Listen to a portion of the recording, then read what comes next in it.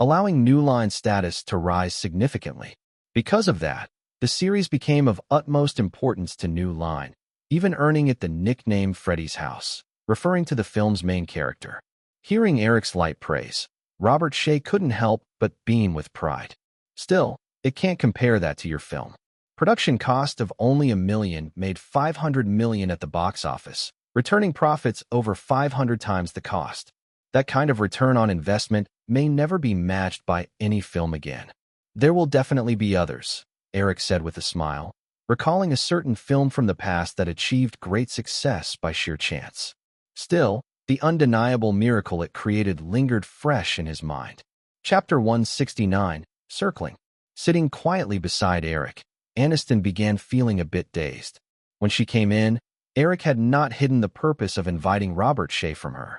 However, as dinner progressed and they devoured most of their meal, they hadn't touched on the subject of the film company acquisition at all. Instead, they meandered through various industry tidbits, talking about MGM's colossal losses, the box office miracle when Robert Shea was born in 1939, the meteoric rise of Disney, and the truth behind the bankruptcy of RKO Pictures. There was a complete absence of any discussion relating to the film company acquisition. At least, the not-so-bright young girl had not noticed any signs of that nature. At first, Aniston listened with keen interest, but as time went on, her enthusiasm faded. Still not wanting to seem rude or embarrass her boyfriend, she sat up straight and pretended to listen attentively, even though her mind had already drifted far away. It wasn't until the waiter cleared away the plates and brought coffee for the group that Eric and Robert Shea's casual chat still hadn't ended. A recent magazine article published some figures suggesting that from next year onward, revenue from videotape sales and television broadcasting rights will surpass box office earnings, and the development of various peripheral rights for films has become increasingly diversified. Therefore, the role of distribution in the film industry chain is going to become more important. In the future, it will be tough for movie content providers to survive without effective distribution channels. That's somewhat one-sided. Without quality productions, there's nothing to discuss about expanding distribution. Hollywood has cultivated its overseas market with one high-quality film after another. If our films behave like European films and lack ambition, with only a few good movies, we'd surely be confined to a small circle of self-entertainment. Highways are certainly important, but without cars, highways serve no purpose. Moreover, the salaries of Hollywood movie stars have increased more than tenfold compared to a decade ago. They are even starting to share in the profits from films, which is the most direct reflection of content's importance in the film market, Eric said. After finishing his statement, he calmly sipped his coffee and glanced at Robert Shea. Not long after dinner started, they exchanged a few pleasantries, and without realizing it, they began an under-the-table battle. Though neither had mentioned anything about company buyouts, they had been embroiled in a debate over whether film content or distribution held more weight. The discussion on this topic had been initiated by Robert Shea. From that moment on, he was already at a disadvantage. By bringing up the subject, Eric understood that Robert Shea was particularly interested in the acquisition of New Line by Firefly. If Shea had no intention of selling New Line, he wouldn't have wanted to bring it up at all. Sitting opposite, Robert Shea felt somewhat bitter. He noticed he had underestimated the perspective and insight of the young man sitting across from him. Having been in Hollywood for more than 20 years, he certainly understood that once a topic like that was introduced, it could easily lead the other party to see through his intentions. Robert originally thought that since Eric was only 19, he might have some talent in film production but would likely know little about other aspects of the industry. Having more than 30 years of experience, Robert felt confident in his ability to keep Eric in check. If he could plant the seed of distribution channels are key, in Eric's mind, he could later hold the upper hand in negotiations. Eric had already produced a string of films that had achieved box office miracles. Thus, after Eric sent out invitations and hinted at some information, Robert Shea's mind sparked to life. The acquisition of New Line by Firefly felt certain. Robert Shea didn't even consider the possibility of a reversal of roles. Although he was already 50, he still brimmed with ambition. He didn't care much about the vast amounts of capital from Firefly's purchase of New Line. His goal was to merge both companies and secure as much equity as possible in the new firm. New Line had developed to a bottleneck stage. Among the secondary film companies, it had emerged as a leader, boasting solid franchises and a good distribution network within the U.S. market. Internationally, it had stable partners, and even more notably, New Line had managed to thrive without attaching itself to any major studio, maintaining a completely independent operation. However, compared to the 6 major studios, New Line still faced a considerable gap. The most significant disparity lay in the lack of blockbuster films, or more precisely, the absence of any such titles. As of now, New Line's best-performing series had topped out at only over $40 million, while a true blockbuster in North America needed to approach the $100 million mark. The 80-20 rule was particularly evident in the Hollywood box office market, with 20% of films claiming over 80% of box office revenue each year. The box office hit list's top 10 films had always been the monopoly of the 6 major studios, which meant that over 80% of box office earnings belonged to them. In fact, during these years, the 6 major share had slightly declined due to the rapid growth of various distribution channels, granting independent film companies substantial room for development. Therefore, each year, the 6 major studios captured only about 85% of the box office total, leaving 15% for other Hollywood companies. Although this percentage seemed small, it was significantly larger compared to over a decade ago, when the 6 majors scooped up nearly all box office sales, leaving a pitiful 1% for smaller companies. If New Line wanted to break into the ranks of the giants to share in that over 80% of profits, before encountering Eric, it had only 2 paths. One was to pool resources and take a gamble on a high-investment film, which could potentially yield blockbuster success, but this came with immense risk. Failure would inevitably lead to New Line's bankruptcy. The other option involved a slow and steady approach, hoping for the day when some small film they invested in suddenly achieved unexpected blockbuster success, rapidly assembling a significant financial foundation. If combined with wise leadership, subsequent films could also succeed, creating a virtuous cycle that might elevate them into the ranks of the larger companies. In an alternate timeline, Lionsgate had managed to ascend through luck, starting in 1997. Despite being far inferior to veteran secondary companies like New Line or Miramax in terms of experience and strength, it achieved remarkable success when a low-budget documentary it released in 2004, under intense political pressure, inadvertently grossed $224 million globally, quickly amassing sufficient capital. Following that, they developed a series of super successful films, momentarily outpacing Universal and Paramount, falling just behind Warner, Disney, Columbia, and Fox in box office rankings, later exceeding them also temporarily. After Eric threw out the suggestion of an acquisition, Robert Shea saw another broad avenue, one that required no risky gambles or waiting for luck to shine, but rather allowed for a steady entry into the ranks of the movie giants. Eric's early films, all being box office hits, proved he had the ability to do this. With the emergence of MGM UA as a colossal entity among the 6, another partnership like New Line Firefly would surely arise. Well, let's call it Firefly New Line. After a cup or 2 of coffee, Robert Shea could hardly tolerate delaying the conversation with Eric any longer. The young man's patience was truly remarkable. Even though he didn't want to admit it, Robert had to face the fact that he had already lost this round. If he didn't bring up the main topic soon, Eric might genuinely perceive this meeting as mere casual chat and stand up to bid farewell. Their next meeting might only be at the negotiation table. Eric, I heard that Firefly is planning to expand its distribution channels. Robert Shea casually stirred his coffee, asking as if it were a normal question. A smile crept across Eric's face. It seemed Robert couldn't hold back any longer. Dinner had nearly spanned 2 hours, and Eric was losing patience with Robert Shea. The young girl had sent several glances his way, hinting she wanted to leave. He decided that if Robert didn't bring it up after finishing his coffee, he would head back to bed with Aniston, leaving the rest to Firefly to formally express its intention to acquire New Line. The reason for this dinner was that Eric wanted to gauge Robert Shea's willingness to sell New Line. From memory, he recalled that Robert has a strong desire for control. In the previous life, though New Line had been taken under Warner's wing, Robert had still held tightly to its reins. It seemed that it wasn't until nearly 2 decades later, after massive losses, that he was begrudgingly forced to step down under immense pressure. Robert Shea had initially started discussions on topics and argued with Eric for long enough that his stance had become clear. Therefore, continuing the dialogue didn't hold much necessity. Regardless, even if they reached a preliminary intention, specific terms would require long negotiations.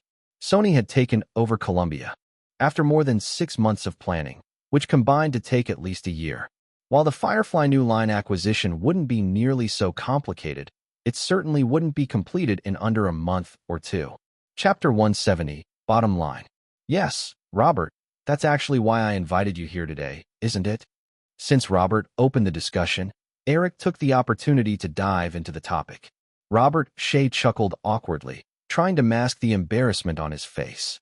He had secretly decided to concede, but with Eric's comment, he felt as though he was losing ground again. After sipping some bitter coffee to steady his mood, Robert said, "All right, Eric, I'm actually quite interested in our potential collaboration. Can you share your terms first? You know, Robert, what I value most is New Line's distribution channels. So, I plan to acquire New Line fully at an initial offer of $150 million. Of course, we can negotiate that price. Plus, after completing the acquisition, I can position you as CEO of Firefly once we consolidate. You're only 50. You wouldn't want to retire, right? I've been in this game for over 20 years, and suddenly being reduced to an employee, even as CEO, isn't exactly appealing," Robert laughed, holding up his hands in a shrug. "Maybe we could merge instead, like MGMUA did. New Line has the distribution, and Firefly has top-notch movie content. If we merged, we could create another Hollywood giant called Firefly New Line. What do you think? What do you think the equity split should look like after the merger?" Eric asked, amused by the idea of Firefly New Line. However, he wasn't keen on dragging along New Line's label. It would remain, but only as a subsidiary of Firefly. At the question, Robert glanced at Eric, then lifted his coffee cup thoughtfully. In truth, he had been considering this issue since he received the dinner invitation from Eric. Firefly, only a little over 6 months old, had zero distribution capability and an almost negligible film library, which meant it wasn't worth much. But the reality was that Firefly's profitability was incredibly impressive. Even if Firefly's projects didn't yet count towards their reputation, one film had pulled in over $100 million in profits. If the domestic box office reached $200 million and the overseas earned the same, Firefly would net at least $80 million in box office split.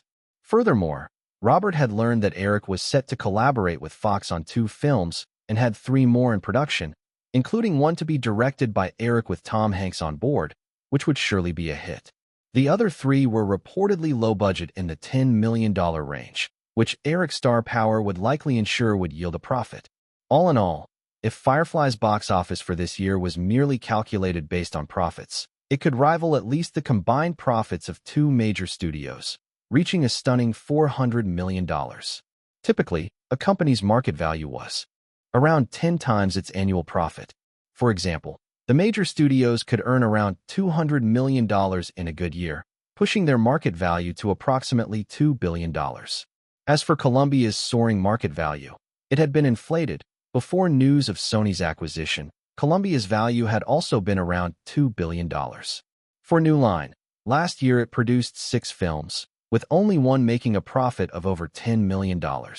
The others combined earned just a few $100,000, and considering home video and other peripheral earnings, New Line's profit for last year was about $30 million. This meant New Line's market value hovered around $300 million. Of course, these calculations merely provided an approximate impression for outsiders. In truth, a company's market value couldn't be simplified like that. New Line's $30 million profit was a result of a banner year, while the second and third films barely grossed just over $20 million. After costs were deducted, they hardly earned anything.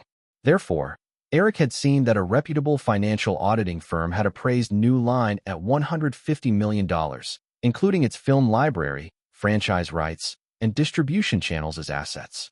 The very volatile annual profit was only a small reference. However, Firefly's valuation was a different beast altogether. Eric had barely spent $10 million in total for office rent and equipment, and with half the rights of various films, one could argue it was worth either $100 million or even $1 billion. When Eric asked Robert how much equity he was looking for post-merger, Robert found himself stumped, despite having mulled over it for several days. After 5 minutes of contemplation, Robert finally lifted his coffee cup to his lips with his left hand while raising 3 fingers with his right hand on the table, showing a hint of uncertainty. 3%. Eric leaned in, curiosity evident in his voice. PFF. Robert Shea couldn't help but spit out his coffee, thankfully turning just in time to avoid soaking the table and the still unsuspecting Eric across from him. However, since he turned away, a few droplets splashed onto Jennifer Aniston's elegant dress. The young woman, already somewhat distracted, hadn't expected this. She didn't even have time to dodge, and only realized something was amiss when she felt a dampness on her chest. She exclaimed and grabbed a napkin to wipe the wet spot, casting a disapproving glare at Eric. She didn't understand what exactly had happened. All she knew was that Eric had said something about 3%, and then her dress had met an unfortunate fate. The restaurant staff was quite responsive. Seeing the scene unfold, a waiter promptly brought over some napkins, helping to clean the table and floor in the process. Once everything was tidied up, the waiter quietly stepped back. "I'm truly sorry." Robert Shea apologetically wiped his mouth and the damp area of his outfit while addressing Aniston. He then turned to Eric with an expression of clear displeasure. "Eric, did you just say my 20 years of hard work is worth only 3% equity? If that's the case, what is there to discuss?" "All right, I get it. You mean 30%. Eric confirmed once more. Robert Shea nodded. "I've built up a bit of wealth over the years, so I'm not inclined towards a cash acquisition. I want the two companies to merge, and I want 30% equity. That's my bottom line." Chapter 171. We don't have much time left. "I can assure you that 30% is out of the question." Eric leaned slightly forward, gazing at Robert Shea and shaking his head gently.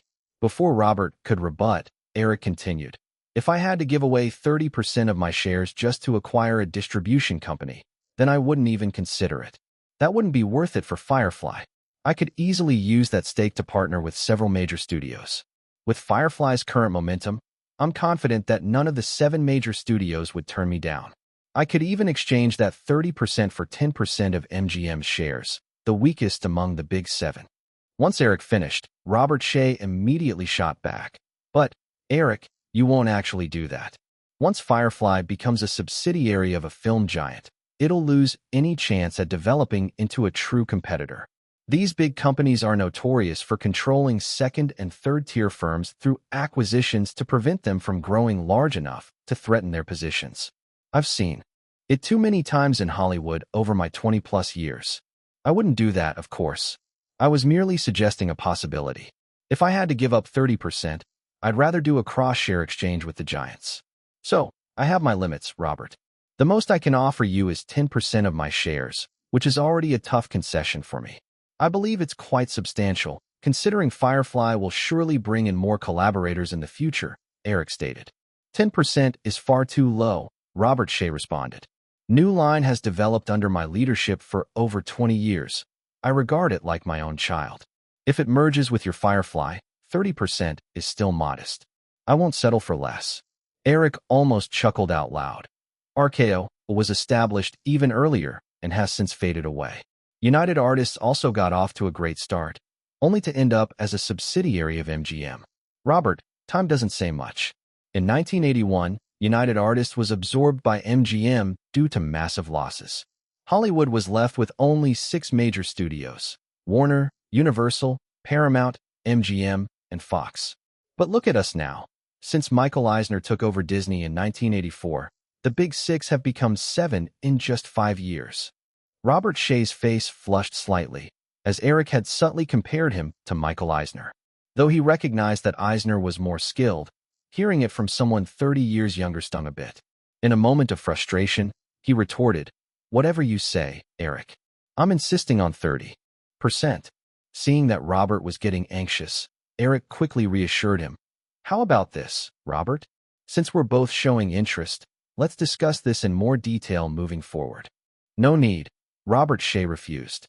If you don't agree to my terms, there's no point in discussing any specifics. Eric felt a flicker of irritation. He tapped his fingers lightly on the table, but the tablecloth muffled the usual sound. You need to understand, Robert, that we don't have much time left. Robert was puzzled by Eric's seemingly strange comment. Out of fear of losing respect, he resisted asking for clarification. Eric didn't beat around the bush and continued. Thanks to the rapid growth of videotapes and cable TV, movies have stepped out of the limited profit circle of just box office revenue, becoming increasingly significant in the media industry. I believe that during the next decade, most Hollywood giants will be acquired by media conglomerates, becoming part of a massive industrial chain. Once this trend sets in, studios with media backing will no longer need to worry about bankruptcy from failed investments. They will solidify their positions through vast media resources. At that point, if a second or third-tier studio lacks extraordinary luck, it won't be able to shake the dominance of media-backed giants. Their fate will either be acquisition, just like you mentioned, completely losing their opportunity to be one of the big players, or scraping by from the leftovers after the big studios take their share. Robert Shea fought to suppress his surprise, not revealing his astonishment on his face, and began to counter. Even if you have a point, it's going to take years. I believe New Line still has opportunities as long as... No, you don't have opportunities, Eric interjected firmly. Actually, the trend began a few years ago when News Corp acquired 20th Century Fox. This year, Sony acquired Columbia, reducing the Big Seven to 6. Moreover, I've seen in the papers that Warner plans to team up with Turner Broadcasting to form a media group. If that becomes a reality, we're looking at 7 becoming 3. How long do you think the remaining 4 studios can hold out? Robert Shea fell silent. Eric pressed on, unrelenting. Robert, this is our final opportunity. The clock is ticking. Less than 10 years, perhaps only 5. If we miss this window and the industry landscape is finalized, even if you could turn New Line into a first-class studio by sheer luck and years of hard work, you'd still be stuck in the second tier. The giants will be so intertwined with their media partners that no standalone film company could compete with them. At this point, Eric recalled Lionsgate. Although it had surpassed 2 old-school studios in profitability with just a couple of franchises, the other 6 studios had already mixed with media giants, making it nearly impossible for Lionsgate to match the comparison. What you're saying, it's all hypothetical, isn't it?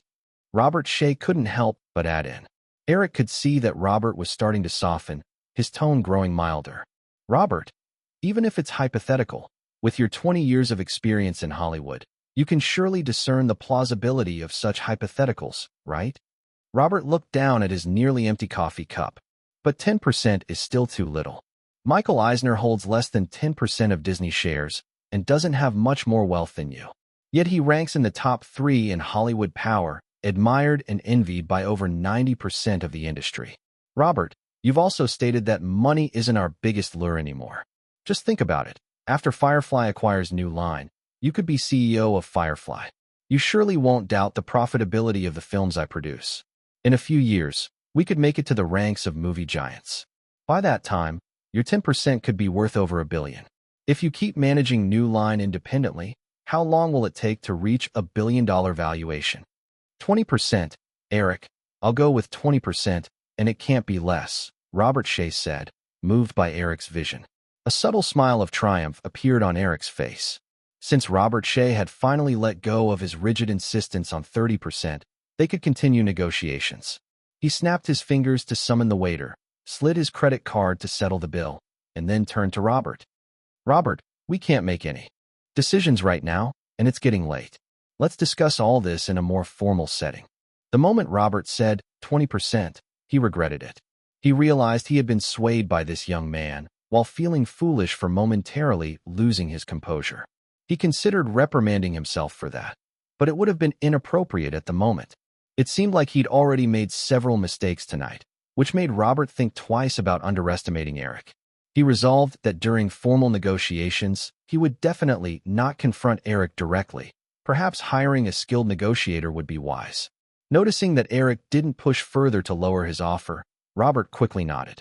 All right, it is late, and I should head back." As they said goodbye at the restaurant entrance, Jennifer Aniston suddenly wrapped her arms around Eric's as she stood on tiptoes, grinning. "Wow, Eric, you were amazing just now. You totally had Robert spaced out." Eric reached out with his other hand to brush some hair away from her face, chuckling. "What about you? Did you suddenly feel like bowing down and kissing my shoes?" Chapter 172. It's just so unfair. Eric had been fixing her hair, and for a moment, it felt warm and cozy. But when she heard his comment, she immediately pouted. "Oof, that's not true. I think you're just babbling nonsense and trying to fool me. I didn't understand much of anything. What's with all this resource and merger stuff? It's just a bunch of rubbish." Eric put on a sad face and clutched his chest. "You really hurt my pride. I guess I'll have to teach you a lesson later." Jennifer Aniston lowered her head, her cheeks slightly flushed. Suddenly, she snapped her head up. "Don't you dare do that again. Otherwise, I'll have a bone to pick with you." "Huh? What do you mean that?" Eric felt a bit confused. You did it on purpose," she stomped her foot. She thought Eric was just pretending to be clueless, and in a huff, she let go of his arm and took a few steps ahead. Seeing her swaying form, enveloped in her long dress, Eric finally realized what he had done. A mischievous grin spread across his face as he swiftly caught up with her, giving her a playful slap on her perky backside. "All right, don't be mad. I really just forgot." "Ah." The little girl squealed in surprise, jumping back like a startled rabbit. She quickly looked around and, upon realizing there were no passers-by, sighed with relief and shot Eric an angry glare. "You pervert." Eric chuckled as he stepped closer, wrapping his arms around her waist and giving her a pinch on her soft midriff. He then leaned in to plant a firm kiss on her cheek before whispering in her ear, "There's going to be even more of that later." "Humph."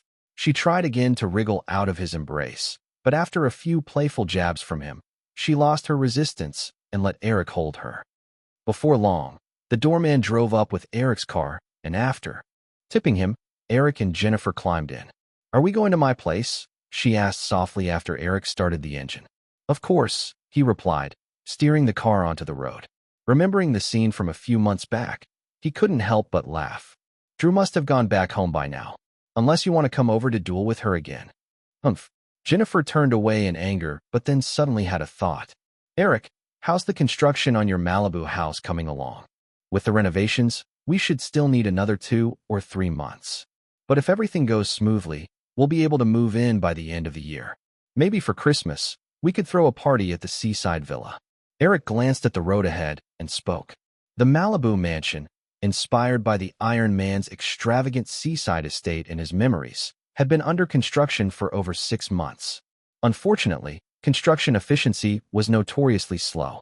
In the beginning, he had actively followed up on the progress with Frank Gehry, but after a couple of months, he found himself losing interest, only tuning in to the scheduled updates from Gary's office. Deep down, he could only reassure himself with the saying, "Good things come to those who wait." Hearing Eric's response, Jennifer quietly asked, "So, will Drew still move in when the time comes?" Eric tapped the steering wheel a couple of times before responding. "You know, Jennifer, Drew is still only 14, just a kid. Legally and morally, I can't let her live by herself right now. She'll have to wait until she's at least 16 to move out." Jennifer scrunched her little nose and grumbled. "She doesn't look like a little girl at all." "Yeah, that's true, but a lot of things are like that. Drew is a public figure. Those so-called child protection organizations always keep a close eye on her. If I let her move out now, it would certainly stir up some trouble with them." "Oomph. Why didn't that little girl just happen to be born in a slum? Then nobody would care about her." "Exactly," Eric sighed. "The world is so unfair. It's predominantly an elite game, and the educational system favors the elite. This country only guarantees the excellence of the top tier, while the children at the bottom level, who cares about them? Even if they drop out from school by 11 or 12 and start having kids at 13 or 14, very few people would take notice. Drew is different. She's already climbed up the ladder of this social pyramid, destined to enjoy the benefits that come with being among the elite. And being under the watch of child protection organizations is one of those benefits." With one hand resting on the car window, Jennifer tossed her head back and pouted at Eric. "Well, congratulations. You successfully managed to change the topic again. You always have a million ways to divert the conversation. Humph, don't think I didn't notice. I just couldn't be bothered to argue with you. This time, you changed the topic first. Eric chuckled. Not true. It was you. Okay, it was me. Eric didn't want to argue with her, continuing. The Malibu house is quite big. You could move in when the time comes. With me, there's no her, and with her, there's no me. You do what you want. Eric lightly tapped the steering wheel. All right, let's drop it then. Ugh, you jerk. You're always so biased. Jennifer's eyes widened, glaring at Eric. Her gaze darted around, seemingly searching for a place to bite. Eric caught her expression and quickly warned. Hey, don't go teasing me. I'm trying to drive. Just then, Eric suddenly felt his Motorola cell phone ringing and promptly pulled over to the side of the road.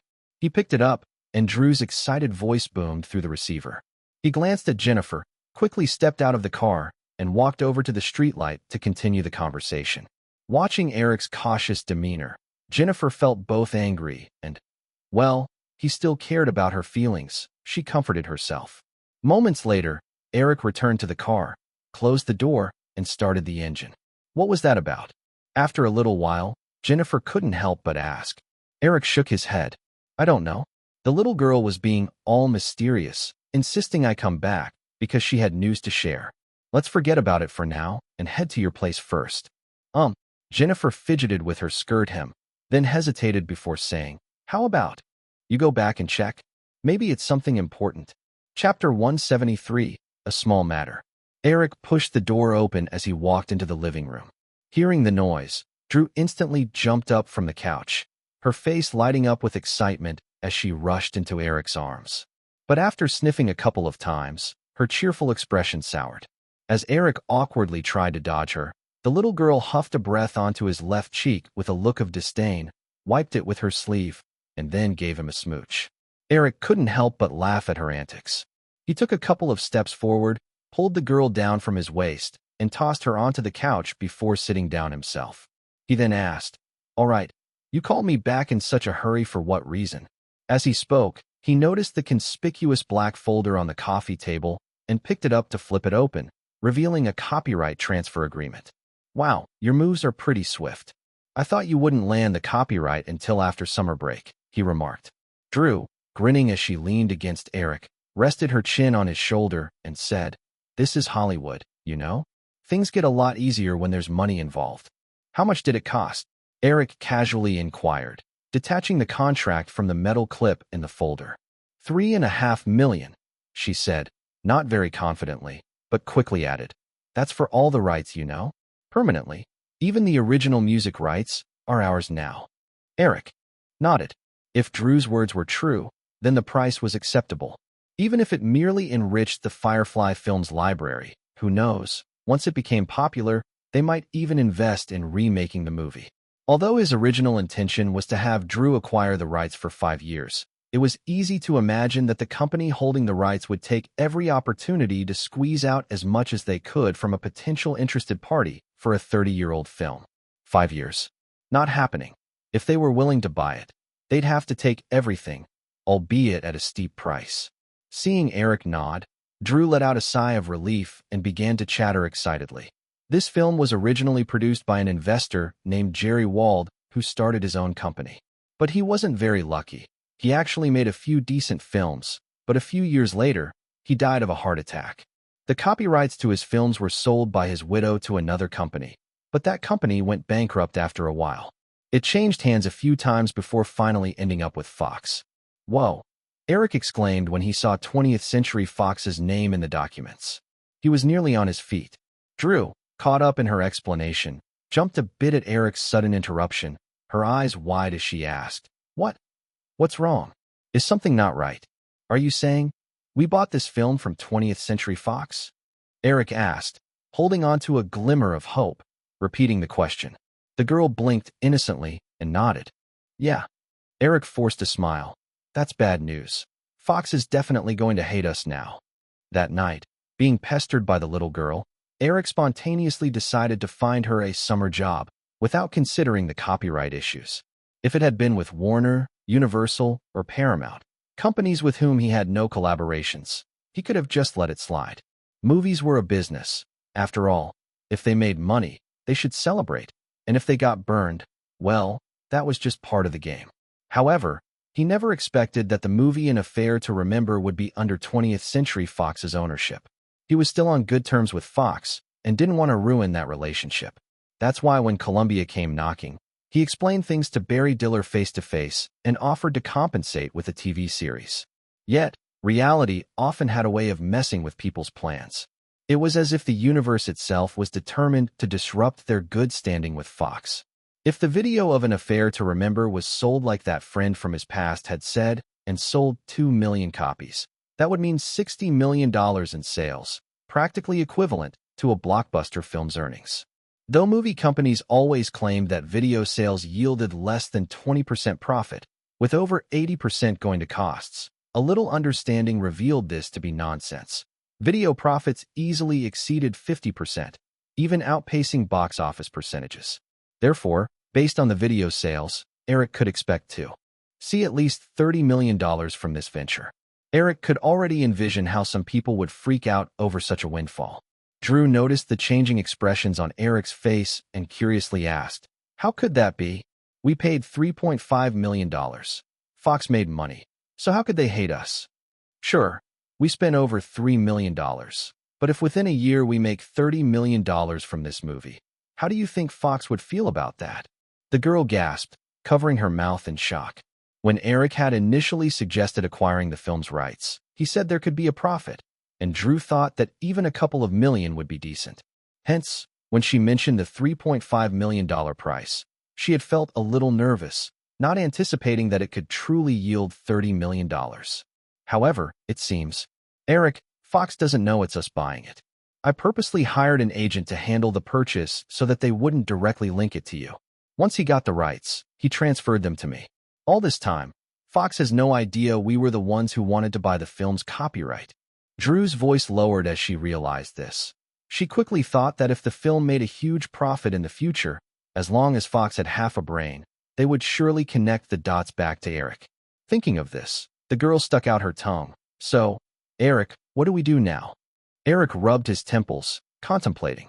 If created a sales miracle, that was certainly a story for next year. By then, his contract with Fox would already be complete, and he wouldn't have to worry about them hindering the film's release.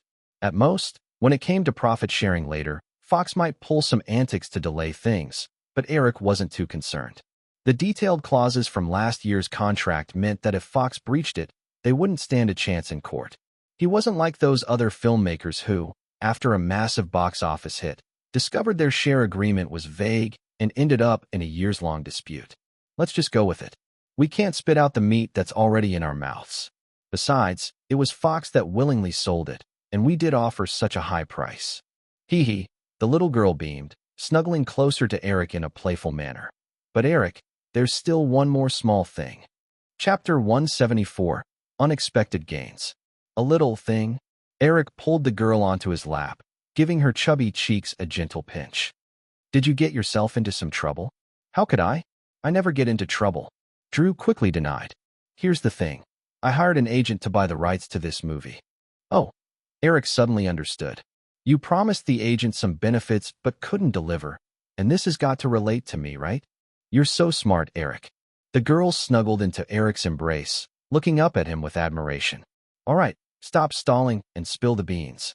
Eric couldn't help but tap her forehead lightly, which earned him some playful squirms and protests. "Well, it's nothing much."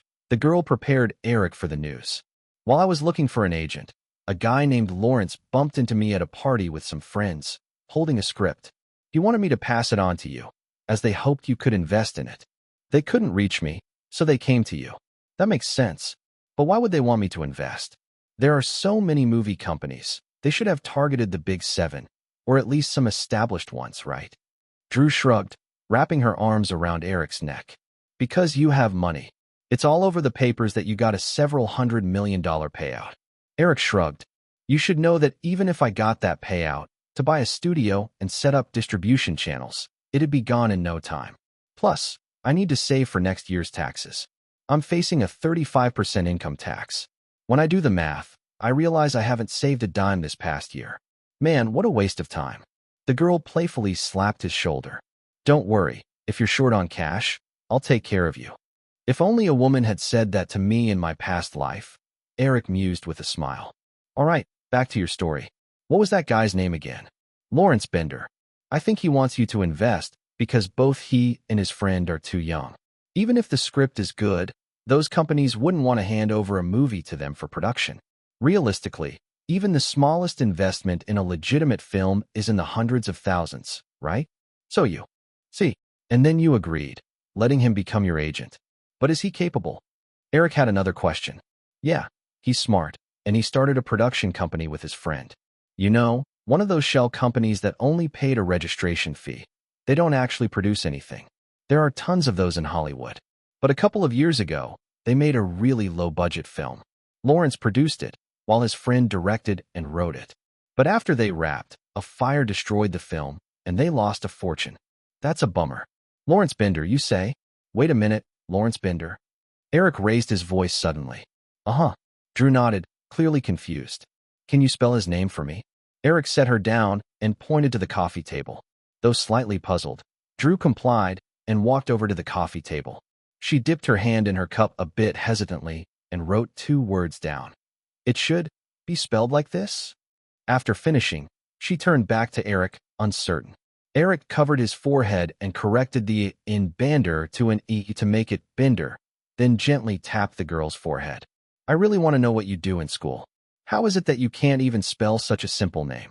Oh, speaking of which, I spent a fortune sending you to boarding school, and I've never even seen your report card. Bring it to me next time. Hey, I think we can skip that. The girl smiled sheepishly, leaning her arms on the table, looking like she was ready to flee at any moment.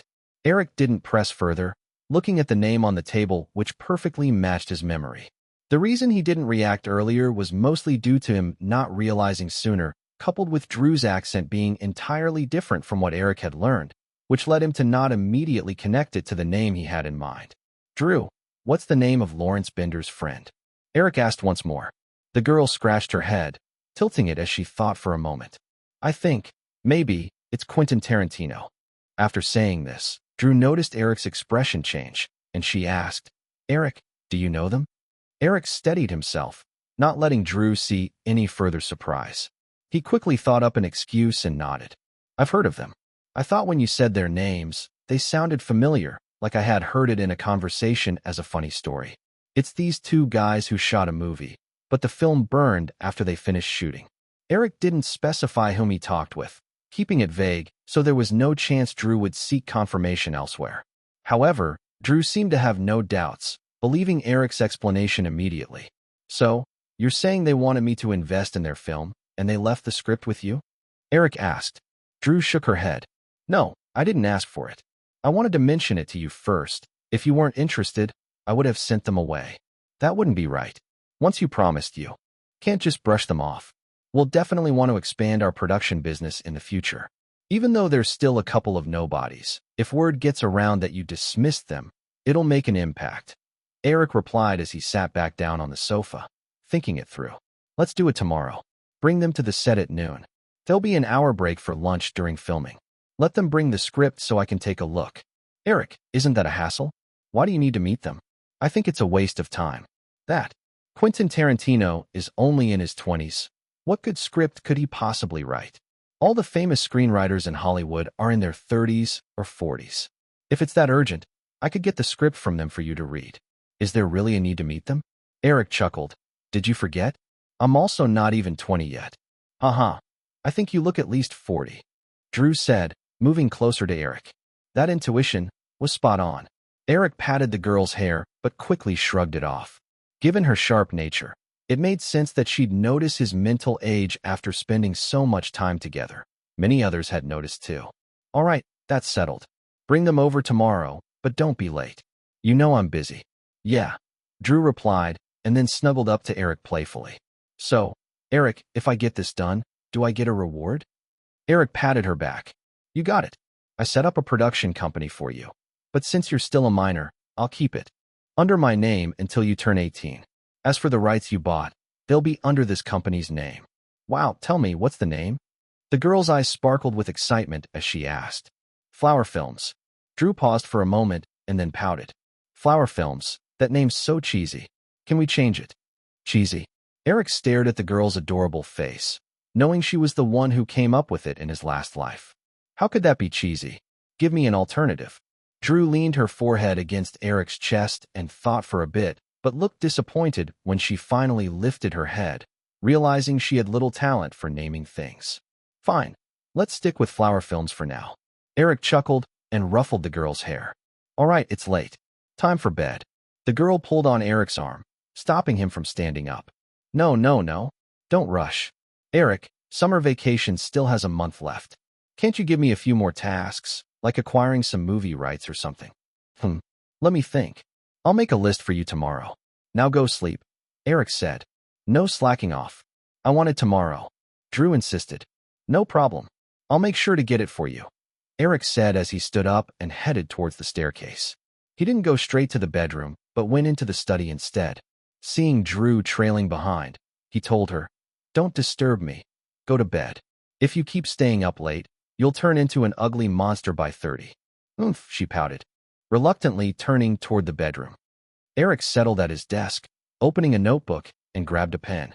He thought about what had just happened and smiled at the realization that the renowned genius director Quentin Tarantino was so eager to come around. Though Lawrence Bender didn't have Quentin's fame, they were actually close collaborators, with Lawrence producing many of Quentin's iconic films. However, now that the ripple from his actions had brought over two individuals who wouldn't have been known for another 2 years, Eric couldn't help but wonder who else from his past life might show up. After all, the ripple effect was quite powerful. Perhaps it was just a minor change that led Quentin to miss the opportunity to create those two famous films. At the same time, Eric was deeply curious about what script Quentin would present tomorrow. Chapter 175, Why Black? At the gates of the Fox studio lot, a tall black security guard glanced over at two men standing not far from the entrance. The pair, both taller than 6 feet, were hiding in the shade. Although they dressed formally, the younger man, with a prominent forehead, a strong jaw, and a furrowed brow, gave off an untrustworthy vibe. Only the older-looking man carried a backpack, while neither had a camera, making them seem unrelated to the paparazzi. This made the guard slightly more vigilant, prompting him to inform his partner to keep an eye on the two in case they tried to sneak in. This kind of thing rarely happened, but it had occurred before. Celebrities often filmed on site, and if anyone disrupted them, even unintentionally, the security team would likely be out of a job. Despite their appearance, the two men behaved themselves, showing no signs of wrongdoing. Hence, the guard had no reason to ask them to leave. They arrived before 10 and remained there until nearly noon, occasionally glancing at the studio entrance and the adjacent road, as if waiting for someone. Around 11:50, a yellow taxi pulled up near the studio gates. The door opened, and a petite girl stepped out, dressed in a pink t-shirt and denim shorts. With her fair skin and heart-shaped sunglasses, she looked adorable. She carried a small canvas bag and held an umbrella. The two men quickly moved toward her, and during their conversation, the older-looking man eagerly took the umbrella to shield her from the sun. Together, they walked toward the gate. As the girl approached, the guard thought she looked familiar. It wasn't until she reached the pedestrian entrance that he stopped them. "Excuse me, ladies and gentlemen, may I see your passes?" Both men turned to the girl, who removed her sunglasses. "I'm here to see Eric Williams. Can I go right in?" You're Drew Barrymore." The guard recognized her instantly, relaxing his demeanor. He smiled politely, revealing a bright smile. "Of course, you can enter. However, per regulations, I'll need to inform the studio that you're here. Can you wait a moment while I call Mr. Williams' crew so they can come and escort you?" "Thank you, Mr. Kirk," Drew said, eyeing his name badge. The midday Los Angeles sun blazed down, with temperatures rising above 30 degrees Celsius. The guard led Drew and her companions into a nearby lounge before making the call. Drew walked over to an empty chair and sat down casually while she dug through her bag for some chewing gum, popping it into her mouth. She then took out a compact mirror to fix her hair. "Lawrence, did you wait long?" she asked with a smile, noticing the two men beside her. "Not at all, Drew. We only arrived half an hour earlier," Lawrence Bender replied with a grin. The guard, overhearing Lawrence, merely glanced at him but chose not to comment. Drew noticed the sheen of sweat on the two men's shirts and didn't press further. They had agreed to arrive after 11, but they seemed to have come quite early, possibly worried about traffic or other delays. Either way, she didn't concern herself with their choices. Quentin Tarantino, standing next to Lawrence, remained quiet, not out of shyness, as he was actually more talkative than Lawrence. However, he couldn't help glancing at the little feet peeking out from Drew's sandals. He felt a stir of discomfort. Her delicate, pale feet looked like fine art. But why did she paint her toenails black? That thought tugged at him, creating a strange urge to clean them off. Of course, he knew he couldn't act on such impulsive feelings. After a brief chat with Lawrence, Drew turned toward Quentin and, by chance, caught him staring at her feet. Instead of being annoyed, she shot him a playful smile, as if saying she caught him red-handed. Quentin quickly looked away, covering his mouth to suppress a cough, trying to ease the awkwardness. Drew, however, wasn't about to let him off the hook. She lifted her foot and asked directly, "Quentin, is there something wrong with my feet?" "A cough, no? Of course not, Miss Barrymore. Your feet are very, very beautiful," he stammered, quickly realizing he had offended his friends. "No, I meant." "Haha." Seeing him flustered made Drew burst into laughter. Lawrence shot a disapproving look at Quentin, thinking to himself that if Drew were a bit less gracious, their hard-earned opportunity might slip away. Fortunately, staff members arrived to greet Drew's party, relieving Quentin of his embarrassment. They all took an electric cart to the studio. As they entered, Drew headed straight for Eric. Lawrence and Quentin hurried after her, quickly spotting Drew hugging a young man in a blue t-shirt. Eric embraced Drew, allowing her to rub her cheek against his face before releasing her and stepping forward to greet Lawrence and Quentin. "Hello, Mr. Tarantino, Mr. Bender." Eric greeted them, shaking their hands. Quentin expected Eric to acknowledge Lawrence first, as he appeared to be the leader of the pack, but Eric approached Quentin, leaving him pleasantly surprised.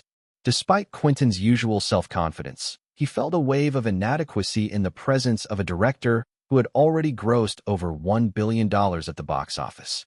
Chapter 176, The Seven-Colored Bandit. "Hello, Mr. Williams. I really liked your film Running Out of Time. The plot was great, and the soundtrack was outstanding, especially that piece during the bus encounter. I heard you composed that piece yourself. That's amazing," Quentin said, his friendly demeanor allowing him to chat easily about Eric's film that was still in theaters.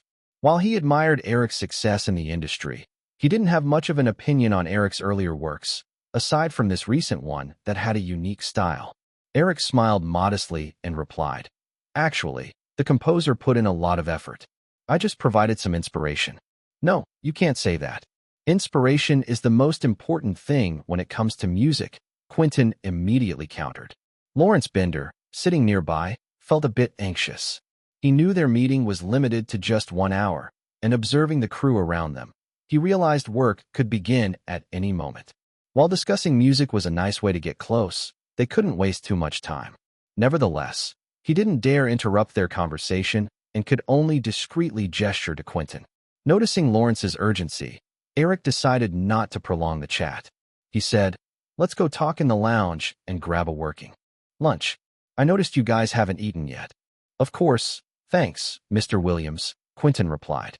"Just call me Eric," he said, glancing over at Drew and Jennifer. It seemed like the two girls were about to start something again. If they got into a fight here, it would turn into a big deal. "Hey, Drew, Jen, what are you talking about?" he asked as he approached, seeing the two girls glaring at each other, ready for confrontation. Upon seeing Eric, Drew immediately abandoned her standoff with Jennifer and ran over, hugging Eric's arm as she complained. "She started it, Eric. I just said hi, and then she got all mad. So petty." "It's you," Jennifer exclaimed, her face showing a mix of indignation and anger as she glared at Eric instead of Drew. This left Eric confused, prompting him to ask, "What did you say to Jen?" Drew seemed oblivious to Jennifer's irritation and shrugged it off. "Nothing much. She came out of her room, and I just patted her on the butt and said, 'Hey, big girl, your butt looks rounder.' Then she flared up." Eric's mouth twitched at Drew's remark. He could easily understand why Jennifer was upset without needing to see the little fire in her eyes. Drew's comment was likely meant to tease about Jennifer's weight gain and had inadvertently touched on a sensitive topic for her. Jennifer probably thought Drew had been informed about her embarrassment. Realizing this, Eric released Drew and pulled Jennifer into a hug, whispering, "Okay, Jen. Drew didn't mean anything by it. Don't take it to heart. Are you sure?" Jennifer blinked back her irritation. Eric gently patted her back. "I swear. I mean, how could that possibly be? Right?" Once Jennifer recognized that it was simply a misunderstanding, she pushed Eric away. "Those two guests are still waiting. You go deal with them. I'm off to eat." "I'm going to eat too. I wonder what the lunch is like here," Drew said, her big eyes rolling around before she turned to leave. "Remember, this is a film set. You two better behave," Eric cautioned, feeling uneasy. Didn't need your advice," the two girls said as they walked away from him, not looking back.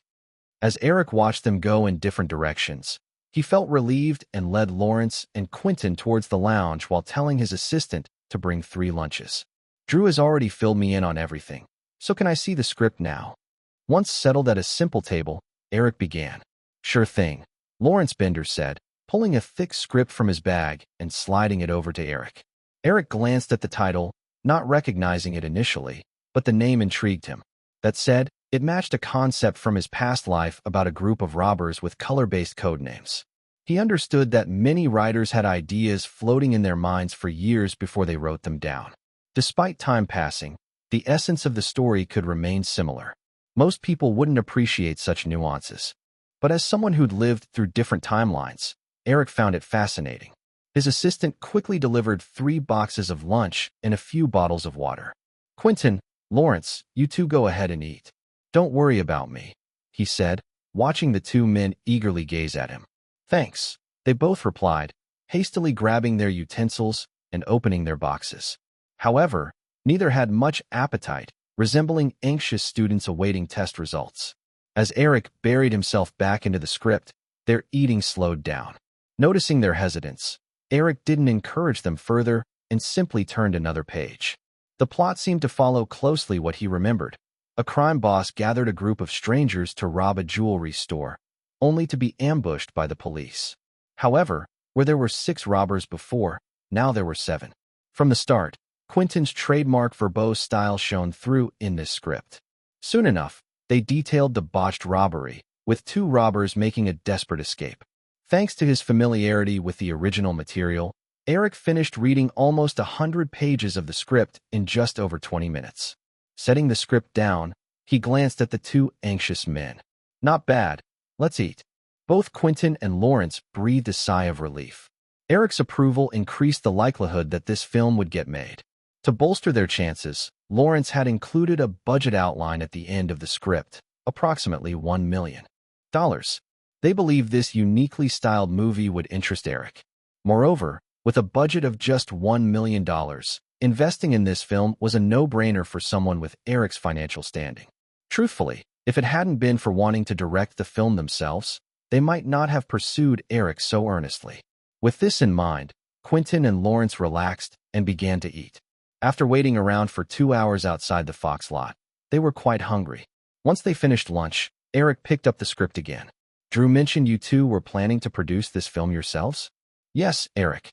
We both have experience from making one film before, so we figured we could handle this one," Quentin explained. Eric nodded, non-committally, flipping through a few pages. "So you have your own film company, right?" They exchanged puzzled glances, unsure why Eric suddenly inquired. Lawrence then nodded. "Yes, it's called A Band Apart, a name Quentin came up with. It was inspired by the early film of Goddard." Eric recognized that Goddard had made some famous films, but he didn't delve into understanding the meaning behind their company's name. "Well, Lawrence, Quentin, would you be interested in joining Firefly Films?" They both replied in confusion. Eric clarified. "I meant, your company is just a shell at this point. Would you be interested in merging with my Firefly Films? You know my company is growing." Quentin and Lawrence exchanged glances. They had some knowledge of Firefly Films. Even though it was Eric's personal company and most of the films were his projects, its strength was undeniable. Joining would be a great opportunity. However, they couldn't understand why Eric would extend an olive branch to two unknowns like themselves. Chapter 177, Renaming. Eric didn't consider how the two felt about it. Quentin and Lawrence didn't immediately agree, so he dropped the topic. He figured as long as the cooperation went well, Firefly Films would definitely be Quentin and Lawrence's first choice for future projects. Checking his watch, Eric continued, "Let's put that aside for now. We don't have much time left, so let's discuss the script. I can invest in this movie, and the budget doesn't have to be limited to $1 million. You two can shoot freely." Quentin and Lawrence had hesitated when Eric first invited them to join Firefly, but seeing him so easily brush over that topic made them both feel lost, sensing they'd missed a rare opportunity and regretting not jumping on it right away. This emotion left them momentarily speechless. It wasn't until Eric finished speaking and fixed his gaze on them that Lawrence responded first, his face lighting up as he confirmed, "Eric, are you serious?" Quentin also caught on at this moment, his face equally filled with surprise while looking at Eric. Eric nodded again. "Of course it's serious, but I have a few conditions." Immediate looks passed over both their faces that confirmed their suspicions, accompanied by a sigh of relief. They thought if Eric came out of the gate just to solicit and promise funding without any strings attached, that would be troubling. They hoped Eric wouldn't interfere too much with the movie's production. First, all the actors must be selected from UTA. You know UTA, right? By the time he mentioned UTA, Eric sounded a bit uncertain. He hadn't been keeping up with UTA's operations lately, only occasionally chatting over the phone with Kepler Hyde. He vaguely knew the agency was doing well, but beyond that, he wasn't too sure. His rising fame had made him hesitant to meddle too much with UTA's management. The media had taken shots at UTA's dominance, but nothing had stirred much of a fuss. Actually, North American antitrust laws weren't as stringent as people thought. Take the Paramount decree of decades ago, which prohibited film companies from owning movie theaters outright. That rule was nearly ineffective now when it came to major film companies. Although not completely ignored, it only constrained the big studios a little. On paper, major film companies own more than 10% of all theater screens, usually the best locations. The theaters chosen by the big studios were often top-notch, and the estimates showed that those few theaters represented the crème de la crème of North America's cinema landscape. Behind the scenes, the scale dwarfed even more. Hearing Eric's question, Lawrence immediately nodded. "Of course, we know UTA." After a glance shared with his buddy, he added, "That condition is fine. Another thing, the script needs some adjustments." As Eric finished speaking, Quentin's displeasure surfaced almost immediately, although he didn't let it show too overtly. Eric simply smiled slightly. "Don't worry, I'm satisfied with the content. The name just sounds a bit silly. I thought of a much better title." Quentin let out a sigh of relief, and Lawrence relaxed even further. If Eric had intended to overhaul the script drastically, Lawrence worried his friend might jump in to oppose it and make a mess of their collaboration. But since Eric was merely suggesting a title change, that was perfectly acceptable. Bending down, Eric picked up a pen and jotted down 2 words on the script before handing it over. Quentin and Lawrence leaned in together, reading aloud in unison, "Reservoir Dogs?" "Yes," Eric said, a slightly mischievous smile on his face. "I think this title fits the story perfectly. All the characters in the story, as I see it, are drowning dogs, aren't they?" Lawrence glanced at Quentin this time. Quentin scratched his forehead for a moment, looking a bit torn, before reluctantly nodding. "All right, let's go with that." He thought the new title certainly sounded better than the original The Dog Eat Dog, but as the script's author, it was a bit frustrating to have the title changed by this young guy across the table. "One more thing. I think 7 robbers are a bit too many. 6 is just fine. I looked at the script, and 3 of them die right off the bat, which leads to a few unnecessary dialogues. Of course, I'm just throwing out a suggestion. It's up to you whether you want to modify it," Eric added. This little suggestion was something he came up with on the fly, purely to align this classic B-movie more with his version, which he found amusing. If Quentin didn't want to change it, that was also fine. The script's highlight lay in its non-linear narrative structure. If it were all streamlined, the plot could come off as painfully dull. A mob boss gathers a crew of robbers with color-coded names, robs a jewel store, only to be betrayed by an undercover cop. They end up surrounded and die off in a shootout. The survivors escape to a warehouse and engage in a series of conflicts, ultimately resulting in a final showdown where they all perish. That would be the gist of it. The movie's strength lay in its ability to present a ridiculously average story in various entertaining ways. I'll consider it. Quentin nodded when he saw that Eric was genuinely only making a suggestion. While his first instinct was to stick to the original, he didn't outright reject it. He decided to discuss it with his buddy later. Then I don't have any more issues from my side. Eric leaned back comfortably in his chair, looking at the two. Do you guys have any questions? Pulling the script towards him, Quentin finally asked. Eric, about the film's director? Eric laughed and shrugged. Since I agreed to invest, it basically means I accepted your previous conditions. I won't interfere with the content of the movie at all. You can do your thing. You'll also retain the final cut. He didn't have any expectations at the box office for this film. He remembered that it gained significant fame, but didn't exactly break any box office records. However, it brought a few good actors into the limelight, and that was exactly what Eric valued. As long as all the actors came from UTA, even if it led only to some fame and didn't recover costs, it would still be worth it for Eric. Chapter 178, Alienation. Thinking of actors, Eric suddenly remembered that Michael Madsen, who played Mr. Kim in his previous life, was Virginia's brother. Although he had known Virginia for more than half a year, he had never met her brother. He had only learned through his conversations with Virginia that she was very close to her brother. Eric recalled Michael as a rugged type, someone who seemed born to play villains. However, from Virginia's accounts, he knew that Michael Madsen was a very versatile individual. He had been a magician, loved photography, and was passionate about writing poetry.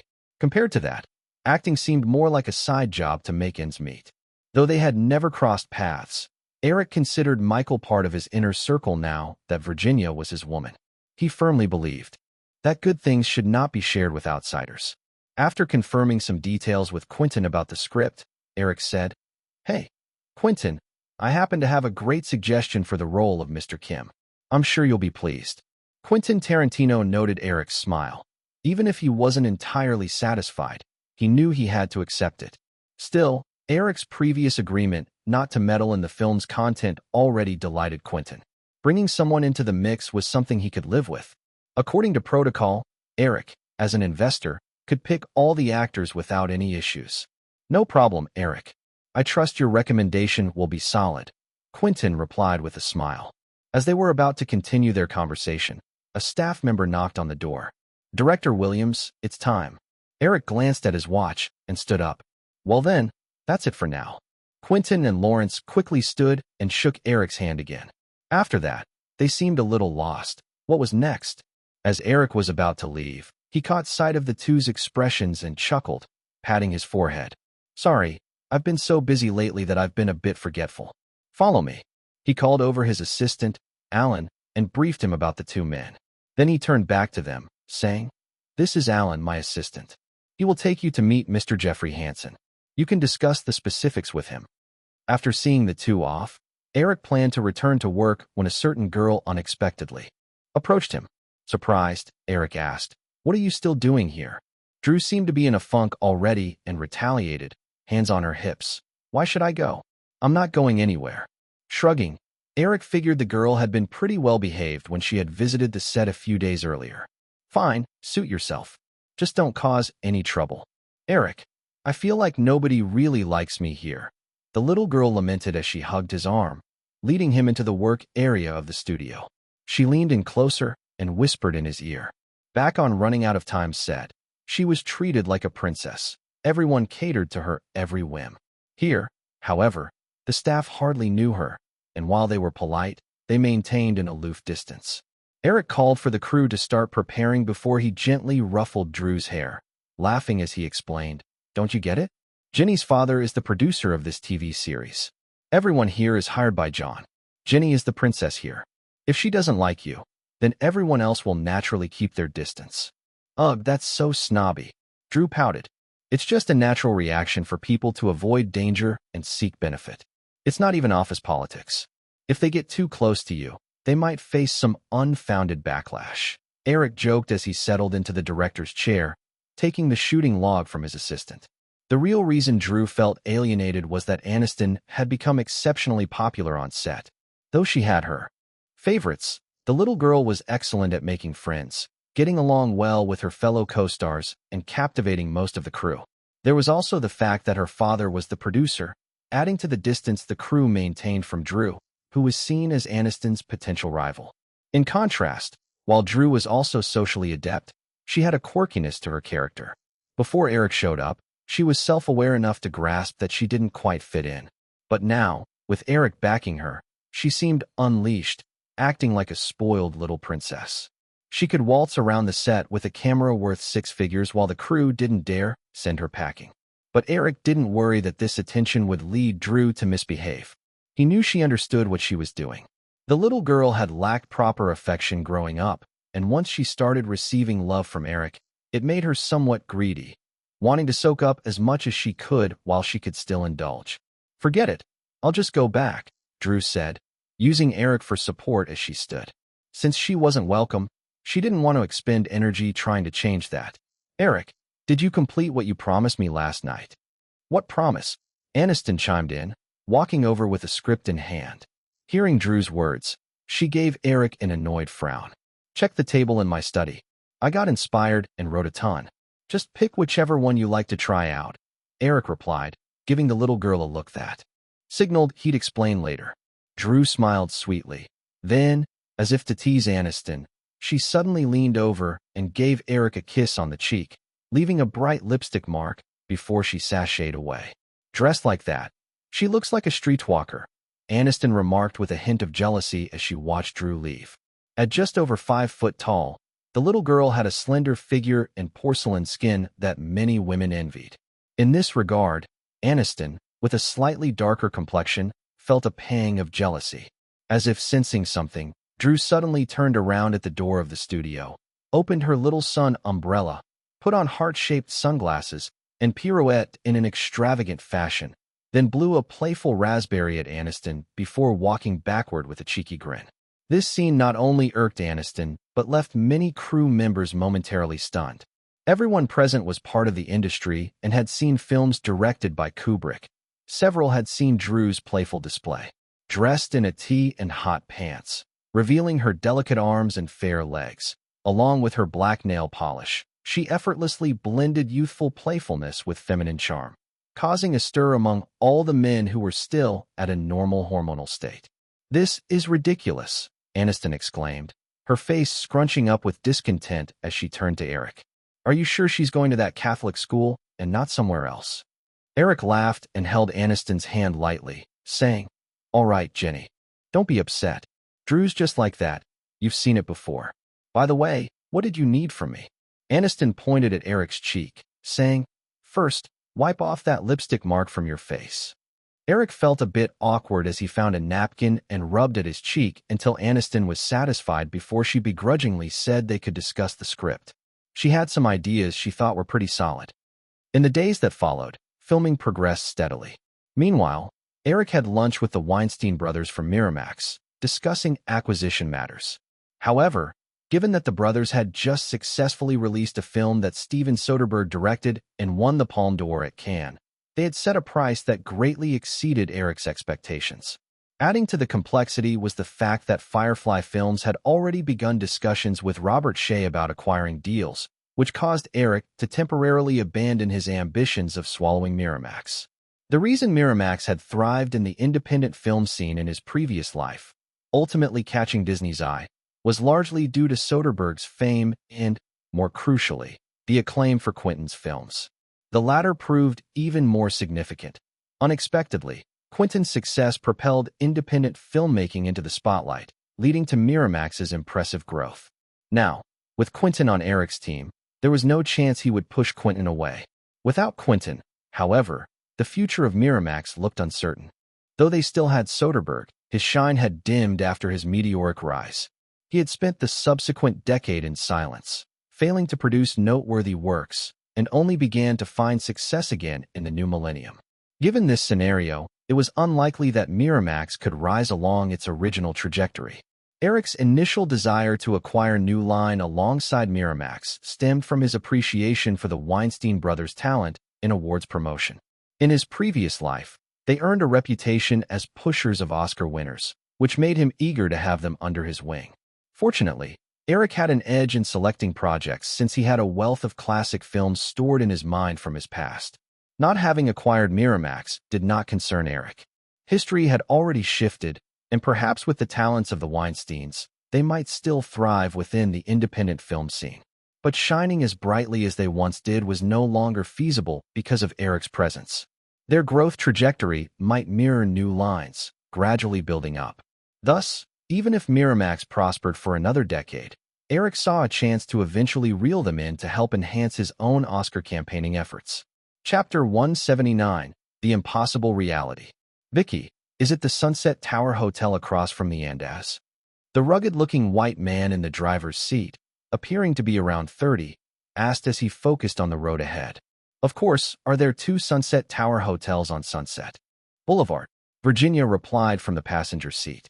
She pulled out a small mirror from her purse, checked her makeup, and carefully applied a bit of lipstick. This action somehow made the man in the driver's seat a bit displeased. Vicky, I just don't get it. Why do you want to get involved with that kid? You two have a 10-year age gap. I already said, my personal matters are none of your concern, Virginia blurted out, but quickly realized she shouldn't talk to her brother that way and softened her tone. Mike, I'm enjoying my time with him.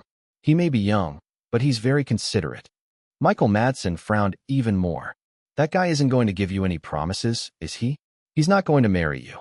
Hearing that, Virginia's eyes dimmed a bit, and she replied softly, honestly, I never expected him to marry me. But you're already 28. I want you to find a reliable man to marry, not just end up with a kid like that as your lover. Michael sounded a bit agitated, and as he spoke, he couldn't help but slap his hand on the steering wheel, turning to look at his sister. I just want you to be happy, Vicky. Will getting married make you happy?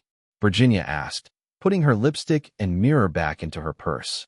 Our mom and dad certainly aren't happy, and you've been divorced once already. Michael Madsen continued trying to persuade her. Because of that, I want you to find a good man. There are definitely still good men in this world. Even if one doesn't work out, try again. Look, even though I've been divorced, I'm happy with Janine. In 6 months, you might have a little nephew or niece. Okay, I got it, Mike. Can we not talk about this today? Virginia, feeling much like any older single woman pressured about marriage, began to dodge the topic. She had been raised by this brother, who was 4 years older, as their parents were busy with work after the divorce, so even her parents' opinions could easily be ignored. But her relationship with her brother mattered greatly. All right, if you don't want to talk about it, then I won't, Michael Madsen said helplessly, looking back at the road ahead. Michael stopping the topic relieved Virginia, and they both sat quietly for a moment, looking out the window. They could tell they were getting close to the Sunset Tower Hotel. Virginia then added, Mike, I know you don't like him, but please don't be rude. I really hope you can get that role he mentioned. Michael Madsen replied, Of course I won't be rude, but I'm only here to see your new movie. Don't expect me to brown nose just for a role. Virginia felt a bit resigned. She knew her brother very well. He was indifferent to fame and fortune, and he initially wanted to be an actor more for a living than for stardom. That still held true. As they talked, they quickly arrived at the Sunset Tower Hotel. Virginia noticed a swarm of paparazzi waiting outside with cameras hanging from their necks. She rushed to put on her sunglasses, but that still didn't stop the sharp-eyed paparazzi from spotting her. A crowd rushed over, snapping photos at the car window. Seeing these news-hungry folks, Michael had no choice but to slow down, which only excited the paparazzi more, making them hammer on the car windows and shout at Virginia inside. However, no matter how loudly the paparazzi called out, they didn't receive any replies. The siblings drove straight into the underground parking lot and took the elevator up to the hotel. Another one? Julia Roberts just arrived. I wonder what Firefly is up to.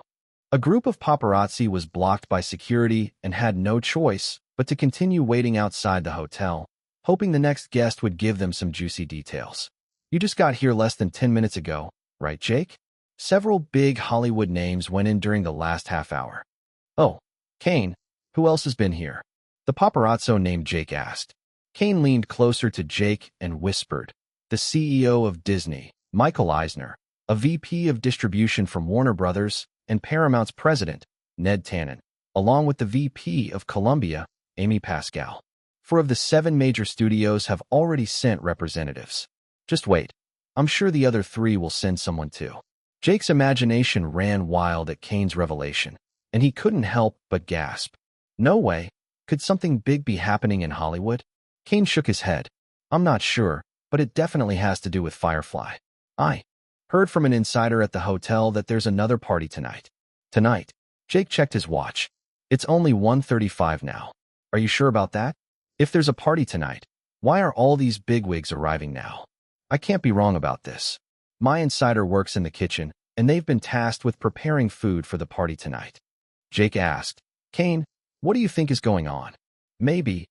Well, this is too unusual for me to figure out, but didn't we hear that Firefly was planning to acquire New Line Cinema? I wonder if this is related. New Line is a top-tier second-string studio. If they merge with Firefly, given Eric Williams' track record with hits and New Line's distribution ability, we might see a new giant in Hollywood in just a few years. Jake speculated, didn't you say this was initiated by Firefly? Could it be that they need to pick a distributor for their upcoming films, and that's why the top brass from the majors are gathering here? As soon as he said that, Kane and the other paparazzi listening were stunned for a moment before bursting into laughter. One of the photographers sneered, no way, you're overestimating Firefly's pull. If it were Eric Williams directing, maybe the top execs would rush over. He's proven his talent. But everyone knows that the rights to Eric's next 2 films already belong to Fox. Jake thought his theory sounded a bit far-fetched too, scratching his head and quietly countering. Didn't we hear that Eric Williams wrote the screenplay himself? However, his comment didn't receive much attention from the other paparazzi, who resumed discussing the reasons behind the gathering and eagerly awaited more arrivals. Often, seemingly absurd speculations turn out to be true. This event was indeed just an internal screening hosted by Firefly. When the invitations were sent out, Eric had thought that the major studios would only send 1 or 2 ordinary execs. However, he quickly received the news that Disney's Michael Eisner, for reasons unknown, had his assistant contact Firefly to confirm his personal attendance. Just that response prompted Eric to move the screening from Firefly's small screening room to the luxury screening hall at the Sunset Tower Hotel. After all, given Michael Eisner's stature, holding the event in Firefly's smaller venue would have been seen as quite disrespectful. Next, other major studios likely caught on to the fact that Eisner would be attending and began sending other important executives. However, of the 7 majors, only Michael Eisner showed up as the CEO. Paramount sent a president, Columbia sent an Amy Pascal, who had a good relationship with Eric, and the other studios sent either vice presidents or significant executives. Still, the lineup was impressive. Top executives from the 7 major studios gathered together, all for the distribution rights of just 1 or 2 movies, something that probably hadn't happened in the last decade. Upon arriving on the floor for the screening, Virginia and her brother stepped off the elevator to find Eric's assistant, Alan Fissman, waiting nearby. Hello, Alan. Where's Eric? Virginia asked as she approached. Mr. Williams is busy and can't come out to greet you. Miss Madsen, please follow me. I'll take you to the lounge, Alan said politely. Virginia nodded in disappointment. Michael Madsen, seeing this, didn't know the specifics and assumed Eric was somewhat disrespecting his sister, which made him quite upset. However, he held back his feelings as they followed Alan into a lounge. Once they entered the lounge, Virginia saw a number of people had already gathered. Director Herbert Ross and stars Julia Roberts, Sally Field, Shirley MacLaine, and others were present. But only Jonathan Demme was there from their crew, making the atmosphere a bit lonely. This was understandable as the 2 young actors weren't suitable for attending the afternoon screening, and the other actors present weren't prominent enough to gain entry to this event. The Steel Magnolias crew was different. While Herbert Ross needed no introduction, both Sally Field and Shirley MacLaine were seasoned talents with multiple Oscars under their belts, their prominence even surpassing that of Julia Roberts, the rising star. The remaining actresses were also long-established names. Upon seeing Virginia enter, Jonathan Demme was the first to light up and stood up to greet her. The rest of the others' crew also rose to acknowledge her presence. Chapter 180, Miss Murdoch. In another room near the 2 production company lounges, Eric was chatting with the big shots who had already arrived. Even though these executives were each with their respective companies, many of them were quite familiar with one another. There was no sense of awkwardness in their conversation because the movement among the upper echelons of the major film studios was quite frequent. For instance, Barry Diller, who wasn't present, had been running Paramount before 1984 and was now the CEO of Fox. Former Paramount executives Michael Eisner and Jeffrey Katzenberg had both been Barry Diller's right-hand men, and now one was the CEO of Disney, while the other was Disney's president. If history held, a few years later, Jeffrey Katzenberg would become the CEO of DreamWorks. Amy Pascal from Columbia, before taking her position, was also an executive at Fox. These interlinked relationships among the major studios allowed them to compete while still maintaining a level of cooperation. Eric, how much box office do you think these two films will rake in? Tell us so we can have a reference for our bids, Michael Eisner asked in front of the others. He maintained a casual demeanor, but there was an underlying anticipation in his eyes. Eric placed his coffee cup down and smiled. Mr. Eisner, to be honest, I can only guarantee the quality of these two films will be excellent. As for how much box office they'll pull in, it depends on the audience and market response. That won't do, said Paramount's president, Ned Tannen. The old man, nearly 60, with a head full of white hair, flashed a friendly smile, making his comment sound like encouragement from a mentor to a younger mentee, naturally creating a sense of warmth. Eric smiled and put on a face of humble receptiveness, but thought to himself that these old-timers were all rather slick. If he really listened to their advice, he would end up getting burned and counting their money. Since Barry Diller, Michael Eisner, and others had gradually left with a host of executives, Paramount's health had drastically declined. Their film performance was a mess, and this year they only produced one film, from the acclaimed George Lucas and Steven Spielberg. The two were savvy businessmen, and Paramount would likely only see a small cut from distribution fees, with most profits going to Lucas and Spielberg. In his earlier analysis, Eric suspected that Paramount might make the highest offer in bidding. The screening approach would be confidential, allowing everyone to propose their terms after watching the film, and Firefly Films would decide which studio to partner with based on the offers. However, Michael Eisner's presence turned the potentially predictable outcome into a mystery. His seriousness could ignite competition among the other studios, especially since he had turned Disney's fortunes around in just 5 years. Now, his standing in Hollywood even subtly threatened to outshine his former boss, Barry Diller. Alan Fissman quietly pushed open the door and tiptoed over to Eric's side, making an effort not to draw attention to himself. He leaned in and whispered, "Mr. Williams, the Fox representatives have arrived." Eric nodded and smiled at Michael Eisner and the others, saying, "Excuse me, folks, just a moment. I need to greet someone." Stepping out of the room, Eric headed toward the elevator with Alan, assuming their guests would arrive soon. Alan added, "The receptionist, Mike, said 2 people from Fox showed up. Besides Carlin Hunt, there's a woman too." Eric paused, then asked, "Did he say who she was?" Alan shook his head. "No idea. Mike mentioned she looked about 20, very young, but Carlin Hunt seemed quite respectful towards her." Carlin Hunt was a vice president overseeing Fox's film distribution. The only people who could command his respect would be a few, like Barry Diller, so it was odd for a 20-year-old girl to have that sort of regard from him. Not dwelling on it, Eric arrived at the elevator just as it pinged open, revealing a man and woman. "Hello, Carlin." Eric greeted as he stepped forward, wrapping his arms in a light embrace with Carlin Hunt. He then glanced at the blonde girl standing beside him, who was observing him with keen interest. She appeared to be in her 20s, about 5'7", with hair just grazing her ears, an attractive appearance, with a finely shaped face and slender eyes. She wore a black and white checked shirt and soft yellow casual pants, paired with black flats. She seemed like a quintessential career woman, Eric thought, as she reminded him of Amy Pascal, who was sitting back in the lounge. After acknowledging Carlin Hunt, as he was about to help make an introduction, the woman stepped forward and extended her hand. "Hello, Mr. Williams. I'm Elizabeth Murdoch." Eric raised an eyebrow slightly. A Murdoch.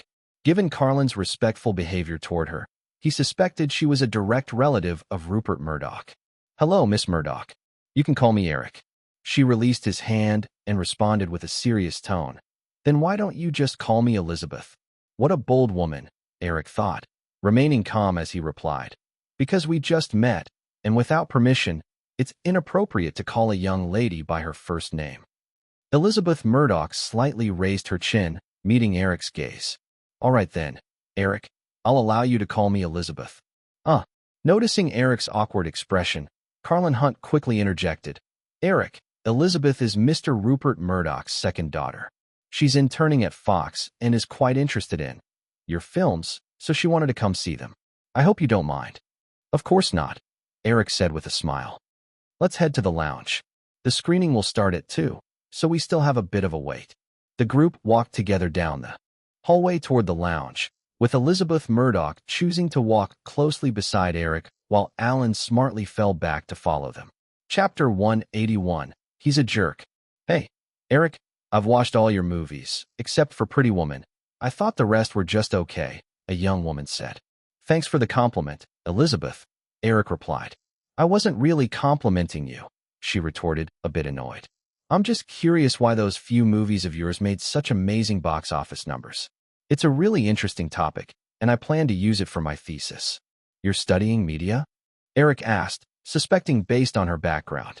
Of course, I'm at Vassar in New York, graduating next year. Eric simply nodded, not offering any opinion. Elizabeth frowned at Eric's dismissive response. You've never heard of Vassar? Eric shrugged. Elizabeth, I only graduated high school. I can't even name all the Ivy League schools, so? All right, she said with a resigned shrug, now intrigued by Eric. It was strange that a young man who hadn't graduated from college could achieve so much in such a short time. The executives from Universal and MGM arrived right at 2 o'clock. Once everyone gathered, the staff led them to a luxurious screening room at the Sunset Hotel. Eric nodded to Virginia and the others before taking a seat in the front row. Flanking him were Michael Eisner and Paramount's president, Ned Tannen. The first row had just enough space for the 8 top executives. Elizabeth Murdoch, uninvited, didn't cause any trouble for the staff. She proactively sat among the crew in the back row, inching over to Julia's side. Julia glanced at the unfamiliar woman beside her, feeling a bit odd. She had no idea who this woman was, but thinking about Eric's flirtatious nature, she instinctively categorized Elizabeth as someone similar to Virginia, leading to a subtle animosity toward Elizabeth Murdoch. Though Julia had resolved not to get too emotionally or physically involved with Eric anymore, he had already left a deep imprint in her mind. It had become a benchmark, making it hard for her to engage with other men without comparing them to Eric, and as a result, things often ended before they really began. During filming, Delur McDermott, who played Julia's husband, had pursued her. He was tall, handsome, a graduate of Fordham University's drama school, talented, gentle, and unlike Eric in many ways. Julia had tried to see if they could have something, but in the end, the shadow of Eric lingered in her heart, blocking any sparks from forming. Everything ended quietly. This led to Julia harboring resentment against Eric for impacting her private life. To avoid deepening that influence, although she was in Los Angeles after filming, she hadn't met with Eric even once. As the staff prepared for the screening, Elizabeth Murdoch greeted Julia. After receiving a reply, she casually asked, Julia, what kind of person do you think Eric Williams is? He's a jerk, Julia blurted out without thinking, caught in a swirling emotion due to Elizabeth's proximity. Elizabeth was left speechless, looking at Julia with a mix of confusion and surprise. Julia's voice was low, and with the other attendees softly chatting, only a few around her heard her words. Sitting next to Julia, Sally Field couldn't help but chuckle. As someone who had heard certain rumors about Julia and Eric, she recognized the underlying bitterness in Julia's statement, which hinted at feelings of unfulfilled desires. Realizing what she had just said, Julia turned beet red, feeling embarrassed and almost wanting to bolt, but just then the lights in the screening room dimmed, giving her a moment of relief. Elizabeth Murdoch straightened up and couldn't help but sneak a few glances at Julia before she shifted her focus back to the screen. The first attraction, Steel Magnolias, was directed by Herbert Ross. Its plot seemed quite fragmented, mainly focusing on the daily lives of 6 women, centering around significant events like weddings, Easter, Christmas, New Year's, and funerals. Even though Herbert Ross included some comedic elements, it ultimately remained a drama. The film began with Julia's character Shelby Eaton's wedding, tying together various facets of life over the next several minutes, introducing the 6 distinct lead characters to the audience. After Shelby's wedding, New Year's arrived. The previously shy and insecure hairdresser Annelle gradually opened up, meeting the waiter at Shelby's wedding. The two fell in love and quickly decided to live together. Annelle, feeling that her happiness was hard-earned, became somewhat absorbed in Christianity, constantly praying. Shelby battled high insulin levels, the opposite of a diabetic lacking insulin. This condition led to severe hypoglycemia, which caused her to faint when her sugar dropped. Following her doctor's advice, Shelby was advised against having children. However, after marriage, Shelby was unable to adopt due to her medical diagnosis. She hid her condition from her parents and insisted on getting pregnant. Days of life passed slowly, and Shelby gave birth to her child, but then came the terrible news that rocked the entire family. Shelby suffered severe kidney damage due to the childbirth. In a shocking turn, her usually strict mother secretly stepped in, donating one of her kidneys to Shelby. The surgery was successful, and Shelby appeared to return to her normal life. Yet, life often does not comply with our hopes. As her son grew, Shelby continued pursuing her career. Then, one day, while caring for her child, Shelby collapsed on the floor. By the time she reached the hospital, the poor woman could only rely on a life support machine to sustain her vital signs. Her mother sat by her side day and night, but despite her vigil, she couldn't wake her daughter. Ultimately, her husband, with tears in his eyes, signed certain documents, and the hospital turned off the life support. Chapter 182, Various Thoughts. After the sorrowful funeral, life went on. Shelby's son, little Jackson, grew up surrounded by love, while the pregnant Annelle felt compelled to share with Shelby's mother, Maureen, her desire for her unborn child to be named Shelby, regardless of gender, to honor the resolute yet short-lived woman. Maureen, with tears in her eyes, agreed. Another Easter arrived, and in the vibrant spring countryside during a joyful picnic, Annelle suddenly experienced severe abdominal pain. Everyone rushed to help her into an SUV, which weaved through the crowd, past the town square, and over bridges. The melody of a harmonica played softly as the scene captured a lush green river flanked by trees. The subtitles slowly appeared. Tomorrow is another day. Elizabeth Murdoch, sitting next to Julia in the back seat, found herself uttering as she reflected on the lives of the women around her, which paled in comparison to Scarlett O'Hara's tumultuous, heart-wrenching experiences over the decades. The emotions of these women hardly ever erupted dramatically.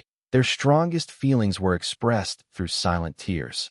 Yet, the subtleties of their lives conveyed emotions that were just as profound as what Scarlett faced in her turbulent world. The Jeep, gradually fading away, symbolized hope for the future. The lights came up. Without anyone leading the way, everyone in the screening room began to clap spontaneously. Julia, this movie was absolutely fantastic. I believe Shelby's character might even be more compelling than Vivian's, Elizabeth exclaimed, applauding while leaning in to speak earnestly to Julia.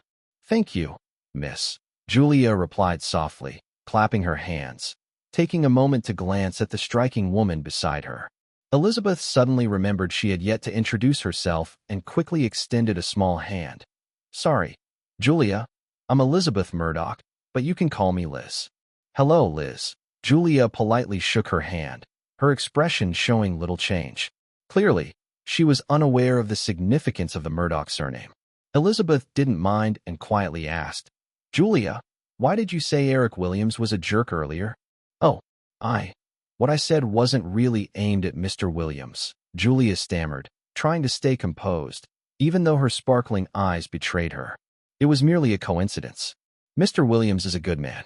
Without him, I'd still be an unknown actress. A faintly amused smile appeared at the corner of Elizabeth's mouth, and she chose not to press the awkward topic any further. Julia, could you tell me about Eric Williams? I want to base my graduation thesis on the success of a few of his films. Liz, You might want to ask him directly. I don't know much, Julia said, recognizing that this girl didn't seem very familiar with Eric while also feeling increasingly at ease with Elizabeth's friendly demeanor. It's fine, just share what you know. Elizabeth noted the subtle shift in Julia's attitude towards her and pressed on with her inquiries about the subject that piqued her interest. Meanwhile, the executives from the major film studios who had just watched the film each held their own thoughts. Michael Eisner, although he expressed his praise for Eric right after the screening, mainly did so out of courtesy. He didn't exactly feel enthusiastic. The film struck him as rather bland.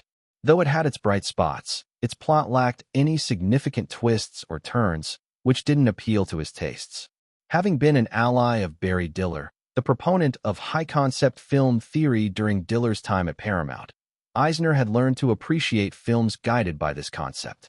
That contribution was part of the reason Disney flourished under his leadership. The movie, in contrast, had little in common with high-concept films. If high-concept films were likened to entertaining novels, this one resembled an eloquent essay. Herbert Ross, an accomplished director with over 20 years of film experience, certainly excelled in essay-like films, but such topics were destined for limited market appeal. Despite his skepticism, Eisner remained determined to acquire the rights to distribute this film. After all, he recognized that this was a project Eric Williams believed in. Given Williams' past successes, that conviction alone was sufficient for Eisner. Sitting next to Eric, Paramount's president, Ned Tannen, shared similar sentiments about the film. However, during the intermission after the movie, the old-timer relentlessly tried to pry specific box office expectations from Eric to prepare Paramount's share proposal accurately. After Barry Diller's departure 5 years earlier, Paramount's performance was already showing significant decline. While Indiana Jones and the Last Crusade had raked in $200 million in North America and over $400 million worldwide, competitive pressures from Lucasfilm and Steven Spielberg meant that Paramount's share was less than what Columbia received, which had also been impacted by a bad bet. Paramount valued Eric's latest projects highly, especially since its current CEO, Frank Mancuso, could not attend due to his schedule. If he could, he would have been there instead of Ned Tannen.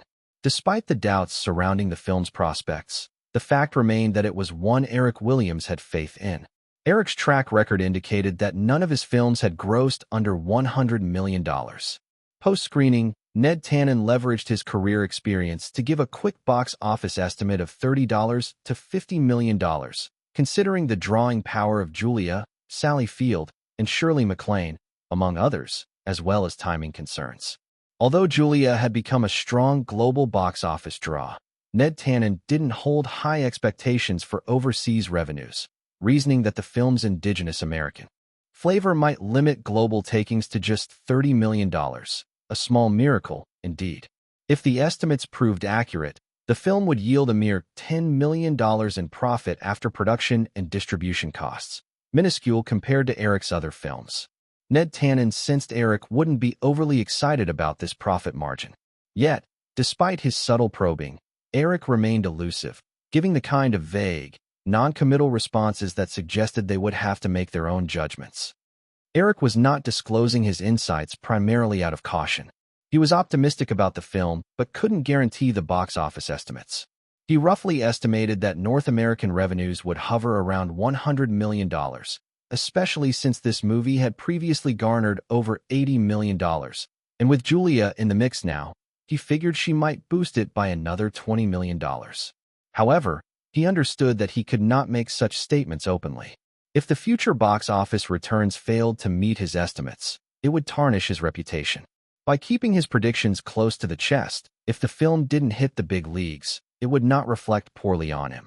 After all, he was merely an investor this time. Beyond casting Julia, he hadn't been involved in the filmmaking. Amy Pascal, sitting a seat away from Eric, could be considered the biggest supporter of the film among the attendees. A staunch feminist, Amy had always championed female-led films and previously backed a series of them. Her emotional nature had her completely captivated by the film's narrative of women's joys and sorrows, even giving her the urge to take a vacation in a quaint southern town for a peaceful, simple life. But Amy knew that both she and Fox's representative, Carlin Hunt, were merely passing through today. Fox already secured distribution rights for Eric's 2 films set for year-end release. For marketing resource reasons, Firefly Films was unlikely to partner with Fox for any further projects. Additionally, Columbia was about to finalize an agreement with a Japanese company, making future strategies unpredictable. To mitigate risk, Firefly wouldn't let Columbia handle distribution either. Among the 7 major studios, Warner Brothers displayed the calmest demeanor. The studio was doing exceptionally well this year. Although Warner wouldn't shy away from potential profits, it would only propose an equitable sharing arrangement. If they landed the rights, all the better, but they wouldn't be too disappointed otherwise. Universal faced turbulence, with leadership squabbling and no interest in distribution rights.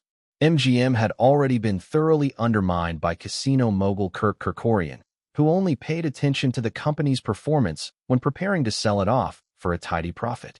Consequently, the upper management at MGM found themselves focusing on other matters, with one representative sitting in front passionately chatting with an executive from Warner, seemingly preparing for a job change.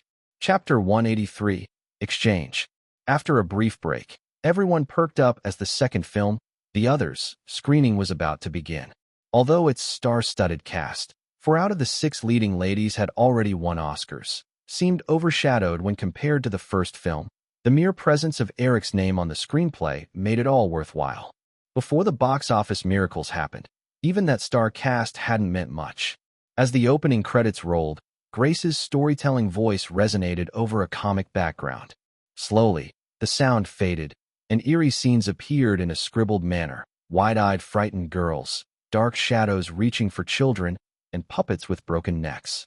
On the bed, Grace suddenly opened her tear-filled eyes, gasping for breath like a fish out of water, her body trembling violently. Everyone knew she was having a nightmare. If they were clever enough, they might realize that the opening comic scenes mirrored the heroine's dreams. In this version, Virginia didn't scream like the original Nicole Kidman had, but the fear conveyed in her tear-filled big eyes was hardly weaker. The silent terror and despair complementing the dimly lit bedroom created a chilling sensation for the audience. This was Eric's first change to the script. In his previous life, the only emotion he felt through Nicole Kidman's piercing scream was surprise, nothing more. Filming wasn't easy either. Virginia genuinely looked terrified, her expression showing no signs of pretense.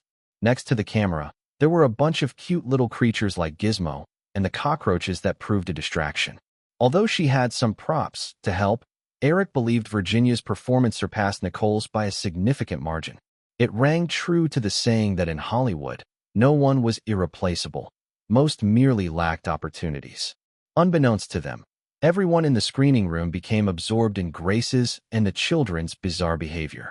Aside from Eric and a few others in the know, everyone else puzzled over the happenings in the house, wondering where the strange sounds and shadows were coming from. If this were a horror movie, why hadn't any ghosts appeared despite the lengthy start? Why did Grace's husband suddenly come and then leave again? Though the mystery remained unresolved, the suspenseful storyline entranced even the representatives from the 7 major studios, who had seen countless films. Even the composed Michael Eisner couldn't hold back his questions to Eric about his doubts, but Eric just smiled and declined to answer, citing he couldn't spoil the plot. Finally, after over 80 minutes, as Grace's 2 children discovered the gravestones, the identities of the 3 ghost servants were unveiled. Yet, instead of looking enlightened, the audience was left with even more questions. Why had the 3 ghost servants appeared, and what were their intentions? From previous dialogue, it was clear that the spirits meant no harm to Grace's family. The story now reached its climax. When Grace pushed open the door to the living room upstairs, the appearance of another family and the psychic old lady finally resolved all the audience's doubts. With twists and turns, perfectly executed. At this point, Michael Eisner didn't hold back a rare compliment. Ned Tannen, the president of Paramount sitting beside Eric, quietly clenched his fists, filled with determination to secure the film's distribution rights. Other executives, who didn't have the will or ability to snag those rights, wore looks of regret.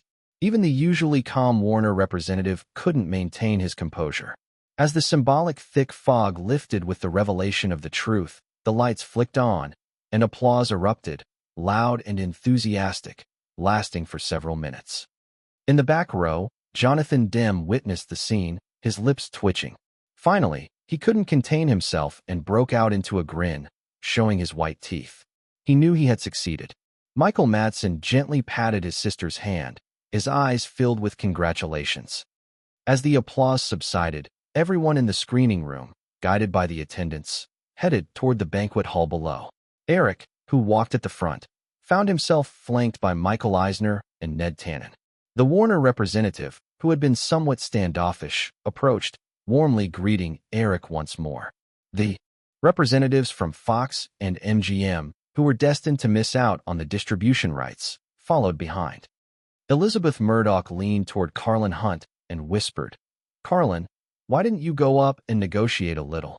Carlin Hunt lightly shook his head and replied, "It's futile.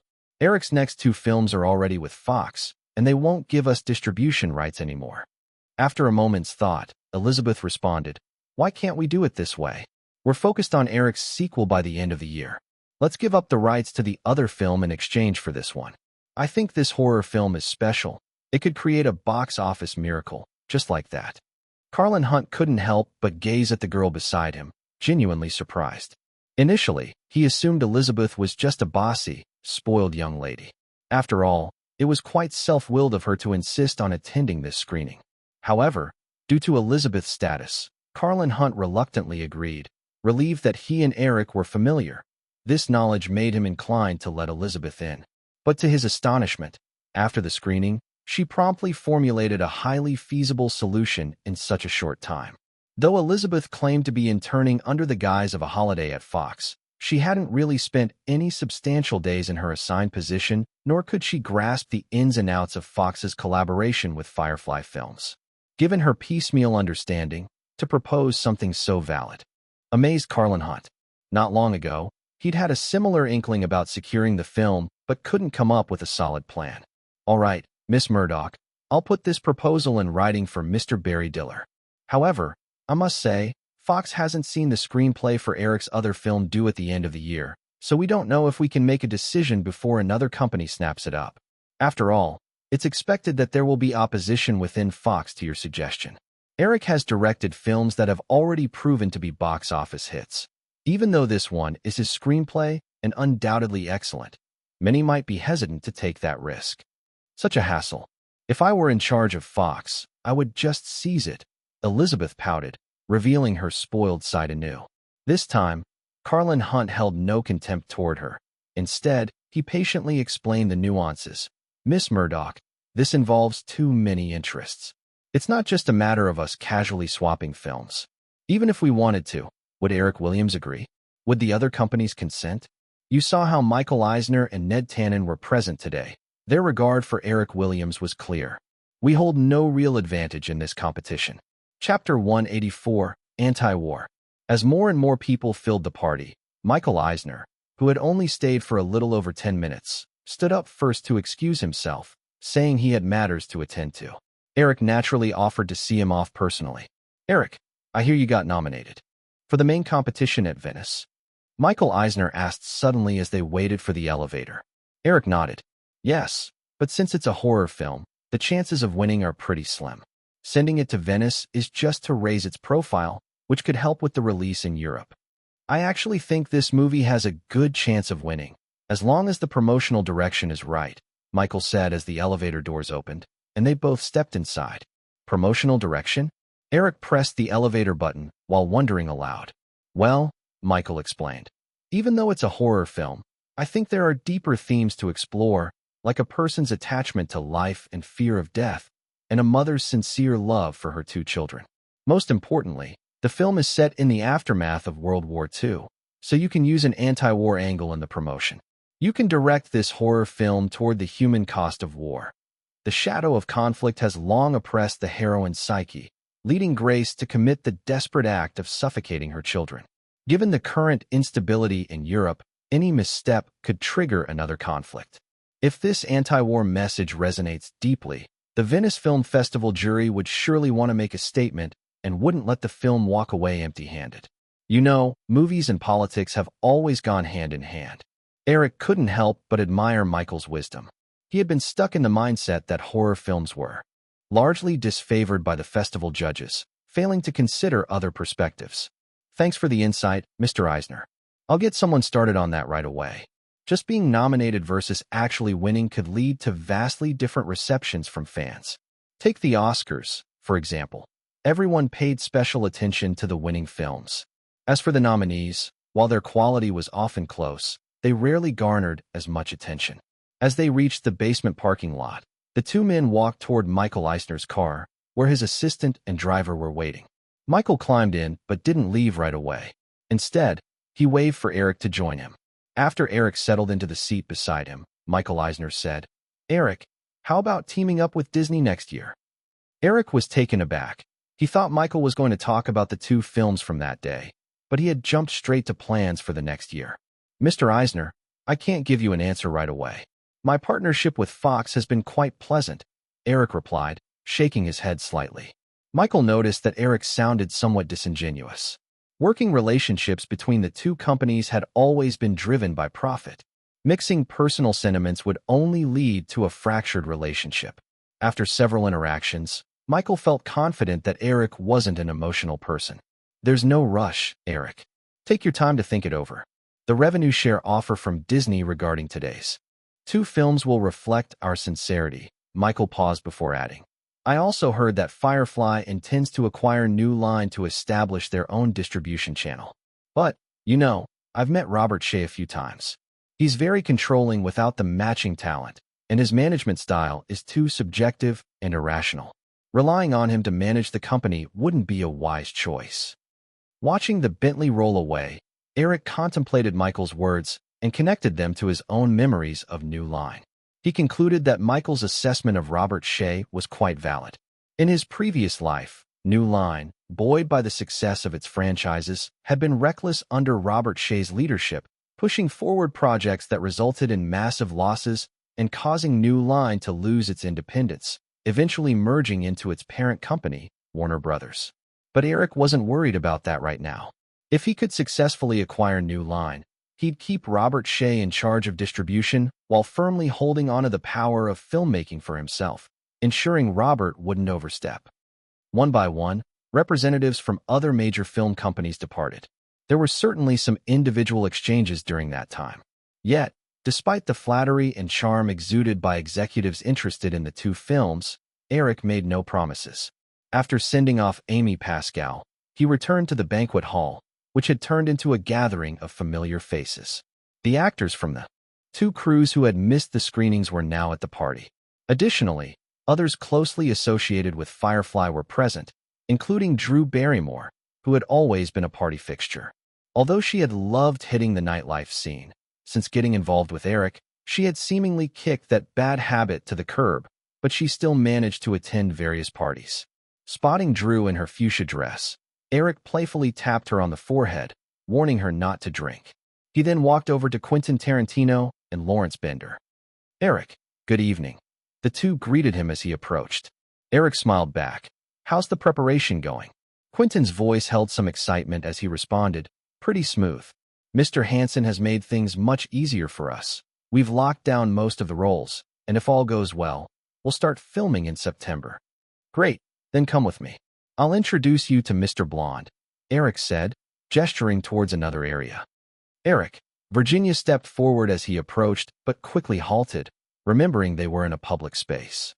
Even though everyone knew of their relationship, she felt it wasn't appropriate to act too familiar. Eric smiled at Virginia's cautious demeanor and embraced her, planting a gentle kiss on her cheek. It wasn't until she shyly pushed him away that he let go and turned to the tall man beside her. "Hi, Michael." Eric reached out to Michael Madsen. "Hello, Eric," Michael replied coolly, harboring some personal dislike for Eric. His aloof response made Virginia anxious. If Eric weren't there, she would have pinched her brother for being rude. However, Eric didn't mind Michael's reaction at all and cheerfully introduced him to Quentin and Lawrence. "This is Michael Madsen. I think he's perfect to play Mr. Blonde. Michael, these two are Quentin Tarantino and Lawrence Bender. You can discuss specifics with them." Both Quentin and Lawrence greeted Michael warmly, knowing that Eric had recommended him. hoping to build a good rapport that would benefit their collaboration later on. Watching the three engage in conversation, Eric took Virginia away. "Vicky, I heard you've been receiving some offers." Eric took a glass of wine from a server and settled onto a sofa in a corner. Virginia sat beside him. "Yes, Kepler recommended a few scripts that look pretty good, but I haven't made any decisions yet. I initially planned to ask for your opinion first." Eric waved his hand dismissively. "Pass on those for now. We should wait until after the film releases to decide. Any movie you sign up for now will likely premiere at the end of the year.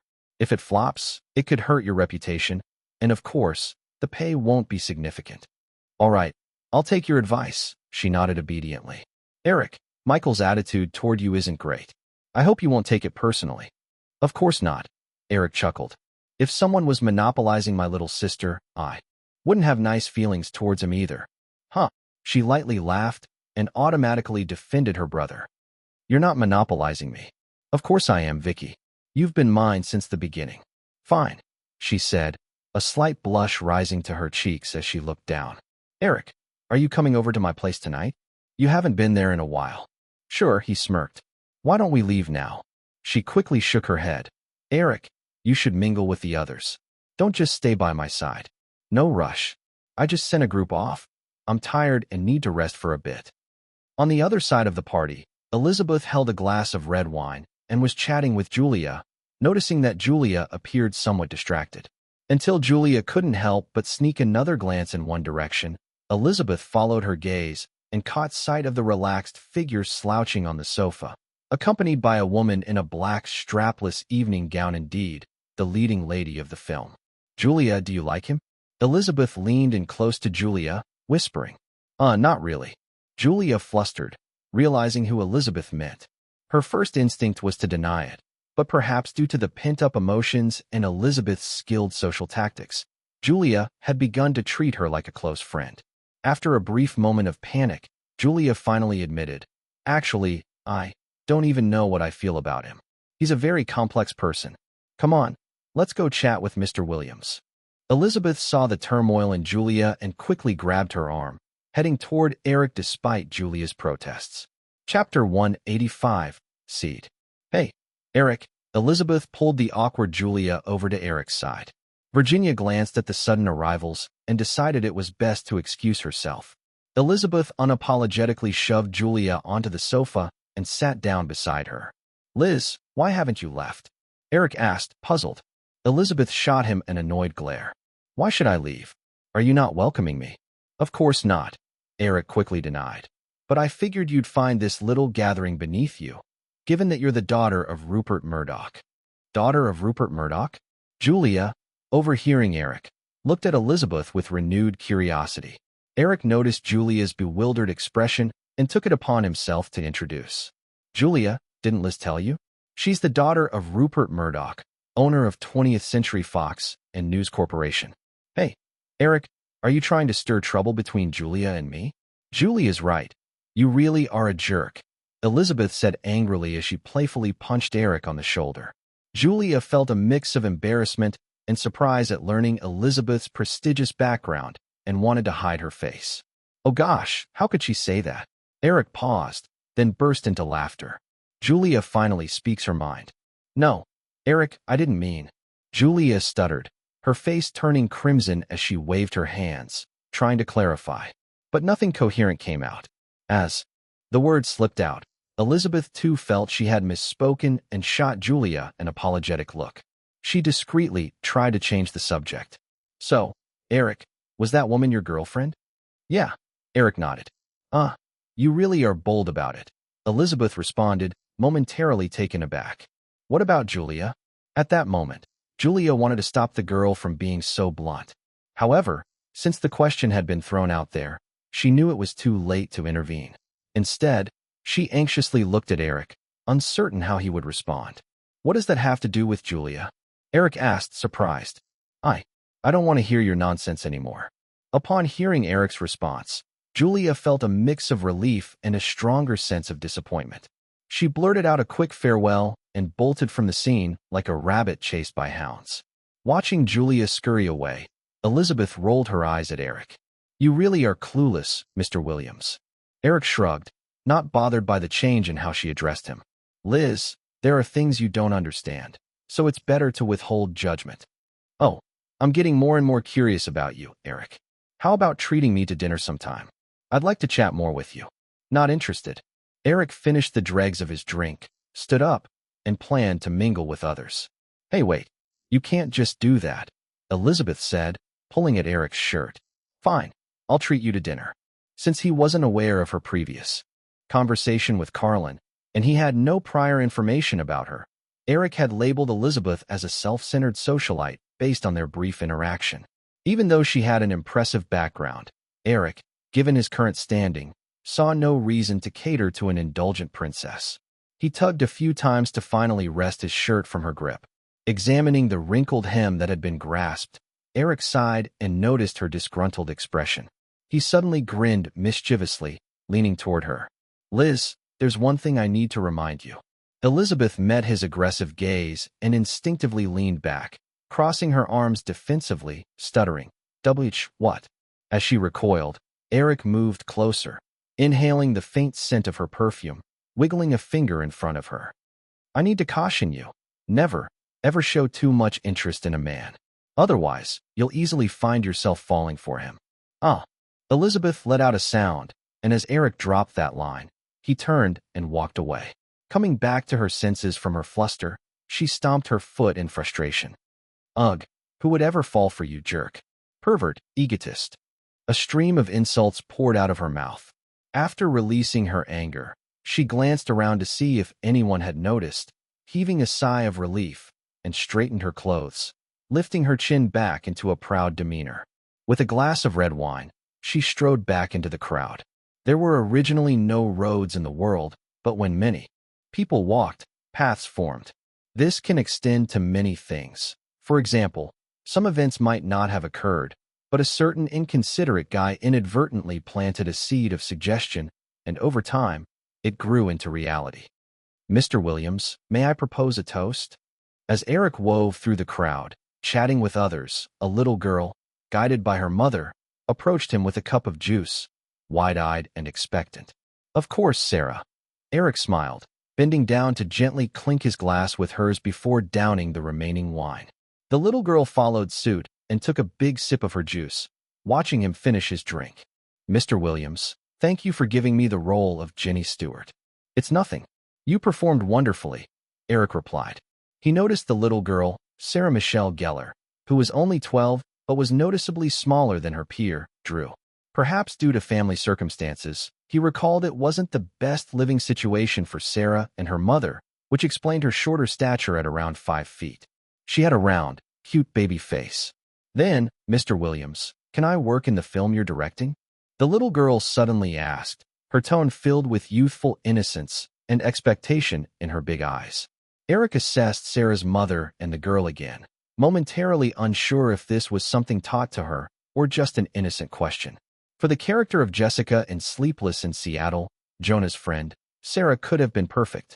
However, since the girl already had a part in the others, they couldn't give her another role, as it would create confusion for viewers seeing the same girl in 2 distinctly different films at the same time.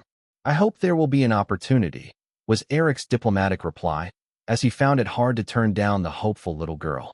Chapter 186, Drunk. It's hard to figure out what kind of person he really is.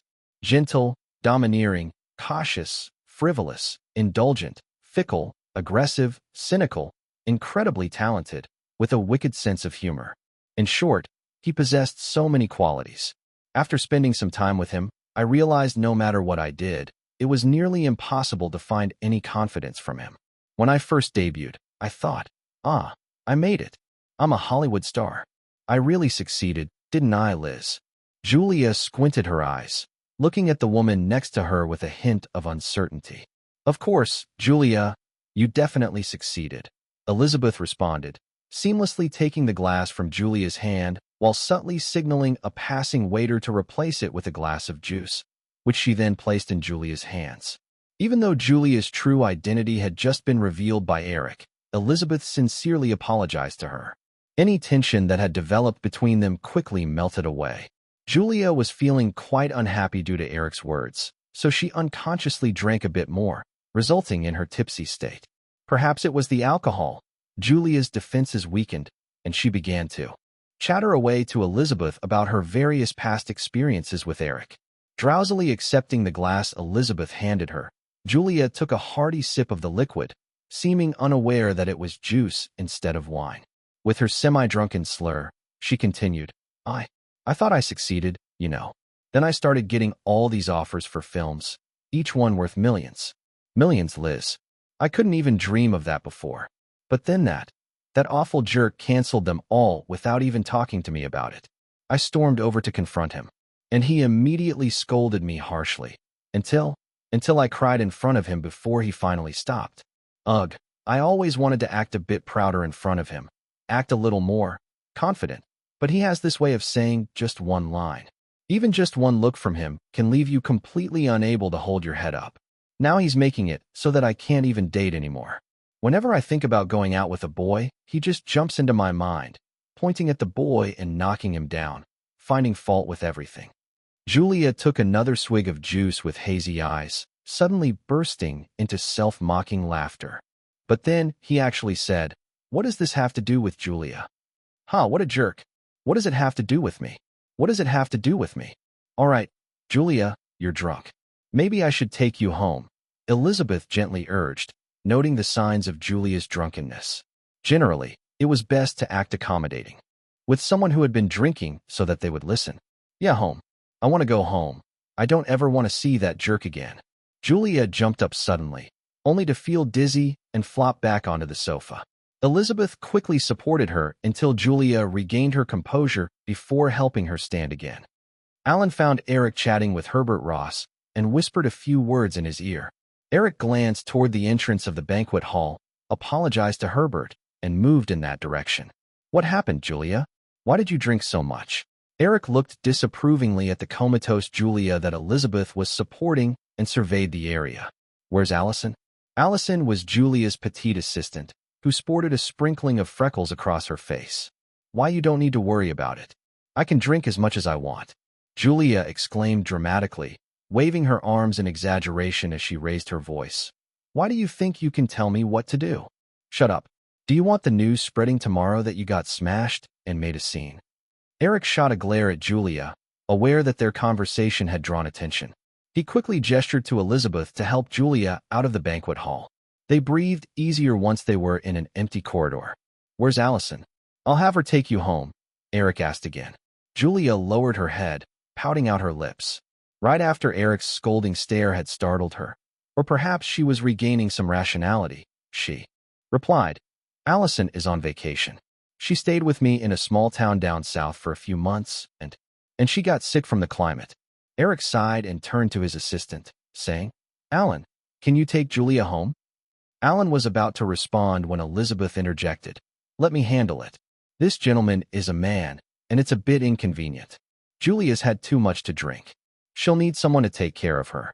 Eric looked at Elizabeth in puzzlement, then glanced at Julia. I want Liz to take me. Not him. Stinky man. You all are stinky men." Julia seemed to drift further off, tightly hugging Elizabeth's arm as she leaned against her. Alan shrugged awkwardly, and since Eric saw Julia in such a state, he had no choice but to say, "All right then. Sorry about this, Liz. Do you know Julia's apartment address?" I know. It's at 11070 Wilshire Boulevard in Beverly Hills." Julia, leaning against Elizabeth, reflexively raised a hand, speaking as if she were an eager student wanting to answer a question, her voice infused with a hint of childishness. Eric shrugged and smiled at Elizabeth. "All right, now you know. I'll send you two down." As the elevator descended slowly, Eric kept glancing at the two women next to him, feeling a bit odd. Though their contact had been brief, he sensed an interesting tomboy vibe from Elizabeth. Could she be a lesbian? If so, would Julia end up? Eric's thoughts twisted into something sinister, and a mischievous grin crept onto his face. Fortunately, Elizabeth remained focused on helping Julia, not noticing Eric's strange expression. If she knew what was on Eric's mind, she probably would have kicked him straight in the shins. "My car's over there. Hey, can't you be a gentleman and help me out a bit?" Elizabeth said, stepping out of the elevator and pointing toward a red sports car in the parking lot. Noticing Julia's wavering stance, she added, annoyed at Eric. It's clear Julia's had a little too much, and she'll need someone to look after her. Oh, sorry, I thought you'd be fine. Eric laughed as he stepped up to offer his other arm to Julia, joining Elizabeth and supporting her as they led her to the car.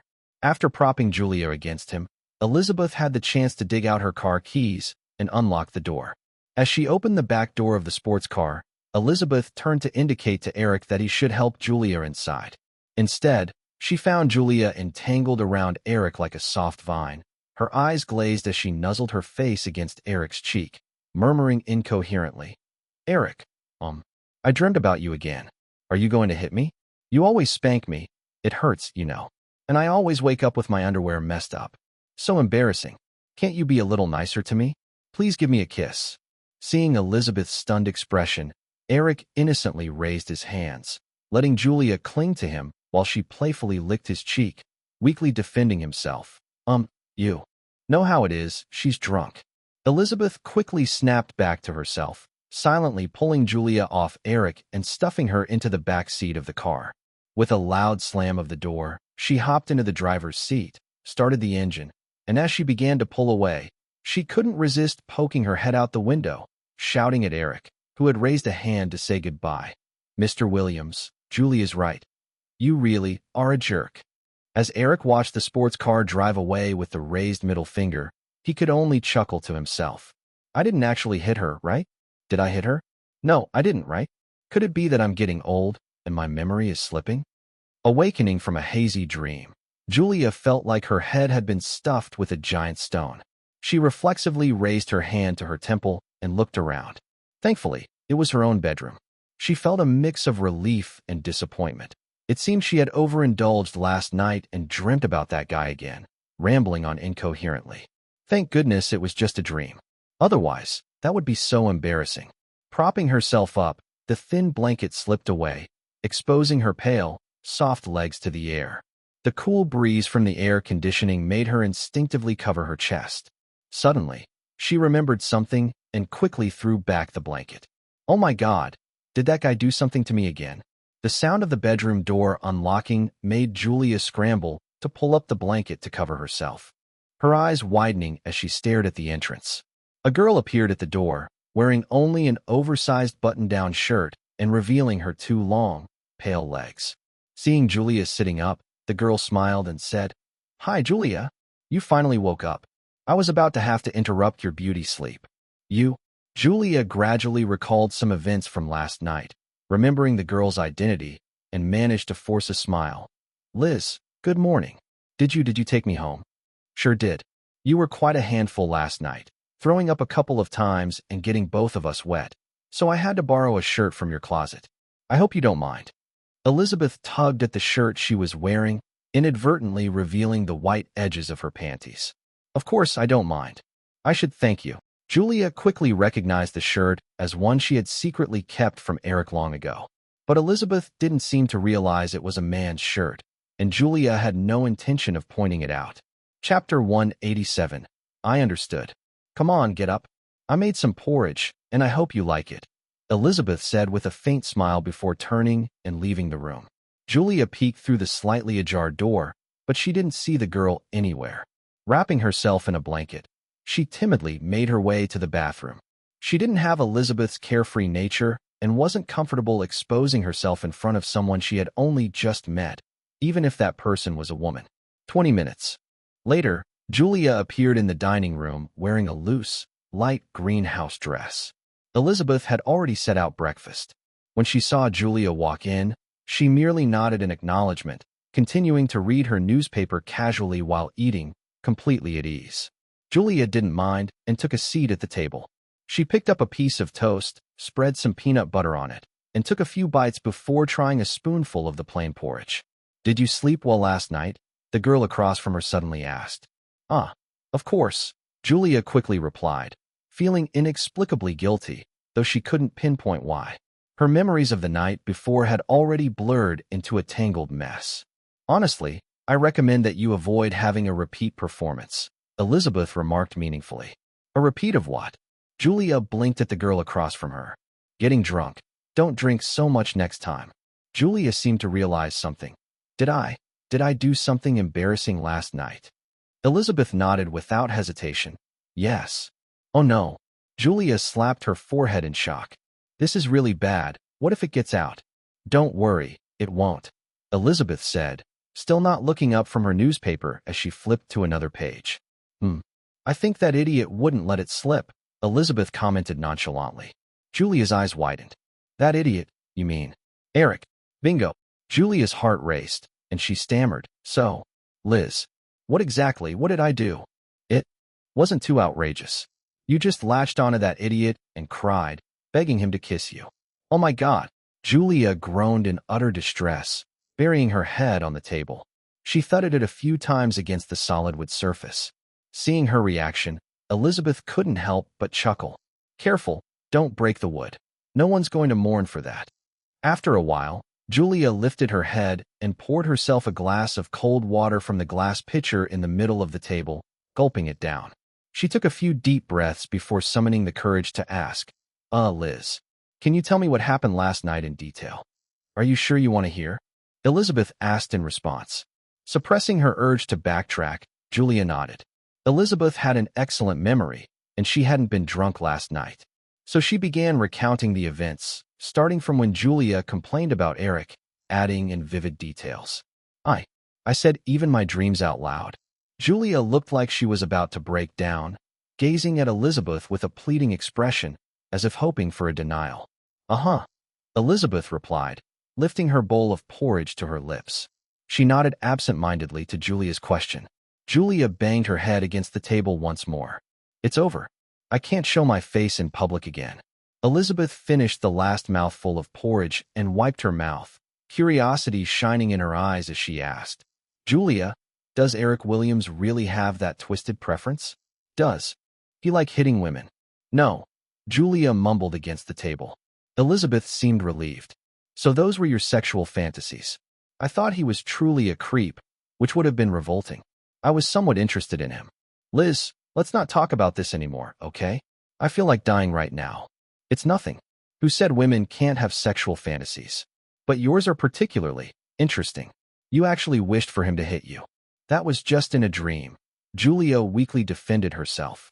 Dreams are a convenient and quick way for human desires to manifest. They're essentially the same as fantasies during waking hours, except fantasies are controllable while dreams are not. If those thoughts weren't in your heart, you wouldn't have dreamt that way. Julia sniffled a few times, looking like she might cry if the topic continued. Elizabeth dropped it and switched topics. Julia, are you in love with him? Julia shot up suddenly, visibly more sensitive to this topic. No, of course not. I hate him. Oh, Elizabeth said noncommittally, wisely choosing not to press further, knowing that she might provoke a furious response. Inwardly, she mused that Julia's reaction surely reflected an extreme case of hate. Julia stared at Elizabeth, fingers pressing down slightly on the edge of the table as if she wanted to do something. After a moment of waiting, she realized Elizabeth wasn't continuing and let out a sigh, faltering. Actually, forget it, Julia. Let's have breakfast. I think your life is a bit too dull, which is why you overthink things. How about we go shopping after breakfast? I can borrow a private jet, and we can fly directly to Manhattan.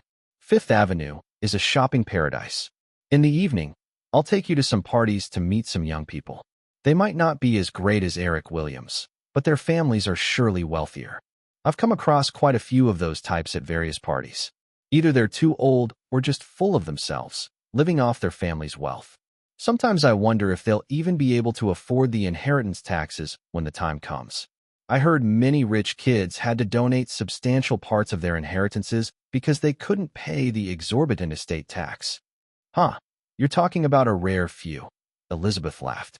As long as you think ahead, those billionaires have countless ways to smoothly pass on their assets to the next generation. Unknowingly, the conversation shifted away from last night's embarrassing moments, and the two began chatting animatedly. Liz, what do you think of this shirt? Don't you think the one you're wearing is a bit big? After breakfast, the two girls dove into Julia's wardrobe to pick out clothes. They had similar figures and heights, so size wasn't an issue. Well, I like clothes that are a bit looser. This one's nice, Elizabeth said, making no effort to change. She stood there in her underwear, her fair legs exposed while rummaging through another closet for long pants. Julia bit her lip, quickly thinking of how to have Elizabeth unknowingly take off the shirt. These pants are nice. I'll take them, Elizabeth said, pulling out a pair of khaki casual trousers and trying them on. Very nice. Looks great, Julia observed. But I think khaki pants go better with a light blue top or even pink.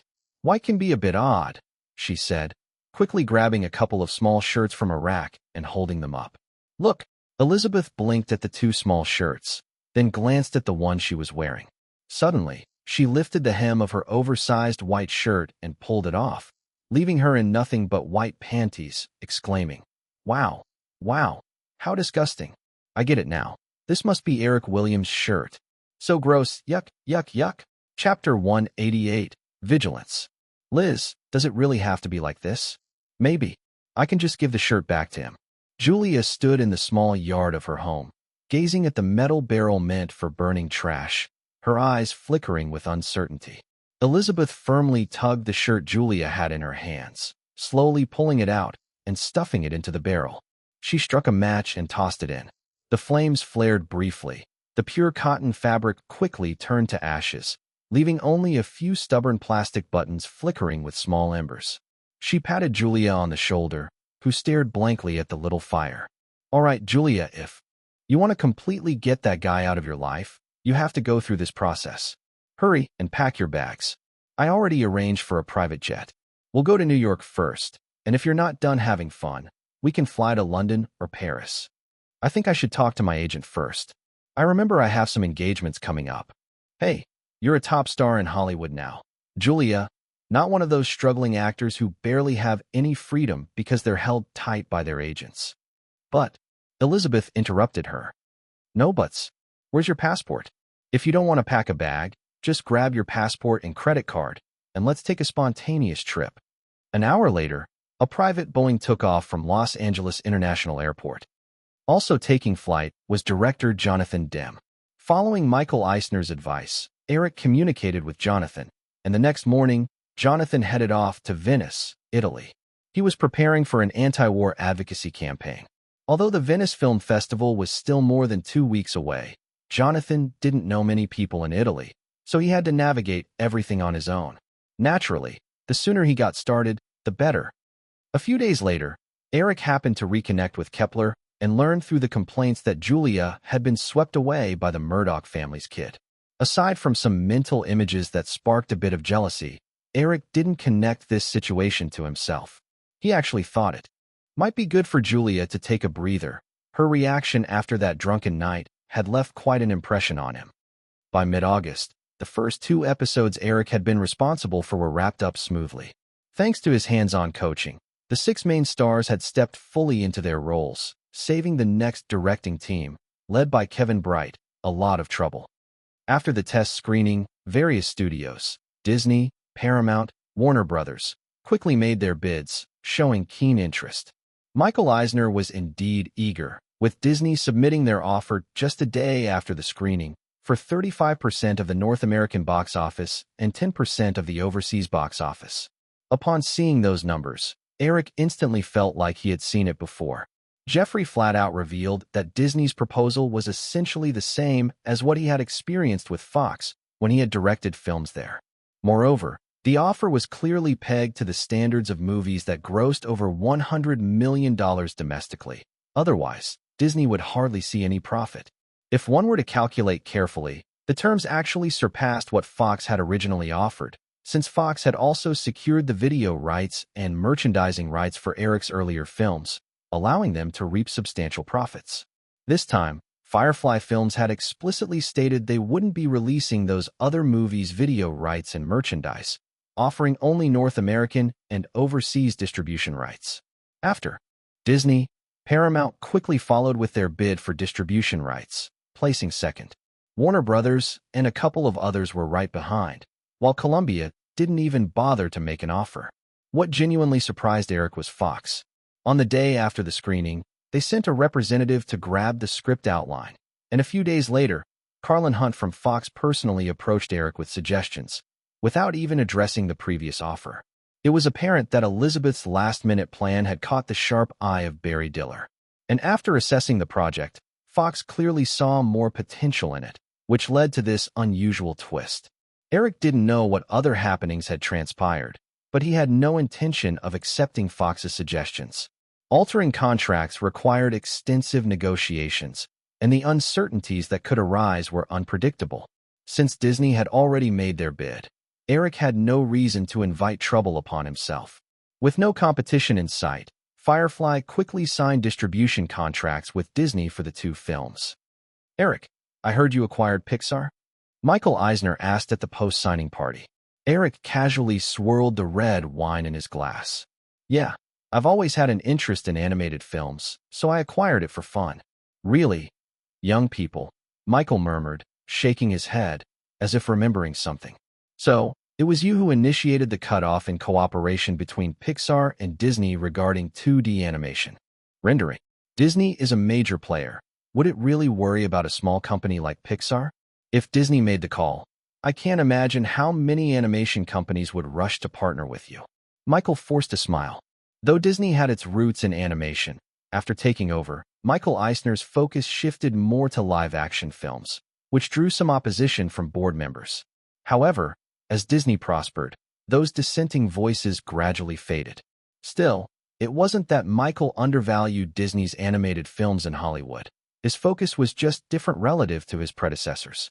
With Eric steadily rising in prominence, Eisner's attention had turned toward Eric's recent acquisition of Pixar, especially having heard about Pixar's innovative approach toward 3D animation, something that certainly piqued his interest.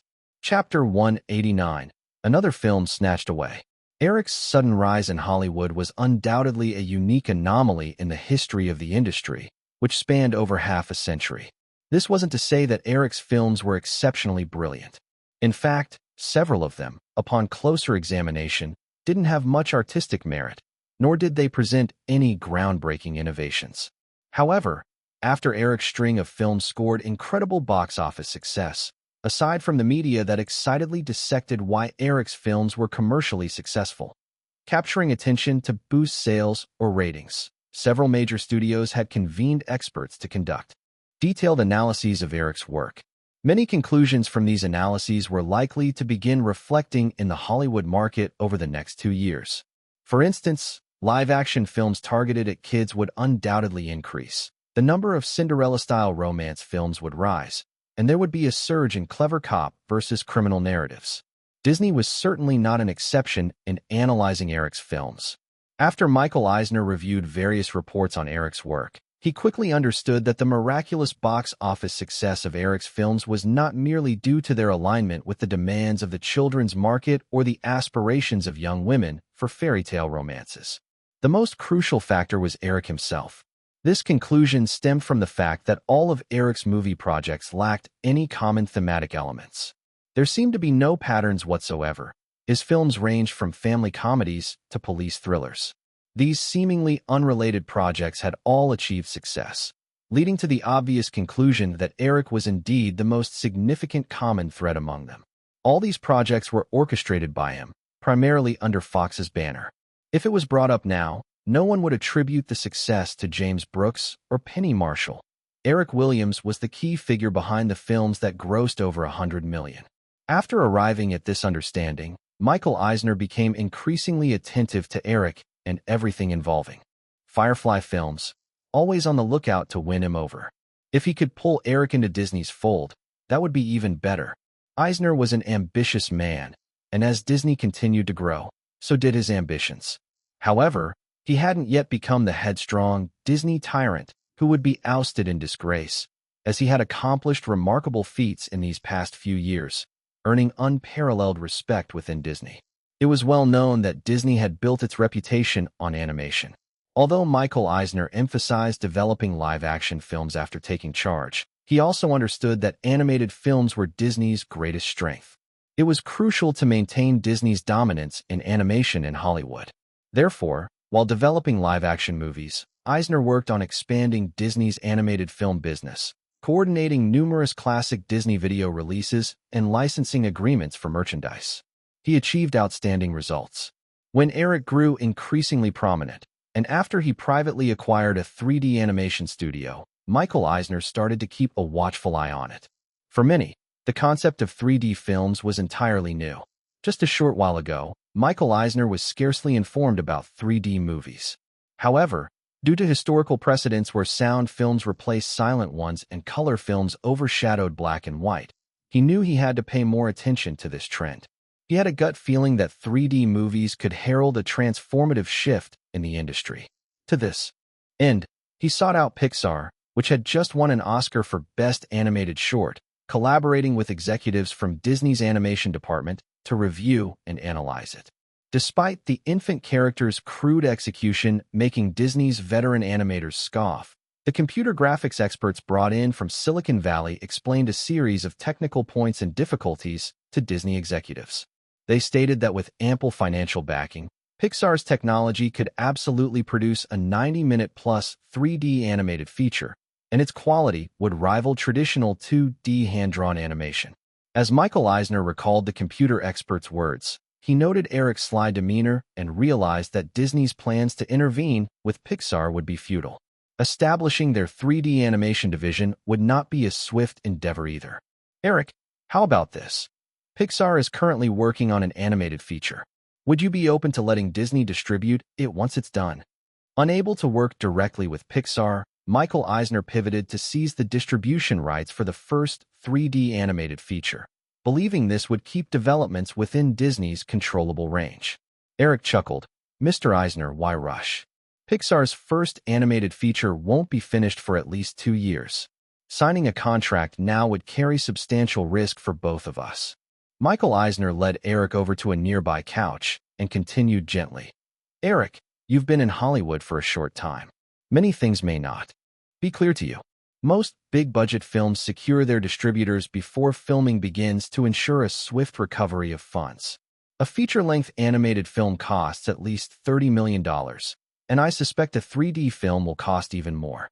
That's a hefty investment, and if proper arrangements aren't made ahead of time, the risks increase significantly." There were unspoken considerations, such as the potential for the animated film to be a flop, resulting in nobody willing to distribute it and risking millions down the drain. Securing a distribution deal in advance could mitigate this risk, allowing for some recovery even if the film flopped. Yet, he didn't believe Eric would produce a bad film under his oversight. Eric casually swirled his wine glass before feigning deep thought for a moment, then looked up. "Mr. Eisner, I can only say that when the time comes for animation distribution, Disney will certainly be my first choice." This amounted to no real commitment. First choice was just a possibility. In Hollywood, the first choice often didn't end up being the final choice. As Michael Eisner felt disappointment and a hint of anger, he realized that as Disney's captain, it had been a while since anyone so openly and continuously rejected him. While he didn't lose his composure, his tone grew noticeably colder. "Eric, you should know that I faced considerable internal pressure at Disney to propose such a revenue-sharing deal. You need to give me an explanation for the board. Your distribution partner for next year's film remains undecided, doesn't it?" Eric sensed Eisner's chilly tone and discontent. He hadn't planned on negotiating with another partner. Discussions with New Line were nearing completion, and next year, he would certainly focus on his company's growth. However, he knew that if Firefly wanted to rise, it would face pressure from all sides. Eliminating even one adversary was a win. After contemplating for a moment, Eric reluctantly extended a finger. "One film, Mr. Eisner. You should know the direction Firefly is heading, so I can only offer Disney distribution rights for one film, excluding video and merchandise rights." "Is it a film you'll direct personally?" Michael Eisner's expression brightened ever so slightly, but still sought clarification. "Of course," Eric nodded. Michael Eisner finally smiled, raising his glass of wine. "Then here's to a successful partnership." "To a successful partnership," Eric replied, clinking glasses with him. He recognized that their collaboration was essentially settled. In Hollywood, oftentimes remarks could be as flimsy as air. Trusting them could lead to busted dreams. But sometimes, what was said meant more than a contract. Now that he made a promise, backing out later would mean creating enmity with Disney. Having secured the advantage, Michael Eisner no longer pressed Eric further. After offering a few parting words, he drifted away to mingle with other guests.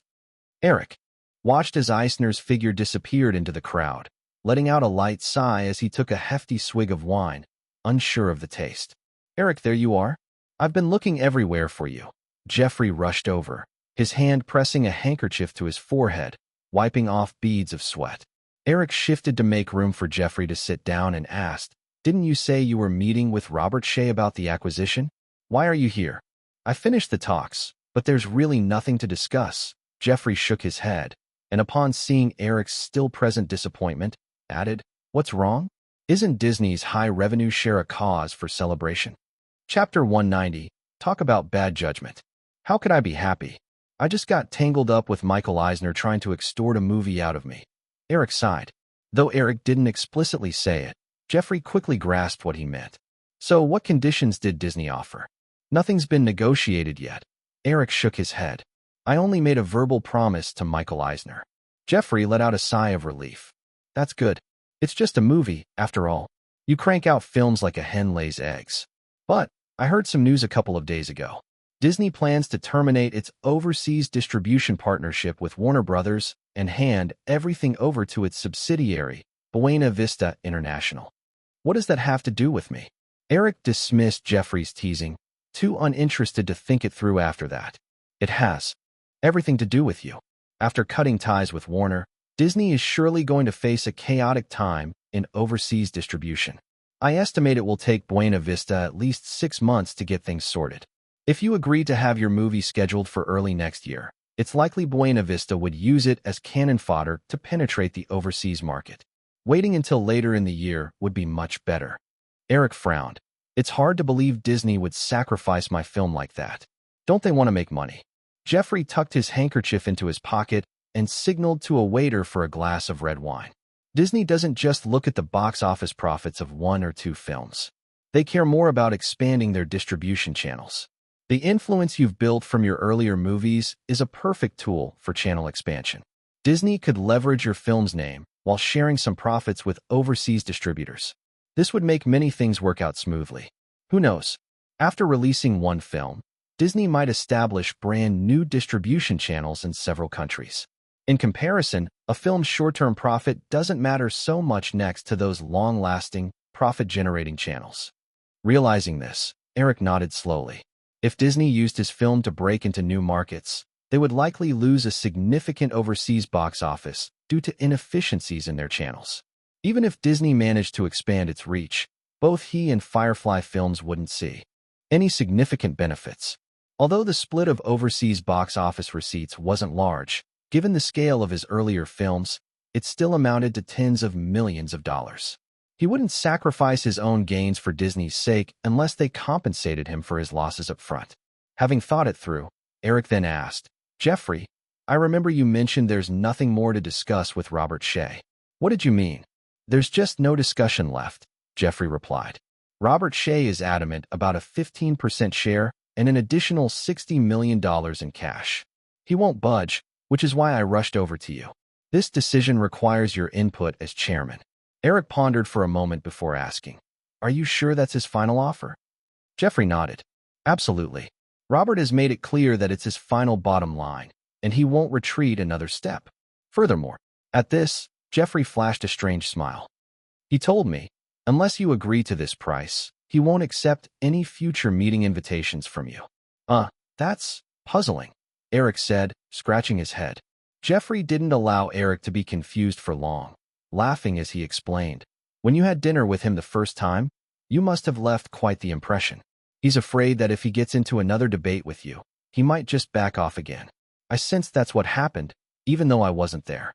It sounded like by the end, Robert was quite stirred up by your words and backed down quite a bit, right?" "That's not called stirring the pot. I was just stating facts," Eric retorted with a smile. "Anyway, that's where we stand. Honestly, I think the price isn't unreasonable. New Line is a 20-year-old company. I need to focus more on preparations now, so I'll leave the acquisition of New Line in your hands. I've sorted all the necessary paperwork, and I'll have my secretary deliver it to your office tomorrow." "Got it," Eric nodded, looking at Jeffrey with some concern. "Jeffrey, you do realize, if the acquisition succeeds, you might. Jeffrey clapped Eric on the shoulder, giving him a strong gaze. I've thought that through. I'll let Robert take the CEO position. I can just be the president in charge of production. Even a vice president is fine. Thank you, Jeffrey, Eric said gratefully, looking at the heavy-set man who'd supported him unwaveringly from the start. Do we need to express thanks between us? Jeffrey lifted his glass of red wine, clinking it with Eric's. Then he remembered something and asked, by the way, do you think Jonathan Demme will manage fine on his own in Venice? Should I go with him? Ideally, I'd prefer if Kepler went instead. He has better connections in Europe. Too bad he's just an agent and doesn't plan on switching careers. Before you got here, Michael Eisner discussed this with me. He'll use some Disney resources to help with this project, aiming for a win at the Venice Film Festival. John Landis is on this year's 9-member jury, so that's a huge plus. Jeffrey frowned in thought. John Landis? The director of that box office hit, Coming to America, from last year. Yeah, actually John Landis is better known for his horror films. So you get the picture. The genre coupled with that Hollywood label is bound to score major points with him. Disney will reach out to him too. Eric elaborated. When are you heading to Venice? During the opening days, probably. The awards ceremony doesn't happen until mid-September. I definitely can't stay there for too long. I'm not going to the awards ceremony either. I just discovered my schedule for the rest of the year is too packed. I need to finish everything by September, then October, and maybe just the first half of November. I'll be juggling the New Line business too and have to oversee AL's post-production. When I break it all down, I won't even have a single free day. Eric complained rapidly. Who told you to take on so much at once? Most directors would be lucky to helm 2 movies in a year. You've lined up 4 projects while also producing 2, Jeffrey chuckled. Next year, you surely won't be that busy. Not on your life. Next year I need a proper break. I haven't really enjoyed life at all so far. Yeah, you've managed to do 19 years, Jeffrey teased back, a hint of envy in his tone as he looked around, then patted Eric's shoulder. If you're tired, go home early. I see some acquaintances over there. I want to say hello. All right. Eric replied but made no move to get up. Jeffrey didn't mind and took his wine with him as he left. Eric sat sipping the remaining wine in his glass. After finishing it, he planned to head home to rest. But soon, a tall woman in a silver fish-scale strapless evening gown appeared in front of him. Eric, I've been wanting to come over and say hello, but there's always someone by your side, Brooke Shields said, sitting down next to him with ease. You look beautiful tonight, Brooke. Eric smiled, raising his glass of wine toward her. Thank you, but it seems some people still look down on me. The actress revealed a hint of melancholy, perhaps still affected by Eric's repeated rejections. Eric chuckled softly without answering. Brooke Shields was always skilled at teasing a man's emotions. Perhaps she previously wanted to get closer to him. But now, with the amazing role of the bus encounter girl, she no longer needs to rely on giving her body to get the role. As he took in her beauty, Eric thought it would be nice if she stood up in front of him and did a little spin so he could appreciate her properly. I heard you recently landed a big production with Warner Brothers? What was it again? It wouldn't happen to be a sequel that's doomed to flop, right? Though in this era, just appearing in a film with a budget of over $100 million is good enough to boost your reputation. Brooke Shields shook her head, a smile creeping onto her lips. No, I actually fell through with Warner. I chose to collaborate with Disney instead, which is why I'm here tonight. Oh, well, that's not too bad. What Disney project, if you don't mind me asking? Eric queried, intrigued. Brooke Shields nodded. I can't reveal much, but the name is tentatively set as The Rocketeer for now. It may change later. The Rocketeer. Eric nearly spat his wine out, recalling this movie was scheduled for a 1991 release, which meant filming wouldn't start until next year at the earliest. Eric knew that because of his involvement in Hollywood, many films were still in production, but filming and release schedules had become chaotic. However, that wasn't the key point. The real issue was that he distinctly remembered this film as the one that led Jennifer Connelly to 5 years of cinematic oblivion. Eric sized Brooke Shields up, noting she still maintained a softer image that obviously suited her better in Hollywood than her more forceful fatality in the past. However, Eric shook his head inwardly, thinking how could a girl like that stumble right into such a massive pitfall? Chapter 191, Splash. He vaguely remembered that in his past life, Jennifer Connelly garnered more attention in Hollywood after boldly taking on a daring role in a thriller when she hit adulthood. It came at quite a cost, but it helped her transition from the innocent girl next door to a sultry leading lady, scoring the main role in a Disney flick. Unfortunately, that film flopped, leaving Jennifer Connelly without a single movie offer for the next 5 years. When she finally reappeared on screen, she carried an air of nostalgia and change. Eric. As Brooke Shields noticed Eric's distraction, she lightly tapped his shoulder. It was quite irritating that he could zone out in front of someone as stunning as herself. How terribly frustrating. Oh, sorry. Eric snapped out of his thoughts and sheepishly replied. Did you just mention a sci-fi movie that took place in 1930s Los Angeles? Brooke Shields' red lips parted in surprise, and seeing her expression made Eric completely certain. How did you know that, Eric? It should have been confidential, right? Because if I'm not mistaken, that movie is based on the graphic novel of the same name by Dave Stevens. I happen to have read it. Eric shrugged. He had seen the film, but he never laid eyes on Stevens' novel. Some truths were best kept under wraps in front of a lady. Well, Eric, what do you think about the story being adapted into a movie? Brooke Shields asked, her cleverness shining through as she seized upon an important question. I honestly don't know. The story in the novel is pretty captivating, but it really depends on how Disney decides to adapt it. Eric shook his head without a second thought. He had no intention of warning her against this film. Perhaps she had already signed a contract with Disney. It didn't matter what he said at that point. Moreover, the film had advanced its release by a year, so the storyline would definitely differ from what he had known. Even a change of just one day could keep a writer's creative flow shifting, let alone an entire year.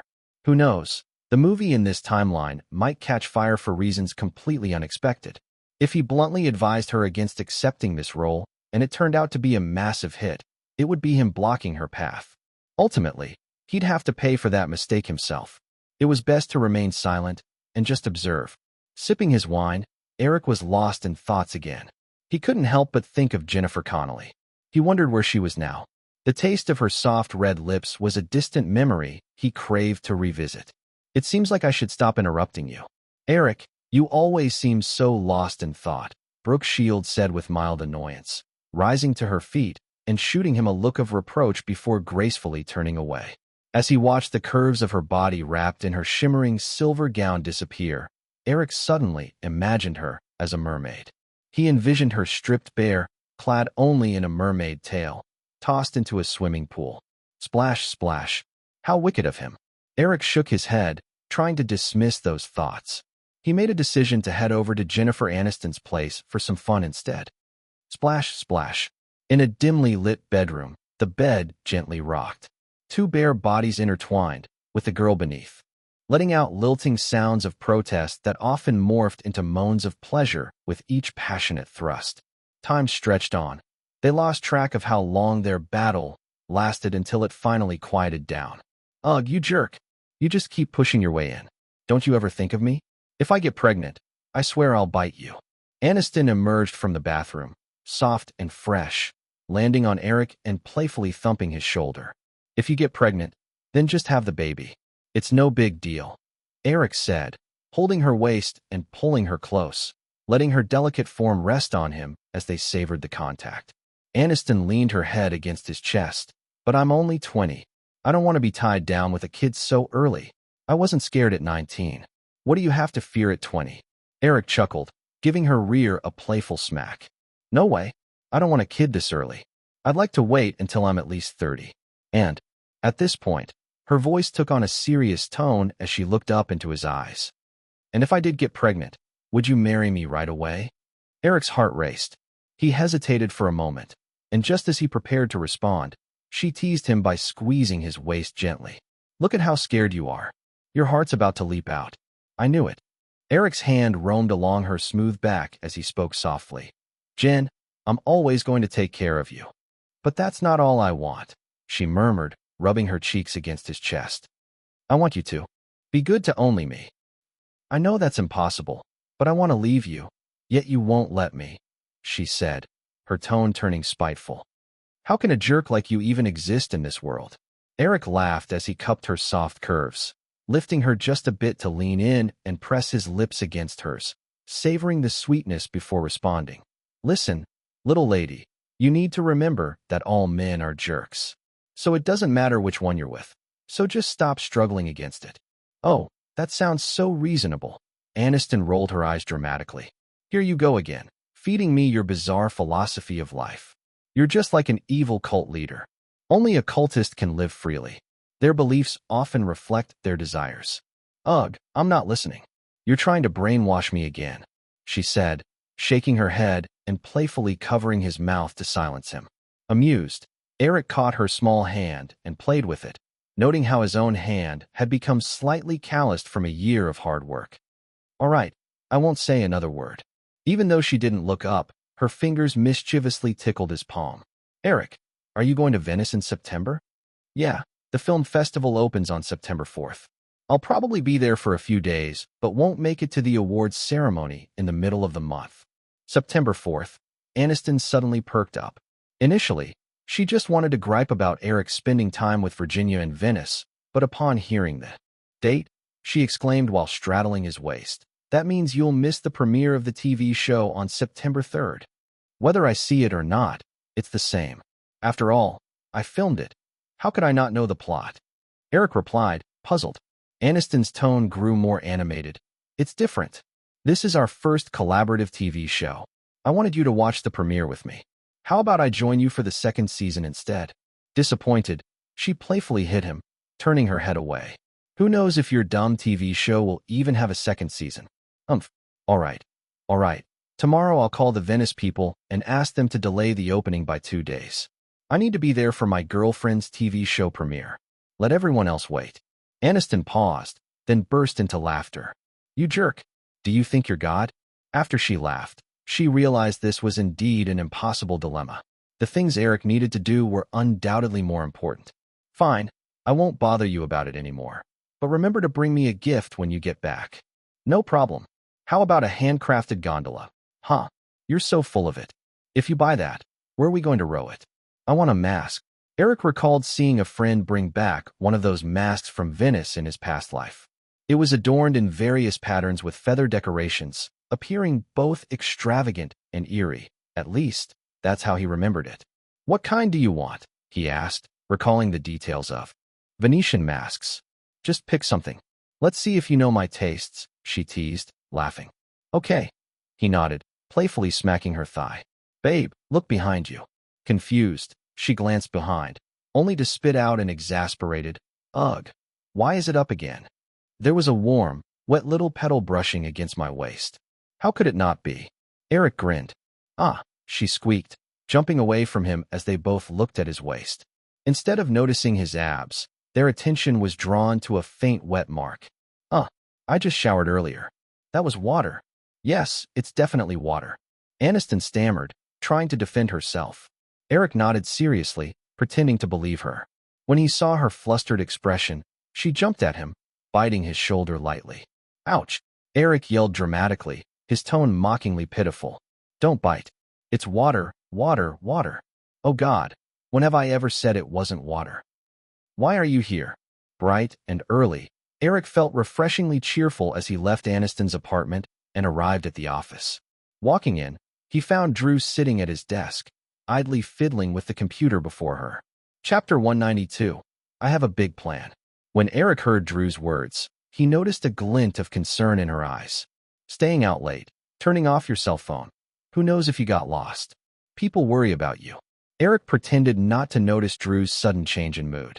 He walked over, picked her up, and tossed her aside before sitting down in his big chair. All right, spill it.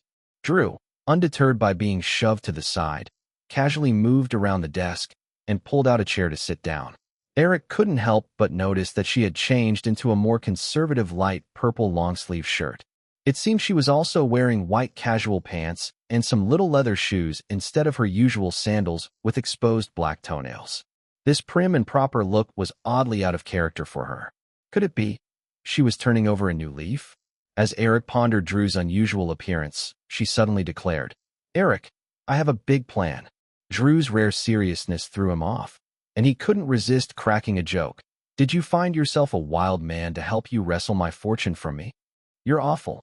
I'm trying to talk about something important here. Drew immediately lost her temper, grabbing a random file and hurling it at him. Eric fumbled to catch the folder and set it down beside him. All right. Let's hear about your big plan. After giving him a glare to ensure he was done being silly, Drew retrieved a small backpack from the corner of Eric's desk. She pulled out 2 printed documents and handed one to Eric while keeping one for herself. Wasn't it you who wrote up a copyright acquisition list a while back, Eric? I'm planning to put together a team to acquire all of those. Here's the proposal. What do you think? Copyright acquisition list? Eric blinked as he pieced it together. That day, Drew secured the copyright and insisted he help with something else.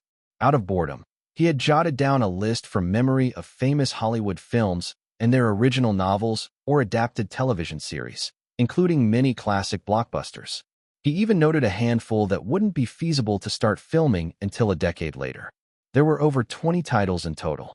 He had thought Drew would only want to pick one to pursue, but here she was wanting to take them all on. Raising an eyebrow, Eric opened the thin brochure Drew had prepared and began to read. Drew, you spelled redemption wrong. You're missing an E here, let me teach you. Eric, if you keep this up, I'll get sad. She pouted, looking like she might cry. Eric quickly stopped joking, closing the file. So what exactly are you thinking? I just want to do something. Plus, I'm really interested in this, Drew said with a pleading look. Please, Eric. As Eric considered the papers, he mentally calculated. At an average of $2 million per copyright, we're looking at least $50 million to secure all of these. Drew, thinking he was about to refuse, exclaimed anxiously, You can come up with that money. You'll clear several $100 million this year. And I'm not asking for $50 million all at once. Hold on. Eric raised a hand to quiet her. Sure, I can come up with $50 million, but have you thought this through? Making a huge move to buy adaptation rights will definitely attract attention from other Hollywood studios. Once they see you, they'll think of me. You know the situation with each film I'm producing. If I'm interested, they'll surely try to go for it too. Even if no one competes, just knowing I'm the buyer will drive the price up. We might end up spending an unexpected fortune. Drew's head drooped at Eric's analysis as she started picking at her fingers in disappointment. Seeing her look so down, Eric quickly thought of a compromise. All right, Drew, don't be upset. Here's what we'll do. Finding a large team won't work, but you can hire 2 or 3 people, put them under Flower Films, and proceed with private acquisitions. Doing it one by one will keep things low-key and won't raise alarms. This should keep you busy until you turn 16, and then you can do even more things when you're an adult. Drew perked up at Eric's suggestion. But do 3 people really suffice? Eric held up his fingers to count, explaining, 1 assistant to handle your day-to-day tasks, 1 lawyer who knows the legal side, and 1 negotiator for dealing with the copyright holders. 3 people are perfect. Anything more would just be unnecessary. Guess I'll have to make do with that, Drew replied, still sounding a little glum. Eric added, I can have Edward recommend a lawyer. An assistant is easy to find, but the negotiator might be tough. I'll find that person myself, Drew replied eagerly. Eric assessed her decision, recalling the last contact she had, Lawrence Bender, so he didn't object. All right, you handle that. And don't go making promises using my name. Drew pouted. Am I that foolish? It's the smart ones who get reckless that are more dangerous. Eric chuckled. Not one to back down easily. Drew huffed lightly before standing up and organizing her bag. Well, I'm off then. Just as Eric was about to nod, he remembered something. Oh, one more thing. Since you want to secure all the copyrights on the list, I'll make some annotations regarding the adaptation rights. You'll need to negotiate according to those when the time comes. What annotations? Drew plopped back down in her seat. Some novels require at least 20 years of adaptation rights. Others need to be permanent.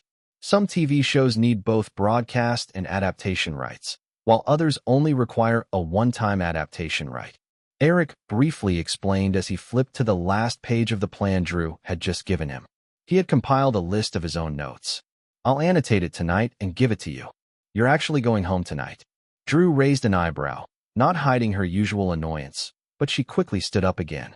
Well, I'll head back now. Be careful on your way, Eric called after her as she walked out. Yeah, old man, she replied. Chapter 193, leverage. Hopefully, we can have a great collaboration moving forward, Eric, Robert Shea said with a warm smile as he stood up after signing the thick contract. Eric stood as well and shook Robert Shea's outstretched hand. That's a sure thing, Robert. On the last day of August, after nearly a month of negotiations between both parties, Eric's Firefly Films finally acquired the venerable New Line Cinema for 15% equity and $60 million in cash. The two companies were far smaller than the Sony behemoth that had sought to buy Columbia Pictures, and unlike Columbia, they were not involved in as many aspects of interest and competition. With both sides eager to cooperate, things fell into place easily once the price was settled. As a sudden upstart in Hollywood teaming up with an established second-tier film company, the merger between Firefly and New Line attracted considerable media attention. After the signing ceremony, both sides held a brief press conference in response to media demands, followed by the inevitable celebration party. Although Eric preferred to stay quietly at home, he knew that parties were always unavoidable. If he hadn't declined countless invites, he would have been invited to some kind of party nearly every day by now, given his current status. Eric, I heard that the script you worked on for that test screening was quite popular, right? Robert Shea asked. Yeah, but you probably know that I already signed a distribution deal with Disney for 2 films. They offered a great revenue share, which was hard to turn down. Eric nodded and briefly explained the situation to Robert. Thinking Robert Shea was interested in the distribution rights, Eric took his time explaining. Since they had signed the contract, Robert Shea was basically on his team now. He would serve as the CEO of the new Firefly Films, alongside Jeffrey, who was taking on the role of president. They were set for a comprehensive integration of both companies' operations over the next few months. No, I think you misunderstood my point. Robert Shea shook his head. I'm not asking for the distribution rights. What I mean is, since that test screening was so well received, you must be good at writing horror scripts. I was wondering if you could personally take the helm on the next script for A Nightmare on Elm Street. What do you think? Upon hearing Robert's request, Eric recalled some information about New Line that he had observed earlier. As a crucial horror franchise for New Line, he remembered that Firefly had gathered a lot more detailed data during the negotiations than the muddled memories he had retained. The first film had grossed only $25 million, but due to its very low production costs, New Line had evidently made a substantial profit. The next 3 films had gradually increased production and distribution costs, yet each had still turned a profit. However, the latest installment was not looking good. Released on August 11th, it had pulled in just over $16 million in its first 3 weeks and was projected to close around $22 million. After taking into account about $10 million in production and distribution costs, New Line hardly made any money. After careful contemplation, Eric replied, Robert, the horror style has already been set, and I doubt I could come up with anything new. Based on the box office numbers from the latest film, I think it would be prudent to pause this series for now. If audiences are tired of Freddy Krueger's nightmares, forcing a sequel would be counterproductive. Instead, waiting a few years for a new generation of young audiences to grow up, while the old audience gets nostalgic, would be the best approach to relaunch this series. Robert Shea's expression shifted slightly upon hearing Eric's words. Despite understanding the logic behind Eric's reasoning, he still felt uncomfortable. Just after signing with Firefly, Eric was already talking about axing the sequel. It reminded him of kings from ages past wiping out influences from newly acquired territory, erasing any trace of what once was. Since Eric had lived 2 lives, when he sensed the flicker in Robert Shea's demeanor, he quickly grasped the man's thoughts. He certainly didn't want this low-budget horror flick to sow discord in their new partnership. Thus, he quickly added, But, Robert, those are just my personal insights. You know I'm still a newcomer in Hollywood, and I'm sure I haven't considered all angles. So if you think it's necessary, the sequel could still go ahead. From what I know, the 3rd and 4th installments earned over $40 million, so this may just be an isolated misstep. Robert Shea's expression softened slightly, realizing that Eric was making a concession. Given that the other man had budged, he wouldn't press the issue. Well then, Eric, let's go with your suggestion. However, I think wrapping it up immediately might not be ideal. Let's create one last installment next year. Let's just call it a conclusion to this series for now. I believe the idea of a finale could generate good box office returns. That's indeed a good idea, Eric admitted, slightly impressed by Robert Shea's cleverness. He then casually made a small promise. Perhaps I could lend a hand in brainstorming the last script. Really, Robert Shea couldn't contain his surprise. He thought Eric's previous words had implied a flat refusal, especially since Eric's scripts were highly regarded in Hollywood. Of course, Eric nodded decisively, adding in his mind that he wouldn't want to be credited for it. He didn't care about the superficial accolades or profits associated with being credited as a writer. If the final chapter didn't receive good reviews, he knew he would suffer the backlash. Among a group of creators, even if he was just a writer, he would certainly be the most visible target for fans' criticism. Though it was said that those who often stood near the river would inevitably get wet, Eric didn't wish to be entangled with flop movies so soon after just stepping into the industry. Having a successful box office rate was his sharpest leverage at the moment. If he allowed its weight to diminish due to one or two films that had little connection to him, it would surely be a losing bargain. This was also the reason Eric only opted to replicate the classics in his mind rather than shooting completely original films of his own design. Perhaps in a few years, once everything settled down and his status in Hollywood became unshakable, he would be able to produce several scripts that he found personally intriguing, ones that had never existed in his past life. Chapter 194. Hey, Eric, didn't Firefly have a movie this year without a distributor? After chatting about a few other things, Robert Shea unknowingly shifted the conversation back to Firefly films. Eric looked around. Finally, they had finished shooting this month and had entered post-production. He had just spotted Al Pacino, but since he was chatting with Robert, Al merely nodded at him from a distance. Despite seeing several familiar faces who greeted him, he couldn't find the crew, so he quickly directed his attention back to Robert and said, "Yeah, it's just an art film aiming for the Oscars. If we win an award, the box office will surely do well, but if we don't win, it'll be tough. I've seen the rough cut, and AL's performance is stunning, but there's no guarantee Oscars will award based on quality alone. The competition is fierce." Robert Shea sensed Eric's distrust in his public relations network. "Eric, I admit I don't have the connections of the major studios, but that doesn't mean they'll win any awards.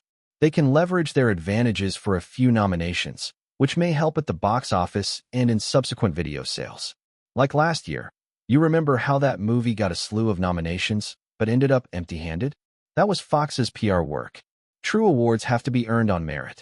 Publicity is essential, but it doesn't win you everything. Think about it, Eric. If we hand it to a big studio, they'll juggle multiple projects and won't focus solely on our film. I, on the other hand, can dedicate all resources and connections to this movie." Eric fell into a brief hesitation. Robert Shea recognized Eric was wavering and quickly added, "Eric, haven't you noticed? This year is a typical small Oscars year." Eric looked puzzled.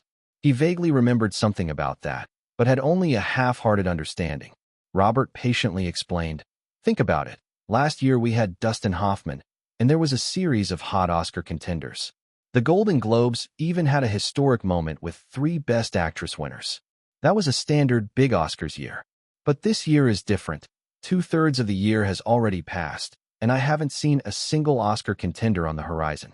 You might say films will come out at the end of the year, but I've been keeping an eye on things. As far as I can remember, there aren't any major directors or actors set to release new films. So I'm confident this year's Oscars will be a small one. If, as you mentioned, Al Pacino's performance is as exceptional as everyone thinks, then considering he's been nominated for Best Actor multiple times before, the outcome is fairly easy to imagine." Eric fell into deep thought. He didn't even care that Robert was overlooking the potential for Oscar nominations for him. He knew that, being under 20 and with a conservative film academy reputation, he wouldn't be winning any awards. Getting a few nominations would be a good outcome. He was considering Robert Shea's comments about the small Oscars year. As Robert spoke, memories of past Oscars and their ups and downs flooded back. He recalled only one win for Best Actor, but who won the Best Picture remained unknown to him. However, if this was indeed a small Oscars year, there might be a chance to contend for Best Picture. "Eric." Robert Shea waited for a response, but seeing Eric lost in thought, he couldn't help but remind him. Hearing his name snapped Eric back to reality, nearly spilling his wine as he quickly apologized. "Oh, sorry, Robert. I got a little distracted." Robert Shea asked, "So what do you think?" Hmm. Eric was momentarily unable to respond after all of Robert's lengthy exposition. About distribution? Robert Shea gently reminded him. Eric felt conflicted. If this year was indeed a small Oscars year, handing this to one of the 7 major studios would be the safer bet. Before the Weinstein brothers had established themselves as Oscar heavyweights, big studios still held a huge advantage in award campaigning.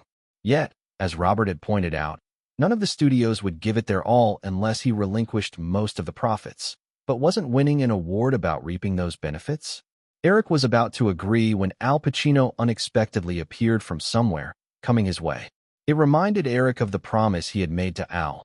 This film was crafted to help him win Best Actor. If he took Robert Shea's advice and let Firefly partner with New Line for distribution, then that would certainly carry some risks in the award campaigning. Though the odds were slim, what if a butterfly effect caused Al to just barely miss another Best Actor nod? Eric valued his collaboration with Al Pacino. The 90s would be a peak period in AL's career, so maintaining a good working relationship could yield benefits for Firefly in terms of both box office success and potential awards. With this in mind, he decided to pass the decision on to Al. While it was highly probable that Al would be influenced by Robert's pitch, in the event of an unlikely scenario, he wouldn't likely blame Firefly. "Robert, regarding this matter, I personally agree," Eric began, but before Robert could show any signs of happiness, he added, "However, since this decision is fresh, and while Al has gained more recognition now, I can't overlook that original promise. So, if you want to retain the distribution rights, you'll need to persuade Al." "Oh, look, here he comes." Eric casually placed his wine glass on a passing waiter's tray and approached Al Pacino. "Al, long time no see." Al Pacino warmly embraced Eric. "Good to see you, Eric. You look more mature and handsome. You're going to attract all the ladies. Don't forget to leave some for us washed-up guys." "Ha ha.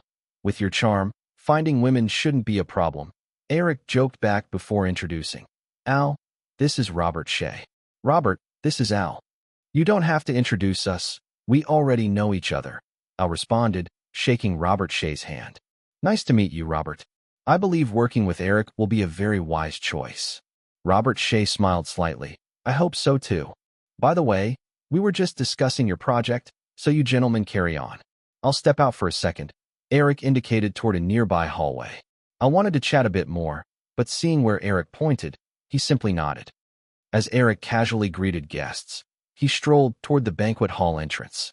After walking through the crowd, just as he stepped into the hallway, a petite girl in red collided with him, letting out a gasp as she fell backward. Eric rushed to catch her, holding her close. "It's you?" Gab." Eric instantly recognized her face, but couldn't recall her name right away. Although he had inexplicably retained his past life's memories, this body didn't have the talent for names. "Gabrielle Anwar," the young woman softly replied.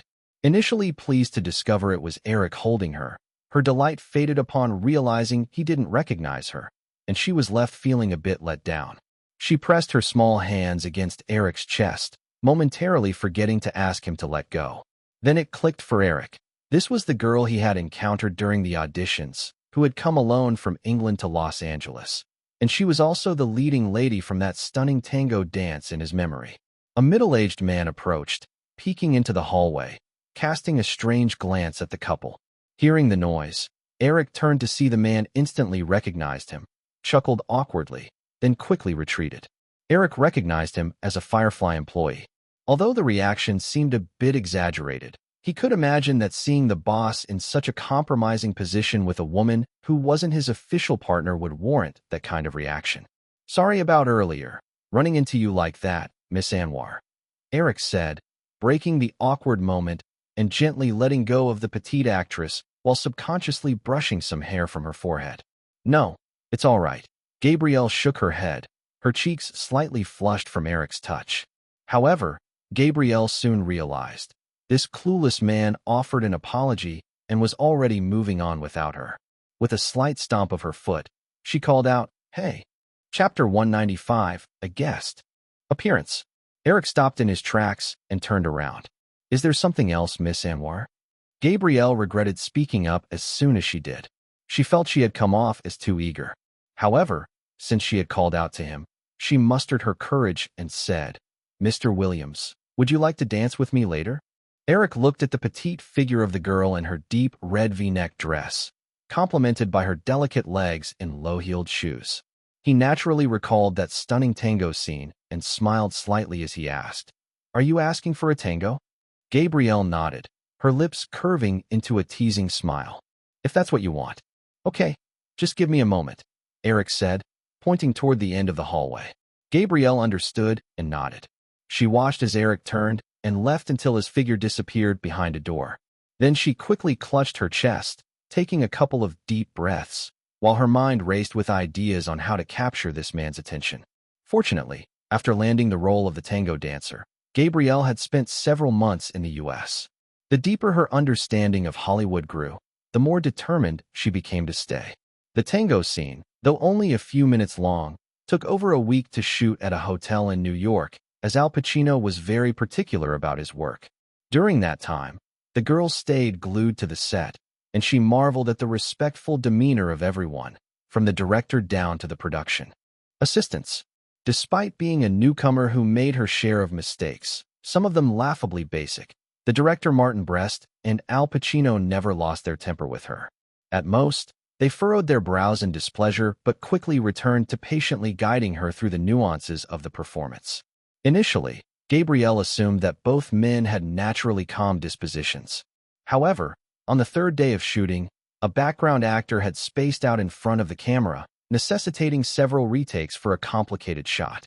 Al Pacino, visibly irritated, smashed something in anger and unleashed some harsh words that left the temporary actor in tears, prompting him to shamefully exit the set. It was then that Gabrielle realized Martin Brest was no softy either, which left her curious about why she was afforded special treatment.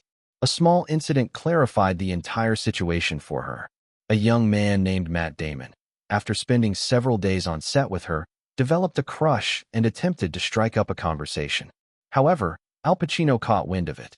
Gabrielle witnessed firsthand as Al summoned the naive kid into a room for a serious talk, and afterward, Matt never approached her again. With this revelation, Gabrielle began to put the pieces together. She understood that her favorable treatment stemmed from being recommended by Eric Williams. Even more importantly, they seemingly viewed her as Eric's lover, which explained the unexpected kindness she received. Interestingly, being a newcomer to the industry, she encountered none of the typical harassment that often plagued aspiring actresses. It almost felt like a miracle. Even back in England, despite her parents being television personalities, she still faced unwanted advances when acting in a television series. Thanks to this misunderstanding, she gained considerable advantages. Consequently, she had no intention of clarifying anything and would casually drop Eric's name in conversations, leaving people with certain implications. Now, most of those who knew her, including her agent and even the general manager of her agency, Kepler Hyde, categorized her as Eric's romantic interest. They didn't look down on her for that. After all, there was a chance she could become his official girlfriend or even his wife someday. However, Gabrielle knew that she and Eric didn't share any real relationship. They had spoken only a few times and met just once. As time passed, she worried about what would happen if the truth came out and those who felt deceived found out, especially her agent, who had been asking whether she had been on any dates with Eric in recent days, sometimes deliberately, sometimes not. Hey, what are you thinking about? A voice suddenly interrupted Gabrielle's thoughts. She looked up to see Eric standing before her and quickly shook her head. Nothing. Shall we head in? Eric said nonchalantly. Sure, she replied, boldly stepping forward to loop her arm through his. Eric noticed the girl's sudden intimacy with intrigue. Gabrielle, avoiding Eric's perceptive gaze, looked down, but stubbornly held onto his arm. Eric chuckled softly, not addressing her subtle intentions, feeling momentarily disappointed that his arm lacked the soft touch he was used to. If Nicole had two barely graspable bulges on her chest when she was lying prone, the girl who was hugging him at this moment had completely flat breasts. Eric, I've decided to let Firefly Films handle the distribution.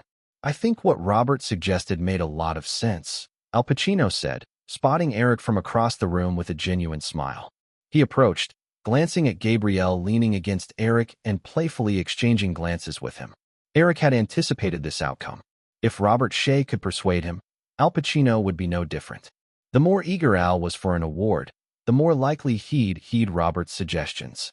I believe that's a solid choice, Eric nodded and smiled. By the way, Al, do you have plans for your next film? Al shook his head. I plan to take a break. Kepler suggested it too.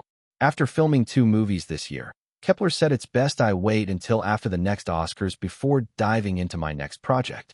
He paused, gauging Eric's reaction, then added, "But Eric, if it's a film you're producing, I'm always available." "No, Al, I don't have anything suitable for you right now," Eric clarified. "Actually, you probably heard. I'm working on a television show." Al's face lit up. "Of course I've heard. I even know you directed a couple of episodes yourself. Eric, your ideas are distinct. Most directors I know only take on TV projects when they can't land film roles. So what's this about?" Eric explained, "I'm producing a sitcom and would like to invite you for a guest appearance." That. Al hesitated. The idea of guesting on a show wasn't unusual, but he worried about the show's reputation. If the ratings tanked, appearing would feel like being in a flop film. He still had nightmares about a bomb he starred in years ago. Now he was more cautious. Eric read his reluctance and added, "Al, this series is airing as we shoot.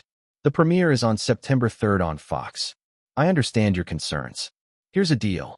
If the average ratings are below 15 million, we can pretend this conversation never happened. If it exceeds that, I hope you'll consider it." "Then I'm game." Al replied immediately upon hearing Eric's conditions. He had enough knowledge to know that a show gathering over 15 million was a hit. Guesting would also boost his profile. "Great. You can take a look at the show whenever you have time." Al chuckled. "You directed the first 2 episodes, so I'll definitely tune in. By the way, can you give me a hint about what role I'll be playing?" "Sure. I want you to play yourself." "Myself?" "Exactly," Eric explained. "The gist of the plot is one of our 6 main characters is a temp actor who gets hired to be your body double. Although in the previous version, Joey portrayed Al Pacino's rear end, it never featured Al himself. Now, with Eric's connection to Al, it was a prime opportunity to get him on screen." "Whoa," Al laughed at Eric's pitch. "You know, if necessary, I wouldn't mind appearing nude." Eric shrugged. "Well, you understand, it's for the story." "Of course. This sounds like it will be a lot of fun. So, Ms. Anwar must be getting impatient. Sorry I took up so much of Eric's time. You guys are off to dance, right? By the way, Eric, Ms. Anwar is quite skilled at tango." "Thanks for the compliment, Mr. Pacino." Gabrielle hadn't shown any impatience. She respected his presence greatly. "Enjoy the party. I'm going to chat with some others. See you later." "Catch you later," Eric nodded, leading the girl toward the dance floor. Chapter 196. Do you have any hobbies? NSFW. What have you been doing since the filming for Scent of a Woman ended? On the dance floor, Eric swayed gently with his arms around her waist. Although he said he was going to dance tango, they didn't actually do it because the music and atmosphere on the scene were not suitable, and Eric was not that enthusiastic about it. Gabrielle had her arms on Eric's shoulders as she looked up at him and said, "Kepler recommended that I play the second lead in a romantic comedy. I passed the audition and will begin filming my scenes soon. The film is likely to be released on Valentine's Day next year." "Oh, not bad," Eric replied with a smile. Through her words, he became even more certain that Gabrielle had obtained the role using his name.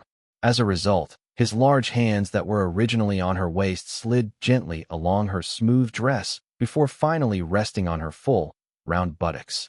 He gently squeezed and said, "So, what's my reward?" "Huh, I don't know what you were talking about." She stiffened a little and replied softly while quickly blinking her eyes. But how could she not know what he was talking about?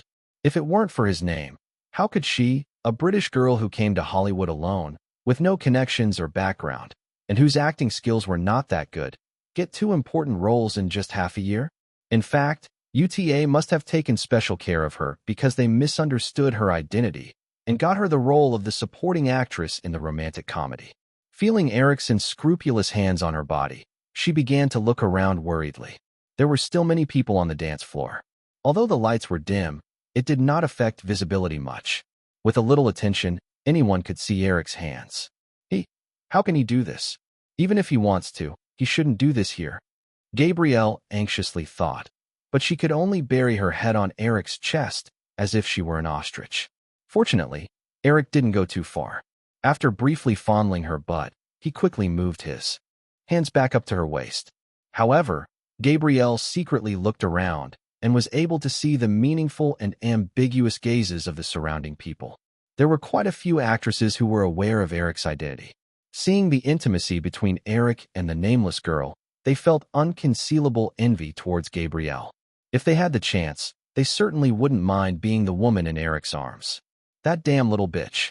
She looked so reluctant. What a bitch. A nameless actress on the dance floor saw Gabrielle slightly panting while in Eric's arms and cursed bitterly in her heart. After the party had started, she had tried to talk to Eric, but unfortunately Eric didn't care to speak more than a few more words to her. Eric did not mind the ambiguous glances since his reputation as a playboy was already cemented. He retracted one of his hands from Gabrielle's waist and gently lifted her sharp chin as he said, "Come on, look at me. I like this expression on your face." Gabrielle didn't dare resist, raised her head obediently, and stared at Eric with her slender, watery eyes with her pouty little mouth open slightly as she continued panting gently. Eric nodded in satisfaction upon seeing her appearance. He gently squeezed her tiny chin as he continued to dance sensually with her lithe body. "Actually, this is not bad," Eric said again after a while. "Huh?" Gabrielle looked puzzled in response. Eric said casually, "It's not easy for a young girl such as you to come to Hollywood alone. So if someone asks if there's something between us, I won't deny it. It can serve as a kind of protection for you. After all, if it wasn't for me, you wouldn't have stayed in Hollywood till now." "Mr. Williams, thank you," Gabrielle replied with a grateful expression as her delicate hands held him tighter. "Call me Eric," Eric said casually before his tone changed, and he solemnly said, "But it's limited to this. Remember to act responsibly. I'd best not hear that you are doing things that you shouldn't do in my name." Gabrielle quickly replied, "No, I definitely won't." "That's good," Eric smiled and said. "Also, don't be so nervous." Leaning on Eric, Gabrielle gently agreed. "By the way, do you have any hobbies?" Eric asked nonchalantly. Gabrielle didn't know why Eric would ask about her hobbies, so she hesitated for a few seconds before truthfully replying. "Reading, dancing, and maybe sleeping."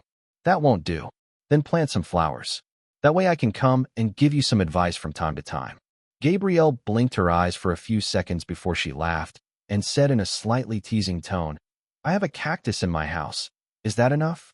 Eric also laughed. In fact, he wanted to go to her house, so he wanted to find an excuse. Still, Eric replied seriously, "Raising cactus also requires skill. How about we go and see now?" "No problem." Gabrielle nodded as she naughtily winked at him. I know you. Just need to put it in my study." "Huh." Eric, who was leaning on the large bed, couldn't help moaning, and quickly reached out and held the woman's head down and patted her as a warning before he suddenly felt relaxed and replied, "It's nothing. I accidentally hit my foot on the coffee table." "Okay, I know. I will get back tomorrow. You go to bed early. Stop kissing and go to bed early." After speaking, he hung up Drew's call in a hurry.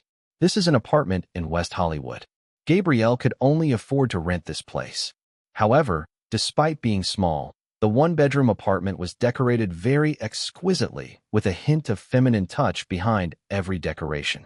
At this moment, Gabrielle was lying in a heap of messy clothes between Eric's legs with her tiny mouth around his member as her flexible tongue brought him wave after wave of pleasure.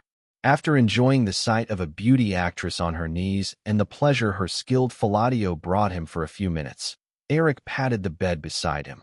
"Come on, lie down here." Gabrielle raised her head, unconsciously stretched out her tongue, licked the corner of her mouth, and obediently crawled towards Eric, at the same time reaching behind to take off her now wrinkled dress. "No need to take it off." Eric patted the girls, but to stop her, pulled her to himself, lifted the hem of her little dress, and pulled down her tiny panties that covered the vital parts as admired briefly. His large hand subconsciously stretched out to her breast, but after fondling it for a few seconds, he retracted it, filled with disappointment. Gabrielle seemed to feel Eric's disappointment as she pulled Eric's retreating hand, opened her tiny mouth, put his fingers inside, and began licking them gently. Oh! The sudden stimulation made Eric moan as he used his free hand to turn her on her stomach and pushed into her from behind. He began thrusting quickly while his fingers remained in her mouth, allowing her to play with them, and from time to time he fiddled with her slippery little tongue. Chapter 197. A Temporary Loss of Power. The sound of running water echoed from the bathroom as Eric stepped out, drying himself off. The sunlight streaming through the curtains signaled a bright morning in September, and Los Angeles had a pleasant temperature of about 72 degrees, just right for human comfort. He quietly slipped on his clothes while stealing glances at the lovely woman sprawled out on the bed, still fast asleep. Due to the blanket being thrown to the side, her bare body was laid out before him without reservation. With her Indo-Austrian heritage, her delicate frame seemed petite, and her skin appeared smoother and softer than that of many women. The gentle curve of her back tapered down, forming a slender arc at her waist, which then swept up into two small, enticing hills at her hips, exuding feminine allure. Her round thighs lay slightly together, yet couldn't conceal the tempting view between them. Eric finished tying his tie and putting on his jacket, with no sign of the woman waking up. He watched her adorable state, thumb in her mouth like a baby, and couldn't help but feel a surge of playfulness. He gently sat on the bed, tugging at the finger she had been sucking, and replaced it with his own, gently offering his index finger to her. In an instant, he felt her warm lips wrap around his fingertip instinctively. As he explored gently, he felt her small teeth nibble at him, as if testing this unexpected visitor. It seemed her tongue began to push against his finger, perhaps trying to shoo away this intruder.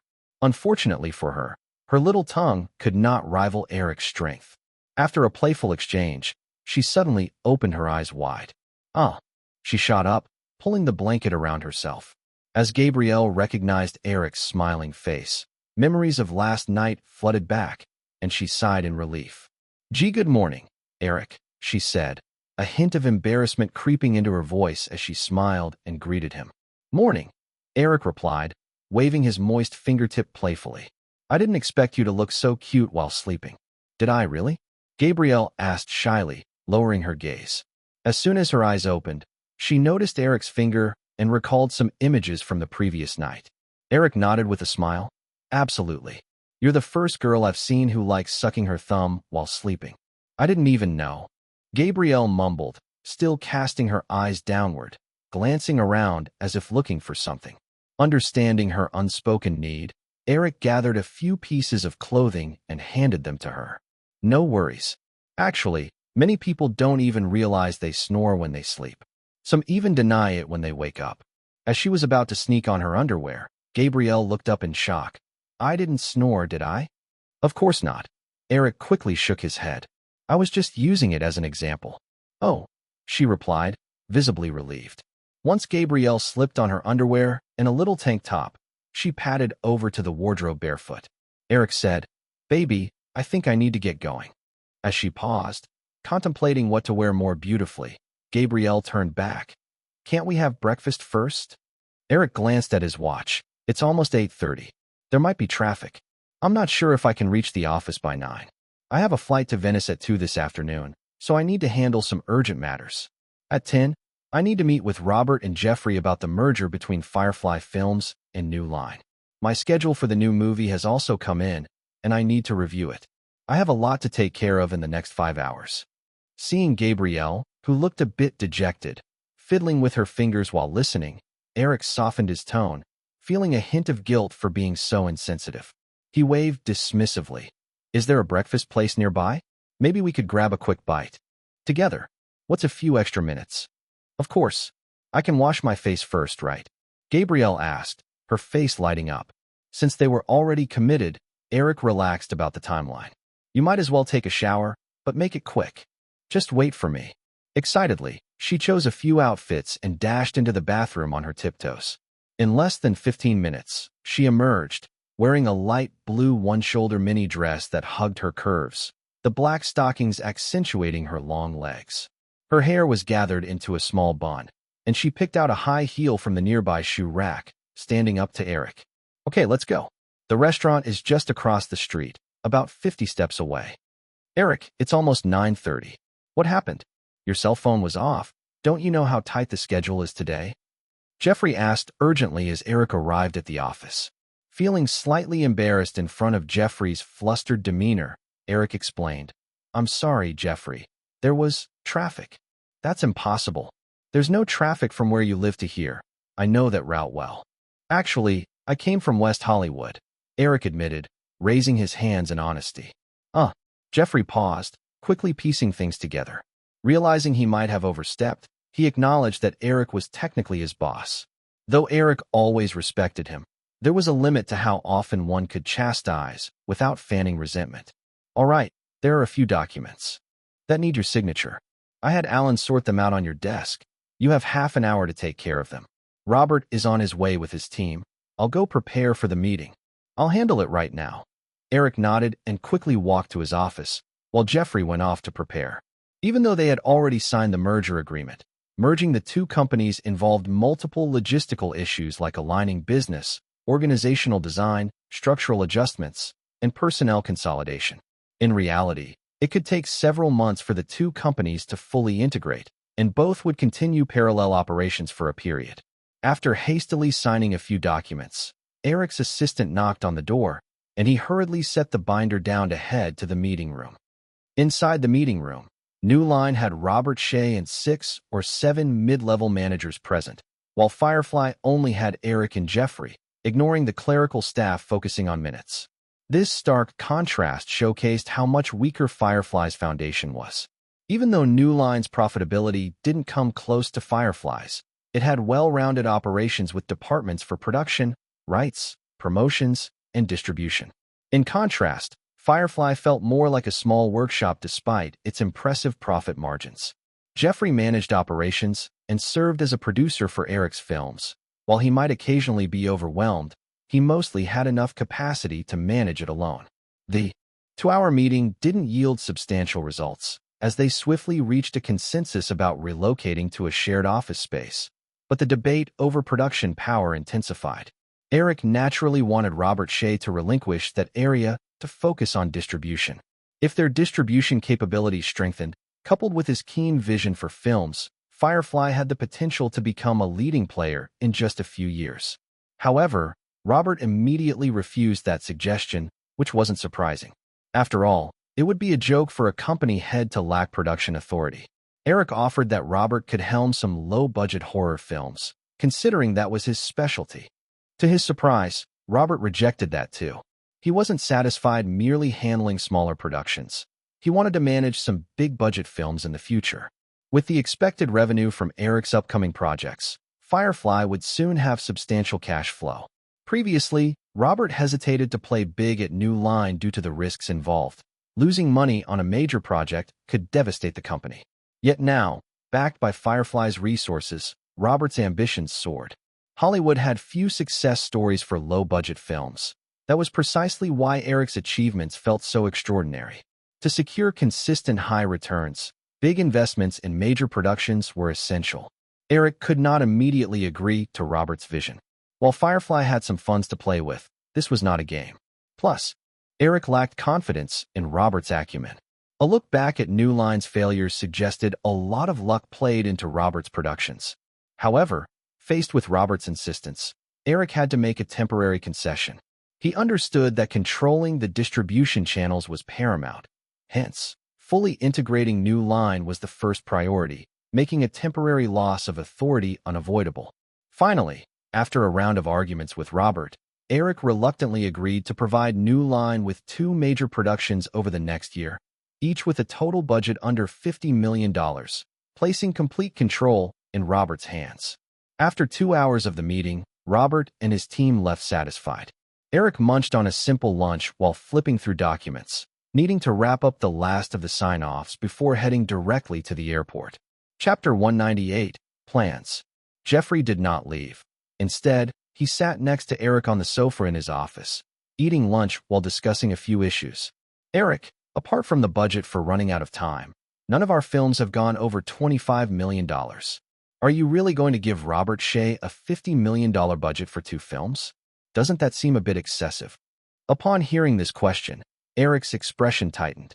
He quickly finished his lunch from the takeout container, pushed it aside, and pulled out a napkin to wipe his mouth. I wish it were different, but if I want Robert to perform at his best, I have to give him some incentives. It's just $50 million, and while I said I would leave everything to him, if Robert picks a bad film, you can bet I won't sign off on the project. Jeffrey had no doubt about Eric's judgment in films and felt relieved to hear him say that. But, Eric, giving Robert too much power can't be good either. There's no need to worry, Eric replied, signing a document before moving on to the next one while he perused it carefully. Once we consolidate New Line's resources and completely integrate it with Firefly Films, the rest will be much simpler. Jeffrey's heart raced as he thought about how shrewd Eric was. He was already plotting to get rid of Robert Shea. However, Eric certainly had that kind of power. After all, Robert only held 15% of the shares, while Eric had absolute control. To remove Robert from his position, he wouldn't even need a meeting, just a signature on a document. Are you worried I might kick Robert out once I've used him up? Eric asked with a laugh, looking up at Jeffrey. Jeffrey awkwardly chuckled but admitted, it does feel a bit like that. You know me, Jeffrey. I'm not that cold-hearted. If Robert sticks to his role and does his best in his capacity, I wouldn't dream of doing something like that. The problem is, he has big ambitions. You must have noticed that he brought all those people today. It's a show of force, trying to prove how important he is to Firefly. I suddenly have my worries too, Jeffrey said. Look, those people are all Robert's right-hand men. If you end up firing him in the future, would they leave with him? Eric shook his head, looking relaxed. Do you really think if Firefly does well, those guys will quit their 6-figure salaries and bonuses to follow him into the unknown? Or that other major studios have that many positions waiting for them? It's unlikely. If Robert leaves, I'll just find another CEO to manage the established distribution channels. But, Eric interrupted, speaking patiently. Jeffrey, you really don't need to stress about this. I mentioned I might let Robert go, but that doesn't have to be the case. Maybe in a year or two, he'll realize where his talents lie and focus solely on distribution without meddling in production, and I won't have to worry about this at all. His skills in film distribution are undeniable. I get it. Jeffrey nodded resignedly and went back to his lunch. There were several knocks at the door before it opened without permission. Drew burst in wearing a t-shirt and shorts, jumping onto Eric with her happy chatter and immediately asking about last night's events. Standing at the door, Alan patiently smiled as he watched the girl and Eric joke around. When Eric finally shifted his attention to him, Alan said, Eric, the luggage and car are ready to go. I think it's best we leave now to avoid any traffic. Let's head out then, Eric said, pulling Drew off his lap. While I'm away these few days, you know where to find Jeffrey if you need anything. Don't cause any trouble. Come on, I'm not a kid, she protested, scratching his arm playfully. Then she added sweetly, Eric, I want to go to Venice too. Forget it. You wouldn't handle it, Eric said, ruffling her fluffy hair. She'd recently cut her hair into an adorable bob, making him unable to resist touching it more often. The flight from Los Angeles to Venice takes about 17 hours, and it has layovers. Drew really wouldn't be able to stand being idle for 17 hours on a plane. He figured she'd end up causing some trouble, so she didn't press the issue. Hooking her arm through Eric's, she said, Eric, let's just buy a private jet. Then, even if the flight's long, we won't get bored. Now's not the time for that. Eric shook his head. Maybe in a year or two. Okay, Drew nodded. They all made their way downstairs, and she was the first to hop into the van. I'll drive you to the airport. Eric, I won't go this time. I have some things to take care of. Jeffrey clapped Eric on the shoulder. Have a safe trip. See you later, Jeffrey. Eric waved as he climbed in, and Alan took the passenger seat. Once he saw Eric and Drew settled in the back, he instructed the driver to hit the road. He intended to go with Eric to Venice and had planned to find a translator since the locals spoke Italian. But conveniently, Alan's mother was Italian, and he grew up in both English and Italian environments, so he had no trouble speaking Italian. This saved them the hassle of finding a translator. They were fortunate, as the drive from Burbank to Los Angeles International Airport only took an hour and 10 minutes. They arrived with half an hour to spare before boarding, allowing Eric and Alan to handle the check-in smoothly. "Alan, what are you looking through?" Eric asked curiously when he noticed Alan meticulously checking his backpack while they waited to board. "A book. I brought a collection of Stephen King novels to read on the plane." "Did you bring one, Eric?" Eric shrugged. He had never been on such a long flight in his previous life. Moreover, Drew had packed his things the day before, and with her personality, it was unlikely she remembered to throw in a book. "There are a few minutes left. Maybe we can buy one." "There's a superstore outside the lobby," Alan suggested. "I'll go," Drew said, already racing out. "You guys wait here, and if I don't make it back in time, just board without me." Eric was about to say it wasn't necessary, but the girl had already dashed out. Just as Drew burst out of the terminal, the announcement for boarding came on, and Eric and Alan exchanged glances. "Let's go. We might just make it," Eric urged, and Alan did not argue. They grabbed their luggage and headed toward the boarding gate. 10 minutes later, only Eric and Alan remained at the gate, as all the other passengers had boarded. The staff nearby started nudging them to enter. Eric turned to look behind him for one last time when he saw Drew coming in a hurry. She ran up and shoved a thick hardcover book into Eric's hands without saying much, bent over panting, and waved a hand, signaling for them to go on. Knowing he didn't need to be polite, Eric stuffed the book into his bag, said goodbye, and pulled his luggage through the gate. The massive Boeing aircraft roared to life, leaving the ground before finally leveling out after a while. In first class, Eric unbuckled his seatbelt, and Alan pulled out a schedule, introducing it to Eric. After a layover in London, we'll arrive in Venice on September 2nd at 3 p.m. local time. Mr. Damiani and Miss Madsen said they'd meet us at Marco Polo Airport. We have a meeting with Director John Landis that evening, and there's nothing scheduled for the 3rd, so you can take a day to rest and adjust to the time difference. The film festival's opening ceremony is on the 4th, and the committee has invited you to the party afterwards. We have an afternoon flight back to Los Angeles on the 5th, which gets us back at 5 a.m. Eastern Time on the 6th.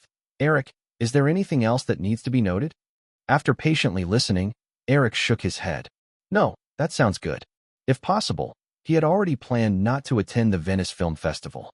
Although he initially intended to go, as the schedule tightened, he considered ditching it. However, after the festival learned of his potential appearance, they sent him an invitation, hoping he would join the opening ceremony. Eric had no real aspirations for any awards for the others. It was more about publicity when Michael Eisner proposed a promotional strategy aimed at giving the film a chance. Under those circumstances, Eric could no longer reject the invitation. Since it was personally signed by the head of this year's jury, Andrei Yermolov, the sincerity was evident. If Eric didn't show respect, it could leave a bad impression.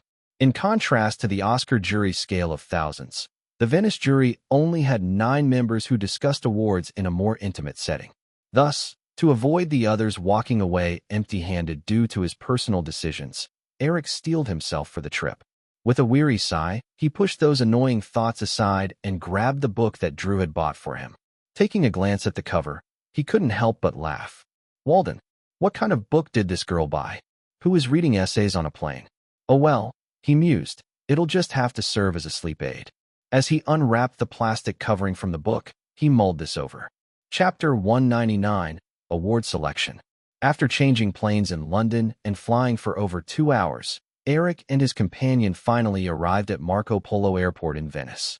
Waiting for them were Jonathan Demme and Virginia Madsen, along with a middle-aged man named Bill Garrett, plus 2 assistants. After introductions, Eric learned that Bill Garrett was the manager of Disney's European branch. Because Disney had acquired the distribution rights, he was sent to assist Jonathan Demme with the film's publicity and promotion. After some light chit-chat, Eric and his group boarded a yacht. Instead of heading to the main island of Venice, they went straight to Lido Island to check into a boutique hotel. This hotel had an interesting history, as it was said that the Venice Film Festival was originally established to address the fall tourist shortage at boutique hotels. Now, during the festival, these hotels had become a status symbol. Only film crews participating in the main competition or those specially invited could stay there. As one of the heavyweight guests at the festival, Eric certainly had the right to stay there, and his room was a luxurious suite with an ocean view. Ah, bed. After Jonathan and Bill left, Eric sighed, flopping onto the large bed in the bedroom, rolling around for a moment. Virginia, carefully organizing Eric's belongings, chuckled softly. Tired from the flight? Not really tired, just felt terrible. We hit turbulence over the Atlantic, Eric replied, kicking off his shoes and leaning back comfortably against the bed, glancing over at the woman as she hung his clothes in the closet. Virginia wore a sleeveless white blouse with lace trim and form-fitting white trousers. From the side, the outfit highlighted her perfect curves, making Eric's fingers twitch with excitement. Unable to resist, Eric jumped off the bed and approached Virginia from behind, wrapping his arms around her slender waist, his hands resting on the skin exposed between her blouse and trousers. He leaned over to kiss her right cheek, just below her ruby-studded earlobes. Startled by Eric's sudden intimacy, Virginia shivered and dropped a jacket she had been holding. Placing her small hand on Eric's arm, her voice came out a bit breathless. "Eric, don't do this. They're waiting for us in the restaurant downstairs." Eric captured her soft lips with his, savoring the moment before whispering, "Come to my room tonight." That's not possible." Virginia almost gasped, feeling the pressure of Eric against her backside. "What if someone sees? Let's wait until we're back in Los Angeles. Then we can talk, okay?" "Fine." Eric felt a bit disappointed, but quickly understood that since the hotel was full of crew members and festival judges, being caught with Virginia would have unpredictable consequences. He reluctantly lifted his hand to gently squeeze her bosom and muttered, "You look really good in that outfit." Virginia turned to face him, tilting her chin up to plant a kiss on Eric's cheek, laughing, "Then I'll wear it for you more often." "Actually," Eric leaned in, lowering his voice for effect, "you look even better without clothes." Virginia thought he might have something important to say, only to realize he was teasing her again. Rolling her eyes, she lightly tapped his shoulder. "You little rascal." Eric laughed heartily and playfully slapped her backside, picking up the jacket she had dropped. "Let me help you tidy up so they don't get anxious waiting." "Eric, here's the information on John Landis. You'd best take a look before the meeting tonight." Bill Garrett from Disney handed him a packet while they sat around a table in the hotel restaurant. Eric had already gathered some background on John Landis, but he knew Disney's dossier would be more detailed. He opened it in front of everyone and casually asked, "What's the general situation looking like?" Jonathan Demme and Bill Garrett exchanged glances before Bill spoke up. "We've made ample preparations and even connected with some of the judges for this year's festival. While we haven't received any promises, several judges seem to have a good impression of the film. We've also contacted local media, who will assist with press coverage once the festival starts." "Good to hear." Eric nodded in satisfaction. For a festival like Venice, accomplishing that much in public relations was already significant. After thinking for a moment, he then asked, "What about the awards?" Bill replied, "The Golden Lion is out of reach. It's practically predetermined. Our best chances are the Silver Lion and Best Screenplay." Once Bill finished, Jonathan Demme and the others glanced at Eric, who was set to meet with one of this year's judges, John Landis, that night. They knew this topic would undoubtedly come up. John Landis had already indicated he would help lobby for their film, since, after all, he was American and not one of those die-hard art purists. He was always a commercial director. Eric wasn't sure who first suggested the meeting. Maybe it was Landis who was interested, or perhaps it was Jonathan Demme or Bill Garrett that fueled the fire. Regardless, since it could be beneficial, Eric didn't dig deeper and straightforwardly accepted. When they met, Eric's approach meant that Landis would likely lend support to the film's theme during award deliberations. Even with the anti-war angle, they could expect to secure only one award, so they had to prioritize. Deep down, Eric hoped to win Best Screenplay for himself, but for the film's box office potential, he recognized they should focus on securing the Silver Lion, which carried more weight. "Don't worry, I know what I'm doing," Eric assured the eager faces around him. Chapter 200, Chills. Everyone seemed to let out a sigh of relief. There was some concern that Eric might stubbornly pursue the Best Screenplay award. After all, Eric had achieved a level of box office success that most people only dreamed of in their lifetimes. This accomplishment likely intensified his desire for personal accolades in film. Winning the Silver Lion would belong to the entire team, but taking home the Best Screenplay would be entirely Eric's own. "Eric, it's really no big deal. I think the Oscars are where you truly belong, Bill Garrett said, seemingly trying to comfort Eric. Jonathan Demme nodded in agreement. Eric shrugged noncommittally. Thanks, Bill. I just wish those stubborn old men over at the Academy felt the same way. They all laughed, sharing a bit more conversation before parting ways. Eric returned to his room with the materials on John Landis, consciously avoiding any appearance issues. Virginia hadn't followed him, and Alan was staying in another suite downstairs. The night in Venice still had a few hours to unfold, while it was still morning on the east coast of the U.S. Despite spending over 10 hours on a plane, Eric didn't feel tired at all, thanks to his long-established biological clock. He stayed in his room reading up on John Landis until 7 in the evening, when he finally changed clothes and headed out alone. The agreed-upon location was at a restaurant near the boutique hotel. Eric didn't need any guidance. He wasn't accompanied by a date either. Virginia was the leading lady, so having dinner with a judge wouldn't look good if someone saw them together. In this setting, Eric had less of a worry about being recognized. Not too many people would know him here. John Landis, in his early 40s, wore black-framed glasses, had a prominent nose, and a full beard. He looked every bit the quintessential Jewish filmmaker. Another Jewish character. Eric mused internally. The materials indicated that John Landis was good. Friends with Steven Spielberg. Both had cameo roles in each other's films over the years. Interestingly, Landis nearly rose to fame around the same time as Spielberg. While Spielberg set the industry on fire in 1975, Landis directed a film that grossed over $100 million just 3 years later. They both found success at the age of 28. However, Eric noted that by the 1990s, Landis's directing career began to fade, which might explain Eric's lack of familiarity with him in his past life. In the restaurant, after John had ordered, he eagerly watched as Eric chatted with a blonde waitress who happened to speak English. Once the girl left with the menu, John spoke up. Eric, you're quite familiar with Italian cuisine, I see. Eric smiled and explained, my dad used to be an Italian chef. Oh, John nodded, his expression indicating he knew about Eric's father's passing without needing to discuss it further. As they waited for their food, Eric and John struck up a conversation, the focus shifting to films. What surprises me isn't your changing style, but the fact that several of your distinctly different movies have all been box office hits. That's what's truly puzzling. I mean, I've attempted various styles, but the few that did well were all satire. Even Steven has been trying to break new ground for years, but his biggest successes remain within sci-fi and alike. Eric replied, that doesn't mean much, John. I might just be lucky. I've only directed a handful of films, and when I've done a few more, I'll inevitably hit some failures. Only then will I truly understand what I excel at. Listening to Eric, John pondered for a moment before shaking his head. No, it's different. You feel very different to me, Eric. Can you share where you learned to make films? I'd love to know, really. With your age, even making a straightforward film isn't easy. It took me years of experience before I could direct my first movie. Eric couldn't mention his past life and settled for. Honestly, it's just been luck. I wrote a script, and fortunate for me, I found a fantastic team. I'd just express the effects I wanted, and they'd make it happen for me. Without them, I probably wouldn't even have anything to show for it. John accepted Eric's explanation without skepticism. Indeed, Eric's personal experiences could easily be attributed to good luck.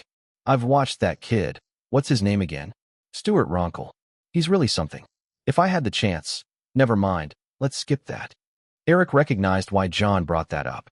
7 years ago, John had been involved in an incident during film production that resulted in the deaths of several actors, including 2 underage performers. If not for the minors, it would have simply been a tragic accident on set, as such things happened frequently in Hollywood.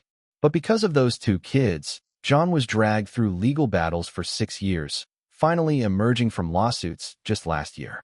It was understandable why John was cautious about young actors. John, don't dwell on it too much. That's all in the past, right? I mean, it was just a heartbreaking accident. Taking a sip of red wine, John solemnly added, but they insisted on charging me with involuntary manslaughter. It felt just a bit much. I was only the producer. I wasn't even present when the accident happened. I apologized publicly and made ample amends, but some people clung to that incident. It took me 6 years to wriggle free.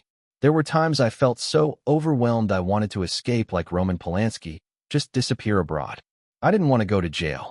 Eric recalled the mention in the materials and sensed an undercurrent of something more in John's tone.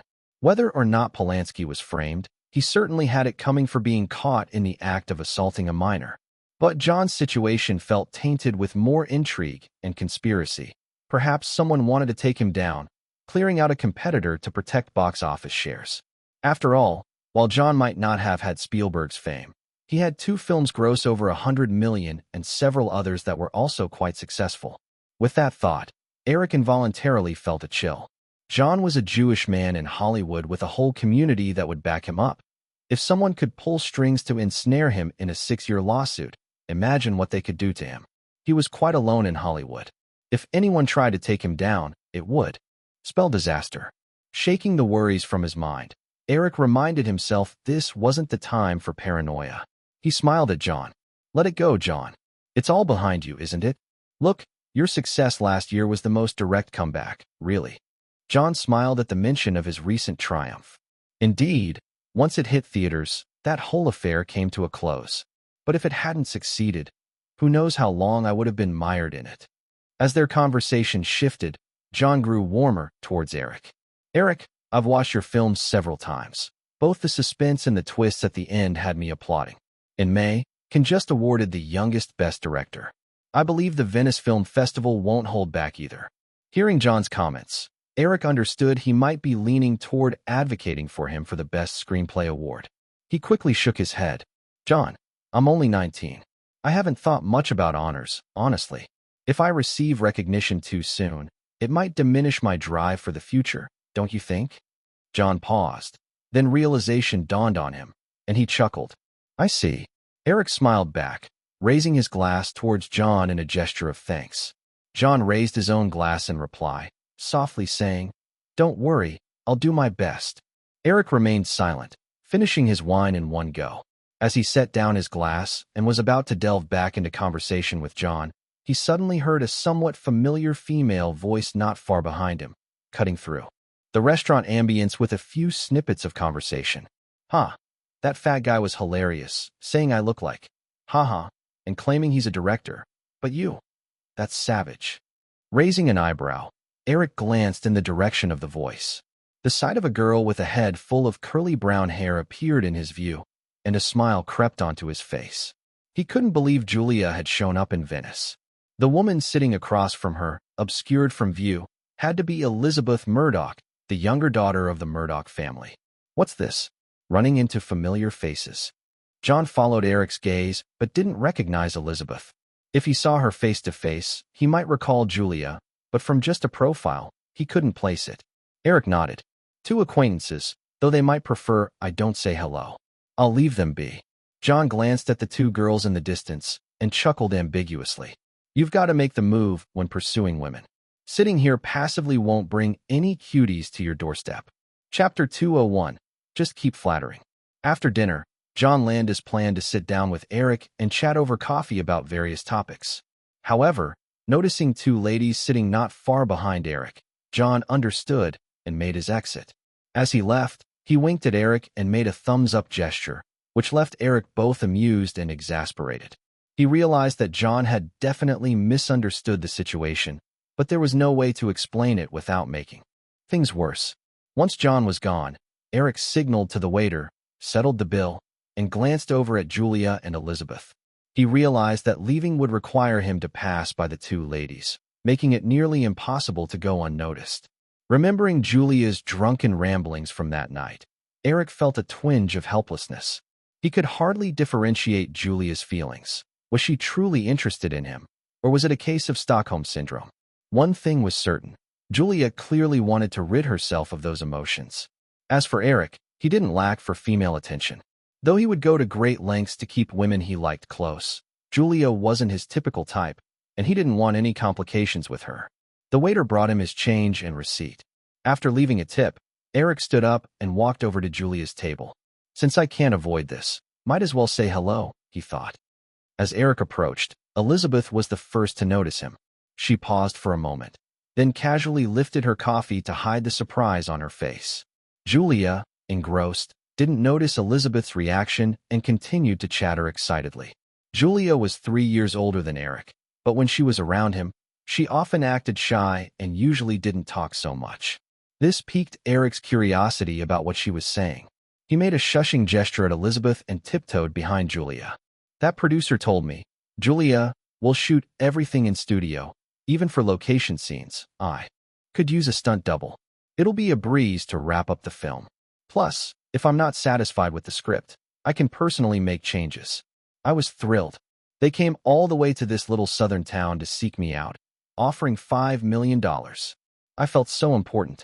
So, I agreed to let them send over the script, but when I saw the female lead's name, I lost it. Can you imagine Liz? They named her Vivian. My God, the trend chasing is just too obvious. I suggested the producer change the name, but he insisted that while the plot could be modified, the name had to stay, giving me all sorts of reasons why. I remembered what he had said about following trends. Listening to Julia's rapid-fire monologue, Eric couldn't help but smile. Across from her, Elizabeth intercepted the girl's thoughts purposefully, asking, Julia, who is this you're talking about?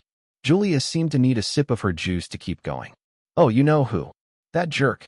But I have to admit, he made some valid points. Oh.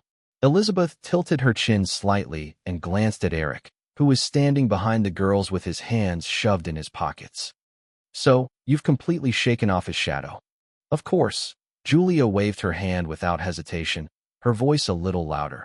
I've yanked that jerk's shadow out of my head, crumpled it up, and flushed it down the toilet. At that, Elizabeth couldn't hold it in anymore. She doubled over, trying to stifle her laughter, her shoulders shaking. Nearby, diners turned their attention toward the ruckus, some even glancing at Eric standing behind Julia. If Julia hadn't noticed the change in atmosphere, that would have been a bit silly on her part. Eric saw Julia straighten up, as if she might turn around, but her neck seemed stuck, frozen in place. Listening to you, it's quite sad. Eric shrugged and joked as he approached and took a seat in the empty spot between the two ladies. Julia's face rapidly changed colors when she heard Eric's voice. As he sat next to her, her brief fantasy faded, and her eyes widened on Eric's face for a few seconds before she recoiled and slouched, as if trying to hide in her chair. Stammering, she said, Eric, I didn't mean that. Seeing her embarrassment, Eric planned to tease Julia a little more, but she suddenly shot up from her seat, exclaiming, I have to go. With that, she dashed from the restaurant. Eric stared at her retreating figure in disbelief. Was he really that intimidating? He lightly patted Elizabeth, who was still bent over the table. Hey, Liz, stop laughing, or you'll cramp. Elizabeth looked up, her face flushed and dimples still showing. After glancing across the table, she asked, Where did Julia go? Looks like you scared her off, Eric replied, slightly pouting. Elizabeth shot Eric an annoyed glare. How can you blame me? You were the one who signaled me to keep quiet. I was just curious.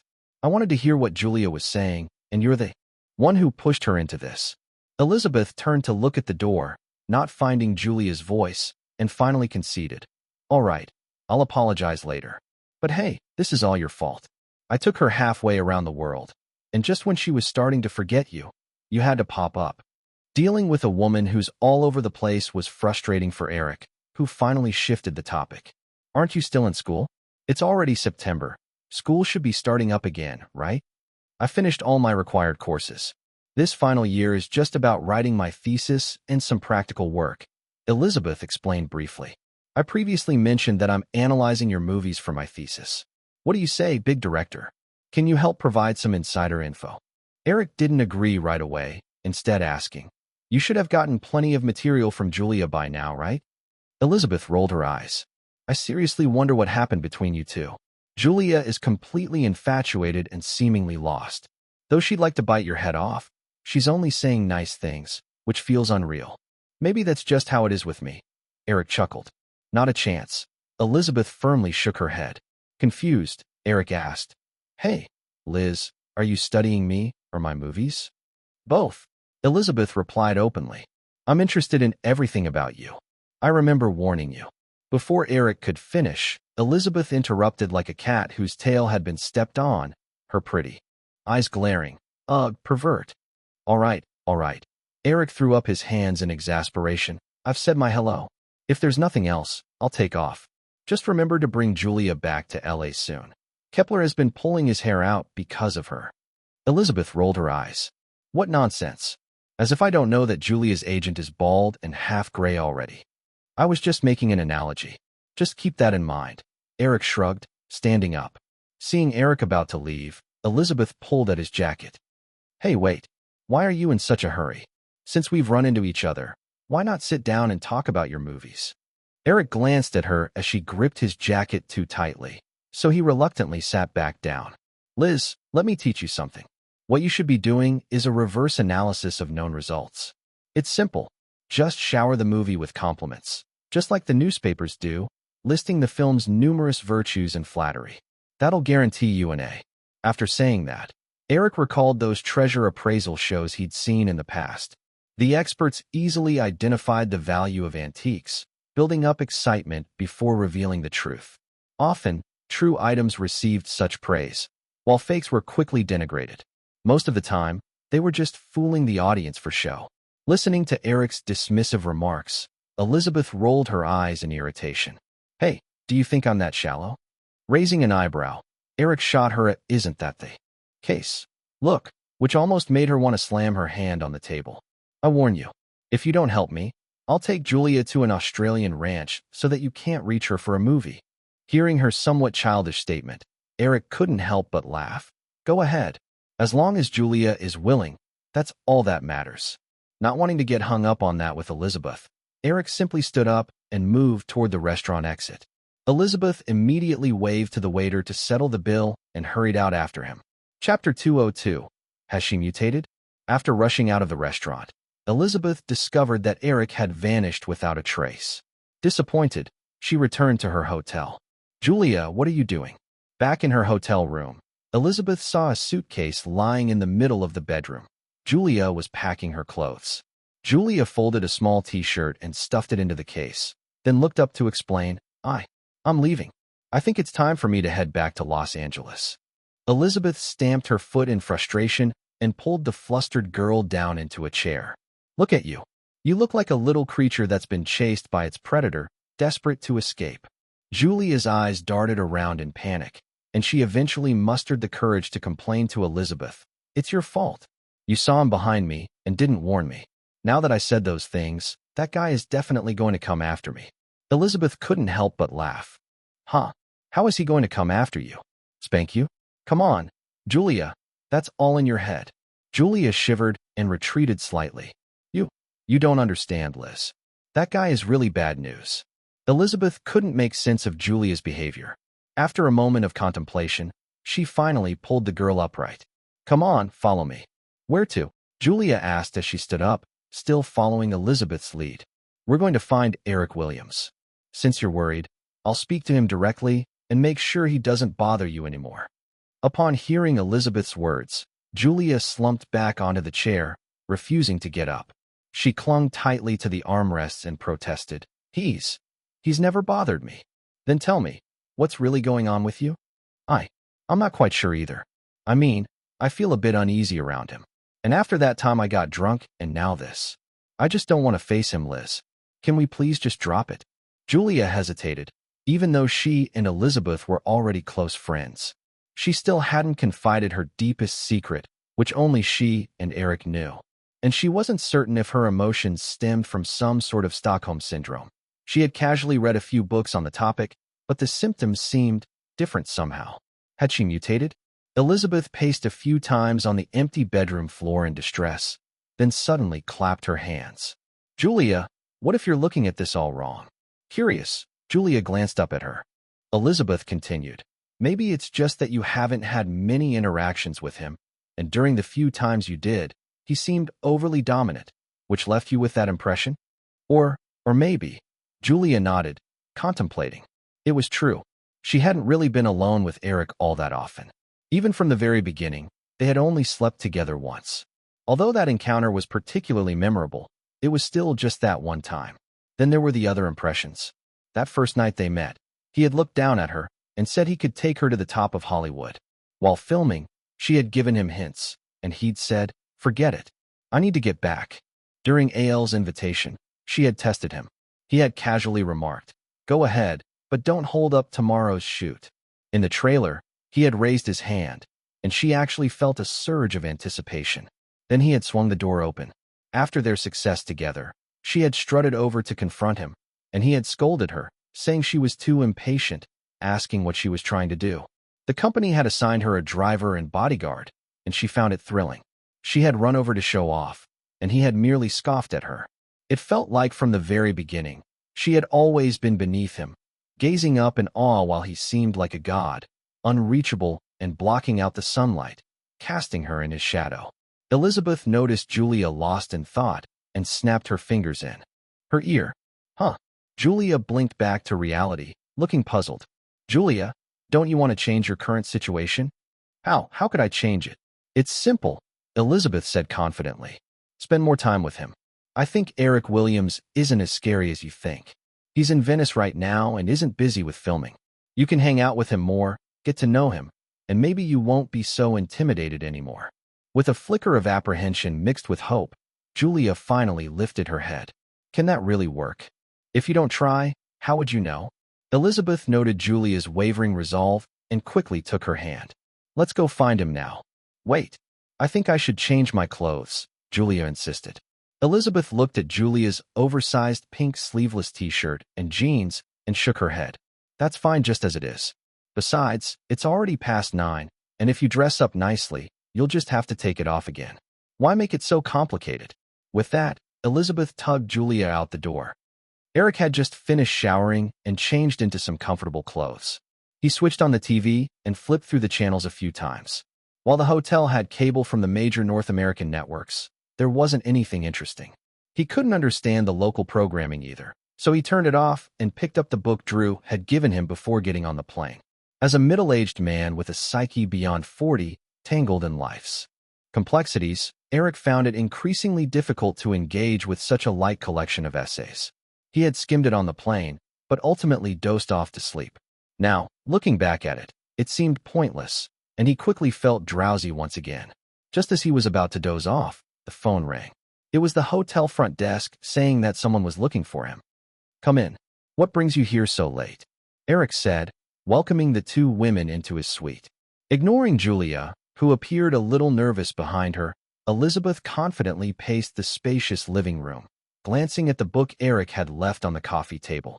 She looked back up and said, Wow, I didn't expect you would be into this book. Pouring juice for both ladies, Eric casually replied, Not really. Chapter 203, Low-Budget Tactics. When Elizabeth heard Eric's response, she shot him a disapproving glance. You really have no class. What does class have to do with this? Eric opened a can of beer and settled back on the couch. Should I just agree with you? Say I love this book, and then we can have a deep conversation about the life philosophies it conveys, happily bonding as if it were fate. Shouldn't it usually be like that? Elizabeth countered, tilting her head with an air of innocence. Eric smiled slightly. You must have encountered that a lot in school, right? Elizabeth nodded honestly. Meanwhile, Julia, initially shy as she clutched her juice, couldn't help but chuckle lightly. Having graduated high school and stepped into the workforce, she didn't have the high IQ or impressive degrees of Elizabeth. However, Julia's social experience far surpassed that of Elizabeth, who had been somewhat sheltered. With a moment's thought, Julia grasped the underlying meaning of their conversation. Eric joined her laughter, and when he noticed Elizabeth's puzzled expression, he explained, Given your status as the Murdoch family's second daughter, any man who wants to get close to you can't rely on material matters. It's all about the emotional connection. So, dumb girl, when you experience situations like this, it's usually because a guy is trying to get a date with you. This was a revelation for Elizabeth. She had indeed felt butterflies in similar circumstances, and she couldn't help but look shocked, her mouth slightly agape. Eric took a sip of his beer and leaned back, reminiscing. You know, I used to use similar low-budget tactics to get dates back in my day. Ugh, gross. Although Elizabeth understood that Eric's words likely contained truth, she couldn't help but retort defensively. You think all men are as sleazy as you? For most men, becoming a Murdoch son-in-law means avoiding 30 years of hard work. What's wrong with being a bit sleazy in that context? Elizabeth shot back indignantly. That's merely your assumption. You'll find out if it's an assumption soon enough, Eric replied, clearly not interested in an argument. By the way, what brings you here at such a late hour? Upon hearing this, Julia straightened her back slightly, a nervous habit of hers. But Elizabeth boldly declared, since you're in Venice, we should explore together. How about tomorrow? After considering his schedule for a moment, Eric nodded. Sounds good. I'm free tomorrow. Elizabeth thought it would take more persuasion to convince Eric to join them, so she was surprised when he agreed so readily. It was now late at night in Venice, and it felt inappropriate for two women to linger in a man's hotel room too long.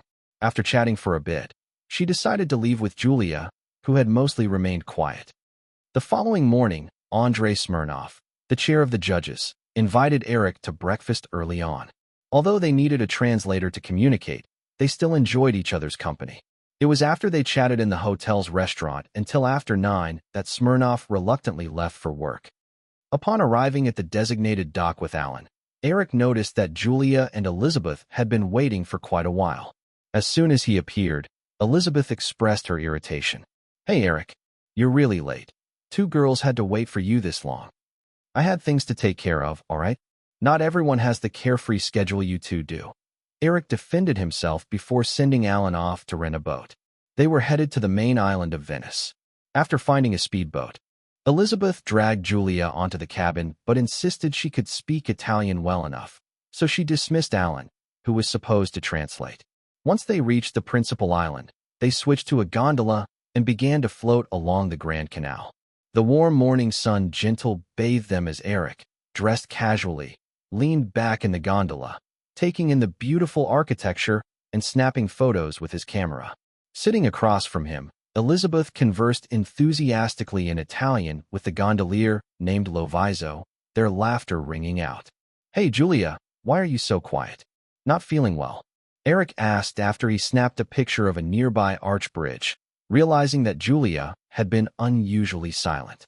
The gondola had only one seat, so the three of them were squeezed together. Eric sat on the right, Elizabeth claimed the left, while Julia was sandwiched in the middle. With two slender women and Eric not being overweight, they managed without feeling cramped. Julia looked up at Eric's concerned gaze and quickly responded, No, I'm fine. Oh. Eric pondered for a moment, unsure of what to say next. Just as he was about to raise his camera again, Julia spoke softly. Eric, when are you returning to Los Angeles? September 5th, the day after tomorrow. Julia raised her gaze and met Eric's eyes curiously as she asked, Why the rush? Aren't you planning to stay in Venice longer? Eric raised his camera again, capturing the silhouette of a seabird gliding over the water.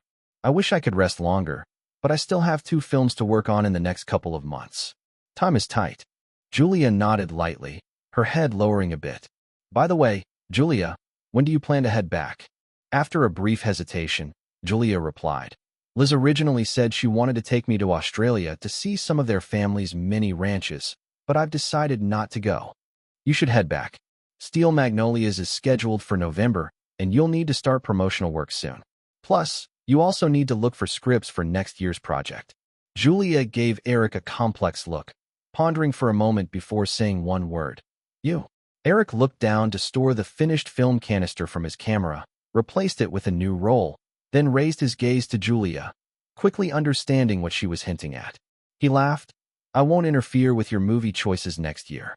You should try choosing for yourself. Of course, it'd be wise to consider Kepler's opinion too.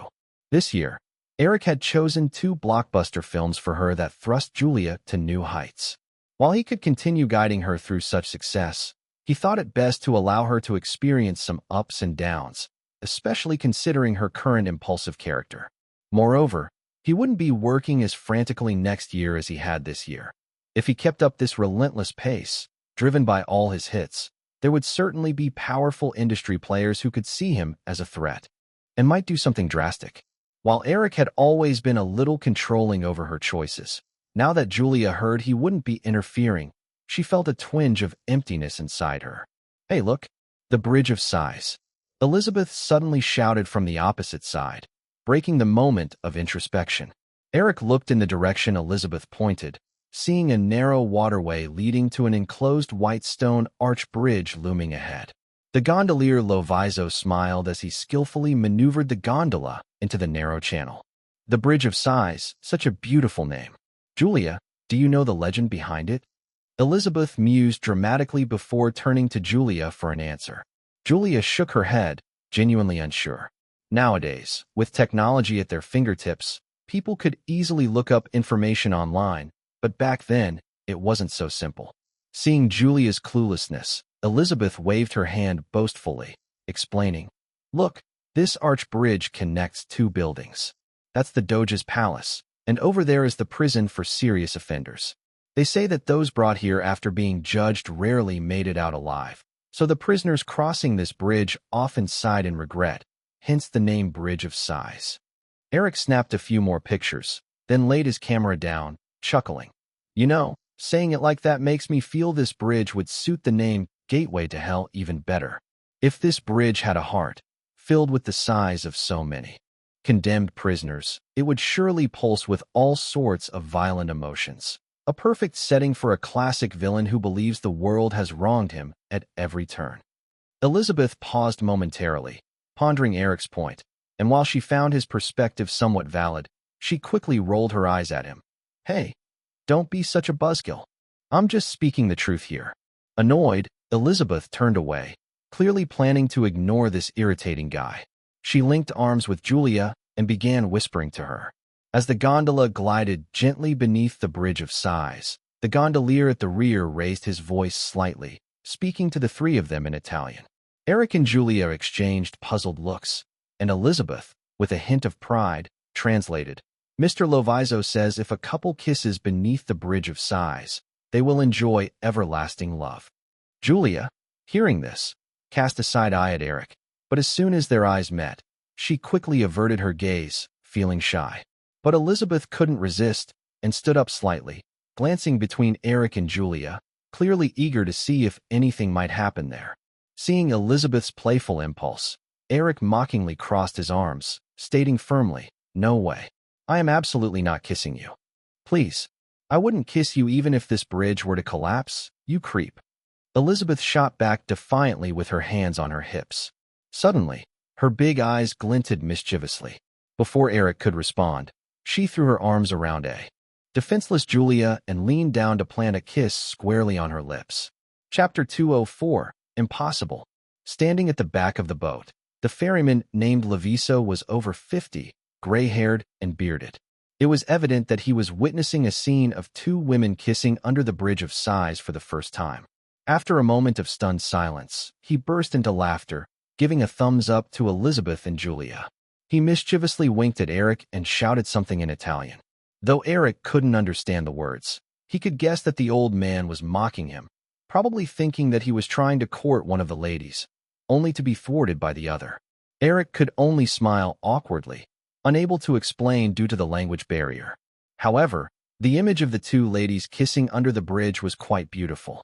After laughing, Eric instinctively lifted his camera and snapped a few pictures to capture the moment. Julia widened her eyes, feeling Elizabeth's arms around her waist and her soft, red lips brushing against her own. She was dazed for over half a minute. Hearing the click of Eric's camera shutter snapped her back to reality. Flustered, she pushed away the lady holding her and stumbled through her protest. "Liz, how can you do that?" Elizabeth, seeing Julia's flushed face, couldn't help but pull her closer and planted a playful kiss on her cheek. Then she raised her head, playfully domineering, and said to Eric, "Eric, from now on, Julia belongs to me. You're not allowed to bully her anymore." "Liz, what nonsense are you talking about?" Julia finally grew anxious upon hearing Elizabeth's words and pinched Elizabeth's waist. Elizabeth screamed and retaliated. For a moment, they created a ruckus, causing their small gondola to sway. The startled ferryman, Loviso, quickly shouted for them to stop. At last, Julia and Elizabeth ceased their antics. The three of them spent the entire morning wandering along the Grand Canal. After lunch, Eric inquired with a local guide and then headed straight to a well-known Venetian mask shop via a water bus. "I don't like these things," Elizabeth said as they entered the shop, eyeing the walls lined with an array of masks ranging from simple to ornate. "Why not?" Eric asked, lifting a golden mask without a mouth and admiring it. I read that these masks were originally worn by cheating nobles and fugitives, symbolizing disguise and pretense. Elizabeth replied, walking alongside Eric. Oh, so you think that people don't wear masks when they interact with each other? Eric casually responded, putting down the simple mask and picking up a white ghost mask decorated with golden patterns, playfully placing it over Julia's face and observing her. Elizabeth pondered Eric's words for a moment but couldn't help but retort, there's definitely a facade, but at least it's not so blatantly obvious. You're just tangled up in the argument of what's real and what's not, and it's not easy to articulate. Look, I'm not wearing a mask, but in a way, I am. To avoid being seen through, I wouldn't reveal whether I'm truly masked or not. However, if someone is genuinely wearing a mask, you can spot it instantly. Those who put a mask over their face are often more honest about it, while those who hide behind smiles can be more hypocritical. Elizabeth carefully considered Eric's words and, while she had to concede to his reasoning once more, she stubbornly replied, Ew, you're just playing with semantics. Think what you want. Eric waved a hand to the shopkeeper waiting at the side. Excuse me, do you speak English? Of course, the shopkeeper, a man in his 40s with a small mustache, nodded and smoothly asked in English, Sir, which one do you have your eye on? Eric looked around before saying, I want the whole set. That includes a hat and cape, but it seems they are not here. Follow me, the shopkeeper replied, leading Eric to a separate room. Here, feel free. Without overly promoting the items, the shopkeeper left the room and returned to behind the counter. Eric didn't mind at all. He preferred the freedom to select products on his own. He chose a hat, a cape, and other small items, playfully dressing Julia as if she were a model. Hey, how rude of you. Did you even ask Julia if she wants you to dress her up? Elizabeth chimed in, visibly displeased. Wearing the mask, Julia quickly shook her head. No. It's fine. Eric smugly lifted his chin at Elizabeth, who stomped her foot in frustration and glared at Julia, thinking, you deserve to be picked on. After a while, with Eric's flair, Julia was completely adorned with the mask and cape. The wide-brimmed white hat was decorated with a purple feather, while the purple cloak was embellished with exquisite golden patterns. She had a light purple scarf around her neck, and in her hands, she held a purple silk fan, wearing black, long-sleeved gloves. What do you think? Eric asked, bringing Julia in front of a full-length mirror. It's beautiful, Julia nodded, gazing at her reflection through the mask. Elizabeth leaned closer, her eyes betraying her intrigue, but she asked, why purple? Purple represents mystery. Don't you think it matches the style of the mask? Eric replied, I still think white is prettier. Elizabeth pointed to a white cloak hanging on a rack. Then we'll get a white set later, Eric promised, instructing Julia to take off the current outfit and have the shopkeeper wrap it up. He then spent another hour gathering different styles of costumes. Elizabeth helped Eric take down a hat and handed it to him. What do you need all these for? I'm giving them as gifts. When you come to Venice, you have to bring back something, Eric explained. A teasing smirk crept across Elizabeth's face. Gifts for women, right? Eric just smiled noncommittally. Seeing Eric's silent admission made Elizabeth hesitate for a moment before she scornfully muttered, what a playboy. Meanwhile, Julia, who was caught in the middle under the mask, could feel her earlier excitement slightly dimming as she caught Eric's awkward expression. After gathering 5 sets, Eric finally approached the counter to pay. Inquiring about the currency, the shopkeeper calculated for a moment and cheerfully smiled. That'll be $2,200, but I can give you a deal at $2,000. Eric, wallet in hand, looked puzzled. The shopkeeper continued, I really liked what you said about the masks when you walked in, so I'm giving you a discount. Thanks a lot. Eric replied with a smile as he left the store carrying several bags. He passed one bag to Julia and double-checked another before handing it to Elizabeth. I'm not carrying your stuff. Elizabeth quickly shoved her hands into her jeans pocket, raising her chin in a haughty manner. You like that white set, right? This is for you. If you don't want it, I'll just give it to Julia instead. If it's free, I'll take it. Elizabeth quickly snatched it away. Eric had already started toward the water bus station carrying 3 remaining bags, with Elizabeth following closely behind. She leaned towards Julia and asked, What did you get? Though Eric hadn't mentioned it, Julia already knew the set she held was a gift from him. She opened it and hugged it close, saying to Elizabeth, "It's the purple set we saw first." Elizabeth wrinkled her nose.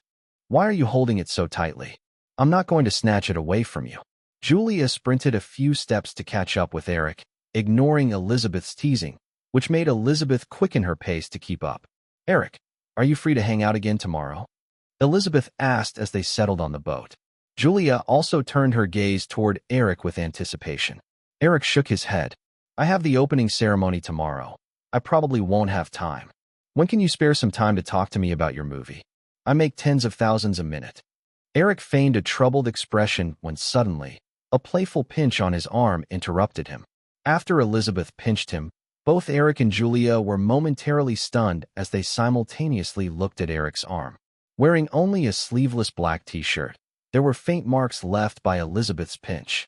Seeing the expressions on both of their faces, she huffed in annoyance. "What's the big deal? If I pinch him, it's his fault for thinking about money all the time. He's such a superficial guy." After saying that, she turned her head to the side, pretending to ignore Eric. "Oh man, my legs are so sore," Elizabeth exclaimed as they returned to the Lido Island Hotel. She dropped Eric's gift bag and flopped onto the sofa. She turned to Julia, who had just entered, and said, "Julia, can you rub my legs? I'll help you after. Otherwise, my calves are going to hurt tomorrow." "Sure," Julia agreed, sitting on the other end of the sofa. She lifted Elizabeth's legs onto her lap and began to massage them gently. Elizabeth let out quiet sounds of comfort for a few moments before mumbling, "No way. I need to think of a way to get him to carve out some time for me. I'm not going to half-heartedly throw my paper together." While massaging Elizabeth's calves, Julia contemplated before saying, "Liz, you've been arguing with Eric all day. Have you considered one possibility?" Elizabeth replied, not turning around, still sounding puzzled. Julia laughed. "If you watch movies or TV shows often, you'd recognize a type of couple with love-hate relationship." Elizabeth, not grasping the depth of this connection, suddenly leaped up from the sofa, standing on it with her arms flailing dramatically. "No way can't be. Impossible." Chapter 205, Morning Television. In a sleepy haze, Julia thought she heard some noise coming from the living room. She hugged her pillow and rolled over, wanting to drift back to sleep. But after the turn, the sound seemed clearer.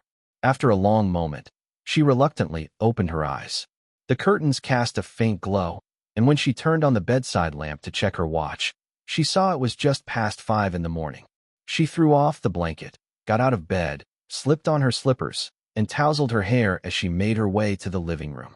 It was only then that she took in the situation. The living room lights were off, and the curtains leading to the balcony were drawn tight. The only light came from the flickering television, emitting a soft sound.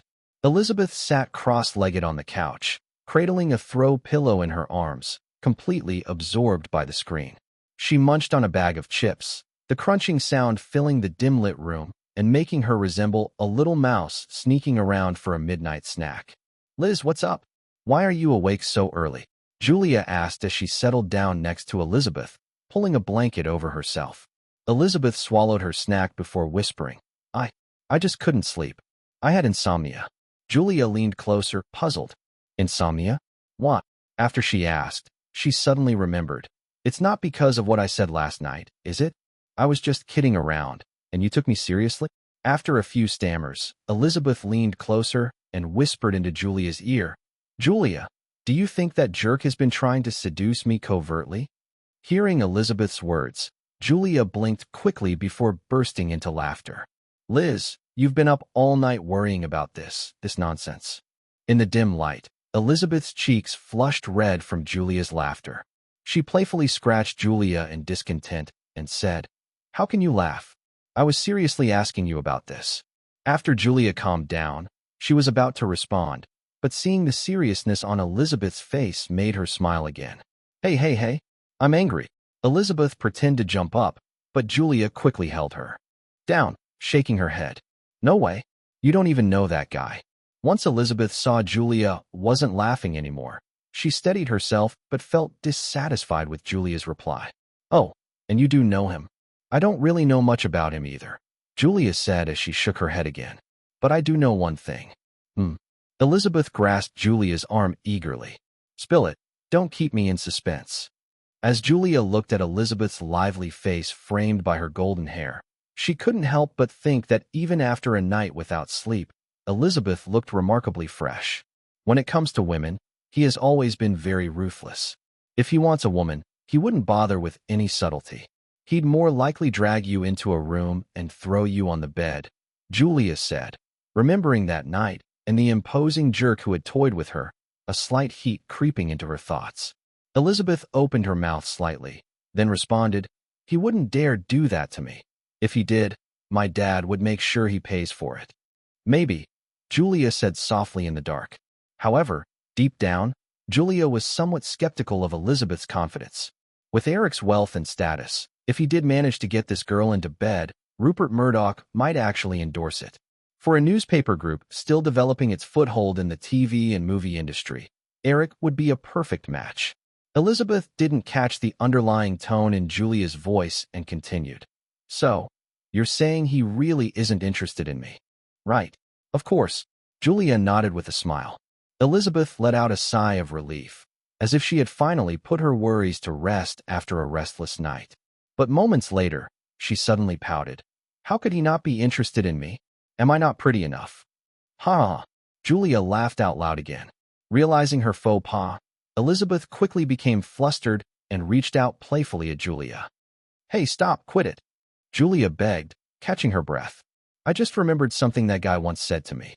He said women are very complicated creatures. When you're near them, they tease and insult you, but when you're away from them, they complain. That line fits you perfectly, haha." Seeing Elizabeth's exasperated look, Julia quickly stifled her laughter and said, Okay, stop it, Liz. Let's try to get some sleep before the sun comes up. Otherwise, you'll be exhausted all day." I'm going back to sleep now." "Wait, you can't leave me all alone," Elizabeth exclaimed, grabbing Julia as she tried to get up. Julia plopped back on the couch, exasperated. "So what do you want to do then? Why don't we go for a run? It's already light outside." Julia shook her head immediately. "It's too early. There aren't many people out, and who knows what the safety is like here. Italy is the birthplace of the mafia. Who knows? You could be running along when a bag is thrown over you. It wouldn't end well." Though Julia joked, Elizabeth still felt a bit scared by the thought. "Then, let's watch TV. I cannot sleep anyway," she said, eagerly handing Julia the remote. All right. You're just like a child," Julia said, taking the remote with a resigned expression. As she turned on the television, it was an Italian soap opera, which she couldn't understand, so she switched channels. After flipping through several channels, she finally stopped when the cheerful canned laughter came through the speakers. Elizabeth heard some dialogue and exclaimed, "It's my family's TV station. It's a sitcom. This is it. You can understand this one." Julia also recognized the logo of Fox Television, so she set the remote down. On screen was a cafe where the main characters discussed the odd situation regarding Ross's wife. After a few humorous lines, both Julia and Elizabeth were drawn into the storyline. They burst into laughter when the character Phoebe made a funny gesture at the downcast Ross. "Wow, this is so funny. How did I not know there was another sitcom?" Elizabeth said as she slapped her thigh. Julia laughed too, but she quickly remembered. This should be prime time on the East Coast, around 8 o'clock. It must be a news show. Otherwise, we would have heard of such a funny sitcom by now. Elizabeth nodded. "Yeah, let's write down the name to follow it later." They were talking when Ross said to his sister Monica, "I don't want to be single, okay? I just want to be married again." Just then, there was a loud clatter, and a drenched bride burst into the cafe, shocking everyone as they exchanged bewildered looks between Ross and the bride. Right after that, Chandler excitedly waved his arms towards the door, declaring loudly, "And I just want $1 million." This time, of course, his wish didn't come true. Chandler awkwardly waved his hands again and stuck out his tongue. Ha! It was so funny. Elizabeth nearly doubled over in laughter after seeing that scene. When she looked up again, she caught Julia's dazed expression. "Hey, Julia, what's the matter with you?" Elizabeth teased, poking Julia in the side. Julia pointed at the TV screen. "Look, that bride in the wedding dress is Jennifer Aniston." Elizabeth didn't quite register it at first, but she followed Julia's finger, nodded. She's a pretty girl, what about it? Don't you remember, Liz? Julia continued. That's Jennifer Aniston. She's that guy's girlfriend, meaning this show is the one he directed that the media has been promoting lately. Elizabeth's mouth dropped open as she recalled some scenes, indeed recognizing a setting that matched the cafe on screen. Julia nodded slightly, as she kept up with news about Eric, which was why she knew the show's title from its promotion. The two girls exchanged glances, leading Elizabeth to pout in frustration. Why is he everywhere? Julia chuckled, recalling. Seems like it really is the premiere today. Despite their mixed feelings, they laughed at the jokes that popped up, although it didn't reach the same level of merriment as before. Their attention never left the TV screen, even while ads interrupted the show. Finally, when the second episode ended, Elizabeth exclaimed, "That girl is such a jerk. I don't like her."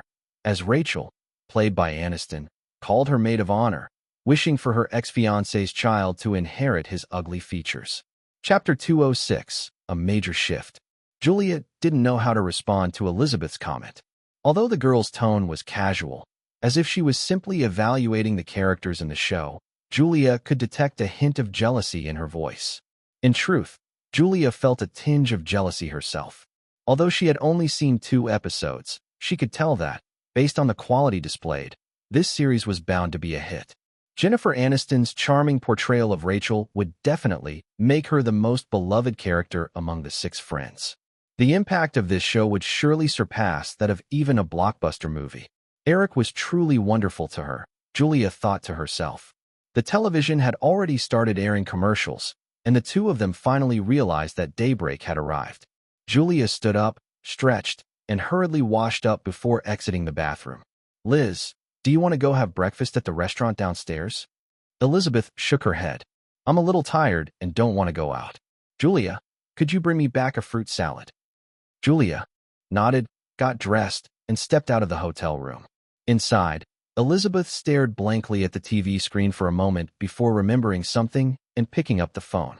She quickly dialed a series of numbers from memory. A few minutes later, Julia returned with 2 takeout breakfasts in hand. Seeing that Elizabeth had just hung up the phone, she casually asked, "Who were you calling?" "New York," Elizabeth replied. Noticing Julia's apparent lack of interest, she walked over to the couch and continued, "I just got off the line with the Fox network headquarters in New York. They've tallied the ratings." Julia opened the 2 containers of salad, handed one to Elizabeth, and then stood up to grab 2 cartons of milk from the fridge. Hearing Elizabeth's announcement, Julia shrugged and said, "Why do you care about that? Eric wrote the script himself. The ratings are bound to be high. Maybe they've topped 20 million viewers already." 31.7 million, Elizabeth said softly. Her voice sounded hoarse, as if something was caught in her throat. As a media studies major, she understood the significance of that number more than a layperson might. "Oh." Julia poured milk into a glass, absent-mindedly responding before suddenly realizing what Elizabeth had said. She jerked her head up, her eyes wide. "Did you just say how much?" Elizabeth numbly pulled the fruit salad closer, lowering her head. The average rating for the first 2 episodes was 31.7 million. The highest peaked at 35 million. It's just unbelievable. "Oh my God," Julia exclaimed, taking a few hearty gulps of milk to suppress her shock. "This can't be right. How could it be wrong?" "The network is going crazy," Elizabeth replied. And they truly were. After Fox compiled the ratings for the first 2 episodes, even though it was late at night, the news spread like wildfire throughout the industry within just an hour. Countless newspapers began to rewrite and lay out their stories, and phones rang off the hook. Many people who had already gone to bed were awakened by the calls. In that era, the main sources of entertainment for the public were movies and television, so ratings exceeding 30 million were not unheard of. However, achieving those numbers typically required either a major award ceremony, a significant sports event, or a long-running drama series experiencing a major plot twist or finale. To have a show achieve such astonishing ratings right out of the gate was unprecedented. More importantly, Fox was a station that had been in operation for less than 10 years. Although it was ranked 4th in North America, it still lagged far behind the top 3 major networks. Achieving such ratings was no small feat previously, The highest ratings for Fox had been for a documentary featuring Michael Jackson, and even that had only pulled in a mere 19 million viewers. This new show eclipsed Fox's previous record by over 10 million. As the key figure behind all of this, Eric was abruptly awakened early in the morning by the incessant ringing of the phone before 7 o'clock. The first call came from Barry Diller himself. He congratulated Eric on the record-breaking ratings and expressed his excitement, adding that Rupert Murdoch, the chairman of News Corp, would soon be arriving in Los Angeles and wanted to meet with Eric personally. They chatted for over 10 minutes, and after urging Eric to return to Los Angeles as soon as possible, Barry reluctantly hung up. Eric put the receiver down and hadn't even processed what Barry Diller had said when the phone rang again. The second call was from Jeffrey, followed by a third, fourth, and fifth. For the next 2+ hours, Eric found himself fielding call after call, both ears slightly itchy from the stimulation. It wasn't until past 9 o'clock that he could take it no longer and yanked the phone line out of the wall, bringing blessed silence. Most of the important figures had already called, so he didn't mind missing anyone else. Additionally, many of the callers had ulterior motives. Besides Aniston, who called excitedly to congratulate him, most others were seeking broadcast rights. Initially, in a bid for caution, Fox only commissioned the first season of the show, which was hardly a secret. Now, achieving such remarkable ratings right out of the gate meant that even if the ratings fluctuated moving forward, the established base of over 30 million would ensure future numbers couldn't drop too drastically. If the other 3 major networks in North America remained unresponsive, those network heads might as well resign. These players were indeed influential, managing to express their intentions to Eric through representatives within just a few hours. NBC even enlisted John Aniston, James Brooks, and Robert Shea to lobby on their behalf. Aside from John Aniston, who had originally worked at NBC, Eric found it puzzling how the other two had connected with the network, considering James Brooks was a well-known producer who maintained close ties with Fox. Didn't he fear being found out? Robert Shea's involvement only added to Eric's confusion. Eric had his own expectations for the ratings, knowing that the show had just premiered. The teaser clips released prior had sparked significant public curiosity, coupled with the buzz surrounding Eric's direct involvement as both writer and director of the first 2 episodes, and Fox's relentless promotion. He had initially predicted the premiere ratings would sit within the 20 million range. Anything less would have discredited the hype surrounding the show. Yet, the reality of surpassing 30 million was a staggering surprise for Eric. In terms of ratings data for American television, moving from 10 million to 20 million was a relatively easy leap, as any popular show could reach the 20 million mark through its story arcs. However, jumping from 20 million to 30 million represented a genuine challenge, only achieved by a select few well-loved shows over several years of popularity. Starting off with such a miracle was enough to secure a place in television history. Thus, the ripple effect caused by this news throughout the North American entertainment industry was sure to be significant. Chapter 207, Ratings Miracle. The next morning, major newspapers across North America prominently featured headlines like Friends, 30 million viewership, and Television Miracle in bold print. A wave of various opinions flooded the public's attention. The spoiled and opinionless Rachel Green, the assertive and neat Monica Geller, the eccentric and quirky Phoebe Buffway, the penny-pinching Ross Geller, the witty Chandler Bing, and the lovable but dim-witted Joey Tribbiani. After only airing 2 episodes, Eric Williams had already crafted 6 distinct characters for the screen. Viewers quickly found themselves attracted to these 6 fictional personalities within just 1 hour.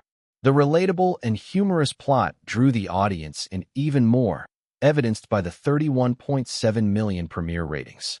When viewers watched the everyday lives of the 6 protagonists living in their New York apartment, it was as if they saw reflections of their own lives. This connection might just be the primary reason for the sitcom's success, reminiscent of how ABC's still popular series captivated audiences. Eric Williams undeniably possessed a genius that allowed him to weave everyday details into engaging dialogues that kept viewers glued to their screens. The amusing exchanges among the main characters would undoubtedly become popular catchphrases among young people for a long time to come. Having only aired 2 episodes, The characters' personalities were already fully fleshed out, and I found myself eagerly anticipating the next developments. I had no doubt that Eric Williams, who personally wrote the series, would deliver even more surprises in the storyline. After all, he was Eric Williams. Amidst countless praises, dissenting opinions were also present.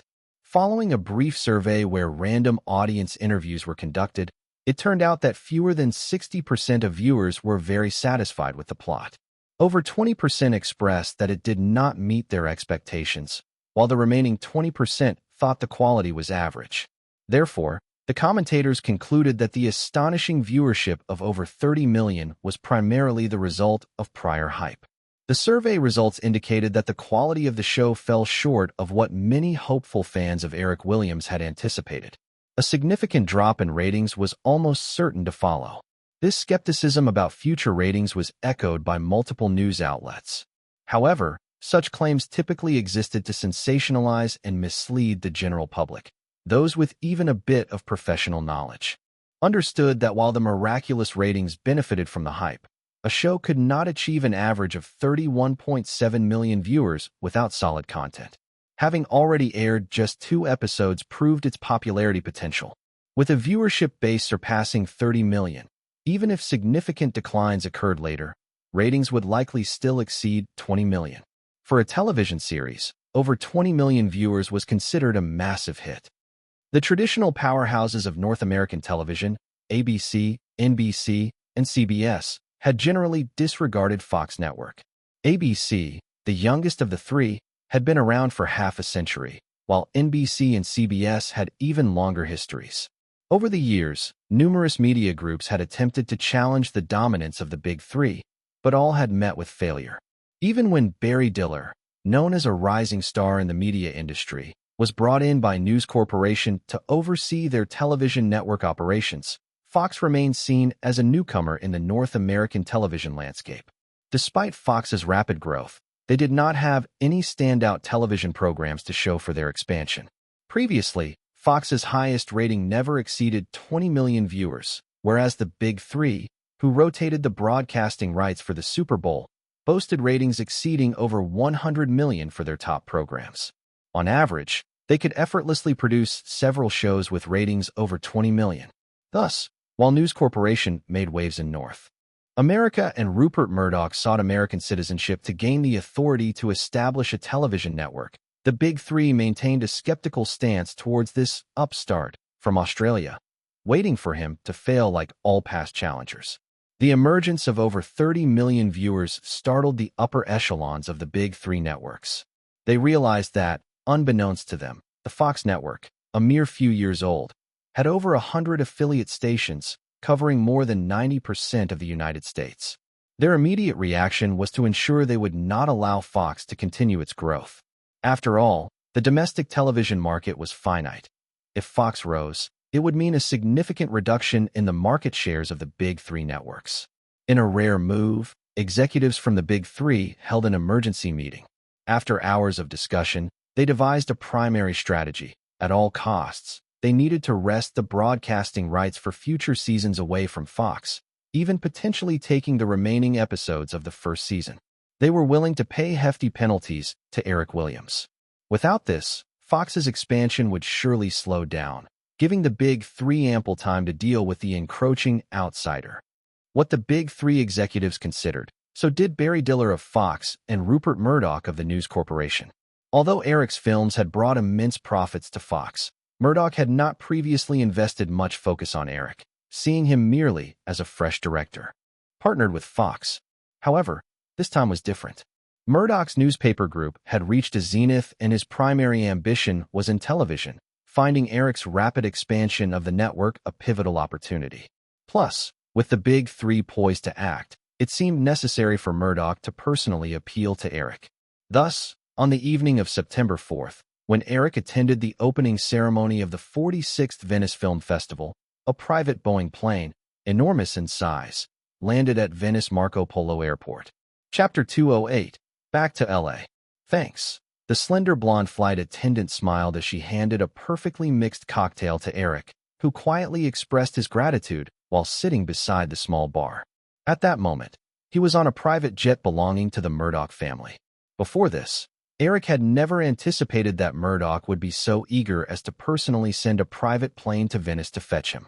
However, despite the ulterior motives behind it, Eric was more than happy to take advantage of the luxury. After all, a private jet, with all its amenities, was far more comfortable than even first class on a commercial flight. After attending the opening ceremony of the Venice Film Festival last night and sitting through a premiere that morning, Eric had handed over the rest of his obligations to Jonathan Demme and others. He rushed onto the massive Boeing private jet to head back to Los Angeles. Having achieved such impressive results, it would have been a lie to say he wasn't anxious to get back to Los Angeles.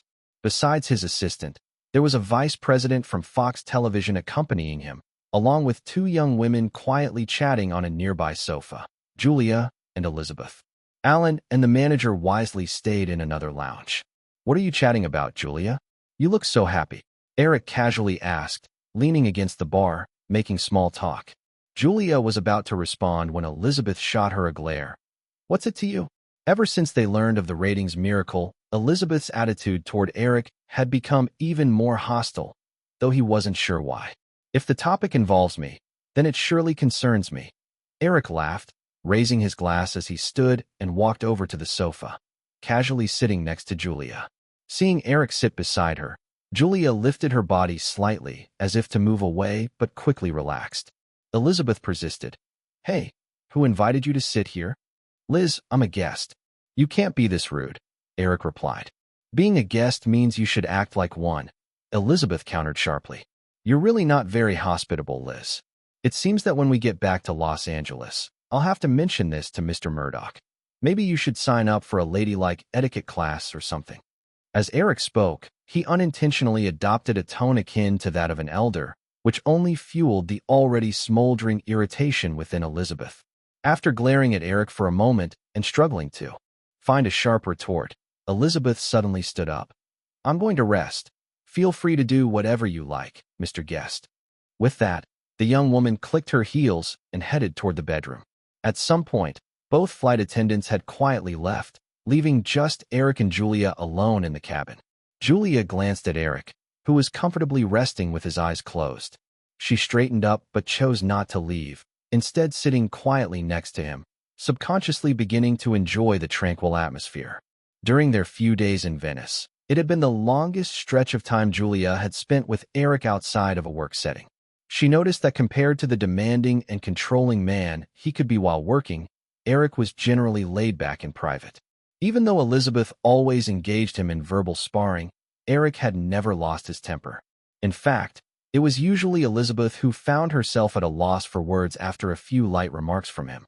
Those few days together significantly altered Julia's perception of Eric.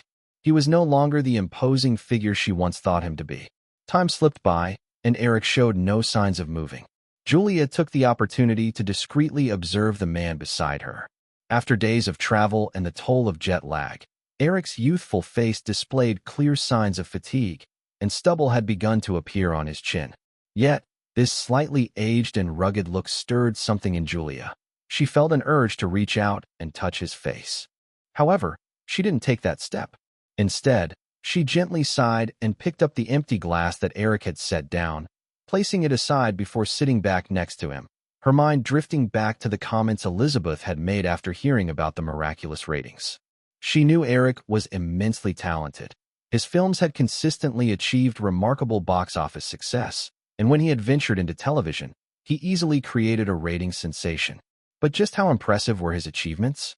It wasn't until Elizabeth, who was more knowledgeable in the industry, had explained it all to her that Julia could begin to comprehend the heights Eric had reached. Eric shifted slightly, seemingly uncomfortable in his sleeping position. He leaned onto the sofa, his head resting on Julia's lap, one arm casually wrapping around her slender waist. Startled by this gesture, Julia initially thought Eric had woken up, but when she saw that he had simply found a comfortable spot, sighing softly before drifting off again, she relaxed. Stifling a quiet laugh, she finally mustered the courage to lightly touch his chiseled face with her fingertip. Just then, the blonde flight attendant who had mixed Eric's drink earlier returned to the cabin, seemingly to check if the guests needed anything. Upon seeing the intimate scene on the sofa, her eyes widened slightly. As a young person herself, she definitely recognized Julia and Eric and often followed the gossip of Hollywood. Still, witnessing the renowned young director sleeping on the lap of one of Hollywood's top actresses was hard to believe. Noticing the attendant's surprise, Julia felt her cheeks flush slightly but signaled for silence. This gesture brought the dazed flight attendant back to reality. She hastily broke into a professional smile, intending to leave.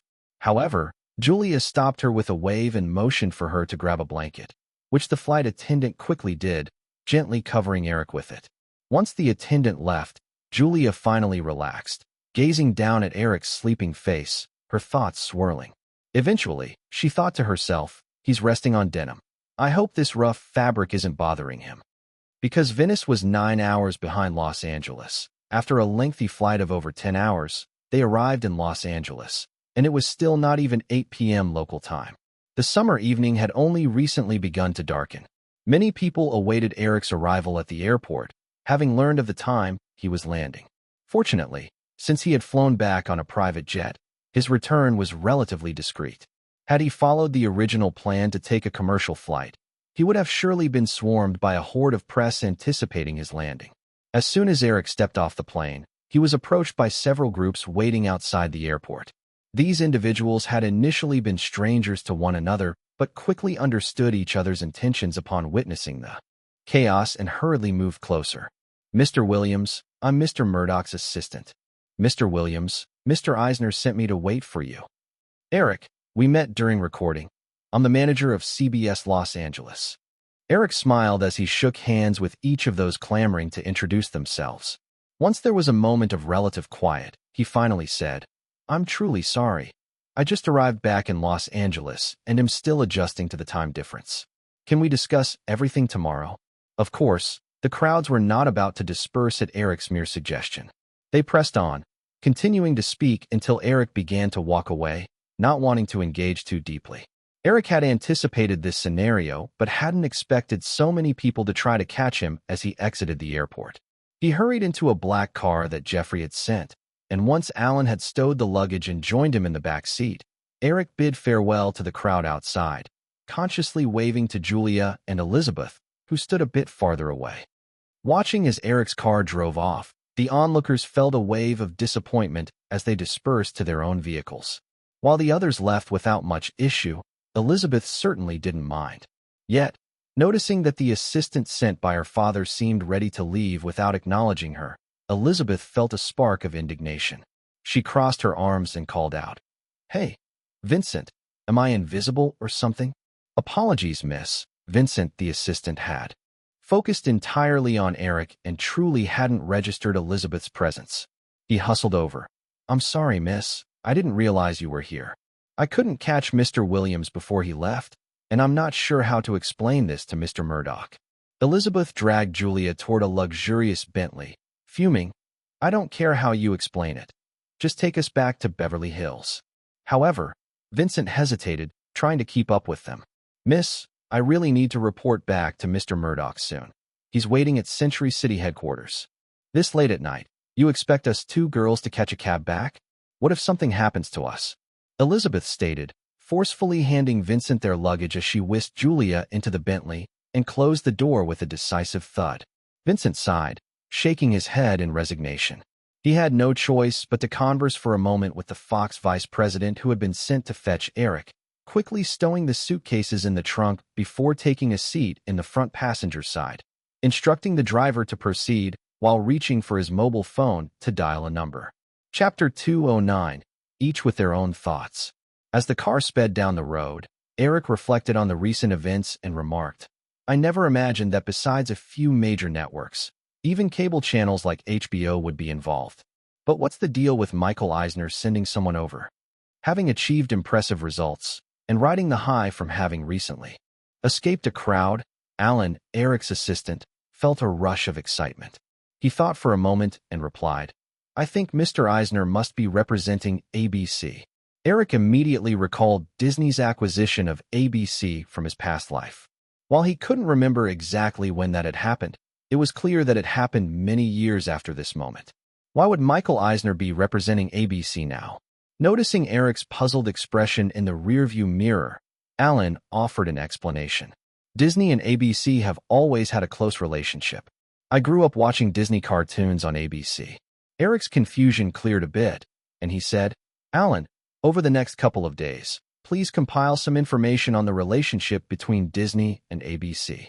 After a brief pause, he added, also, give me a rundown on how the other major networks relate to the Big Six of Hollywood. Sure thing, but that could take about a week, Alan replied, turning his head. Take your time. The most important thing is for it to be accurate, Eric reassured him. I understand, Eric. Where are we headed now? Alan asked.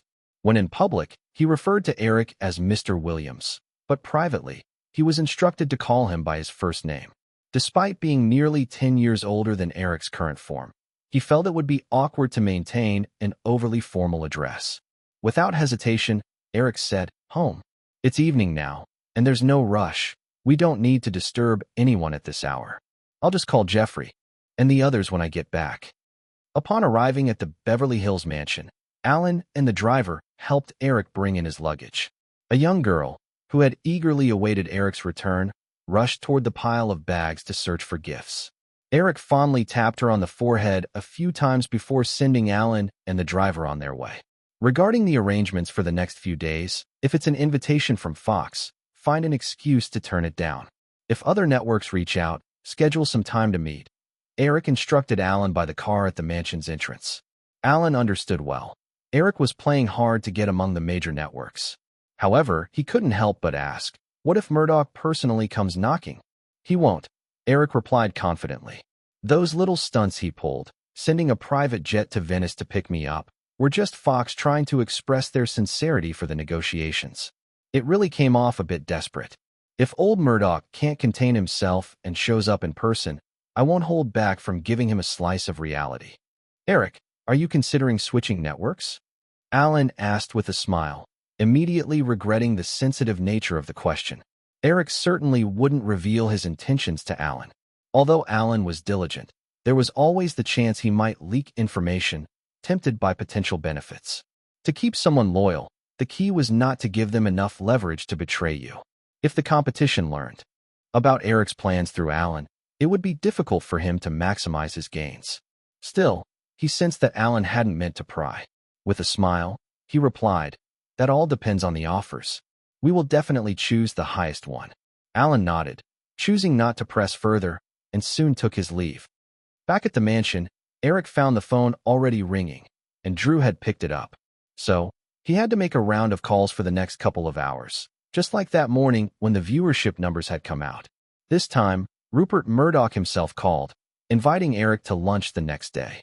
Eric casually found a few excuses to decline. He wanted to schmooze with the other networks first to create a sense of urgency for Fox before discussing any deals to maximize profits. Despite the eagerness shown by the other networks, Eric hadn't planned on switching at all. Compared to the young Fox, the other major networks felt like elderly men with graying hair. Even though they might drop their pretenses to collaborate with Eric, they would still likely flaunt their age. Fox, on the other hand, had grown into a North American media giant alongside the Big Three in just over a decade. But besides Eric, there was no way even Murdoch could understand that trajectory or have confidence in Fox's prospects. This made Eric's position with Fox uniquely significant. The following day, Eric's first order of business was to visit the film set. At noon, facilitated by Michael Eisner, he had lunch with an ABC vice president who had come specially to Los Angeles. That evening, he met with a senior executive from NBC, thanks to Robert Shea. On the morning of September 7th, he was taken by the CBS Los Angeles branch manager for a round of golf. It was worth noting that the offers from the Big Three networks were quite generous. They didn't even suggest outright buying out the series. Rather, they proposed a split of advertising revenue. From what Eric gathered, the split percentages they offered were considerably high. Each of the networks also hinted at wanting to outmaneuver Fox to secure the upcoming series. Through these meetings, Eric realized that the three major networks had likely formed some sort of consensus, perhaps even a loose alliance. However, this alliance was as fragile as a puff of wind passing through. The networks had fierce competing interests, and while they might cooperate, they weren't inclined to let each other touch their crown jewels. Thus, even though the big three had superficially aligned, their distinct approaches allowed Eric to pursue his plans with minimal pressure. If all three networks had simultaneously put the heat on him, he would certainly have to consider the ramifications of upsetting all of them at once. Chapter 210. Why not play the player? Although most of his thoughts were focused on other things, Eric still didn't let go of his own company and movie projects. On the third day after returning to Los Angeles, Eric, along with Jeffrey and Robert, went to the new location they had picked out for Firefly Films. Eric, what do you think of this place? After stepping out of an SUV, Robert Shea pointed at a 7-story building near the highway. Eric looked up to examine the structure. The office building had a silver appearance with a metallic feel. Outside of downtown Los Angeles, there weren't many tall buildings, so this 7-story office in Burbank somewhat matched Eric's expectations.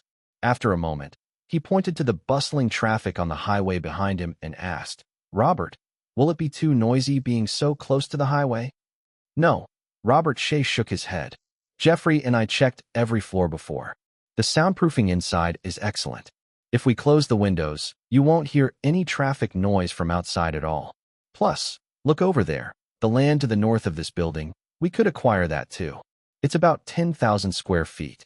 If we need more space in the future, we could build a few more office buildings further inside, so noise won't be an issue." Looking at the map his assistant handed him, he noted it was rectangular, roughly 400 meters long north to south, and less than 300 meters wide east to west. Well then, why didn't they build the office further from the highway at the beginning? Eric asked after surveying the map. The real estate company that originally had this land planned to build a small business area here. But sadly, after the stock market crashed 2 years ago, their funding chain broke. They only managed to construct this building before going under. So, Eric, if we take it over now, I think it's a solid investment for Firefly. Hearing this, Eric felt a spark of interest.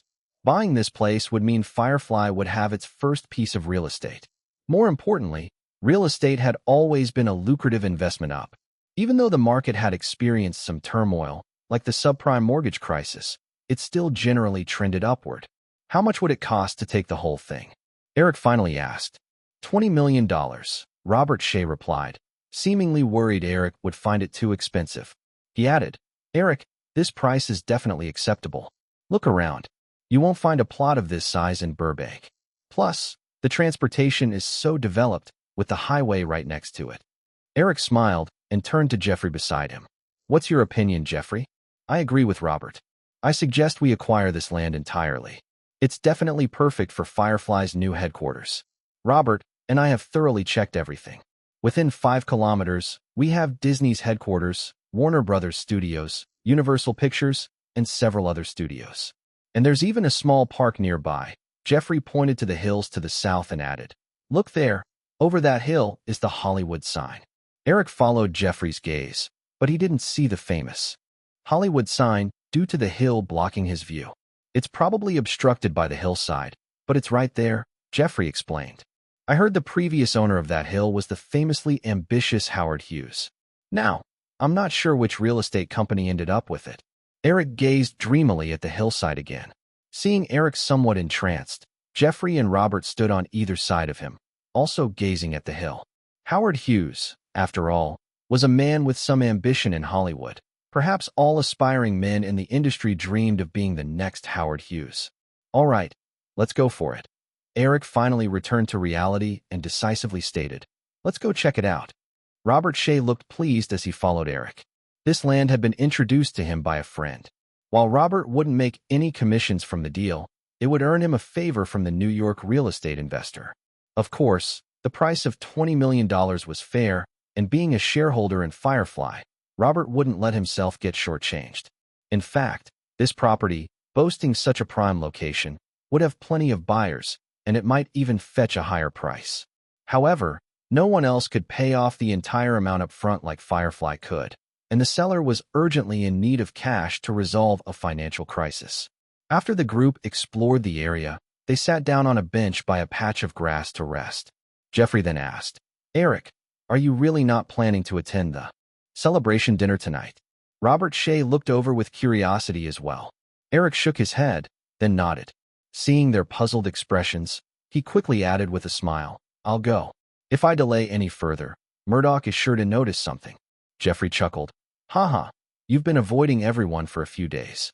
I bet the Fox crew is scared stiff. They probably heard the major networks are looking to snag the upcoming series." Eric looked up at the clear blue sky of Los Angeles and replied casually, "If they were a bit calmer, they wouldn't be so worried. But given the current situation, I suspect even Rupert Murdoch can't stay composed." "Why's that?" Robert Shea inquired curiously, while Jeffrey wore a confused expression. Eric explained, "If the three major networks want to swoop in, Fox definitely wouldn't stand for it, leading to a legal battle, during which they won't be able to air anything. Such lawsuits usually drag on for a year and a half. The three major networks could use that time to calmly handle Fox and hinder its momentum. But in the end, we would also suffer from not being able to air episodes.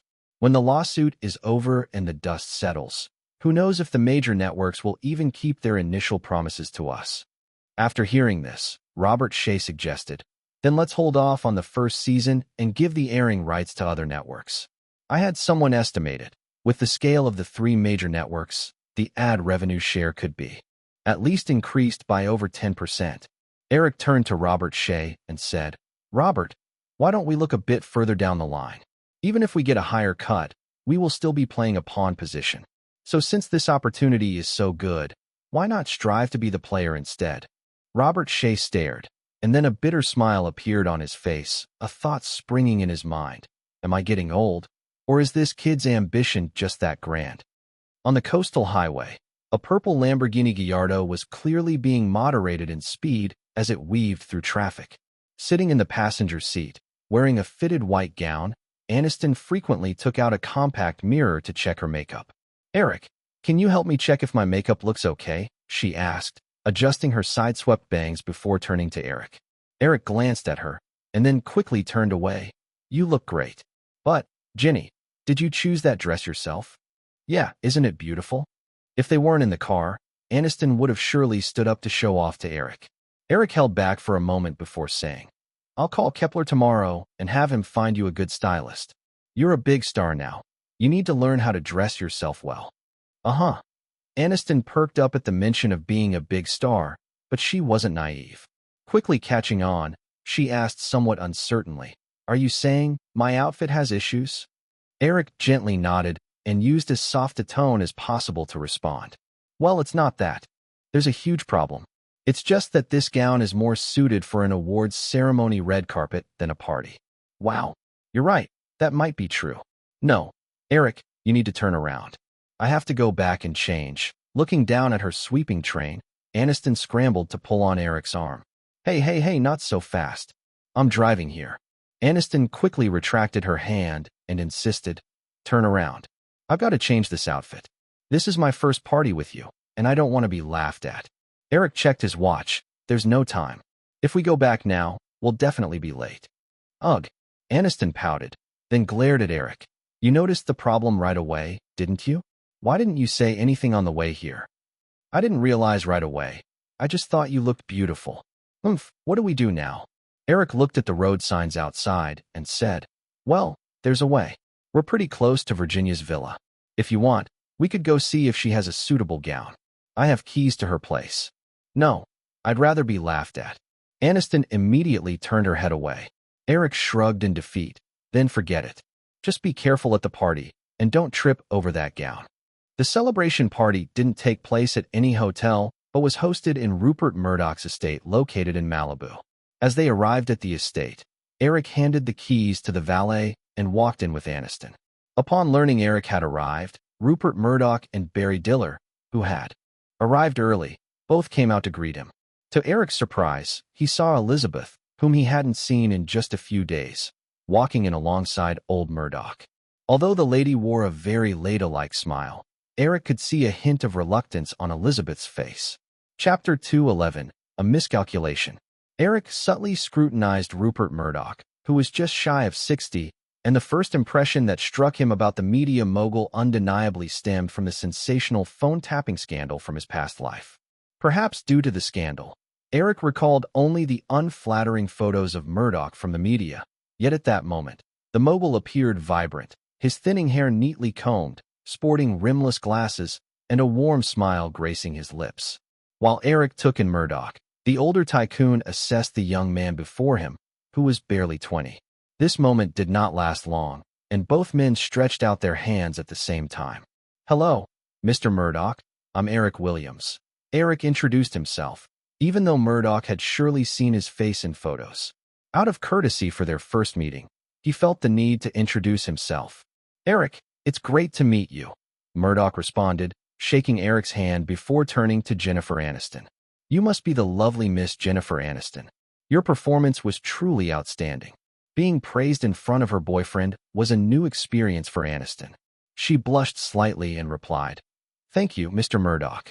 As arrogant, Aniston greeted Barry Diller. Murdoch discreetly exchanged a glance with his daughter. Elizabeth observed the camaraderie between the two young adults and felt a pang of jealousy. Realizing her feelings, she became increasingly uncomfortable. But soon, she rationalized her emotions by thinking she was merely defending Julia. Just a few days ago on a flight, she had witnessed Eric comfortably sleeping on Julia's lap. After waking up with numb legs, Julia had taken quite a while to recover while sitting on the couch. Julia had always been kind to him, but since returning to Los Angeles, he had not reached out to her even once and now flirted with another woman. Unbelievable. "Hey, Liz, you look beautiful tonight," Eric said after his greetings with Barry Diller, and then turned to Elizabeth. "Hello, Mr. Williams," Elizabeth replied, shaking Eric's hand delicately, giving off an air of someone wanting to keep their distance.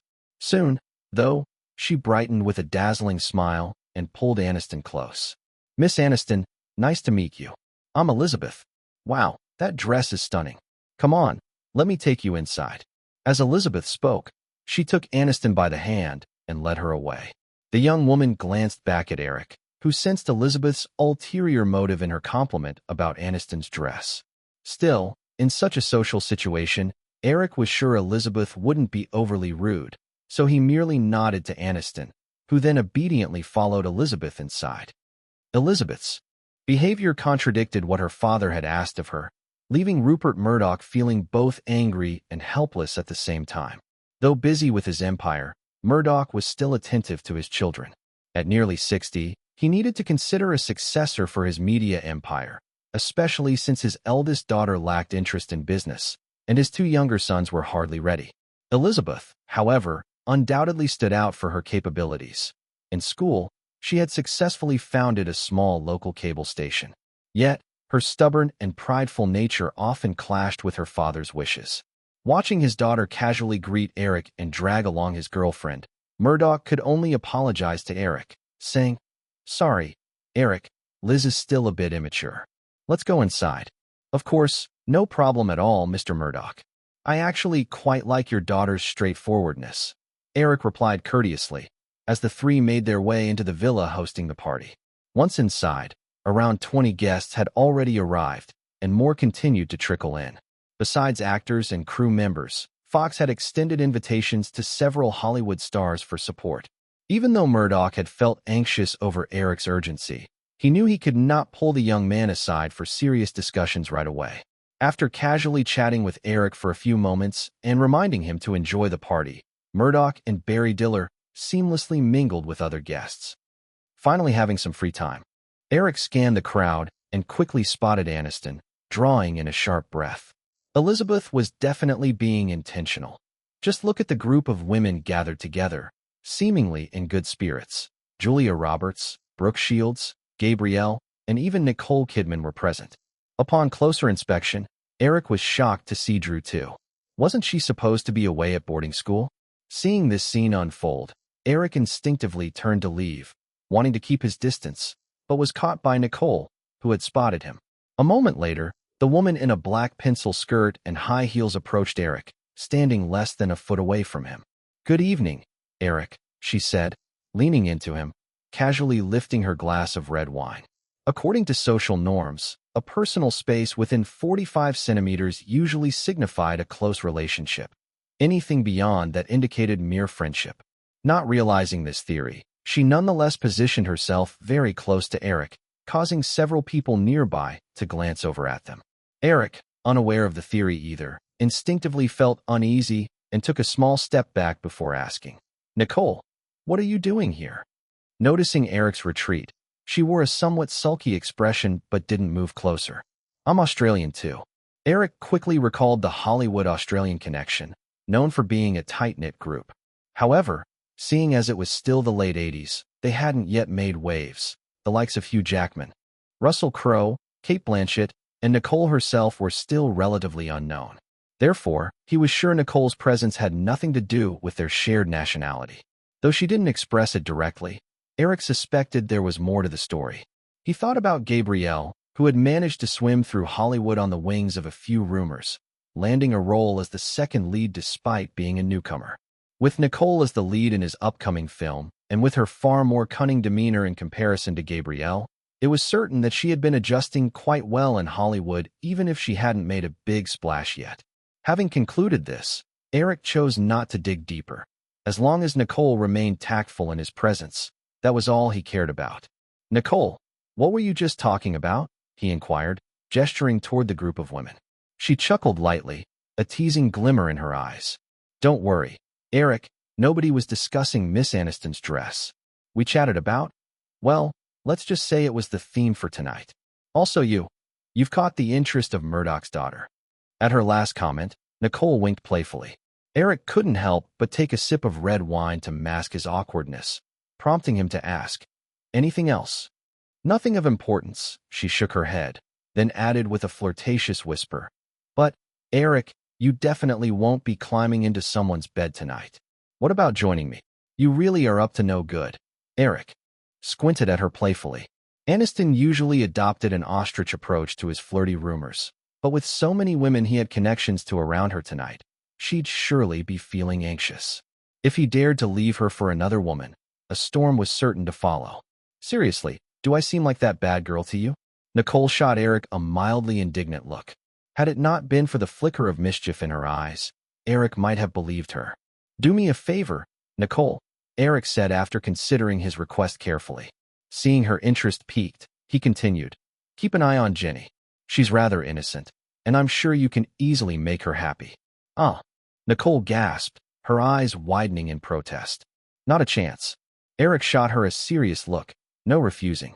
"And one more thing, keep tabs on Drew. Don't let the two of them get into a fight."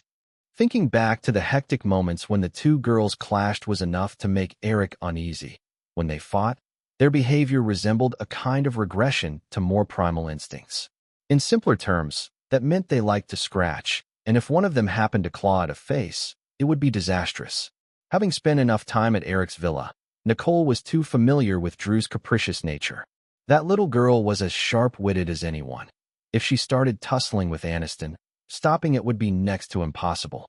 As these thoughts crossed her mind, she shook her head again, a pained expression surfacing with a hint of pleading in her voice. "That's way too difficult, Eric."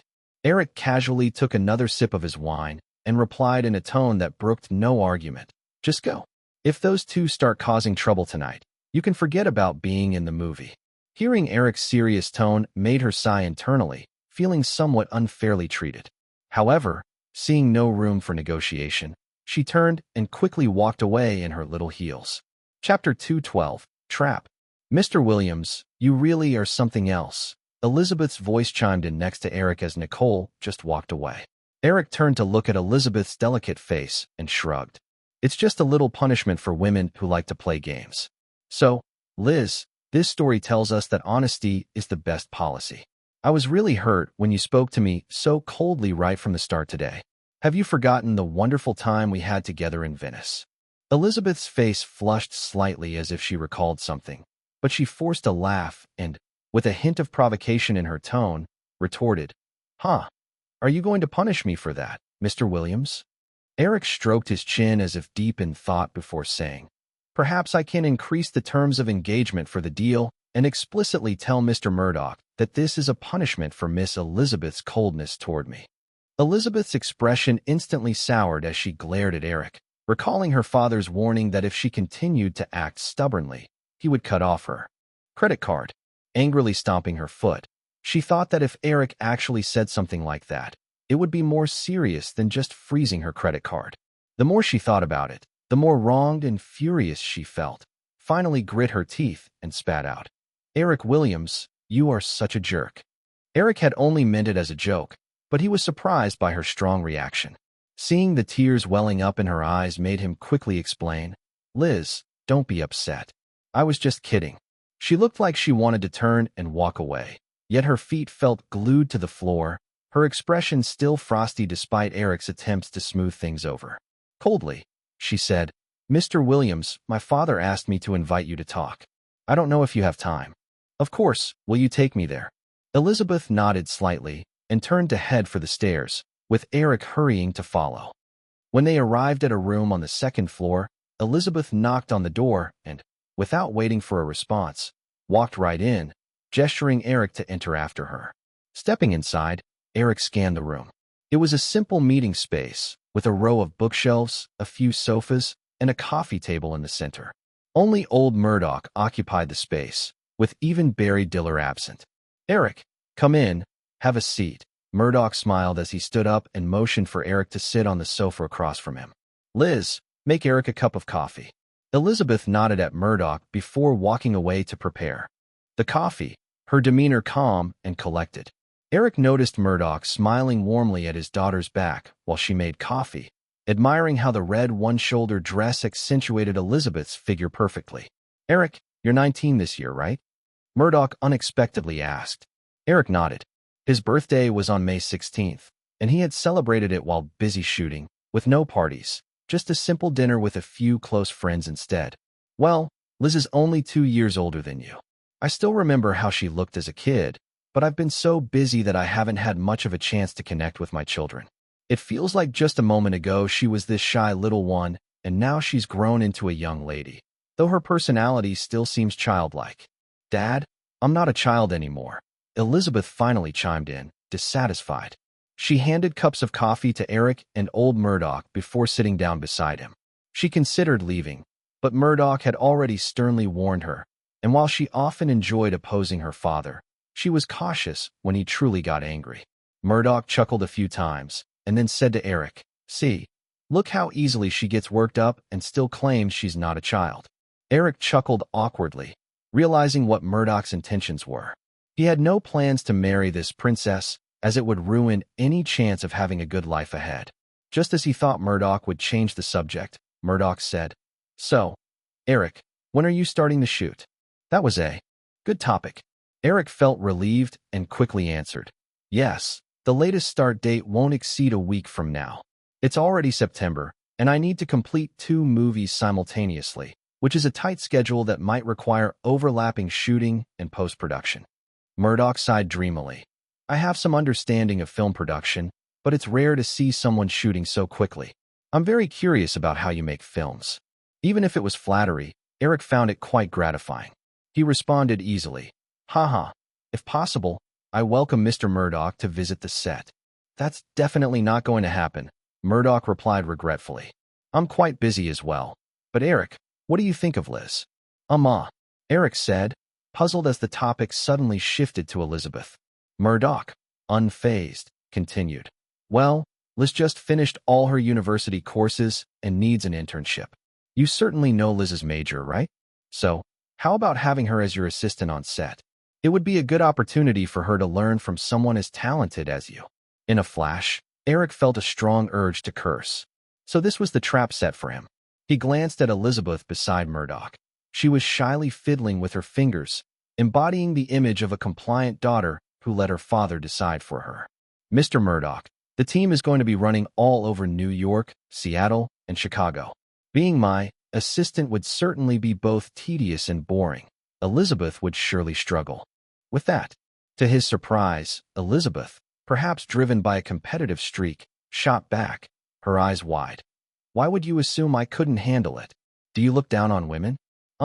Murdoch burst into laughter at Eric's suddenly speechless expression, saying, "Haha, I told you.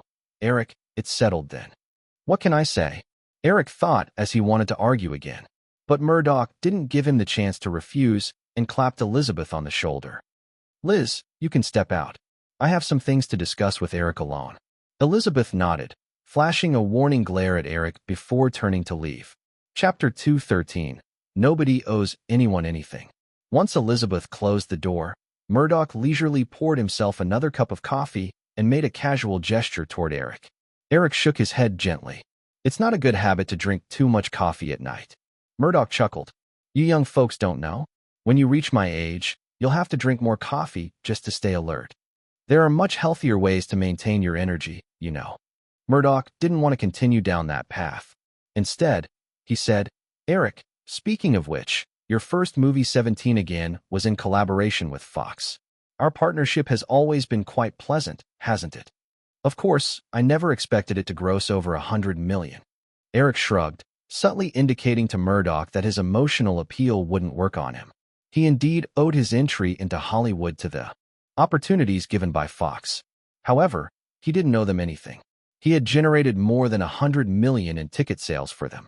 When considering the subsequent revenues from video rentals and television broadcasting rights, the profit would surely surpass $100 million. Yet, he had only pocketed less than 1 million for himself. In that sense, he figured Fox had been rather stingy.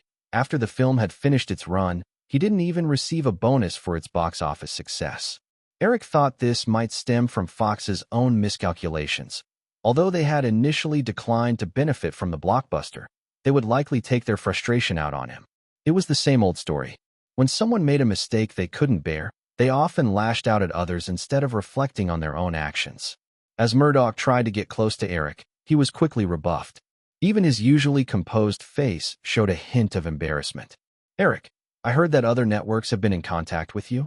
The news about the 3 major networks reaching out to Eric had made the papers, and even the big names wrote analysis pieces. Most articles expressed skepticism about whether Fox could hold onto the broadcasting rights for the next season. Yes, their offers were quite tempting. Murdoch took a sip of his coffee, feeling somewhat irritated. He realized that the young man sitting in front of him was not so easy to deal with.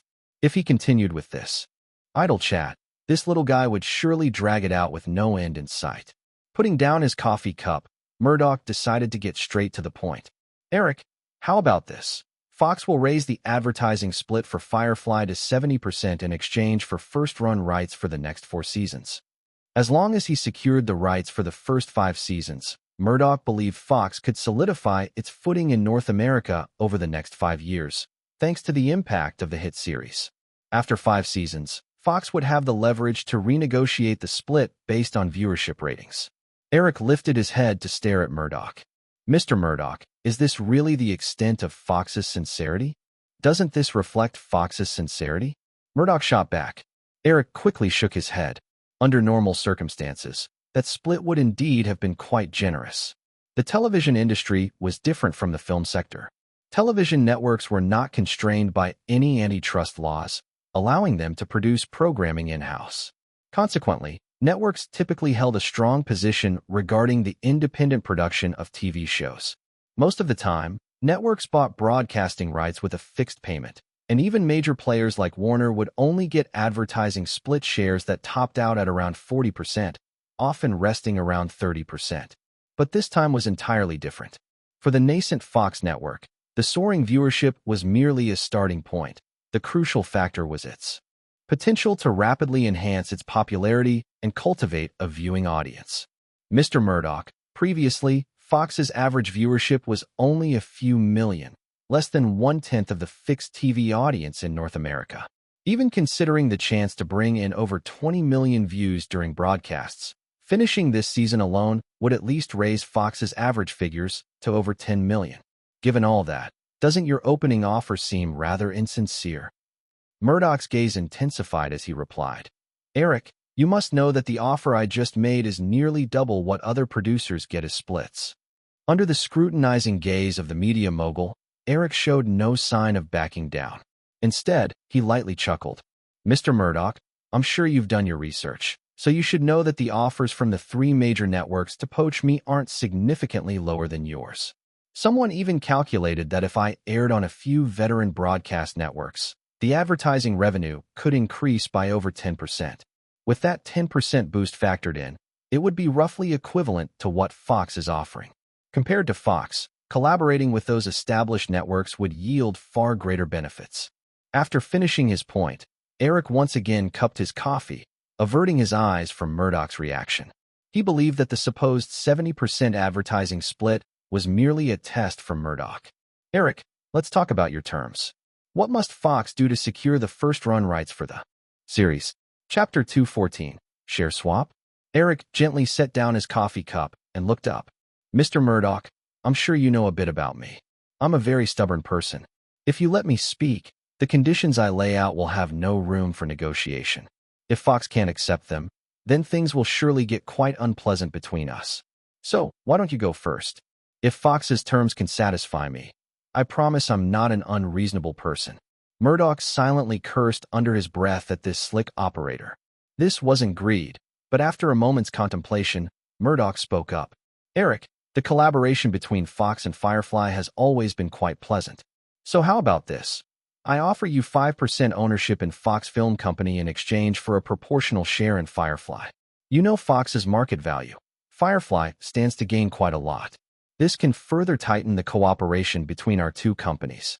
With this offer, I hope to secure the premiere rights for the upcoming 4 seasons, and the proposed 70% advertising revenue split would remain unchanged.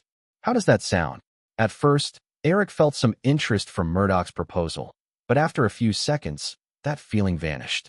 He clearly understood that Murdoch was offering Fox Film Company shares in return for an equivalent stake in Firefly, not Fox Network shares. Many people might assume these two companies were one and the same, but Eric understood the significant differences. Although both were under Barry Diller's control, Fox Film Company and Fox Network were entirely separate entities. As of now, Fox Film Company had a market value of around $2 billion. Thus, 5% of its shares would be worth about $100 million, whereas 5% of Firefly was practically worth nothing. Based on the merger with New Line's pricing, Firefly's market value stood around $600 million. That meant if Firefly agreed to this equity swap with Fox, they would be netting a profit of $70 million. However, the reality was far more complicated. After the merger between Firefly and New Line, every major Hollywood studio recognized the potential development of Firefly. If Eric's films continued to rake in box office hits, in just a few years, Firefly could rival the top 7 studios. Correspondingly, Firefly's market value would skyrocket, possibly surpassing Fox. Eric was very confident. If everything went smoothly, he believed it wouldn't even take 5 years. He had recently spent 15% of the shares and a significant amount of cash on New Line, which he felt was a worthy sacrifice as it would help offset Firefly's distribution weaknesses, dramatically accelerating its rise. Owning 5% of the shares would allow him some say in the boardroom. However, by swapping shares with Fox, Eric wouldn't benefit much. In fact, he would be hindered. Moreover, Eric slightly curled his lip, leaning forward, and asked Murdoch, Mr. Murdoch, how much profit do you think Fox Film Company will make this year? Murdoch's heart skipped a beat, thinking, has this little guy figured it out? Yet, Murdoch still held on to a glimmer of hope and shook his head. I don't really know. We won't have a clear picture until the year-end financial report is out. Eric almost let out a cold laugh. Mr. Murdoch, I can do a bit of math for Fox. Because Mr. Diller focuses on developing Fox Network, the company hasn't released many films. In fact, there aren't any big blockbuster films coming from Fox this year. Fox's slate is centered around my 3 films. Pretty Woman already locked in at $210 million in North America and $530 million worldwide. After subtracting distribution costs, Fox should net at least $70 million in profits. Furthermore, I personally believe that the profits from the next 2 films could be at least $100 million. If you consider the income from other films Fox distributes and video sales, it's looking like a great year. There's a chance we could see $300 million in annual profits this year, almost double the usual amount. Hearing Eric's breakdown, Murdoch couldn't help but feel a rush of excitement. If that were true, those results would certainly place Fox at the top of the 7 major film companies. Even Warner, which was raking in profits this year, might not reach that height. Once the year-end financial report came out, Fox's market value would surely surge. However, after that initial excitement, Some of Murdoch's hopes crumbled away as he dryly replied, "Eric, isn't that quite the good news?" "Of course it is," Eric replied. "So, let's calculate what Firefly's profits will be this year." Eric raised his fingers to tally. Based on the current box office trend, running out of time's global earnings could still reach around $500 million. Firefly's share would be approximately $100 million, and by year's end, after costs, Firefly should also net around $100 million with Sleepless in Seattle and Home Alone 2, just like Fox. Don't forget, I have another 3 films coming out by the end of the year, and I'm optimistic about all of them. Even if those 3 films, when combined, could only earn $100 million, Firefly will still make $400 million this year. If both of our companies give dividends, according to the 5% of equity exchanged, Fox will get $20 million, but Firefly will only get $15 million. At this point, Eric lowered his arm, feeling an overwhelming rage. Initially, he had been tempted by the $70 million equity gap that Murdoch had proposed. But after mulling it over, he realized he had walked right into a huge trap set by the old man across the table. Exchanging shares and Fox acquiring broadcasting rights for the next 5 seasons were 2 completely different matters. Murdoch had skillfully intertwined these 2 issues, giving Eric the false impression that Fox was being sincere. However, if Eric truly accepted the offer for those 5% shares, in the end, he might not see a single benefit. Instead, due to the profit disparity, he could end up giving Fox a share of dividends every year. Furthermore, that equity likely came with a long lockup period, and by the time it could be sold, Firefly's market value might equal that of Fox. Furthermore, Fox would surely maintain the right of first refusal on those shares. So, even if Eric were to sell the shares back, the final outcome would mean Fox would have a stake in Firefly and could meddle in Firefly's affairs, while Firefly would have no say in Fox whatsoever. Plus, after the equity swap, the interests of Firefly and Fox would be tied together. Even if he was reluctant, Eric would have no choice but to prioritize collaboration with Fox in future dealings. It seemed this was Murdoch's main reason for wanting to exchange shares with Firefly. If Eric still held the naive, somewhat timid spirit of a young man, he would likely have been so enraged at this realization that he would have slapped the table, shouting, "This is outrageous. I won't partner with you."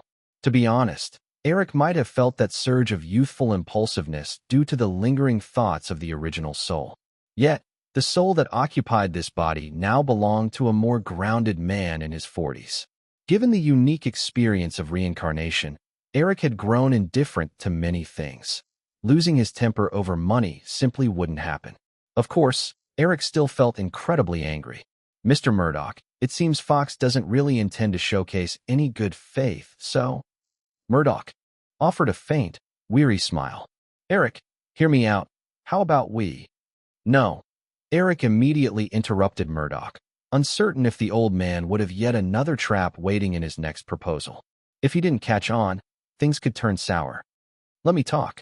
I have no interest in the shares of Fox Film Company, but since today's discussion is about that, let's talk about Fox Network instead. I want shares in Fox Network. If Fox wants to secure the upcoming season's premiere rights, they must transfer 10% of shares to me at 80% of the Fox Network's market value before Friends aired." Murdoch was taken aback by Eric's audacious opening. While he was known as a media tycoon, he held only just over 30% of News Corporation's shares, which own about 80% of Fox Network. In effect, his family's stake in Fox Network was only 24%. If he agreed to Eric's conditions, Firefly would become the second largest shareholder of Fox Network, with supporting influence trailing only behind the Murdoch family. If future conflicts arose, Eric could potentially seize control of Fox Network with backing from other shareholders. Fox Network was Murdoch's most crucial gambit in breaking into the North American market. He would never agree to such terms. To be truthful, Eric didn't originally have such lofty ambitions. He planned only to take 5% of the Fox Network shares. From the data he collected, Fox Network's current value was below $1 billion, which paled in comparison to the $4 to $5 billion value of the 3 major networks. But Eric knew that a decade later, Fox Network would rival these giants, reaching over $30 billion in value. By investing less than $50 million, those 5% shares could become a treasure worth over $1.5 billion. And compared to film companies, television networks provided steadier profits. He could sit back and draw substantial dividends from those billions in yearly profits without lifting a finger. Chapter 215, 1 minute. Murdoch fixed his gaze on Eric with an expression that conveyed the gravity of the situation, saying in a low tone, "Eric, you should know that 10% of the shares is simply out of the question. Even if I were to agree, the board would never allow it." Eric seemed unfazed by the pressure evident in Murdoch's expression and replied casually, "Mr. Murdoch, while you don't hold absolute control, the whole world knows that News Corp is Rupert Murdoch's News Corporation. I believe you definitely have the power to make this decision, so please don't use the board as an excuse to brush me off." Murdoch returned coldly, "Let me make this clear, Eric, there's no room for negotiation on this matter. You should come back with a different offer." Eric maintained his relaxed demeanor, even propping his leg up, but his tone turned resolute. "Mr. Murdoch, I've mentioned before that I'm a stubborn person. Once I make a statement, I won't change it." With those words, the atmosphere in the meeting room became tense as the two men stared each other down. But after a moment, Eric was the first to break eye contact, not out of guilt, but because he realized that it was pointless. Pressuring someone didn't matter when the essence of negotiation was who held the real leverage. And right now, the most important leverage was firmly in Eric's hands. Finishing off the remains of his coffee and setting the cup back on the table, Eric lifted his gaze to Murdoch. "Eric, let's put a pin in this for today. Perhaps we both need to take a step back." The moment Murdoch spoke, Eric sharply sensed that he had gained an undeniable upper hand in this standoff. In light of that, how could he not strike while the iron was hot? "Mr. Murdoch, my schedule is very tight. If I miss today, I doubt I can find time in the next 2 months. The 3 major networks are waiting for my response," Eric stated. Feeling the need to fortify his point, he added, "Oh, by the way, ABC has been bleeding money, and they're offering the highest bid. Moreover, they previously mentioned they were willing to pay a penalty to acquire the remaining episodes of this season. To be honest, I'm quite tempted. After all, in the first season, I only received 40% of the ad revenue from Fox. If I were to switch to another network, ABC's offer would be, sorry, that's trade secret." This was already a blatant threat, and Murdoch felt an urge to hurl everything on his desk at Eric. Of course, that's all he could do. Think about it. Murdoch retorted coldly. "If you decide to breach the contract, then prepare to meet in federal court. I assure you, you won't get a single penny in the end." "Mr. Murdoch, do you really believe that News Corp can go toe-to-toe with the big 3 networks and their backing in North America? You must know deep down that if this lawsuit goes through, Fox will undoubtedly lose. By the time the trial is over, we might not see a return to airing until next year. Firefly would probably suffer significant losses, but undoubtedly, Fox would lose even more. Without that, any hopes Fox has of rising quickly would be nothing more than a pipe dream, while the 3 networks, now fully aware of the threat, could easily work together to push Fox network out. If they really did that, Firefly would gain absolutely nothing.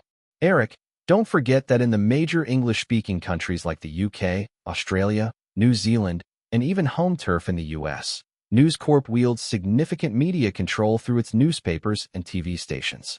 Even the British government has to tread lightly to maintain a good relationship with News Corp for the sake of their media image. If you go through with this, I could ensure that films produced by Firefly would receive terrible reviews worldwide, ruining your personal image globally. You know how much we've suppressed reports about you and those actresses, right?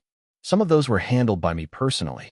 A reporter has been interested in you for 6 months, tracking you for 2 months, capturing every detail of your private life on camera. Initially intending to write a feature on you, discussing your connections with Virginia Madsen, your current girlfriend, Julia Roberts, and oh, I almost forgot about Miss Drew Barrymore. She's only 14, isn't she? Once Murdoch finished his monologue, he smugly lifted his coffee to take a sip, but Eric, who had been keeping his head down, raised his face. It was then that Murdoch noticed Eric's eyes were cold, and though his face appeared slightly pale, there was an unusual flush to it. Oh no, Murdoch thought quickly as it struck him that the young man before him was only 19, a rising star in his prime. The combination of those factors meant Eric was more prone to act impulsively when faced with threats. If this hot-headed kid were to act impulsively and breach the contract just to take what he wanted, then even if Murdoch succeeded in using the media to destroy this kid's public image, News Corp wouldn't gain a single iota of benefit, which obviously ran counter to the company's interests. Eric seemed oblivious to the change in Murdoch's demeanor, glancing at his watch before looking back at Murdoch. "Mr. Murdoch, you have 1 minute to consider. Agree to my conditions, or we part ways and see who ends up with a greater loss. I'll start the timer now." With that, Eric lowered his head again.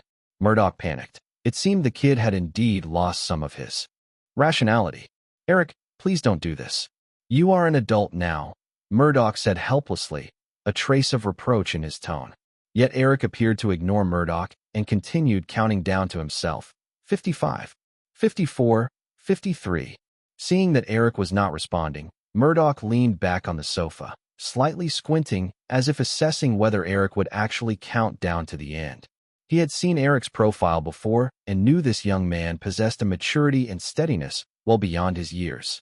He was gambling, hoping Eric might impulsively react over the words he had just spoken, but a minute countdown could give this clever young man the chance to calm down. 36, 35, 34. The countdown pressed on relentlessly. Chapter 216, A Tangled Mess. For Rupert Murdoch, that fleeting minute felt unusually long. Murdoch had initially hoped that the young man before him could manage to calm himself down. However, as the numbers rapidly spilled from Eric's lips, Murdoch found himself struggling to remain composed. He began to calculate the stakes quickly. Eric was right. If Fox Television missed this opportunity, it would lose what might have been its best and only chance at a breakout. If they failed, and Fox managed to settle quietly and build up again, that wouldn't be much of an issue. However, after their miraculous ratings, the three major networks were keenly aware of the threat that Fox posed to their standing, and they wouldn't allow the once faltering network to flourish quietly. Having navigated the treacherous waters of the media industry for decades, Murdoch was no stranger to deceitful tactics and brutal competition. Back when he left Australia to expand his business in the UK, he faced the fiercest opposition from competitors who resorted to any means necessary to undermine him as an outsider. There was even an instance where a group of kidnappers mistakenly abducted the wife of a News Corp manager, thinking she was his own, and when they realized their mistake, the poor woman was killed. Now, he found himself in America, and Murdoch was certain that the competitive landscape in North America was just as ruthless as it had been in the UK, if not more. In less than 30 seconds, countless thoughts raced through Murdoch's mind. Across from him, Eric continued to watch his watch, unfazed, counting down methodically. 9, 8, 7, 6. In those final seconds, Murdoch sighed deeply and waved a hand, saying, "Eric, stop counting. I'll agree to you." Upon hearing Murdoch's words, Eric paused for a moment and, as if out of habit, slowly finished counting the remaining digits before lifting his gaze. His seeming lack of urgency belied a maturity that contradicted his youthful appearance. Though Murdoch's threats loomed greater than the mere distraction of the deal's stakes, he wasn't about to act recklessly. He was gambling, betting that there was over a 70% chance that Murdoch would agree, simply because Fox needed it so desperately. Of course, Eric had also considered what might happen if Murdoch refused. Even if the negotiations collapsed, he could be sure that once that countdown finished, he could simply walk away.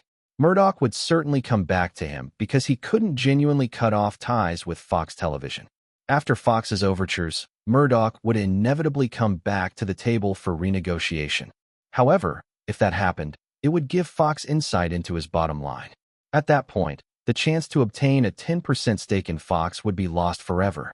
But based on Murdoch's response after Eric laid out his proposal, Eric believed he had no real chance to secure that 10%. Then again, when Murdoch heard about the potential transfer to ABC, he had made a veiled threat using his women, which gave Eric a reason to push the limits. It's understandable for a young man who has tasted success to act a little hot-headed, Eric thought. Given that the chances of securing the 10% stake were already slim, he decided to take a gamble. Murdoch ultimately didn't dare take that risk. He feared that Eric might leave in a huff, cutting off all chances of working with Fox Television and transferring the opportunity to ABC. If the worst came to pass, there would be no turning back. Thus, he won the gamble. Even though Murdoch nodded in agreement, Eric didn't show any signs of delight. He simply picked up the coffee pot in front of him and poured himself another cup, savoring it as he waited for Murdoch to speak first. Murdoch, with his keen instincts, quickly realized that he might have just been outmaneuvered. Change of heart. That was Murdoch's first thought.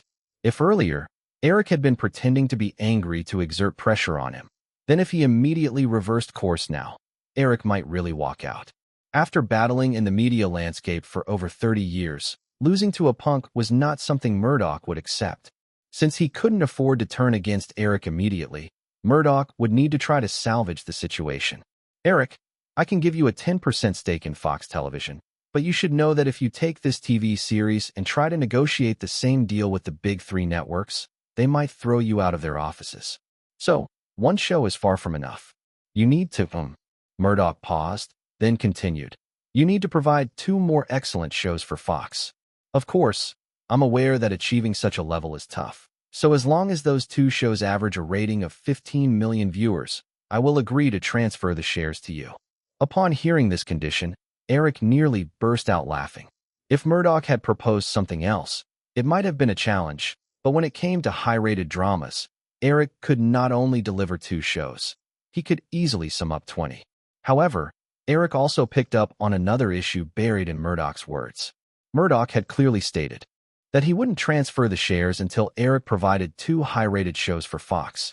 That was impossible. He was sure that if he delivered 3 shows to Fox, and upon seeing great ratings come in, Murdoch would be less inclined to give him any stake, not wanting to tarnish his own reputation.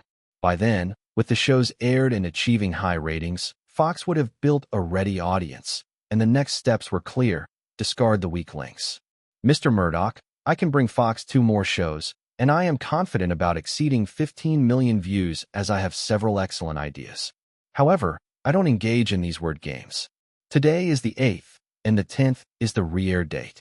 If Fox has not demonstrated a willingness to transfer equity before the evening of the 10th, I cannot guarantee what will happen, Eric said, preparing to rise. If Eric had just stated the latter part of his argument, Murdoch might have let him leave. But hearing Eric mention he had several good ideas again stirred something in Murdoch. His mention of those 2 shows surpassing a 15 million rating seemed aimed at sabotaging his earlier promises. An average rating exceeding 15 million for any new American drama was an uphill battle. The combined output of all the North American networks rarely topped a few shows that accomplished that each year, most of which were sequels of established hits. For a brand new drama to achieve that would be nothing short of miraculous, which made the news of a first season premiere that drew over 30 million viewers all the more astounding. So, upon seeing Eric prepare to leave, Murdoch hastily waved to stop him. Wait, Eric, how could I play these word games with you? You have to believe that if I agreed to your condition, I would never back out. So let's sit down and discuss your ideas. Oh please, Eric thought bitterly. He was already tired of the conversation and found confronting Murdoch to drain. With a false step, he could so easily fall into one of Murdoch's traps. Yet, hearing Murdoch's question, Eric found himself unable to leave. Actually, here's what I'm thinking, Mr. Murdoch. I can deliver 2 TV dramas. However, boosting a network's influence requires more than just dramas. Along with providing another drama of different type for Fox, I plan to create a variety show for Fox that I assure you can average ratings of over 20 million if executed well. Murdoch's heart skipped a beat as he asked, Eric, could you share your vision for that variety show? Eric smiled and shook his head. Mr. Murdoch, I already mentioned, I want to see Fox's preliminary proposal for share transfer by the 10th. Until then, there is no need to discuss anything further. But if you refuse to reveal anything, how am I supposed to know you're being truthful? Murdoch pressed.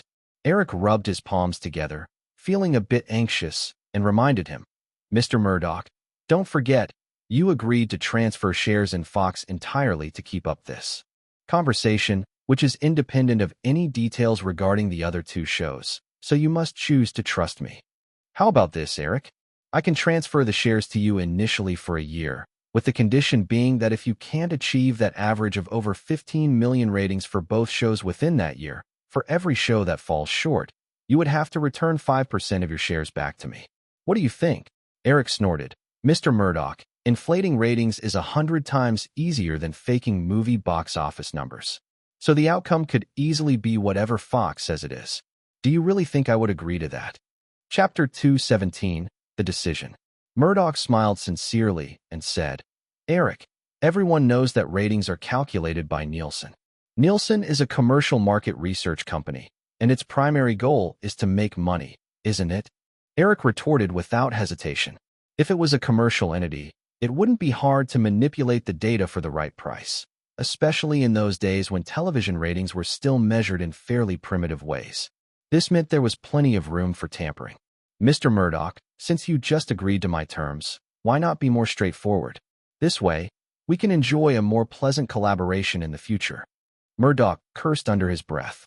This matter could potentially affect the future dominance of Fox Broadcasting, so how could he be casual about it? If it hadn't been for Eric's earlier pressure, he never would have even considered this. But now, Murdoch realized that after having lost the upper hand in their initial confrontation and having Eric see through his subsequent little schemes to counteract him, he might have to concede that 10% stake. He still had no clue about Eric's bottom line. He couldn't be sure whether Eric would risk breaching his contract to hand over his shares to another network, nor did he know the specific terms the other major networks had offered Eric. On the flip side, Eric had figured out Murdoch's intentions. From the moment Murdoch nodded in agreement, Eric had realized that he wouldn't allow Fox to lose its standing, even if it meant bringing in a major investor. Knowing there was no turning back, Murdoch intended to negotiate for as much benefit as possible. After all, as someone with a controlling nature who didn't belong to Eric's camp, he still viewed Fox as his personal domain, even if Eric's Firefly Films was set to become the second largest shareholder. Recalling the time when Fox had been denied the opportunity to produce, Murdoch understood that if Eric's two proposed shows ended up being ratings hits, it meant that the rights to Fox's signature programs would be under the control of Firefly. This essentially placed Firefly in a position of power over Fox, and with the additional 10% stake, if he and Eric ever fell into an irreconcilable disagreement, the investors motivated by profit would obviously favor whichever side could secure the hit shows. After some hesitation, Murdoch finally spoke. All right, Eric. I agree. We can discuss the specific details later. But regarding those two programs you mentioned, since Firefly is about to become a stakeholder in Fox, I hope you can provide the concepts and allow them to be produced by Fox. Eric could tell Murdoch was genuinely conceding this time, and he felt a surge of excitement. Not to mention how much that stake might be worth down the line. Having a stake in Fox meant expanding his business territory into an entirely new arena. Of course, with Murdoch giving him such a positive response, he knew he had to express his own sincerity as well. Murdoch's earlier comments weren't entirely mistaken. Wanting 10% of Fox's shares with just one project was far from enough. Although he was somewhat reluctant, Eric replied, Mr. Murdoch, handing over the whole production to Fox just isn't feasible. But I can promise that these two programs can be co-produced by Fox and Firefly, sharing the investment and splitting the rights. Murdoch didn't expect Eric to generously surrender full control. His aim was to involve himself in the production and rights, so Eric's proposal was very much in line with what he had hoped for. Therefore, he didn't press for further negotiations. During this brief exchange, Eric had exerted quite a bit of effort, and Murdoch was equally exhausted. Then let's call it a successful collaboration.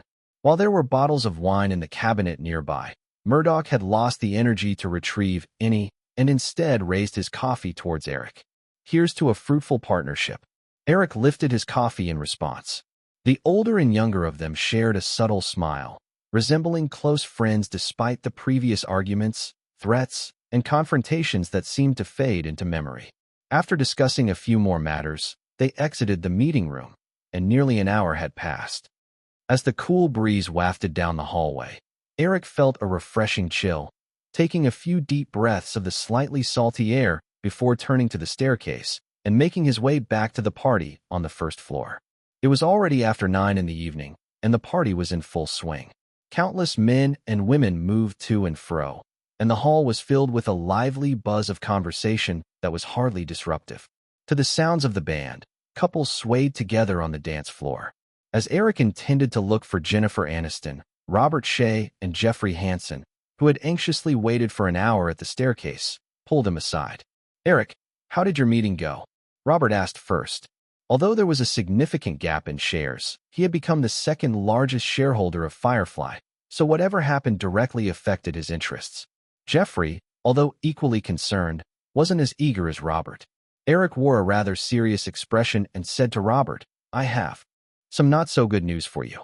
"Ah," Robert said, opening his mouth. Eric had previously shared some of his plans, so hearing this made him feel a bit disappointed, but he still pressed. "Didn't it work out?" Eric shook his head and, seeing the puzzled looks on both Robert and Jeffrey, stated, "What I meant is, Robert, the box office sharing we were expecting recently was supposed to cover that $60 million for New Line.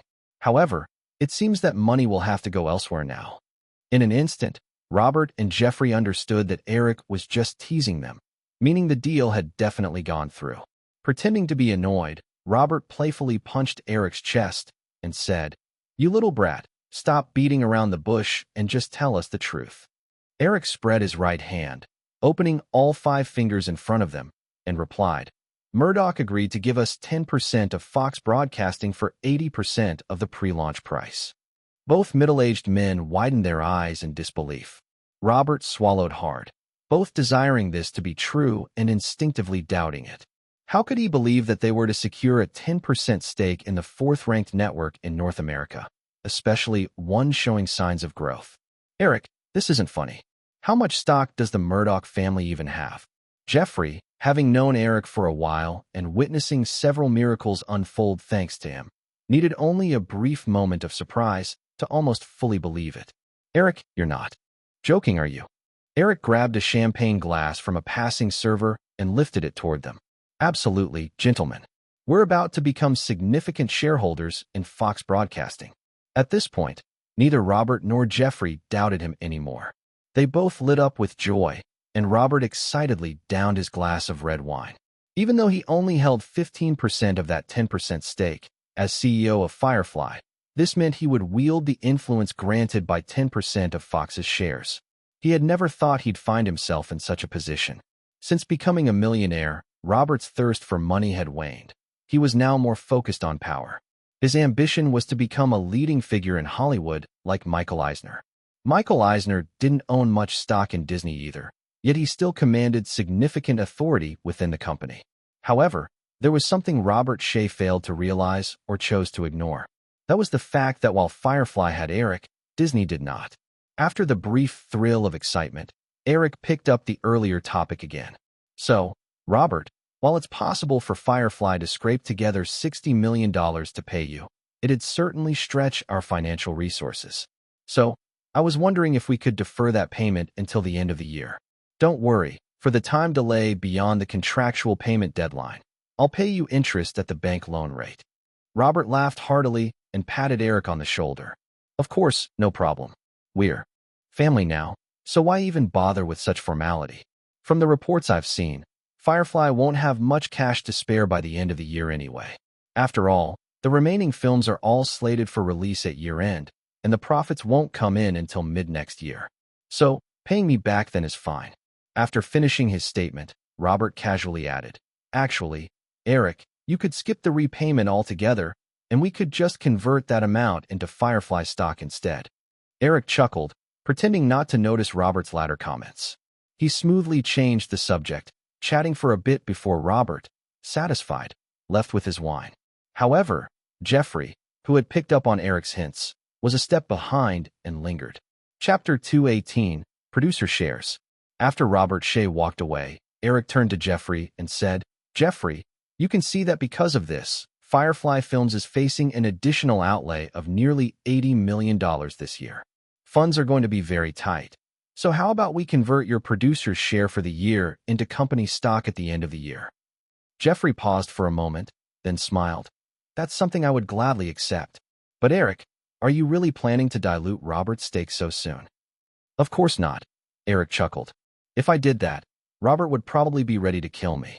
I'll be transferring part of my shares to you. I hope you won't mind if it's not much. Not at all. Whatever you give me is fine, Jeffrey replied casually. If I wasn't eager to see Firefly rise to the top, I'd have retired by now. By the way, I bought a farm in Maryland a little while back, about 2,000 acres. It's the same place my wife grew up. I've got someone else managing it now. When the day comes that Firefly no longer needs me, I'll be heading there to grow some corn, do a bit of hunting, and enjoy my golden years. Eric felt a twinge of emotion. Without Jeffrey and the excellent team cultivated by him and his legendary wife, it was hard to say where Eric would be right now. However, once Jeffrey finished talking, Eric put on a mock, disapproving expression and said, All right, Jeffrey. You're not Romeo of Juliet or the Prince of the Little Mermaid. You're just a middle-aged bald guy. Cut out the melodrama, will ya? Jeffrey knew Eric wasn't genuinely complaining. This clever young man just didn't want to wallow in the past. So, he joked, Well, I'm certainly not those people. I'm Jeffrey of Salina. Wow. If you keep talking like that, I'm going to puke. Jeffrey laughed and shook his head. But, Eric, if I do leave in the future, don't forget to come visit me on the farm now and then. You know, I don't have many family members left. Eric cautiously asked, You still haven't made up with your son? At that question, Jeffrey seemed a bit downcast. Well, I can't say we haven't reconciled, but it's not exactly a warm relationship. Chris is very busy. We hardly see each other all year, so it's not surprising our relationship has grown a bit distant. Eric showed curiosity. Speaking of which, I've never met your son. You just mentioned he's Chris. What does he do? He works on Wall Street. Wall Street sounded much more prestigious than Hollywood, Eric thought to himself, and he followed up with another question. Which firm on Wall Street? Morgan Stanley. Wow, Eric couldn't help but exclaim. Although he didn't pay much attention to that area, he still knew that Morgan Stanley was among the big four investment banks, alongside Merrill Lynch, Goldman Sachs, and Citigroup. Many famous financial crises had those giants behind them. I was thinking, if possible, I might ask him to work at Firefly. But now that he's with famous Morgan Stanley, that's probably off the table. As Eric spoke, there was a hint of pride on Jeffrey's face.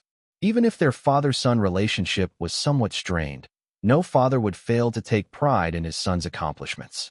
Eric, if you ever want to do some investing in the future, you can give him a call.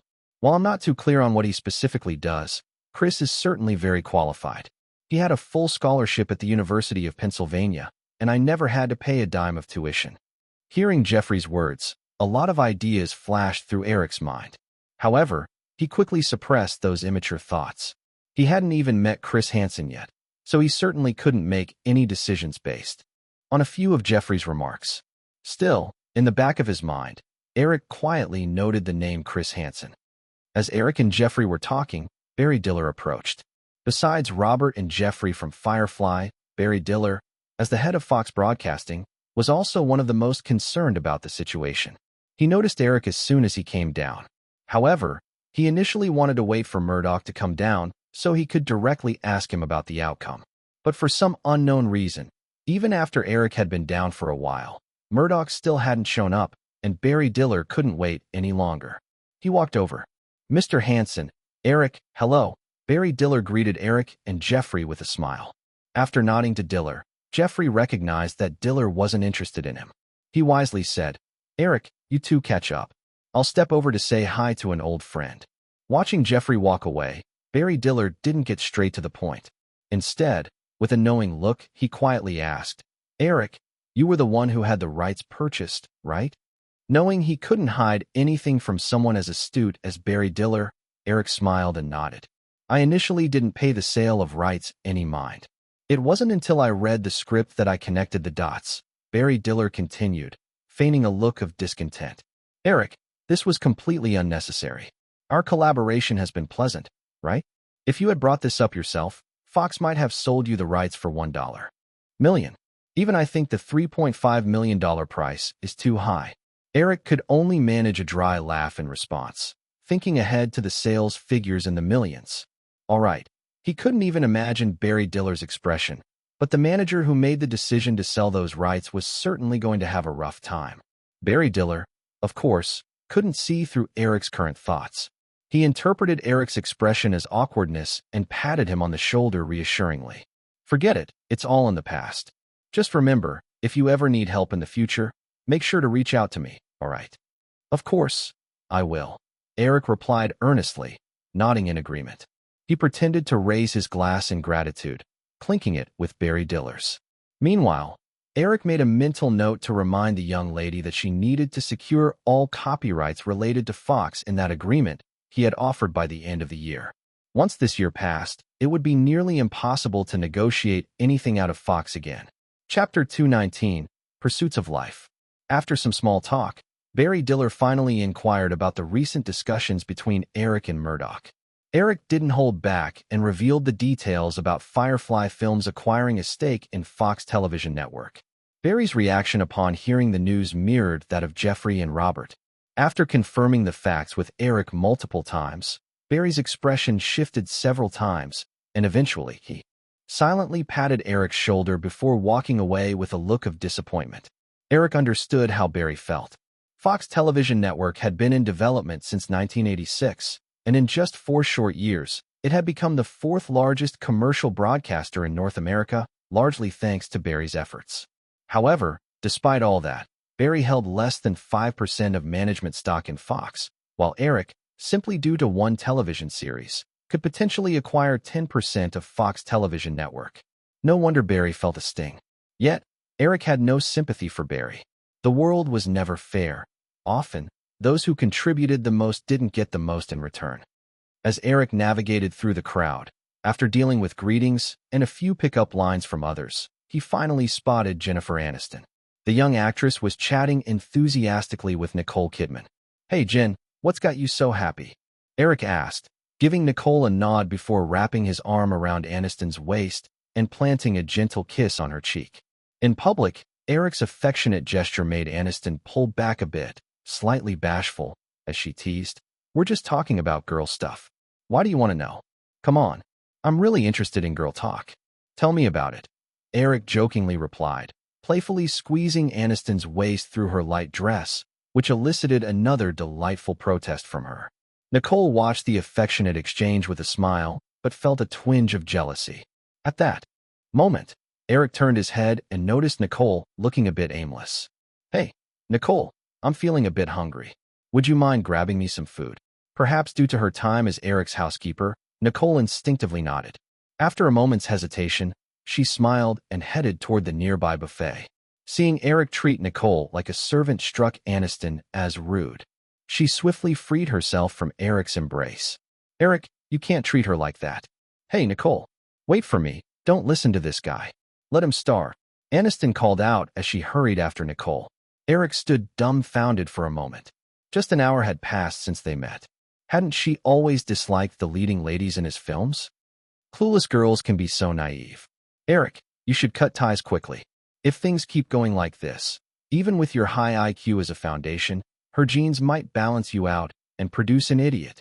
Eric turned toward the familiar voice and playfully ruffled Drew's short hair. "Hard at work in school, huh? Even using sophisticated words like genes?" Drew yelped a few times, tilting her head to avoid Eric's teasing. "It's nighttime. I'm not skipping school," she protested. Eric gently tugged at the girl's ear. "From that girl's school in northeast Pasadena to Malibu, you'd have to cross the entire city. It's over 50 kilometers. Given LA traffic, it can take 2 hours to get here. Tell me, without skipping school, what time did you start your journey?" Drew's head tilted as Eric pulled her ear, but her mouth stubbornly replied, "Who would be dumb enough to drive through the city? Don't you know about freeways? I could take the 101 and switch to Mulholland. It wouldn't even take an hour." Ouch! As Eric tightened his grip slightly, she instantly clammed up, her eyes watering as she looked at him pleadingly. By now, onlookers watched curiously. Some who didn't grasp the situation asked their companions questions. Their looks toward Eric mingled with a hint of innuendo. Meanwhile, Aniston and Nicole, each holding a small plate of food, were approaching. Upon seeing Eric tugging at Drew's ear, Aniston snorted and pulled Nicole along. "Come on, Nicole. Let him starve." Nicole hesitated but glanced at Eric, who noticed the helpless look on her face before she turned with Aniston to leave. Just as Eric was getting ready to continue his lighthearted scolding, Someone intervened on behalf of the girl. "Hey, Eric, you can't treat a girl that way." Elizabeth, who had come along with Julia Roberts, raised her eyebrows and pulled Drew toward her. Hiding behind Elizabeth, Drew stuck out her tongue at Eric in a playful defiance. Eric found himself puzzled by whether Elizabeth genuinely didn't understand the situation or was just acting naive. Regardless, he didn't want to continue the scolding now that someone had stepped in. "Liz, is something up?" he asked. Elizabeth had expected Eric to defend himself and was taken aback when he asked so directly. "Julia is leaving. Aren't you going to say goodbye?" Surprised by Elizabeth's comment, Julia quickly tugged at Elizabeth's dress. Eric glanced at Julia, noticing her evasive gaze. He understood it was Elizabeth's initiative, but he found himself nodding. "All right, let's go," he said, catching Drew, who was trying to slip away. "Hold on. Come with me." "Julia, it's still not even 10. Why are you leaving so early?" Eric casually asked as they headed toward the parking lot. Julia hesitated, opening her mouth. She isn't feeling well. Why do you need so much detail?" Elizabeth quickly chimed in, picking up on Julia's discomfort. Eric nodded knowingly, and the response made Julia blush slightly. Once they reached the parking lot, Eric asked, "Julia, can you do me a favor?" "Huh?" Julia replied, looking puzzled. Eric pulled Drew closer, who had been busying herself playing with her fingers. "Could you let Drew stay at your place for the night and help me take her to school tomorrow? Is that okay?" "No way. I'm not going." Drew immediately protested but eventually nodded reluctantly when she met Eric's determined gaze. She realized Eric likely wanted to take Aniston home and knew better than to get in the way. Watching the girl hop into Julia's car, Eric felt compelled to remind Julia a few things before letting the pair leave. As Julia drove away with Drew from the estate, Eric opted to sit on a nearby bench in the small garden. Rather than heading back to the villa, Elizabeth hesitated before sitting beside Eric. When she saw him pull out a pack of cigarettes and light one up, her mouth opened slightly, but realizing that they were outside, she didn't stop him. After taking a deep drag and exhaling a thin stream of smoke, Eric turned to ask, "Liz, is something bothering you? Are you feeling troubled?" Elizabeth countered instead of answering. Seeing Eric's puzzled expression, she added with a teasing smile, "Juggling so many women must be overwhelming. Are you hiding away here to smoke?" Eric chuckled lightly. "How could I? I don't have that many women. Besides, movies and women have been my two great pursuits in life. I'm having too much fun to be troubled by it." Elizabeth had never heard such a straightforward opinion before and rolled her eyes. "Your pursuits are incredibly tacky." Eric ignored her criticism, leisurely enjoying the cool ocean breeze under the dim streetlight as he planned to sit quietly for a while. Initially, he thought Elizabeth would leave once she grew tired of the solitude, but after finishing one cigarette, she remained comfortably seated beside him. This unexpected presence left Eric feeling somewhat uneasy, making him wonder what she wanted. After pondering for a moment, he tentatively asked, "Liz, your dad must have pressured you into being my assistant, right? If you want, I can tell Mr. Murdoch to let it go. Do you really dislike me that much?" Elizabeth replied earnestly. Eric shook his head. "I've never disliked beautiful women." Upon hearing this, Elizabeth's heart inexplicably raced a bit, yet her tongue continued its playful confrontation. "You're always so slick with words. A true playboy." Hearing that, Eric lazily leaned back against the bench, unabashedly taking in the sight of Elizabeth's figure clad in the elegant dress. He offered a roguish grin. "Then why don't you hurry up and run far away?" Elizabeth nearly instinctively wanted to protect herself from Eric's assertive gaze, but ultimately repressed that impulse. She defiantly responded, "You narcissist. Why would I run away from you?" Eric shot a glance at her feet, once relaxed and crossed, now firmly planted on the ground. Choosing to stay silent again as he reached for another cigarette, lost in thoughts of the night's events while scanning the surroundings dispassionately. Chapter 220. Can you sell me a script? Eric noticed Elizabeth's nervous little movements, revealing her inner turmoil. Her cheeks flushed slightly, but she seemed to treat this confrontation like a battle. With her competitive spirit, she stubbornly stayed put as if standing up would mean losing something. However, when she saw Eric completely uninterested in her looks, she snapped back. "Hey, what are you thinking over there?" Eric didn't even glance at her, casually pointing to a stylish lamp on the lawn nearby. That lamp looks nice. I was just thinking that once you can't resist leaving, I might take a few and stash them in the car. Elizabeth couldn't help but chuckle, but quickly schooled her face into a stern look, glaring at Eric. Don't even think about it. I'll keep an eye on you. That's too bad, Eric replied, feigning regret without a hint of it in his tone. Seriously, can you be a little more serious? Elizabeth finally showed a hint of exasperation.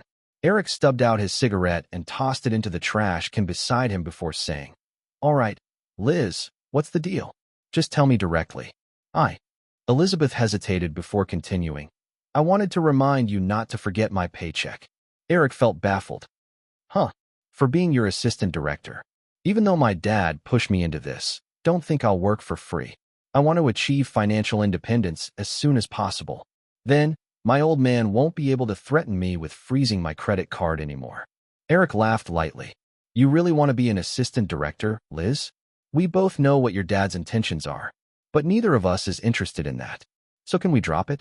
You don't have many classes left, but I think you should go back to school and enjoy your last year.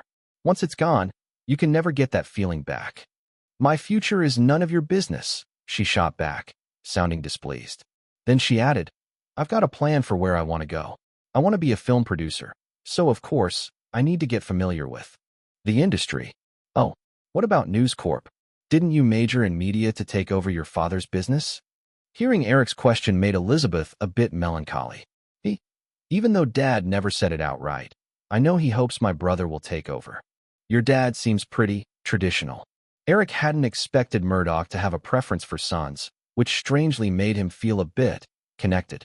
Stubborn is more like it, Elizabeth muttered, then said to Eric, Actually, there's something else. Eric realized this time she was talking about something serious. He nodded lightly, encouraging her to continue. I talked to Julia. Maybe next year, once I gain some experience, I want to try producing my first film. She agreed to be the lead. And then, so I was thinking, would you be willing to sell us a script? Eric didn't respond right away. Instead, he pulled out his cigarette pack. This time, Elizabeth couldn't take it, snatching the cigarette from his hand and tossing it into the trash. Hey, don't you realize that smoking in front of a lady is very rude? All right, I won't smoke. Eric lifted his right hand in surrender, then asked, But let's not talk about the script for now. If you're making a movie, where's your funding coming from? Didn't you just say you wanted financial independence? With your experience level, even with Julia as the star, it'd be tough to get any investors, right? This is different. I've thought it through. I'll borrow $10 million from my dad to start a film company. That should be enough to cover one movie. And Julia agreed to take her salary as shares, with profits being divided accordingly. Elizabeth stated this matter-of-factly, as if it were a common occurrence. Eric pondered for a moment and grasped her point. This was a common method rich tycoons used to pass down their wealth while avoiding hefty estate taxes, loaning money to their children to help them establish and grow their own companies. Once the companies reached a certain size, the wealthy could buy back shares at a high price, allowing them to pass on their fortunes at minimal cost. Of course, this strategy required their children to have a certain level of capability. If the next generation was incapable, it wouldn't work well. Though Murdoch didn't intend for Elizabeth to take over, if she asked about inheriting wealth, he wouldn't likely refuse. As Eric contemplated this, Elizabeth abruptly interrupted his thoughts, asking, Eric, what are you thinking? Are you going to agree or not? Agree to what? Eric instinctively replied. Then a look of curiosity crossed his face as he smiled, asking, the script? So, how much do you plan to pay me for a script? This question stumped Elizabeth. The scripts Eric had been personally writing had earned at least $100 million each at the box office, with each bringing in no less than $50 million in profits for the investors. By that standard, even the rates for Hollywood's top screenwriters wouldn't be enough. See, you haven't thought everything through yet. How about we talk after you've figured it out? After saying that, Eric stood up, and he was sure Elizabeth would understand he was declining her offer. This wasn't just about the money. Eric had countless ideas for scripts swirling in his head. Even if he handed one over to Elizabeth, it wouldn't matter much. But right now, he couldn't do that. Though he had seen several films succeed at the box office, his position in Hollywood still lacked stability. If he gave a script to her and couldn't maintain oversight of the film's quality, it could ruin his undefeated reputation built over multiple successful films. Clearly, while Elizabeth had convinced Julia, it still wasn't enough to make Eric believe that the two of them could succeed. Hey, Eric, wait a minute. Elizabeth hurriedly stopped him from getting up. While she didn't know the worries that were consuming Eric's mind, after thinking for a moment, she decided to abandon the idea of getting a script from him. She realized she simply couldn't afford that price. But being quite clever, she quickly thought of another idea. Eric, how about this? Instead of getting a script from you, Julia and I will pick one ourselves. But when we do, can you help us ensure it has blockbuster potential? Is that all right? Chapter 221, Sharp High Heels. Eric immediately rejected without a second thought. That's even less likely, Liz. Even with the same script, different directors present those stories in completely different styles. So I said there's potential, but the director you're looking at just doesn't have the chops. If it flops, my reputation is the one at stake. Elizabeth grabbed Eric's shirt, insisting, what if we co-produce it? You could be the producer, right? That way, you can personally oversee the quality of the film. If I announce that I'm co-producing a movie, not just the second and third tier companies, even the big studios will come rushing in, and their offers will be much better than yours. So, give me a reason to collaborate with you. You? Elizabeth fell speechless for a moment, glaring at Eric before she clenched her teeth and said, you uncouth jerk. Wow, someone's upset. Eric chuckled as he stood up, then leaned over the bench toward her. Noticing her instinctively retreating, he said softly, so, little lady, since your dad doesn't want you to take over the family business, why don't you enjoy the life of a wealthy heiress instead? Just find a good man to marry. It sounds perfect. Having spent some time together, Elizabeth had already developed feelings for Eric. As he suddenly moved so close to her, she caught a whiff of his light, faintly pleasant smoke scent. Unprepared for this closeness, her thoughts spiraled, and she felt her cheeks warm with a flush. Bathed in the soft glow of the manor's streetlights, Elizabeth looked even more radiant. The atmosphere between them shifted to something more intoxicating. Perhaps it was the charged atmosphere that drove Eric, who had no prior intentions, to lean in closer once more. He caught the alluring scent that surrounded her and softly pressed his lips against hers. Elizabeth's eyes widened in shock at Eric's sudden boldness. She wanted to push him away, but instead, a jolt of electricity coursed through her, leaving her weak, unable to lift even a finger. Feeling her lips tremble like the wings of a startled butterfly, Eric finally became aware of his own audacity. But since he had already crossed that line, he pressed his lips against hers a bit more before he pulled away. Noticing the moisture linger at the corner of her mouth, he reached out with his index finger to wipe it away and said, sorry, Liz, I didn't mean to. In those few seconds, Elizabeth felt as if she had floated away to another realm, her vision consumed entirely by Eric's face as she felt his lips on hers and his rough fingertips brushing against her. This feeling, well, it was undeniably nice. Then he spoke. What was it? Oh, he said he didn't mean it. Didn't mean it. Realizing this, her eyes blinked rapidly, confirming she hadn't misheard. How could he say that? It was so shameless. In an instant, a spark ignited in her heart, dissipating her common sense. While Eric still lingered closely, Elizabeth glanced around, searching for something. Anything. To defend herself. Finding nothing, she instinctively raised her leg and kicked Eric with her sharp high heel. Ah! Amidst the cries of pain, Elizabeth turned on her heel, storming away without glancing back. When two security guards from the manor arrived, all they saw was Eric sitting on a bench, rolling up his pant leg to rub at his calf. Recognizing him quickly, they relaxed and slid their nightsticks back into their belts, asking, Mr. Williams, what just happened? Eric chuckled awkwardly, shaking his head. Nothing, just a little accident. One guard caught sight of the distinct bruise on Eric's leg and asked with concern, Mr. Williams, do you need help getting inside to rest? No, I'm fine.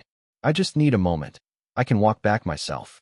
The older guard sensed Eric didn't want to disclose his embarrassing situation, but noticing the injury on his leg, he added, Mr. Williams, we have a first aid kit in our break room. Would you like to use it? Oh, thank you. Eric nodded appreciatively, a smile on his face. Meanwhile, Elizabeth didn't return to the party hall. Instead, she went back to her bedroom, took off her evening gown, and jumped into the bathroom for a shower. Even after coming out, she couldn't settle her restless mind. Although she kicked Eric in the garden, by the time she reached her bedroom, her anger had almost faded, leaving her in a state of mixed feelings. After pacing around irritatedly, throwing a few cushions, and taking numerous deep breaths without relief, she flopped onto the bed, covers her head with a pillow, and vented with muffled cries. After a moment of silence, she snatched the phone from the bedside table, hugging it close and dialing a series of numbers. Just having entered the downtown area, Julia heard her mobile ringing. She pulled over and answered it, placing the phone to her ear. Immediately, she heard a small, whining voice on the other end. "Julia, he kissed me." Julia didn't need to think twice to know who Elizabeth meant by he. Despite feeling like an inhibited little quail around Eric since the drunken truth-telling incident, Julia's personality hadn't changed. Upon hearing Elizabeth's words, she raised an eyebrow, surprisingly not jealous, and teased. "Liz, that was just to discuss the script, right? You're really going for it. So did he kiss you? Did he agree?" Elizabeth replied in a deflated tone, "No." Then she recounted the events, leaving out many details. Julia listened patiently as Elizabeth poured her heart out, offering light comfort before hanging up. As she started the car and got back on the road, she glanced at Drew, who had been listening intently, a curious expression on her face. Julia pouted in annoyance. "That little daddy of yours is terrible. He kissed Liz, but won't even hand over the script." Chapter 222, The Girl with Big Ambitions. Drew could tell that when Julia referred to Eric as her little daddy, it was just out of envy for how he spoiled her. But suddenly, some wicked thoughts flashed through her mind. Maybe I could use this in some way, and see if he would lose control at all. Thinking this, Drew asked, "What do you need the script from Eric for?" Julia brushed it off and mentioned Elizabeth's plans. This piqued the girl's interest, and she sat up a little straighter. "Why not ask me?" Julia looked skeptically at Drew. "Ask you? Seriously?" The girl replied proudly. "Of course. Let me tell you, Eric loves to write and doodle in his study, so he has a few script outlines that he thinks are pretty good." Julia gasped in surprise. "You're not suggesting stealing, are you?" "Of course not," the girl instinctively retorted, and then chuckled a bit. "Honestly, if I were to casually take an outline, Eric wouldn't even notice." But Julia immediately shook her head. "No way. Even if Eric didn't know at first, once he sees the movie production later, he's bound to find out." "Well then forget it." Drew shrugged her shoulders nonchalantly, not believing for a second that Julia wouldn't be tempted. She leaned back in her chair, pretending to be bored as she used a small file to groom her nails, waiting for Julia to speak again. Sure enough, after a few moments of the car driving along the highway, Julia finally couldn't hold back and said, "Drew, are you saying Eric has a lot of spare script outlines?" The girl nodded slightly, trying to mask her triumph with a smile. "Eric spoils you so much. Why don't you just talk to him? Can't he just sell one to us? I mean, he has so many." Since Elizabeth had focused more on Eric's strong kiss during their recent conversation, she hadn't explained in detail why he had refused, so Julia thought maybe she could give it another shot through the girl. But Drew immediately shattered Julia's fantasy. Since Eric already rejected Miss Murdoch, he must have his reasons, so even if I ask, he won't change his mind. Julia fell silent again. She didn't want to stop Drew from stealing Eric's scripts, but the thought of what Eric would do if he found out terrified her. She couldn't imagine the reaction he would have, but she was sure it wouldn't be just a laugh. Actually, there's more than just Eric in this world who can write scripts, right? After a moment, Drew chimed in again. Julia stopped at a red light and turned to ask, "What do you mean?" "I mean, we can look for scripts ourselves.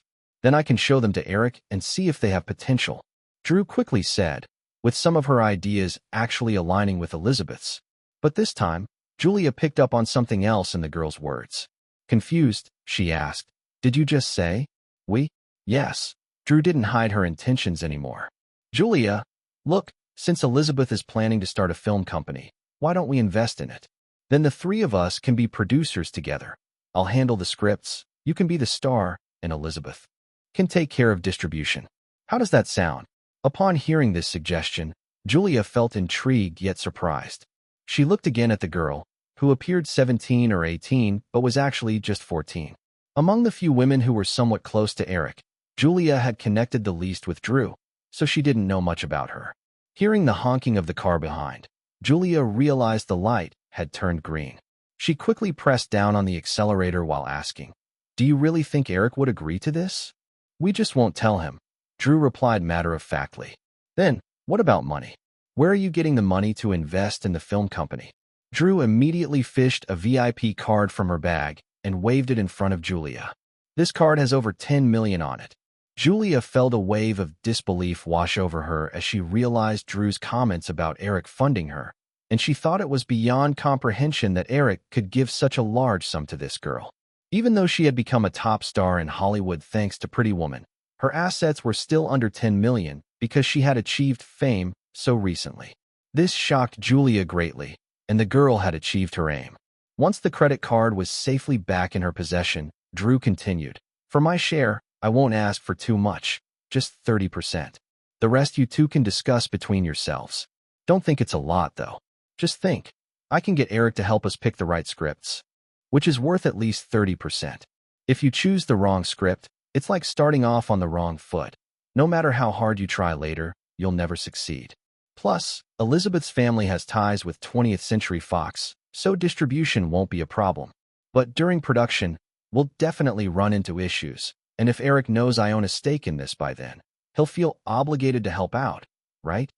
Seeing Julia nodding one moment, shaking her head the next, and then looking contemplative, Drew quickly realized that this was probably entirely driven by Elizabeth.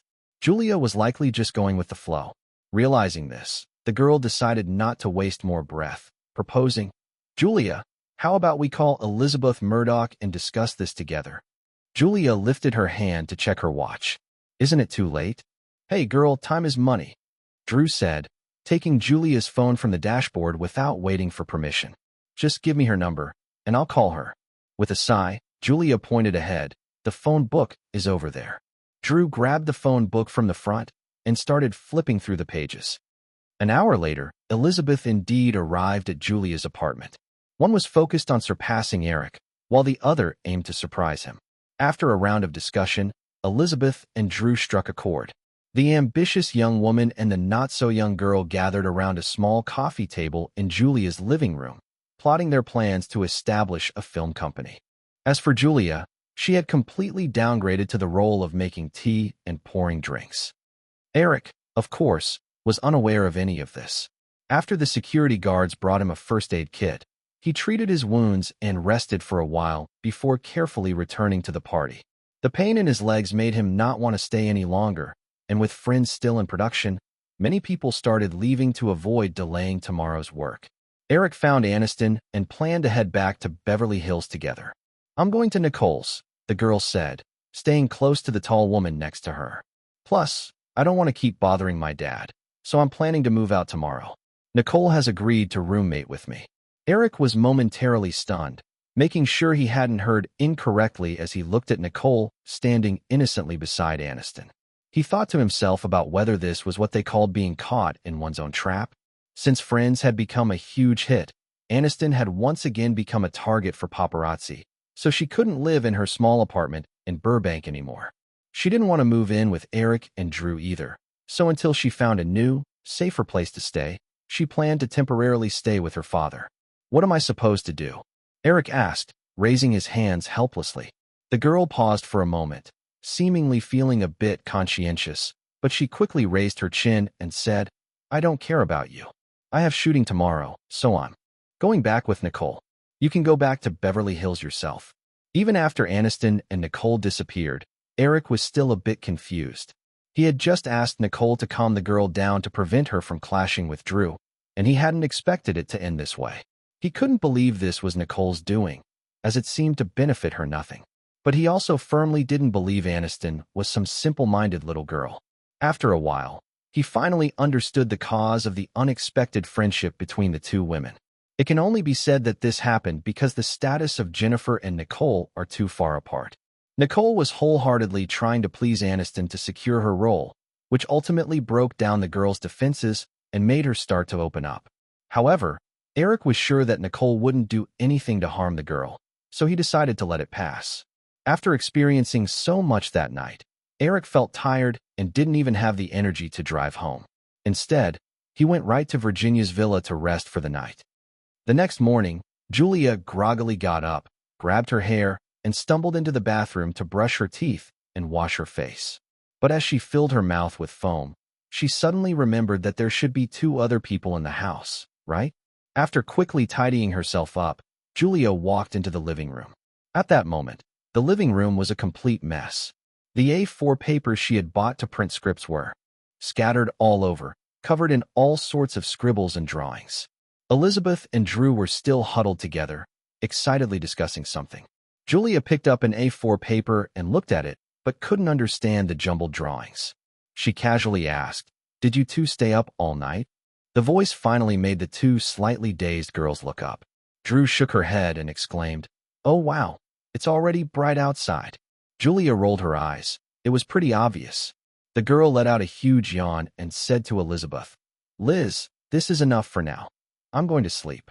After saying that, she unceremoniously dove into Julia's bedroom, clearly heading for Julia's big bed. Julia didn't have any cleanliness issues and just asked, "Drew, Eric said I should take you to school." From the bedroom came a few muffled sounds, and it seemed the girl had covered her head with something. Julia turned to Elizabeth in bewilderment. What did she say? Elizabeth, holding a pen, quickly scribbled something on a piece of paper. She casually replied, "She said it's not needed. She has already taken a leave of absence." Julia glanced towards the bedroom, then looked back at Elizabeth, surprised. "Wow, how did you understand that?" "I couldn't understand either.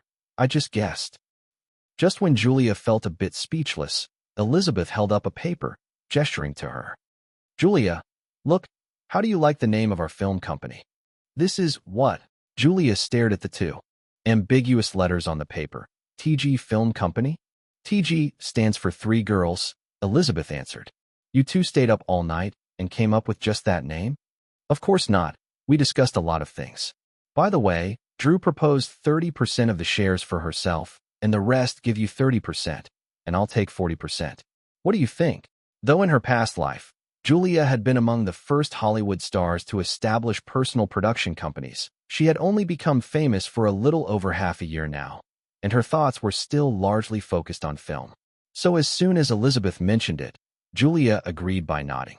"All right, you all decide. Do you want breakfast?" "I'll make some." "No thanks, I'm going to sleep as well," Elizabeth said, standing up and swaying slightly as she floated back into the bedroom.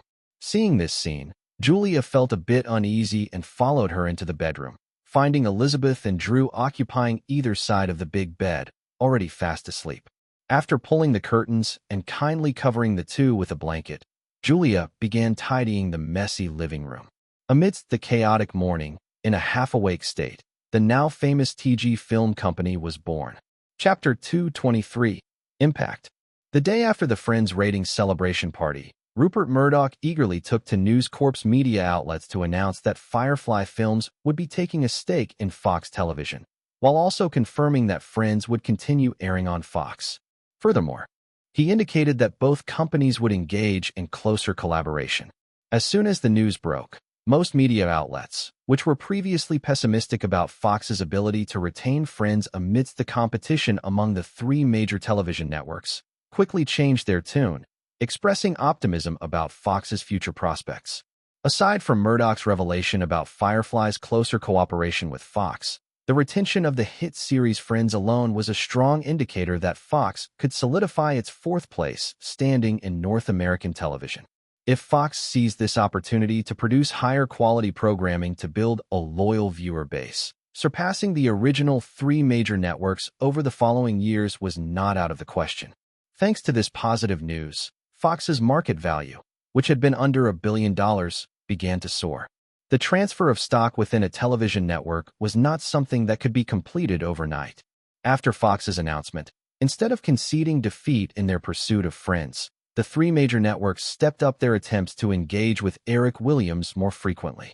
Amidst their ongoing struggles, ABC, which had endured several years of losses following its 1985 merger with Metromedia Broadcasting, made a desperate bid to turn things around.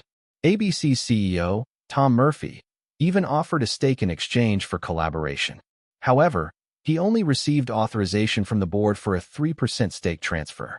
Although this 3% stake was valued at over twice that of Fox's 10% stake, Eric was completely unfazed. Based on ABC's downward trajectory that led to its eventual acquisition by Disney, it was clear that for the next several years, there would be no dividends for ABC from those shares. Rather, it would drain a significant amount of Firefly's resources. Moreover, this 3% stake would not offer Eric much influence at the table. Thus, in choosing between the thriving Fox and the struggling ABC, anyone with a modicum of sense knew what the right choice was. On the evening of September 10th, amid the laughter of Friends' audience and the close watch of other television companies, the show entered its second week of airing. 2 hours later, Nielsen promptly released its rating statistics. The average viewership for episodes 3 and 4 of Friends was 24.6 million, with the highest rating still reaching 29 million. Upon seeing these numbers, the three major networks began analyzing the factors behind Friends' success. They ultimately discovered that beyond the show's witty humor and clever dialogue, the key reason for its blockbuster premiere ratings was that Eric himself directed the first 2 episodes. While it wasn't unheard of for film directors to transition to television, it had primarily been those whose film careers had stagnated. In the midst of flourishing success, no esteemed film director would willingly sink to direct a television series. Thus, the fact that Eric, who had achieved significant film successes, personally directed the show piqued viewers' curiosity about what kind of series this box office miracle worker would create. When Friends lived up to audience expectations, it culminated in the show's tremendous popularity. Understanding this, the three major networks almost simultaneously made their moves. In a flurry, heavyweights like Steven Spielberg, Francis Ford Coppola, Martin Scorsese, and Tim Burton received high-paying offers as the networks sought to secure Hollywood's biggest directors for their shows. They even offered up to $1 million to any director willing to lend their name to a series. Despite the massive financial incentives, most directors, citing various concerns, turned down the offers. However, some took the plunge, resulting in commendable viewership for shows branded with the names of Hollywood's elite. Over the next several years, it quickly became a trend to invite well-known film directors to helm the first episodes of new series. If a new series premiered without the presence of a famous Hollywood director in its promotional material, viewers instinctively perceived it as low quality, resulting in subpar ratings. Of course, all of this would unfold later. By the time Friends aired its second week, it became apparent that discussions surrounding the show had nearly vanished from television programs outside of Fox, even on entertainment talk shows that typically enjoyed poking fun at current events. Hosts seemed completely unaware of Friends. It was clear this blackout was a response from the three major networks to Eric's consistent rejections of their attempts to recruit him. However, this ban had no impact on Friends, especially with Fox's backing from News Corp, which was poised for comprehensive promotion of the series across print and television media. Despite the three major networks controlling most of North American television, they remained independent networks with limited forays into magazines and newspapers. In this era, the word of mouth about a series heavily relied on newspapers, which played a vital role. Though Fox's competitors tried to publish some disparaging remarks about Friends in the publications they could influence, criticizing it for having adult themes unsuitable for public television, these claims failed to gain traction. Most respected newspapers lauded Friends. In his office, Eric was engrossed in an article about Friends published by the Los Angeles Times. According to Nielsen analysts, Friends' second-week ratings have eliminated around 70% of unstable viewers. The series' final average viewership will likely hover around 22 million, making it undoubtedly the top-rated television show of the year. Reports indicated that Friends was raking in approximately $3 million per episode in advertising revenue, meaning the show would generate over $70 million in total. While we don't know the specifics of the revenue-sharing arrangement between Firefly and Fox, based on Eric Williams's formidable negotiation style, the ad revenue share for Friends would surely be one of the highest industry standards. Thus, just from the initial airing, Friends could bring nearly $30 million in revenue to Firefly. What's even more astonishing is that Firefly holds exclusive rights to Friends. This means that the subsequent distribution rights and video releases could reap income over 3 times that of the initial advertising revenue. However, the total production budget for Friends was under $5 million. Eric Williams, the renegade stirring up trouble in Hollywood, was proving he could shine not just in films, but excel adeptly in television too. As I contemplated writing this article, I began to wonder if Eric Williams would soon extend his reach into the music industry. After all, the soundtracks of several films he directed prominently featured his name. The score of a particular moment in the film Running Out of Time, where the protagonists meet on a bus, captivated countless fans. The iconic scene of Tom Cruise and Brooke Shields snuggling against each other was accentuated by this score, which the media hailed as the year's most beautiful film moment. With the 3 struggling major networks in mind, why wouldn't the CEOs of record companies reach out to Eric Williams before anyone else? After finishing the article from the Los Angeles Times, Eric pondered for a moment. While working on Pretty Woman, he was inspired by a hit song from the popular band Roxette, which had sparked his interest in developing a music career for a singer. The 1990s were the last golden era for the global record industry. As long as record companies had a few major artists, their profits rivaled those of film studios or television networks. Even as the rise of the internet eventually led to the decline of the record industry, the copyright of songs held by record companies remained a substantial source of long-term revenue in the rigorously protected intellectual property laws. Jotting down some thoughts on a nearby notepad, Eric was just about to turn to another newspaper when there was a knock on the office door. "Mr. Williams, Ms. Murdoch is here," Eric casually replied, and in walked Elizabeth Murdoch, dressed in a light blue checkered shirt and dark jeans, carrying a dark blue handbag.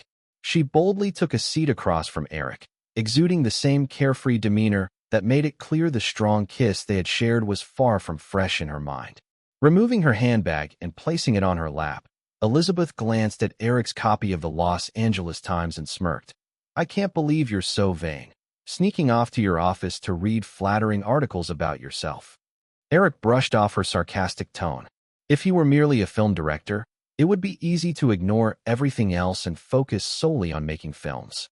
But he also held the position of chairman of a film company, necessitating enough awareness of industry trends. Given how busy things had become during this time, Eric had to rely on his assistant to compile the most important news stories so he could skim them quickly each day before managing other responsibilities. Chapter 224, The X-Files. After clearing a pile of newspapers aside, Eric crossed his arms and sized up the woman across from him. It seemed that women in both TV and real life during this era loved to wear shirts. Of course, Eric was a big fan of this style too. It gave women an aura of capability and sophistication. At least, he thought it looked much better than what those women in later years wore, wrapping themselves in chaotic lengths of fabric. In Eric's opinion, a shirt was also a form of seductive uniform, especially when a woman was wearing a loose men's shirt. 2 long bare legs were the cherry on top. Elizabeth noticed Eric's intense gaze, and, initially carefree demeanor quickly shifted. She crossed her arms over her chest as she glared at Eric and said, "Hey, what are you staring at, perv?" "I wasn't staring at anything. I was just wondering if you plan to wear that to work," he replied. Although she looked decent, it clearly wasn't the attire of a woman who was about to start working. "Of course. I'm your assistant, not some office bimbo. Are you expecting me to wear a suit and high heels while running around the set?" Eric caught a glimpse of the way she slightly raised her chin and realized that arguing further would be pointless. He shook his head lightly, deciding not to push it. After all, he didn't expect her to be much help. As long as she could hand things to him during filming and not cause any trouble, that was good enough. "Suit yourself," Eric said, as he lowered his head to rummage through a nearby drawer. Elizabeth seemed to feel a slight victory from this, letting out a prolonged, nasal hum. Eric found a document and pushed it along with a pen toward Elizabeth. "This is the contract. Sign it, and you'll be a member of the Sleepless in Seattle crew." Elizabeth picked it up, but didn't rush to sign. Instead, she started reading it carefully. Eric glanced at his watch, but didn't pay much attention and went back to reading a newspaper. After a moment, he heard Elizabeth say, "Eric, I finished signing. What's next?" Eric took the signed copy she offered and filed it away. You can go home now. Someone will notify you when the crew leaves for Seattle in a few days. Ah. Elizabeth's mouth opened slightly, quickly realizing Eric didn't take her seriously. She shot back. You can't do this. I protest. If you won't assign me work, I'm not leaving your office today. Eric cursed under his breath, regretting ever agreeing to Murdoch. While he was pondering how to deal with this spoiled girl, the office door knocked yet again. Alan peeked in and said, Mr. Williams, the writers are all here waiting in the conference room. Okay, I'll be right there. After Alan left, Eric turned to Elizabeth and said, Liz, you really won't be needed here, so it's best if you go home. Someone will call you when the time comes. I'm not leaving. Since I signed the contract, you should assign me work. Eric felt irritation rise. He quickly rubbed his thumb against the side of his index finger and pointed to the coffee machine nearby. If you want to work, then make me a cup of coffee. She immediately objected. I'm not your servant. This is part of a director's assistant duties. If you don't want to, then go home and wait for the crew to notify you. You? Elizabeth shot him an unwilling glare. After a moment, she reluctantly straightened her face and carefully brought him a cup of coffee. Eric didn't even feel like drinking it. Seeing Elizabeth's defiant expression, he picked up the phone and dialed a few numbers. Alan, print out 2 copies of the confidentiality agreement you signed and bring them in. Elizabeth's expression shifted subtly, trying to hide a gleam of mischief in her eyes as she lowered her head, standing obediently to the side. A while later, Alan delivered the 2 confidentiality agreements. This is the confidentiality agreement Alan signed initially. You don't need to read the whole thing, but being Murdoch's daughter, you probably have an idea of what it entails. If violated, you'll not only face hefty penalties, but could even land in jail. Once signed, you can follow me around as a secretary assistant during the shooting of Sleepless in Seattle. This time, Elizabeth didn't stall. In less than a minute, she flipped through the 10 pages of the contract and signed it without hesitation. All right, follow me. And at least for the next few days in Los Angeles, don't wear that outfit again. Dress more formally. I got it. This time, she didn't argue and happily followed Eric into the conference room. Inside the conference room, 8 people sat, 6 men and 2 women, all around their 20s or 30s. This was the talented writing team Eric had specially recruited for his next TV series. Fox had recently signed a preliminary equity transfer agreement with Firefly Films, and the specific transaction would be completed within a month. Therefore, before Eric finished his last 2 movies of the year, he needed to prepare for Murdoch's promised TV series and a variety show. The plan was for the variety show to air in the spring, but since its planning was relatively simple, Eric wasn't in a rush to produce it. Another series was set to premiere in the fall of the following year.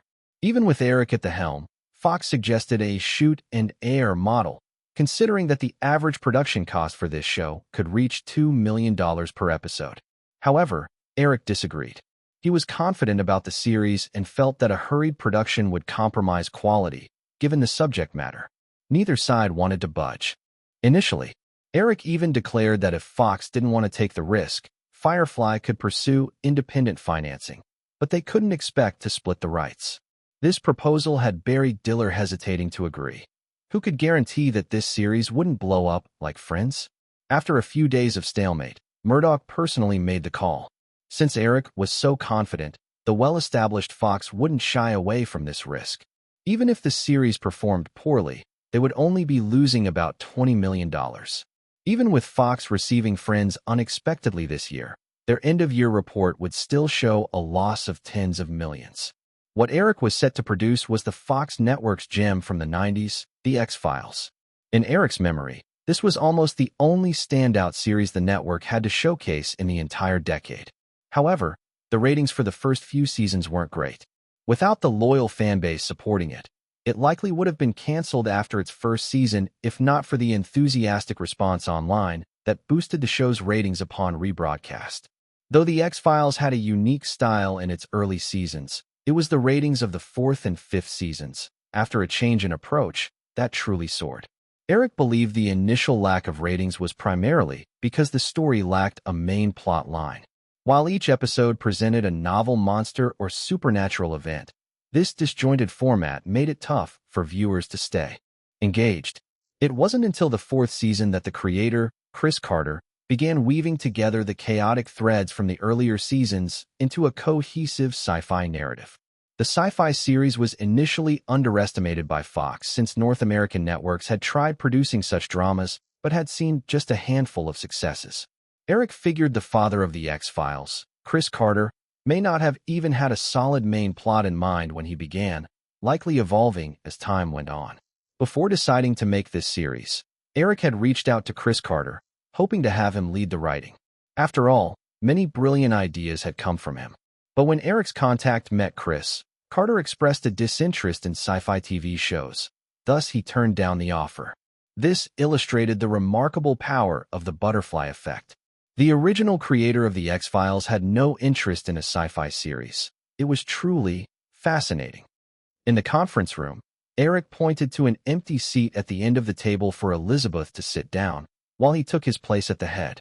Once everyone greeted each other and completed their introductions, Eric stood up and walked toward the wall with the whiteboard. He took a black marker and quickly wrote, "The X-Files." Everyone here is skilled in the sci-fi genre, so you undoubtedly realize that the series I'm about to produce is also a sci-fi drama. This show will be called The X-Files. As the room's curiosity bubbled, Eric set the black marker down and gently clapped his hands. Now, let me give you a brief introduction to the background I envision for this sci-fi series. The story nearly begins with the origins of life, as the universe is vast, greater than we can imagine. Thus, within this limitless expanse exist infinite possibilities. Among countless stars, there must be other planets that can harbor intelligent life, and the planet Brett is the center of this entire tale. Chapter 225, Puzzle. Mr. Williams, could you tell me what Brett means? Eric had barely finished speaking when Elizabeth, sitting at the end of the desk, raised her little hand and asked, her eyes flashing with a mischievous glint. Eric shot her a glare. Liz, why don't you tell me what Coruscant from Star Wars or Cybertron from Transformers means? How should I know? Elizabeth rolled her eyes as if it were the most obvious thing in the world. Then keep quiet. Eric had no intention of giving this spoiled princess any leeway. Casual jokes may have been fine privately, but this was work, and she had crossed a line. If you interrupt again, I'll have you thrown out. Elizabeth almost retorted with you dare. However, seeing the serious expression on Eric's face, she ultimately stayed silent and just lowered her head, sticking out her tongue softly. Clearing his throat, Eric drew the attention back to himself and away from the curious looks exchanged among the screenwriters. All right, let's continue. In the vast universe, there existed a planet named Brett, inhabited by intelligent beings known as the Brettians. After billions of years of technological advancement, the Brettians had mastered space travel, becoming a formidable force within the cosmos. However, as time passed, not only was their habitable planet nearing destruction, but the Brettians themselves were also on the brink of extinction due to prolonged natural evolution. Just as Eric was about to elaborate, he noticed Elizabeth again raising her hand. This time, she was shrewd enough not to speak directly, but instead fixated her curious eyes on him. The narrative was interrupted once more. Eric furrowed his brow and thought for a moment before hissing out a single word through gritted teeth. Speak. He mentally vowed that if Elizabeth caused another disruption, he would kick her out without hesitation. Mr. Williams, according to Darwin's theory of evolution, isn't life supposed to be an advancement to higher forms? Why do you say the Brettians are nearing extinction due to natural evolution? Eric collected his thoughts and replied, Darwin's theory only covered a brief period in the evolution of life. What I'm referring to is the gene-level development trends of species. Birth, growth, prosperity, decline. This is an unresistible cosmic rule. From galaxies to atoms, nothing can escape it. If you read more, you would discover that the evolution of a species' genes doesn't always trend positively. At certain development stages, the gene sequences can also regress and collapse. There's currently a theory that humanity's Y chromosome has begun to degrade. Perhaps, millions of years from now, there may only be women left on Earth. If humanity still exists by then. Amid the chuckles from the others, Eric gave a serious warning. All right, Liz, this is the last time. From now on, if you have any questions, you either endure them or step outside. After a reluctant nod from the young woman, Eric continued. Returning to what I was saying, in the face of extinction, the Bredians devised a monumental alien colonization plan, grand in both time and space. Utilizing their advanced technology, they created highly sophisticated spacecraft and compressed their life force into a conscious black liquid. Eric quickly wrote a key term on the chalkboard. This black liquid, which contained the life force of the Bredians, was called black oil. The spacecraft carried the remaining Bredians and the black oil on their journey through the boundless universe. Upon encountering planets suitable for life, they would land and utilize the genetic blueprint contained in the black oil to guide the emergence and evolution of life on those planets. Eventually, when the suitable species appeared, the black oil would activate, infecting the new species and, through a series of genetic modifications, erasing the original species, giving way to a new one, the complete form of the Bredians. In this way, the Bredians achieved their species continuation in the universe. As Eric explained, the list of keywords on the board grew longer, gradually forming a tree diagram. The screenwriters in the office were engrossed in Eric's imaginative and grand sci-fi background. Even the restless Elizabeth was now attentively listening. So, we fast forward to 3.7 billion years ago. The Bredian spaceship finally reached Earth, and they set about guiding the evolution and transformation of species on our planet. To create new species suitable for colonization, the Bredians did not hesitate to periodically annihilate existing species. 440 million years ago, 85% of species went extinct. 195 million years ago, 76% of marine life vanished. And 65 million years ago, the age of dinosaurs ended. These were merely the extinction events of species that humanity has managed to comprehend scientifically. Following the most recent dinosaur extinction, mammals began to thrive, and after a long wait of 3.7 billion years, the Bredians finally discovered a species suitable for colonization through the black oil: humans. However, the original humans did not possess advantages for survival in nature. To ensure that humanity could prosper, the Bredians began to catalyze the progress of human civilization.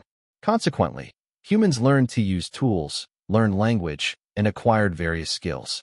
The emergence of diverse religions was also guided by the Bredians. The Bredians set the final date for their colonization using black oil as December 21st, 2012, a day when the lurking black oil would initiate an invasion, annihilate humanity, and replace it with the form of Bredians on Earth, Grace. Eric magnetically attached a classic alien image to the board. During World War II, due to the rise of air power, humanity realized we were not alone in this universe. In 1945, towards the end of the war, American forces accidentally shot down a spaceship over the Pacific near Japan. During the secret recovery process, black oil was discovered.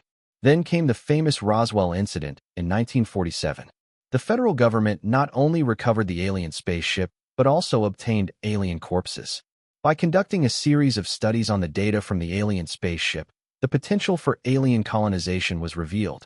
To thwart the Bredians' colonization, the government secretly established an organization aimed at developing countermeasures against Bretian colonization. However, the scientists within this organization soon despairingly found that the colonization by black oil was unstoppable.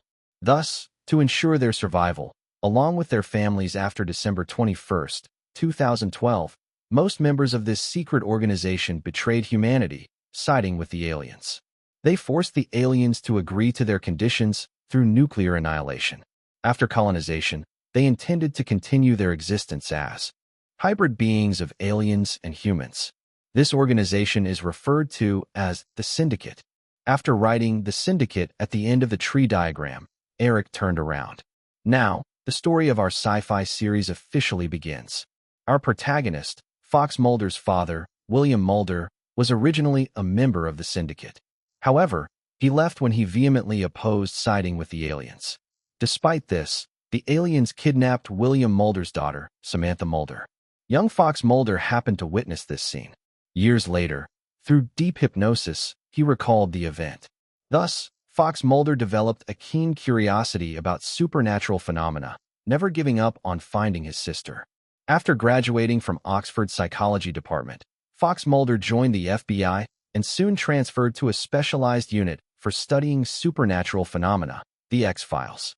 However, for a while, he was the only investigator until several years later, when his partner, Dana Scully, appeared, and together they embarked on their own adventure. One of the screenwriters who had been listening finally asked, "Mr. Williams, are you suggesting we write a story about the main characters, Fox Mulder and Dana Scully, discovering the Syndicate's betrayal and thwarting the Bredians' colonization plot to save humanity?" So it turned out that even in this era, American screenwriters were already pondering how to save humanity. Eric inwardly rolled his eyes and asked, "You're Peter Crix, right?" The 30-something white man who had just spoken nodded, saying, "Yes, Mr. Williams. I once worked on the writing team for Star Trek." Eric didn't elevate his status just because this guy had been part of the famous Star Trek series. While both were sci-fi, Star Trek and the X-Files had completely different styles. "Peter, if it's just what you described, then I could write the script myself. You wouldn't need to be here." Peter Crix chuckled awkwardly at Eric's remark, not arguing. Given Eric's stature, he indeed had the clout to say something like that. Since this TV series is called The X-Files, the story must revolve around the protagonists investigating a series of supernatural occurrences with a tone of horror and suspense. Therefore, I plan for the first season to feature 24 episodes involving 24 supernatural events. Peter Crix then asked, "If that's the case, won't this sci-fi series turn into a sci-fi detective story? What about the vast background you just laid out about the Bredians?" "That's why I asked you here. What you need to do is connect these isolated supernatural events with the Bretian colonization and the Syndicate's conspiracy, weaving together a seemingly disjointed, yet deeply interrelated complete story." Once Eric finished speaking, he turned around and jotted down a word on the board, continuing, "Based on this thread, I've come up with a subtitle for the first phase of this TV series, Puzzle. This phase may last about 3 seasons. Through the adventures in 3 seasons, the protagonist will collect and integrate a series of clues, sketching out the background story I just mentioned, before embarking on the next phase of the narrative." Chapter 226, No More Bullying This Young Lady. Seeing that everyone still looked a bit confused, Eric added, "Actually, I've already had quite a few ideas for this story. After the meeting, I'll have someone provide you with reference materials. Also, let me give you a hint. Mulder's ultimate goal is to find clues about his missing sister and eventually track her down. Through deep hypnotic memories, he realizes her disappearance is related to alien abductions. He will document and categorize the supernatural phenomena he encounters. With his professional instincts, he'll sift through possibly useful information. It'll be like piecing together a puzzle, ultimately leading to a complete clue pointing toward the Bretian alien colonization conspiracy. You can incorporate him taking notes into each episode." The idea of the subtitle, Puzzle, had popped into Eric's mind on the spot.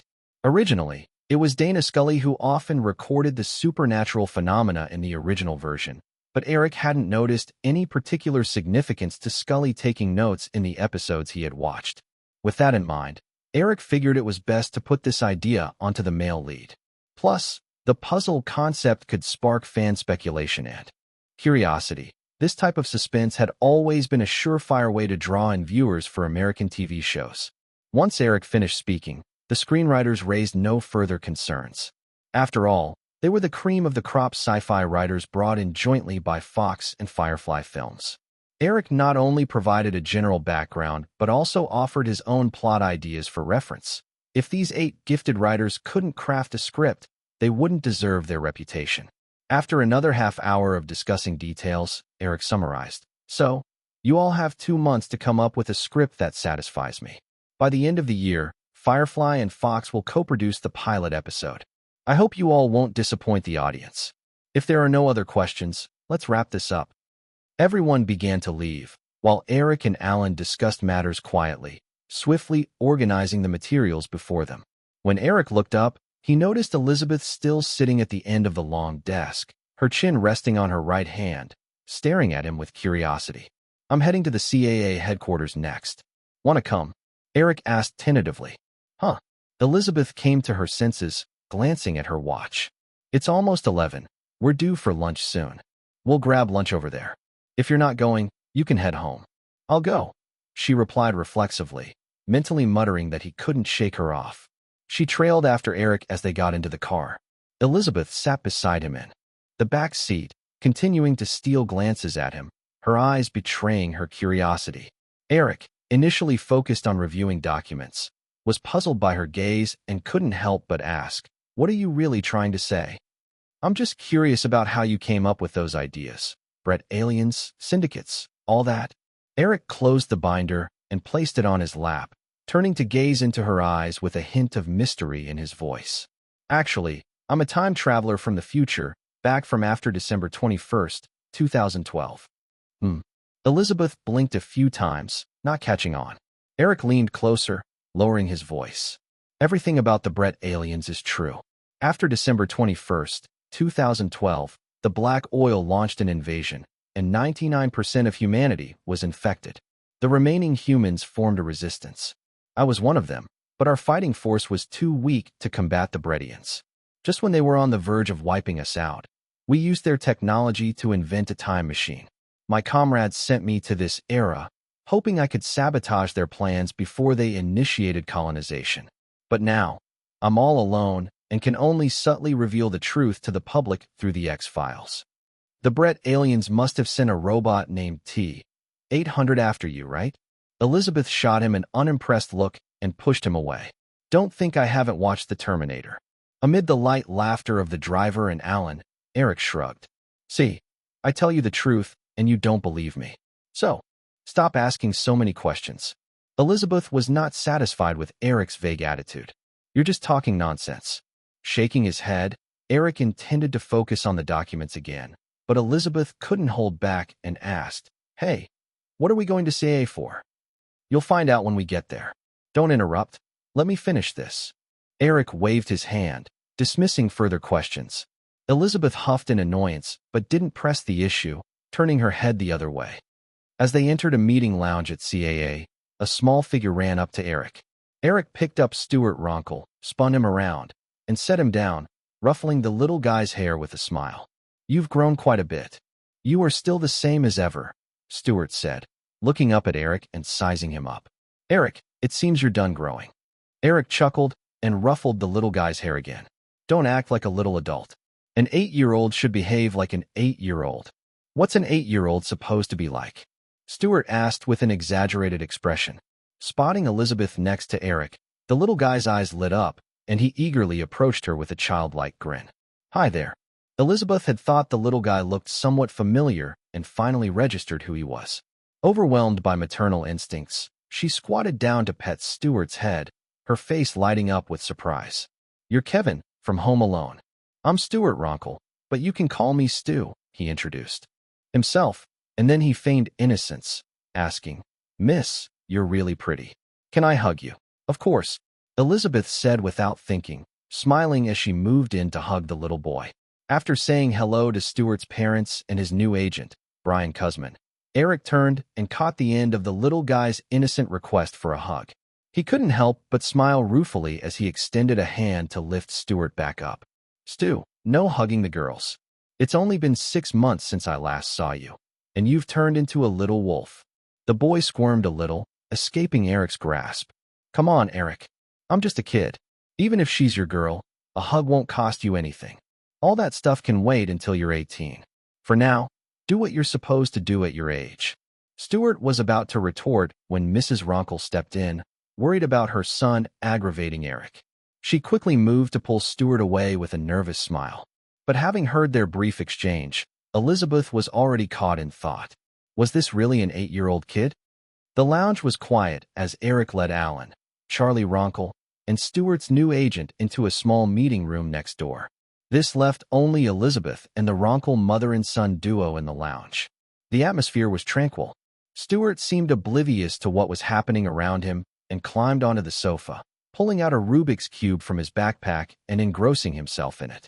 Feeling a bit bored, Elizabeth moved over to the sofa, sitting down and casually flipping through a magazine taken from the coffee table, while Stuart's mother stood by the door of the small meeting room, listening for a bit before contemplating entering. too timid to push the door open even after multiple attempts, and instead pacing outside it. While Elizabeth leafed through the magazine, Stuart's childish voice chimed in again. "What's your name?" Looking up, Elizabeth saw the boy frantically twisting the cube, which was much bigger than his small hands. "Were you asking me? You can call me Liz. I'm not that familiar with you, so I'll stick with calling you Elizabeth," the little guy replied with wide, innocent eyes. "Miss Elizabeth, are you Eric's woman?" No. She instinctively felt she shouldn't continue this conversation, but found herself answering, "I'm just his assistant." But as soon as she finished, she heard a clearly disdainful tch. "What does that mean, little guy?" Elizabeth couldn't help but put down the magazine and fix her gaze on him. Stuart replied honestly, "I just think you're a bit hypocritical." "I hypocritical?" Elizabeth incredulously pointed at her own nose. "What makes you think I'm hypocritical?" The boy shrugged. "Eric didn't let you go inside just now, which means you're an unimportant assistant. Your salary can't be high. If you're not Eric's woman, how can you afford such expensive things? Just your Chanel bag costs more than you can afford on your salary. My family is 10 times richer than that jerk." Elizabeth completely forgot Stuart's age and quarreled back like a provoked kitten, raising her voice. "Oh." The little boy dragged out the vowel, nodding. "I see." Elizabeth sat back down on the couch, flipping through the magazine vigorously, deciding to ignore the little pest. But Stuart didn't let her be. "You like Eric, so you gave up being a rich girl to come work as his assistant, right?" Hearing that, Elizabeth immediately dismissed her earlier decision. "I don't like that jerk." Sighing heavily, the little guy declared, "Ah, a woman who says one thing but means another. So deceitful even little kids can't escape her lies. You." Just as he was about to tease her further, Mrs. Ronkel finally spoke up, her voice slightly sharp. "Stu, be quiet and don't bully this young lady anymore." Chapter 227, The Poor Team Player. Hearing his mother's scolding, Stuart made a face at Elizabeth and turned to play with the Rubik's Cube in his hands. After calming down a bit, Elizabeth realized that she had been toyed with by this little rascal. Moreover, she couldn't very well blow up at an 8-year-old kid, could she? Staring angrily at the magazine in her hands for a moment, Elizabeth suddenly turned her gaze towards the closed door of the small conference room. "It's all that jerk's fault," she muttered silently, venting her frustration onto Eric. Inside the conference room, Eric remained unaware that he had been targeted out of the blue again. At that moment, he wore a blank expression while watching Brian Kuzman and Charlie Ronkel seated across from him. $10 million and 10% of the North American box office gross. "Charlie, is that your position too?" After a moment of silence, Eric finally asked. It seemed CA had completely failed to learn from past mistakes and was once again asking for a sky-high figure.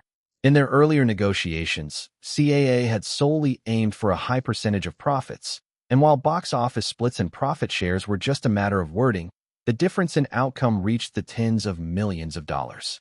Charlie Ronkel stole a nervous glance at Eric, unsure of how to respond. Brian Kuzman quickly jumped in. "Mr. Williams, Mr. Ronkel has handed full responsibility for this negotiation over to me. He's just here as a listener. If you have any questions, you can direct them to me." "Oh, that's just dandy," Eric replied with a cold smirk. "If this negotiation falls through, Mr. Kuzman, are you prepared to take responsibility for that?" As soon as the words left his lips, Charlie Ronkel instinctively glanced toward his agent, his expression laced with concern and suspicion. Clearly, even Ronkel understood that the conditions being proposed were somewhat unrealistic by Hollywood standards when it came to a star's salary. Yet, he felt conflicted. On one hand, he certainly wanted such a lucrative deal, but on the other hand, he knew that insisting on this compensation might lead to a total collapse in negotiations. Seeing Ronkel's expression, Eric felt a wave of reassurance wash over him. As long as the other party hadn't fully handed the reins of negotiation over to this unfamiliar new agent, he would be fine. Eric puzzled over why CA had replaced the original agent, Horner Willie. Perhaps it had something to do with the upheaval from earlier that year. But none of that was Eric's concern. He knew Charlie Ronkel's character well enough. He was an ordinary, indecisive middle-aged man who often tried to grasp matters beyond his control while also worrying incessantly. So, Eric understood that the main breakthrough in this negotiation lay with Charlie. As for Brian Cusman, who appeared to be sharper and more capable than the original Horner Willie, there was that saying, even the strongest warriors couldn't withstand the burden of a poor teammate. At that moment, Brian Cusman silently cursed Ronkel for being more of a liability than an asset. He had already discussed everything thoroughly with this middle-aged man, assuring him that if Charlie didn't interfere, he could secure an incredibly generous deal for Stewart. Naturally, Cusman would also benefit from a higher commission.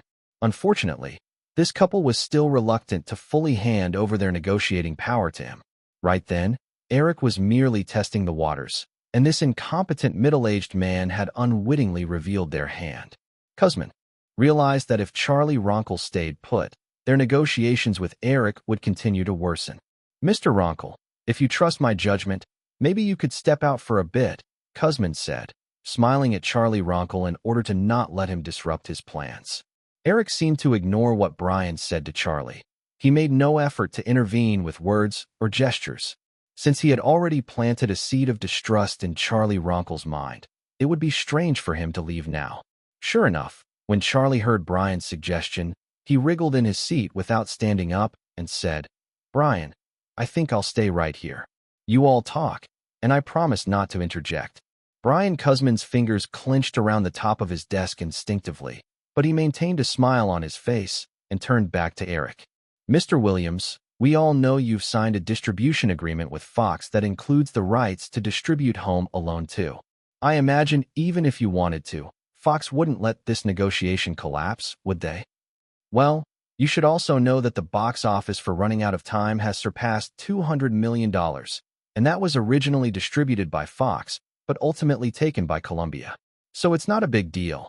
I could always shoot another film for Fox," Eric said casually while toying with his pen. Upon hearing Eric's remark, Brian Cusman hesitated for a moment before replying. "Fox won't easily agree to you switching films because it's unlikely you can present another project with the same level of fame as Home Alone." Eric felt a weight lift off his shoulders with Cusman's tone. Clearly, CA didn't know the specifics of his agreement with Fox. It's worth noting that the initial distribution deal for Fox's 3 films had indeed been for the sequel to Home Alone. Therefore, while agreeing to Eric's demands for high profit-sharing terms, they also enacted a series of strict conditions, one of which was ensuring that Stewart Ronkel continued as the male lead in the sequel. Given that CAA was entirely clueless about this, Eric felt emboldened. "Even if Fox doesn't agree to switch films, I could always change the lead actor. I'm sure countless families would willingly let their children star in Home Alone 2 for just a few $1,000s, wouldn't you agree?" Immediately after saying that, Eric looked at Charlie Ronkel, believing that the Ronkels would surely resonate with his words. Although Stewart's pay and profit share in the original Home Alone weren't particularly high, the film had brought him worldwide fame. Within a year, Stewart had landed a series of high-paying endorsements, raking in tens of millions of dollars for the couple. "Charlie, I imagine most of the endorsement contracts Stewart signed were for a year, right? If the advertisers found out that Stewart wouldn't be reprising his role in Home Alone 2, do you think you'd still see several $1,000,000 in endorsement fees from them next year?" "Mr. Williams, you keep talking about us, but what about you? If Home Alone 2 doesn't get made, Firefly Films might lose over $100 million, right? Compared to that, our offer seems quite reasonable because after all, Stewart is the only male lead in this film. He's irreplaceable." Eric shook his head. "If you persist in pushing for such a nonsensical offer, Firefly Films would only have 25% of the earnings left for Stewart's payment after everything is said and done. When you then deduct the production budget for the sequel, which is likely to exceed $25 million, our profits might not even match what Stewart would get. Don't mention any losses over $100 million either. And you're mistaken, Brian. Nobody in Hollywood is irreplaceable. I can assure you that Firefly already has a backup plan. If your salary offering is too high, we intend to immediately hold open auditions for the lead in Home Alone 2. An open audition could rekindle the buzz around Home Alone, and the final production budget might only be a fraction of that $25 million. Just as Brian Cusman was about to retort, Charlie Ronkel sitting next to him couldn't help but interject. "Eric, it seems you haven't mentioned how much Firefly plans to pay Stewart, have you?" "Damn it," Brian cursed under his breath. feeling a strong impulse to land a punch on Ronkel's chubby face. $8 million. Eric stated a figure and quickly added, Charlie, you shouldn't be solely focused on this piddling amount. Try to think long-term. Many can. See that Stewart's biggest potential lies in endorsements. As long as he can maintain enough fame thanks to Home Alone, you both could still rake in millions in endorsement fees next year. Just based on that, Stewart could become one of the highest-paid stars in Hollywood. I mean, Tom Cruise, Bruce Willis, or Julia Roberts. They won't be getting paid anywhere close to $8 million, and they certainly can't score a series of high-paying endorsements like Stewart can since they face stiff competition from many peers their age. Mr. Williams. Brian Cusman knocked on the table, attempting to interject. However, Eric completely ignored him, keeping his focus on Charlie Ronkel. Therefore, if Firefly pursues that backup plan I just mentioned, next year there's no doubt Stewart's fame would take a significant hit. While changing the cast might present certain risks for Home Alone's sequel, the hope for success remains high. Once successful, you tell me, would the advertisers prefer to pick the new lead for Home Alone as their spokesperson, or choose Stewart? The answer seems obvious, right? Think about it, Charlie. You risked missing out on tens of millions, perhaps even over $100 million in revenue, all to stick to your unrealistic salary demands. Home Alone 2 will likely be made over several installments, either with Stewart as the lead or Firefly will keep the audition plan going, bringing in a new competitor for Stewart each year.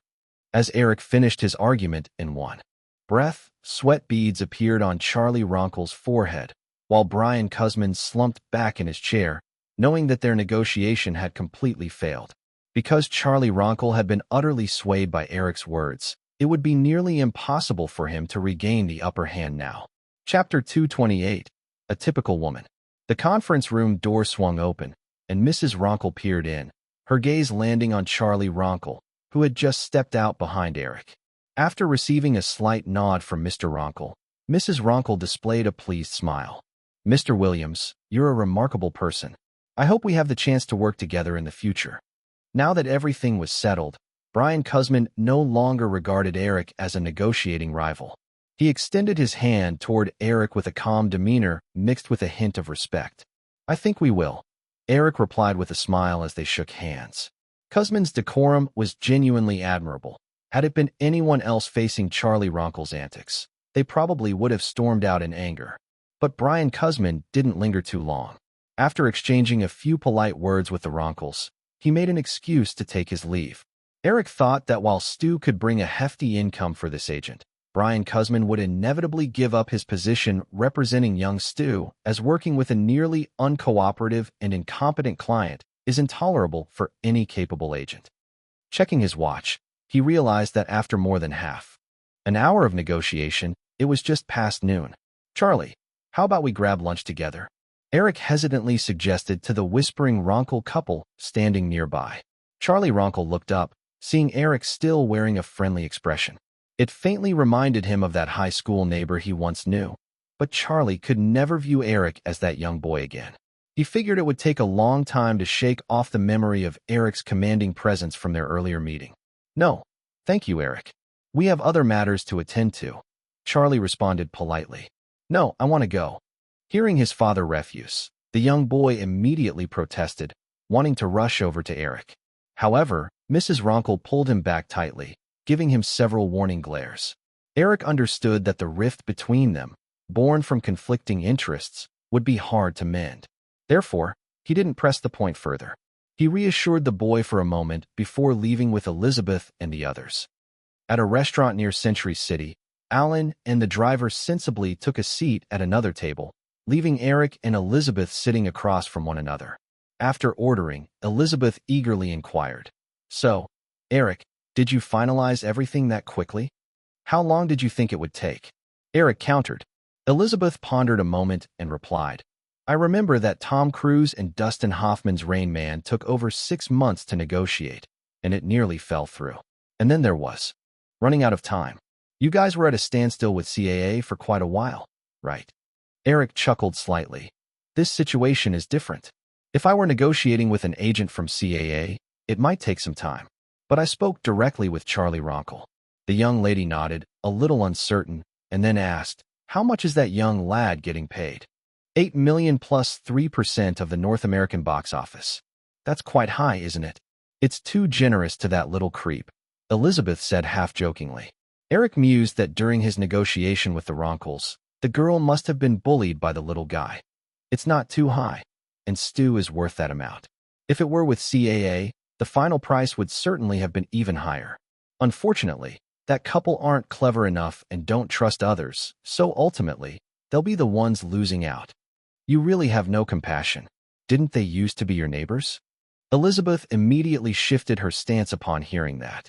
While Eric liked the clever little guy, he held no fondness for the Ronkles. He didn't feel like taking credit, so he remained quiet when the waiter brought their lunch and focused on eating. Do you really stay this busy every day? Elizabeth asked as the clock hit 6 in the evening. After a hectic day, Eric returned to his office. He still needed to review a few documents regarding the merger between New Line and Firefly Films. By that time, the office at Firefly was mostly empty. Unlike others, Elizabeth chose to stay in Eric's office, restlessly picking things up and looking around. Not really. It's just that things have been particularly hectic lately. Eric responded without looking up. Oh, Elizabeth replied, opening a file cabinet and casually pulling out a document to browse through. When 7 rolled around, after organizing the documents in front of him, Eric noticed Elizabeth still curled up on the office couch. Everyone else has left. Why aren't you going? Seeing that Eric appeared to have finished his work, the girl quickly stood up and put her book back on the shelf. There's nothing to go home to. Besides, doing things should be about seeing them through to the end, right? Eric wanted to tease her, but seeing that she had followed him all day and had been reasonably obedient made him hold back the words. However, the girl clearly was not letting it slide. You were definitely planning to insult me just now, weren't you? Not at all, Eric denied. Let's head out. With that, he stepped outside first. The girl quickly followed and insisted. You just wanted to mock me. Something about a lazy rich girl, right? Fine, I did think that, Eric admitted helplessly, greeting the security guard as they walked towards the stairs. She wore a knowing expression. I've worked an entire day, and I didn't even ask you for overtime pay. You better apologize. Sorry. Eric didn't feel like arguing with her. The girl pouted. You're not sincere at all. You have to take me out for dinner since I've been with you this long, right? Eric was just looking for a place to grab dinner, so he nodded reluctantly. All right. Elizabeth suddenly appeared skeptical. You agreed that easily. What are your motives? You're a real typical woman. Eric sighed in exasperation. Knowing that if he pressed, Eric certainly wouldn't provide any positive remarks, Elizabeth could not help but ask, what do you mean by that? Too far and you resent. Too close and you lose respect, Eric replied, as they arrived at the parking lot. He looked around and asked, where's your car? I didn't drive today, the girl shrugged her shoulders. Eric reluctantly opened his car door, then hopped in. After having dinner, they walked out of the restaurant just past 8. Eric glanced back at Elizabeth, who was still trailing him, and asked, how are you getting home? Should I call your driver to pick you up? Elizabeth looked at Eric incredulously and said, how can you be so rude? In this situation, shouldn't you be the one to drive me home? Come on, princess. Your house is in Malibu. It takes 2 hours round trip. This isn't the way to make someone go through all that. Then I'll just take a taxi home. The girl shrugged nonchalantly, tucking her hands into her jeans, taking a few steps along the curb while watching the traffic flow on the street. She added glumly, but there have been several taxi murders in Los Angeles lately, and I heard the victims are always young women. But don't worry, if something happens to me, my dad won't blame you. Get in the car. Eric ground out through clenched teeth. The girl responded with a laugh, agile as a cat, as she opened the door and hopped into the passenger seat. Seeing Eric join her, a look of vexation on his face as he buckled his seatbelt, she chuckled. All right, I was just kidding. I've been staying at Julia's for a few days. It's not directly on your way, but it won't take much longer. Eric snorted, pressing down on the gas. They had barely driven a block when Elizabeth pointed ahead and said, Hey, there's a movie theater. Why don't we catch a movie before going back? It's still early, and I haven't seen a film in ages. Eric stopped the car at the curb, not taking out the key or getting out, placing his hands on the steering wheel as he turned to ask, Liz, what do you really want? Seeing Eric's impatient expression, she hesitated, then waved her hand dismissively. Forget it. I was just suggesting, you are always so complicated. If you don't wanna, that's fine. Just drive me home. Eric smacked the steering wheel. Come on, it's just a movie. Not just to watch a movie, but also to see what trouble this girl could stir up tonight. That's more like a gentleman, she replied cheerfully, unbuckling her seatbelt and stepping out of the car. Eric parked in the lot and, together with Elizabeth, walked into the nearby theater. I'll treat. What do we watch? In the ticket lobby, she generously pulled out her small wallet. Eric glanced at the promotional posters plastered around the cinema, pointing at one. Let's go with that one. When Harry Met Sally, Elizabeth peeked at the poster's tagline. Can two friends sleep together and still love each other in the morning? This looks interesting. Let's go with it. Chapter 229, When Harry Met Sally. After finding a seat, Elizabeth looked around and complained. It's all your fault for picking this movie. We have to wait for several minutes. Eric handed the popcorn and soda he was holding to the lady, saying, You wanted to see this on a whim, after all. Waiting a few minutes is much better than walking in halfway through. And besides, this movie is pretty good. You've seen it? The lady asked upon hearing Eric's comment. Eric nodded. Sort of. The lady shot him a glare. What do you mean, sort of? It's either yes or no. Eric ignored her retort. He couldn't exactly say he saw it in the last life, could he? He remembered, back when this movie released, he had even told Nicole to check it out and study Meg Ryan's acting style.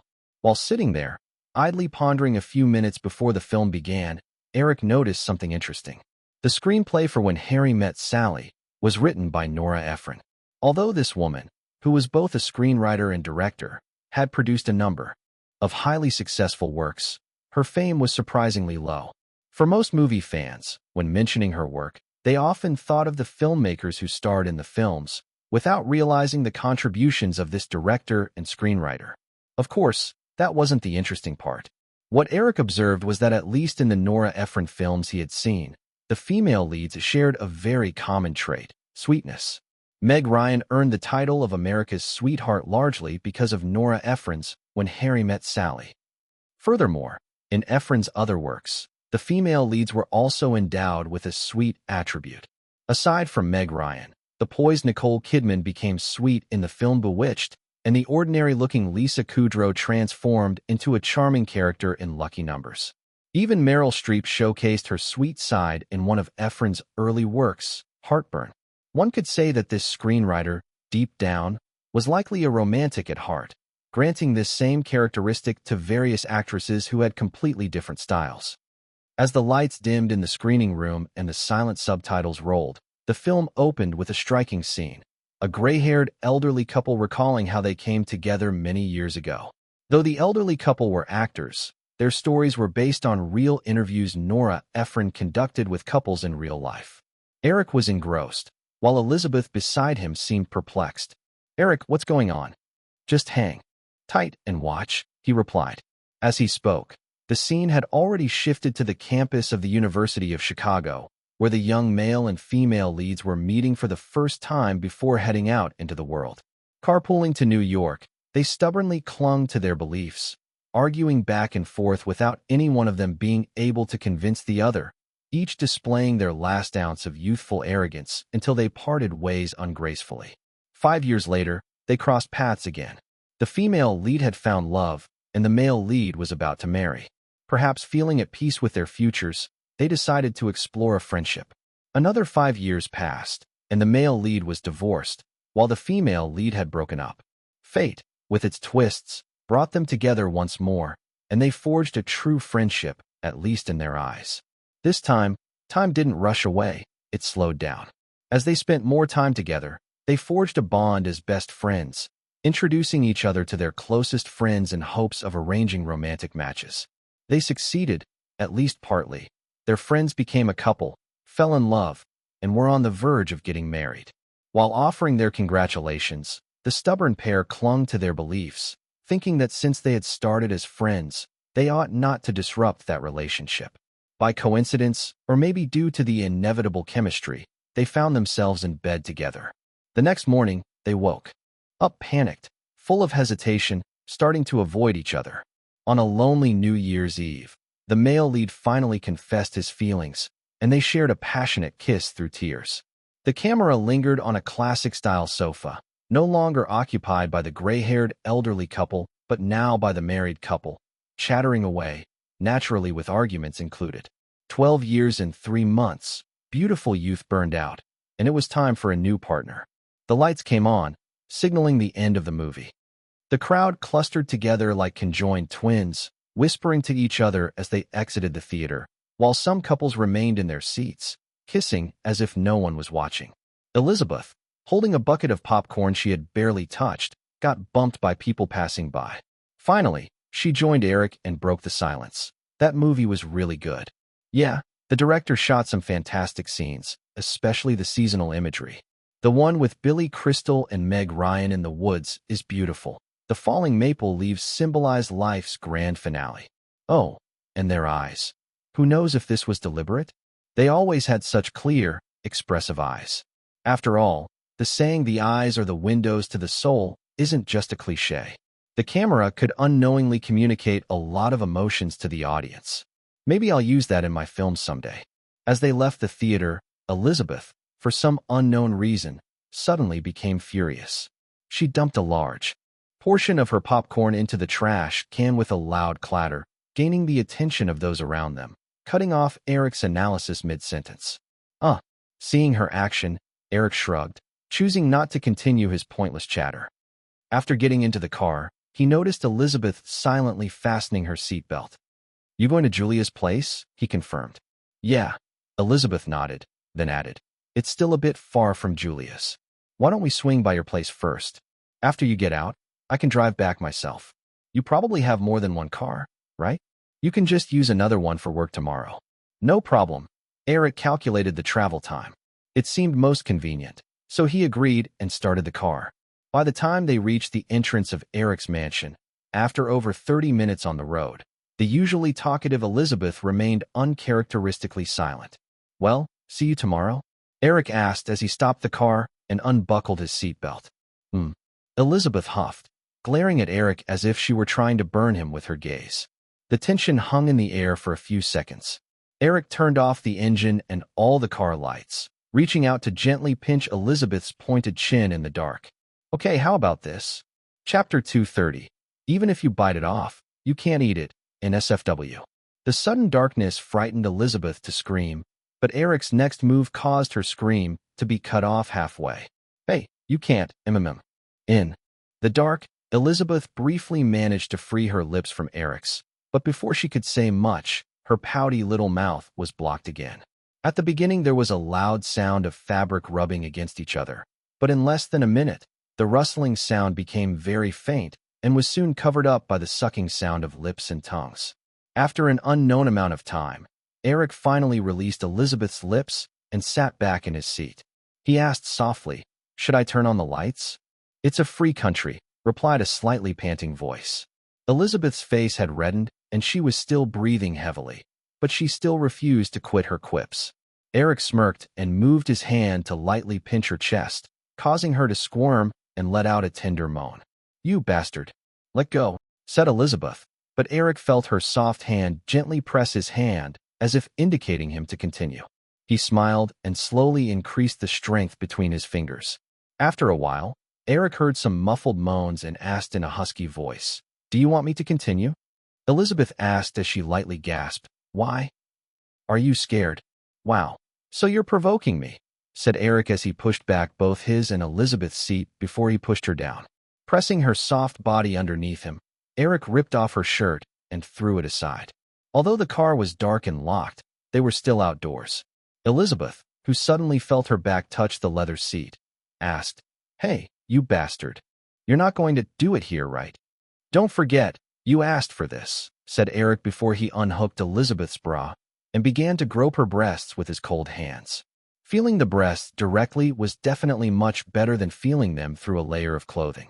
As she felt Eric's large, cold hands groping her breasts, Elizabeth's breath quickened, but soon, she noticed that one of his hands was moving towards her lower belly. She quickly grabbed his hands and said, anxiously, "No, absolutely not. We're on the streets. Anyone passing by could see us." "Such a tease," quipped Eric before he quickly pulled back his seat and drove the car inside his mansion's compound. After he parked the car, Elizabeth quickly turned off the lights. Eric smiled as he went back to licking her breasts while he moved his hands down her lower belly. "Men really only want one thing," complained Elizabeth. But, after feeling that Eric had unbuttoned her jeans, she willingly raised her hips to allow him to pull her jeans off. I think we should go inside," whispered Elizabeth as she twisted her body a few times after her bare but touched the cold leather seat. Although doing this in the car was very exciting, Eric also felt a bit uncomfortable going further here, so he quickly walked out, picked up Elizabeth, who was almost naked, spare her panties, from the other side, and put her on his shoulder before he rushed to his mansion. "Hey, I don't want to be carried off like this. Only robbers would carry a woman like this," complained Elizabeth as she hammered her fists on his back. Eric laughed and thought that she was really worried about the wrong thing. Under normal circumstances, even though it was late at night, any woman who was naked would first ask for her clothes to cover herself up, but she was worried about how she was being held. He chuckled as he playfully slapped her soft hips and asked, "Then, how do you want to be carried?" "Princess hug. I want a princess hug," yelled Elizabeth as she shook Eric's back. Eric stopped and changed the position to hold Elizabeth in his arms, lowered his head, and kissed her lips before he began walking again. Because of his familiarity with the layout of his mansion, Eric managed to reach his bedroom with Elizabeth in his arms without needing to turn on the light before he unceremoniously threw her on the large bed. He started taking his clothes off as he feasted his eyes on her graceful body, side of her face, flushed red with arousal, big, round breasts with hard, pink nipples, heaving up and down with heavy breaths, flat stomach, slim waist, wide hips and round thighs making blood rush to his crotch as he threw his underwear away and pounced on her. His eyes opened slightly after Eric felt some movement. Through his squinted eyes, he saw that the woman in his arms had carefully slipped out and moved to the bedside. He opened his eyes wider and managed to see Elizabeth's lithe, naked back as she slowly moved her hand towards the phone at the bedside. Eric wondered what she was doing as he continued to quietly and secretly watch her. After a series of beeping dials, Elizabeth put the phone on her ear. After a while, Elizabeth spoke in a low but anxious voice. "Hey, Julia, what should I do? I slept with him." When Eric heard this, he grabbed his forehead as he wryly smiled. Does this silly girl really think that he would continue to sleep even after she made so much noise? Elizabeth, whose back was facing Eric, still didn't know that he had woken up, so she continued, "What, that? It felt pretty good." "Humph, do you think I don't know? You also slept with him, so what are you asking me for?" "Where am I?" She repeated the question before she glanced back at Eric, who quickly closed his eyes. Assured that he was still asleep, she lied. "Of course I escaped. I know it's still early, but I can't wait for him to wake up before I leave, right? So embarrassing. Hey, I knew it would be useless to call you, so I'm hanging up." No need to pick me up. That's it. I'm hanging up." After she hung up the phone, Elizabeth was about to quietly walk towards the bathroom when a pair of large hands grabbed her from behind. As she screamed, Eric smirked and said, "Liz, I don't know if I should call this cute or silly. Do you talk about this kind of thing with your girlfriend? Shouldn't you keep my reputation in mind?" Elizabeth stuttered as she asked in a panic while her hands were on Eric's hands. You. When did you wake up?" "Just around the time when you said that it felt pretty good." Elizabeth turned beet red as she shyly covered her face. Eric pulled her into his arms and said, "There's no need to be embarrassed. Lovemaking between a man and a woman is supposed to feel good. To be honest, I am quite happy that it felt good for you." You. Suddenly Elizabeth opened her mouth and bit down hard on Eric's shoulder. Eric took a few breaths of cold air in pain, patted the girl's back and soothed her. "Hey, Liz, just grind your teeth to let out the air.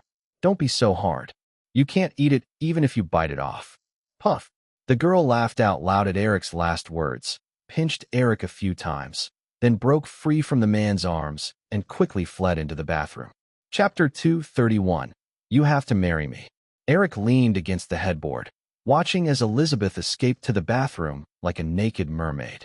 He had planned to join her for a romantic bath and maybe some morning exercise. But before he could move, Elizabeth re-emerged from the bathroom, tightly wrapped in a towel. Eric, I've thought it over. Although we haven't known each other long, I feel you're really quite a decent guy, Elizabeth said, nervously grasping the collar of her bathrobe, her body swaying slightly, yet her beautiful, elongated eyes were fixed on Eric. Hearing Elizabeth say that made Eric feel a wave of dread wash over him. Before he could react, she mustered up the courage to continue. Plus, we slept together last night. I'm not that kind of loose woman, so? Elizabeth hesitated for a few seconds, then finally articulated. So, you have to marry me. After saying this, it seemed as if all the strength left her body, and she shrank back a little. But her eyes remained sharp as she stared at Eric, waiting for a response. Eric sat frozen on the bed for a few seconds, finally sputtering out a few words. What the fuck? Then, in Julia's apartment, Elizabeth sat on the couch, dejectedly recounting what had happened. Julia sat next to her, listening with rapt attention. But when Elizabeth stopped talking about pressuring Eric into marriage, Julia couldn't help but prod her. Why did you stop? What happened next? Elizabeth shook her head, tugging at the white bathrobe tie she still wore, and then stumbled over her words. Then he ran away. Julia realized she might have misunderstood and instinctively asked, What do you mean he ran away? Elizabeth gestured with her right hand. He just got dressed super fast and ran out the door. When I realized what was happening, I went downstairs and circled around his place, but didn't find him anywhere. After she finished speaking, the two women exchanged glances. Elizabeth bit her lip, seemingly at a loss about what to do. But Julia puffed up her cheeks, and after a moment burst into laughter, slapping the couch. Ha! Eric is such a jerk. Ha! He ran away. That's just too much. Hey, no laughing. Elizabeth, blushing from embarrassment, grabbed a throw pillow from the couch and threw it at Julia. What kind of friend are you? Stop laughing, or I swear I'll cut ties with you. Julia took a deep breath, finally managing to calm down, and abruptly remembered something else. So when you called me in the morning saying you had left Eric's place, that was a lie? I didn't want to tell you, but this really was. Ugh, don't get hung up on the details. Seeing Elizabeth nearly lose it, Julia quickly reassured her. All right, I won't ask. So what next? What next? Elizabeth asked. Didn't you think about breaking something valuable of his to let off some steam, like a watch or some electronics or something? Julia believed that a pampered girl like Elizabeth would inevitably do something impulsive given how Eric treated her. How could I be that childish? Elizabeth immediately shot back. But seeing Julia's questioning expression, Elizabeth lowered her head slightly and confessed, Fine. At first, I was really angry. I mean, even if he didn't want to, he should have said something instead of just running off without a word. So in my impulsivity, I thought about burning down his villa. Julia gasped and covered her mouth. That's a bit much, don't you think? Ignoring Julia's surprise, Elizabeth continued. I found a bucket of gasoline in the storage room and poured it all over his living room. Then I looked around but couldn't find anything to set it on fire with. After a while, I calmed down and just came here. Although Elizabeth never set the fire, Julia felt a shiver run down her spine as she listened. To be honest, Julia sometimes felt some lingering resentment towards Eric and had toyed with the idea of teaching him a lesson. But even in her worst fantasies, she never imagined taking things that far. Noticing Julia's reaction, Elizabeth chuckled nervously. So what do we do now? Julia thought for a moment and replied, Now's actually a great opportunity. If you ask him for that screenplay again, there's no way he can refuse now. If that's the case, what does that make me? Elizabeth countered. Julia knew this proud girl would never agree to that, so she shrugged. Then let's just pretend nothing happened and carry on as usual. But I wouldn't know how to face that jerk again. Then don't work as his assistant. That way, you won't have to see him for a while. Remember, you already applied for our TG Films company license, right? We could just spend $1 million or so to make a low-budget film for fun. Making something means making it the best it can be. We can't just play at it. Elizabeth objected. Just then, Drew walked in with a pink crossbody bag, greeting the two women on the couch. Good morning. Hey, Liz, why are you in a bathrobe? I just took a shower. Elizabeth responded calmly. Women had a talent for lying naturally. Oh, Drew replied, barely acknowledging it. She was too preoccupied to care. Otherwise, if she looked closely, she would definitely recognize the bathrobe's origin, since Eric's household goods had all been provided by her. Sitting down on the couch, Drew opened her bag, pulled out a script, and handed it to Julia and Elizabeth. What do you think of this script? The two women grabbed the script and looked at the title, with Julia asking, The Silence of the Lambs, what does that mean? I feel like I've heard of it somewhere before. Seems like it's a novel, Elizabeth replied. Due to having only one copy of the script, both women leaned in together to read. As Julia and Elizabeth read through the script, Drew poured herself a glass of juice and returned to the couch. This script is adapted from the novel of the same name by Thomas Harris. Last year, Gene Hackman, who starred in the Best Picture-nominated Mississippi Burning, bought the rights to this script intending to direct it himself. But that poor guy developed severe manic depression while filming Mississippi Burning, and his psychiatrist advised him to avoid violent subjects, so he ended up having to sell it. I happened to be acquiring scripts lately and thought this story was really thrilling and not too expensive, so I bought it. After skimming through half of it, Julia looked up tentatively. Drew, the main character in this script is a woman, you're not thinking. Hey, Julia, don't you want to stretch your acting chops by playing the complex lead role of Clarice? Julia quickly shook her head.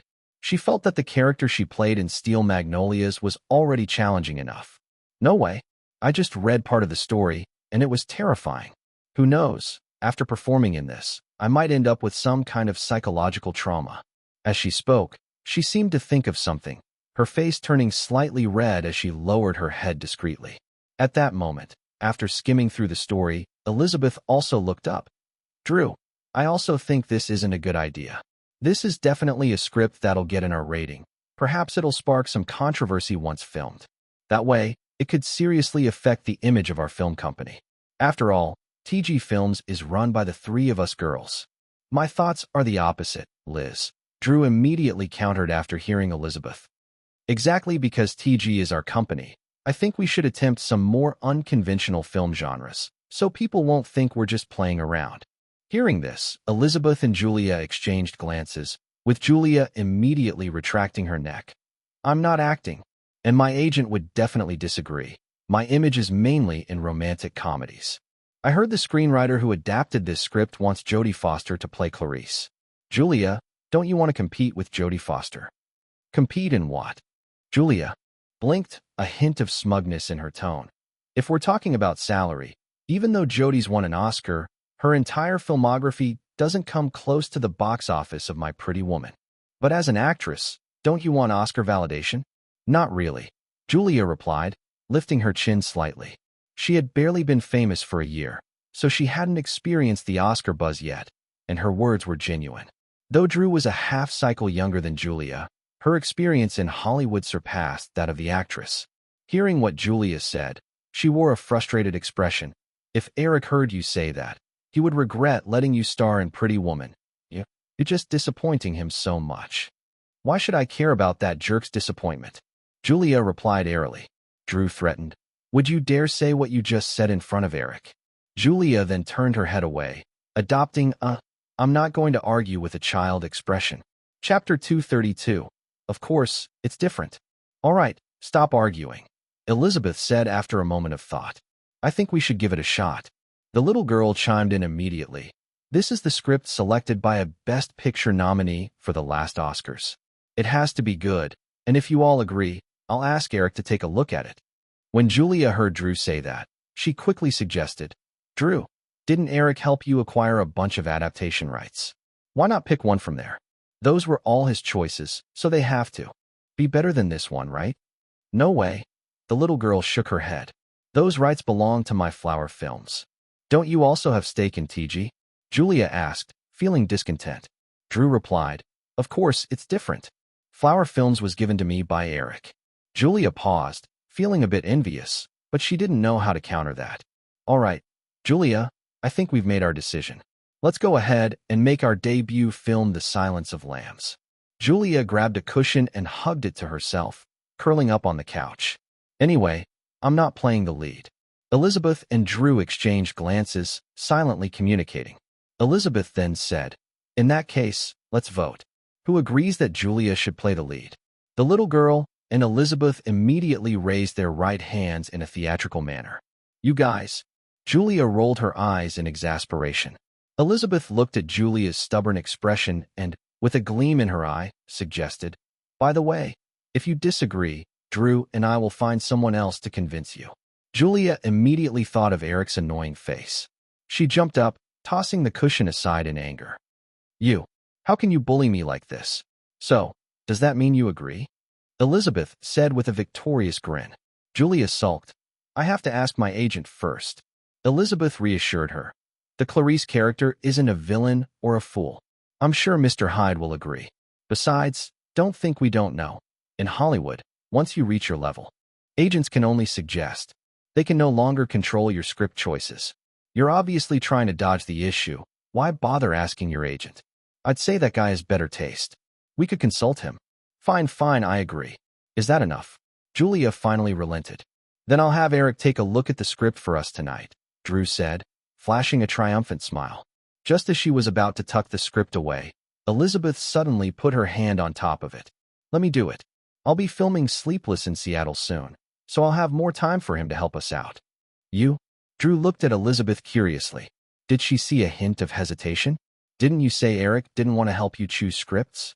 Elizabeth quickly replied, "Haven't we already decided? Plus, Julia is definitely getting a piece of the film's profits based on her salary, so the investment for this movie isn't that high. Even if it flops, it won't matter. I'm just going to ask him for advice. I don't think Eric would be stingy with that. Besides, if you take it to him, you'll need another excuse. If you're not careful, he might just discover you're involved in our film company." Drew contemplated that, and then nodded. "That works too. It'll save me from going back, only for Eric to complain about me skipping out." Elizabeth sighed with relief. If the little girl returned to find the villa filled with gasoline and any clues linking her to it, that would be disastrous.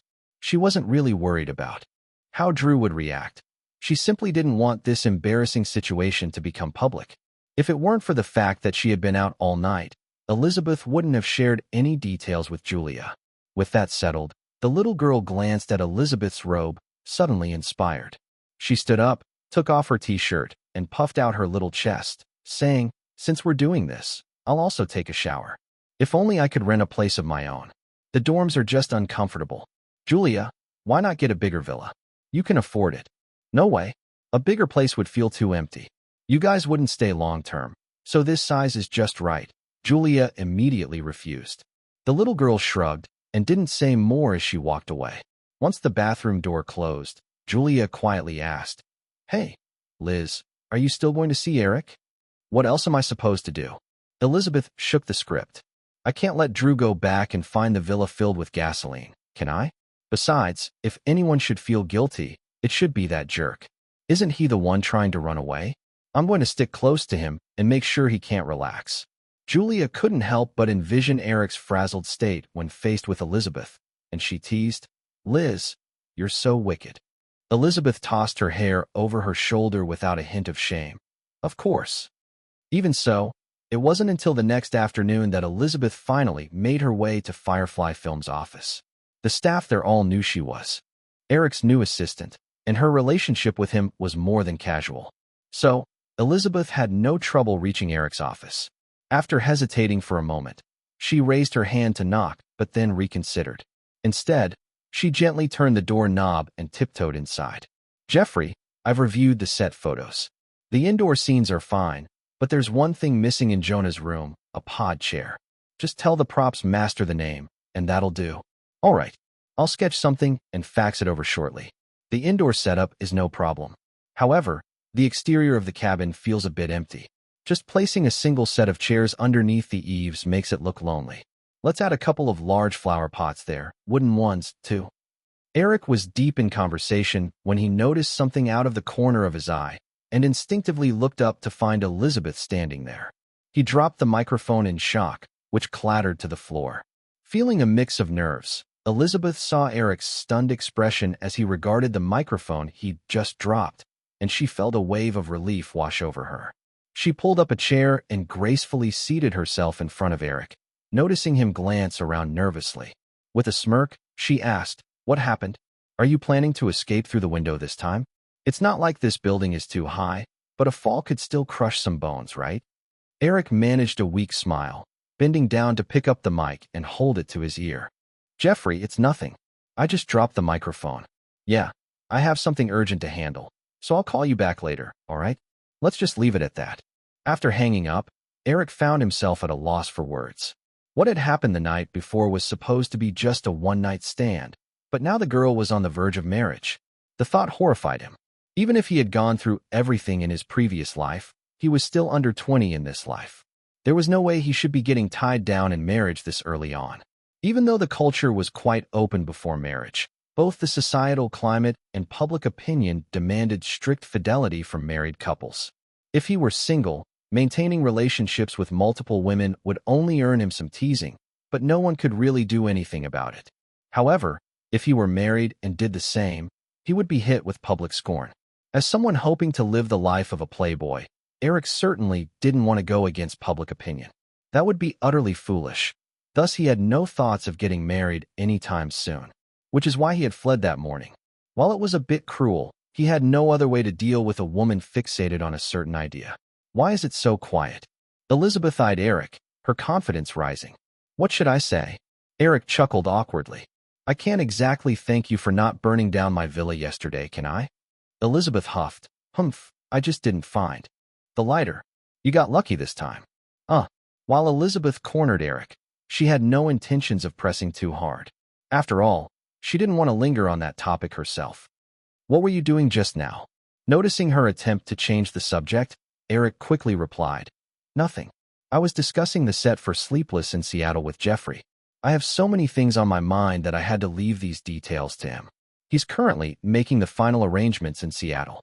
Oh, Elizabeth nodded. Hey, do you still want to continue being my assistant?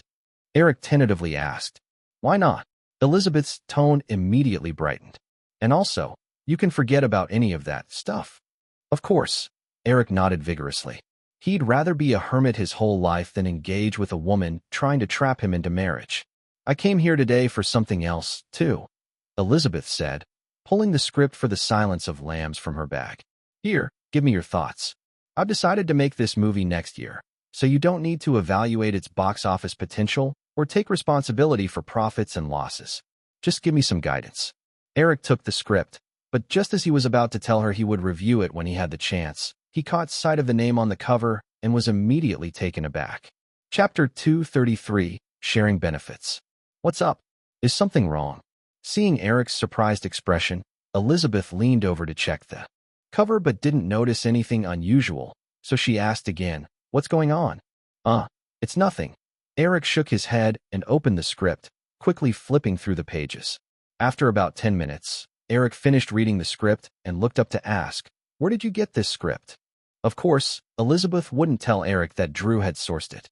Instead, she relayed Drew's statement to Eric. The girl had insisted that she and Julia keep things under wraps, wanting to achieve something on her own and surprise Eric later on. Hearing how Elizabeth had casually acquired the script, Eric could only shake his head in disbelief.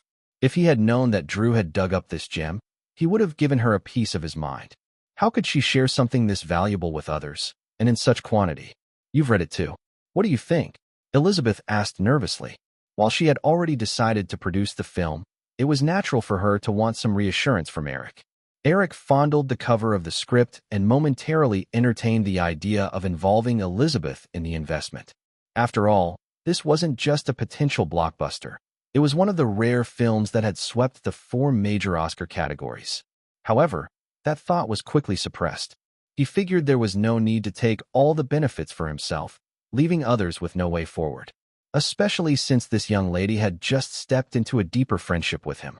Having come to this realization, Eric said lightly, the story isn't particularly unique, but as a film, it could deliver a different experience. So, I think the casting for this movie is vital. Do you have anyone in mind for the lead roles? I plan to have Julia play Clarice Starling, and she has agreed. I haven't thought about the other roles yet. After all, this is my debut as a producer. I want to take my time with it, Elizabeth replied. Eric immediately shook his head. No, Julia isn't right for Clarice. Clarice is a very complex character, and Julia doesn't possess the range to pull it off. Then who do you think is suitable? The young woman asked, probing for suggestions. Without hesitation, Eric blurted out, Jodie Foster. Ah, interesting. I just happened to hear that the writer adapting this script also suggested Jodie Foster for Clarice. Elizabeth exclaimed in surprise, then continued in a tone she considered professional. But, Eric, this is just a horror film. Audiences watch horror for the thrills and chills. So, I don't think the lead actress needs to be overly skilled. Horror films aren't aiming for Oscars. I haven't heard of many horror films winning Academy Awards. Just because it hasn't happened in the past doesn't mean it won't happen in the future, Eric noted. Of course, it's just a suggestion. Whether you take it is up to you. Since this film wasn't his responsibility, Eric didn't want to interfere. Hollywood's history had already changed completely. With his entry, even without The Silence of the Lambs as a classic, there were bound to be other great films surfacing.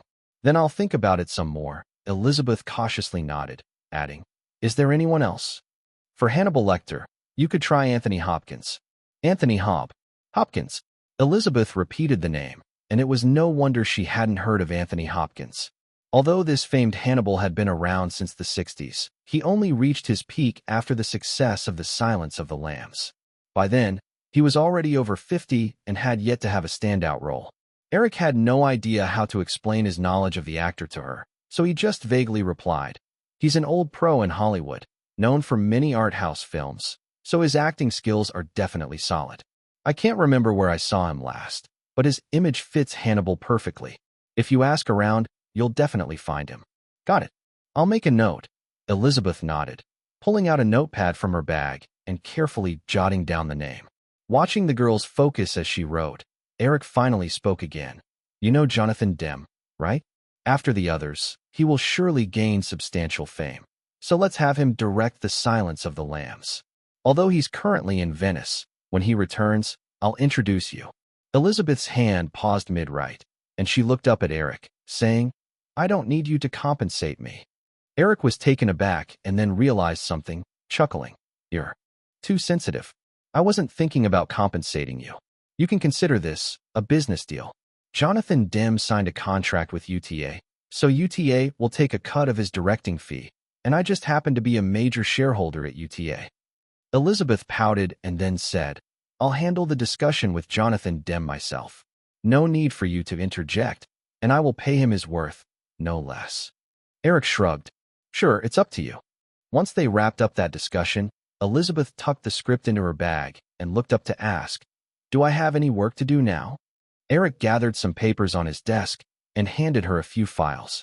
Take these out and shred them, then toss them.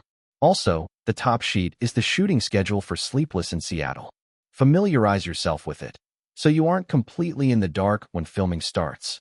There's an office desk in that outer lounge area. You can use that. I'll call for you if there's something. Okay. Elizabeth nodded, pleased that Eric finally let her do something productive.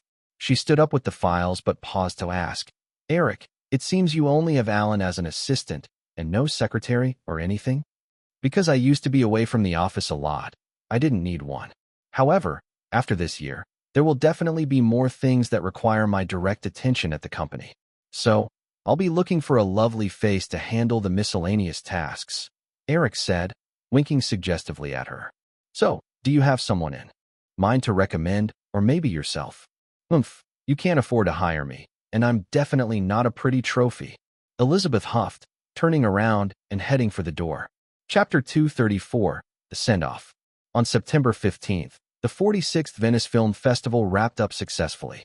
Although the Venice Film Festival consistently touted its artistic nature to differentiate itself from the increasingly commercial Cannes Film Festival and the politically oriented Berlin Film Festival, the anti-war film The Others ultimately snagged the Silver Lion at Venice amidst the tumultuous global climate, thanks to a wave of promotional efforts by the media. Once the award results were announced, Disney's relentless marketing ensured that The Others overshadowed A City of Sadness, this year's Golden Lion winner. The Others, which won the Silver Lion, would undoubtedly be recognized by international distributors as a commercial film. They could tell that it was a story with strong potential for box office hit. Thus, After the others added the Silver Lion to its accolades, it quickly attracted a slew of distributors from around the world who were already in discussions with Disney about releasing the film. On the day the results were made public, Disney successfully sold the distribution rights for the film to 12 countries. Numerous others were also still in negotiations. Of course, Disney had not forgotten to promote the film domestically. The influence of European films had diminished significantly in North America with the rise of Hollywood, yet it was still a point of pride for Americans when a Hollywood film won awards abroad. Following a media blitz, the others rapidly became quickly popular. Soon after, Disney announced the release date for the film, November 1st, Halloween. While this wasn't the most popular release period, some even suggested it could be held off until the next summer. After discussions with Eric, Michael Eisner determined to stick with this date that many doubted. Eric's reasoning behind his suggestion revolved around the film's focus. The Others wasn't one of those traditional horror films that drew audiences in with blood and violence. Instead, it relied on psychological suspense and plot twists. The PG-13 rating also meant that families could comfortably go to see it together during the holiday period, making a release around this time wholly appropriate. Moreover, who said that horror films couldn't have a New Year's release? Eric clearly remembered that famous Scream, which had released during Christmas and made over $100 million on a budget of just over $10 million. That film was truly an R-rated horror film that thrived on violence and gore. Sadly, a certain someone didn't last very long in that flick. In early September, most of the crew members for Sleepless in Seattle had already headed to Seattle ahead of the film's pre-production efforts. It wasn't until September 16th that Eric wrapped up some pressing business for Firefly Films and prepared to head to Seattle to start filming. Sleepless in Seattle and Home Alone 2 were to be filmed back-to-back, so after finishing up Tom Hanks's scenes in Seattle, Eric would head to New York to shoot Nicole's major parts. After that, Sleepless in Seattle would be finished, followed immediately by Home Alone 2, Lost in New York. Given that this sequel had also been quite successful, Eric had no intention of changing the script. Though time was tight, Eric, accustomed to this shooting rhythm, felt little pressure. Instead, he felt somewhat awkward while waiting in the Los Angeles airport terminal. Besides the staff joining him for the trip to Seattle, several women had gathered around him. Drew, Elizabeth, and Julia on one side, while Jennifer Aniston and Nicole stood on the other. Flashes from cameras went off nearby. Besides those persistent paparazzi who had repeatedly been stopped by airport security, even casual tourists raised their cameras to get a shot. After all, among these women, were renowned stars, excluding Elizabeth. Although Eric had been trying to keep a low profile, aiming for a quieter behind-the-scenes role, the attention around him only increased, making it impossible for travelers at the airport not to recognize him. One could easily imagine that tomorrow's papers would run headlines like "Playboy crew departs," "5 beauties send off sweetly," laden with insinuation. However, sweetness was definitely absent from the scene. If looks had physical form, he might as well be skewered and ready for the barbecue right now. Look at those women. Though all were dressed beautifully, their expressions told a different story.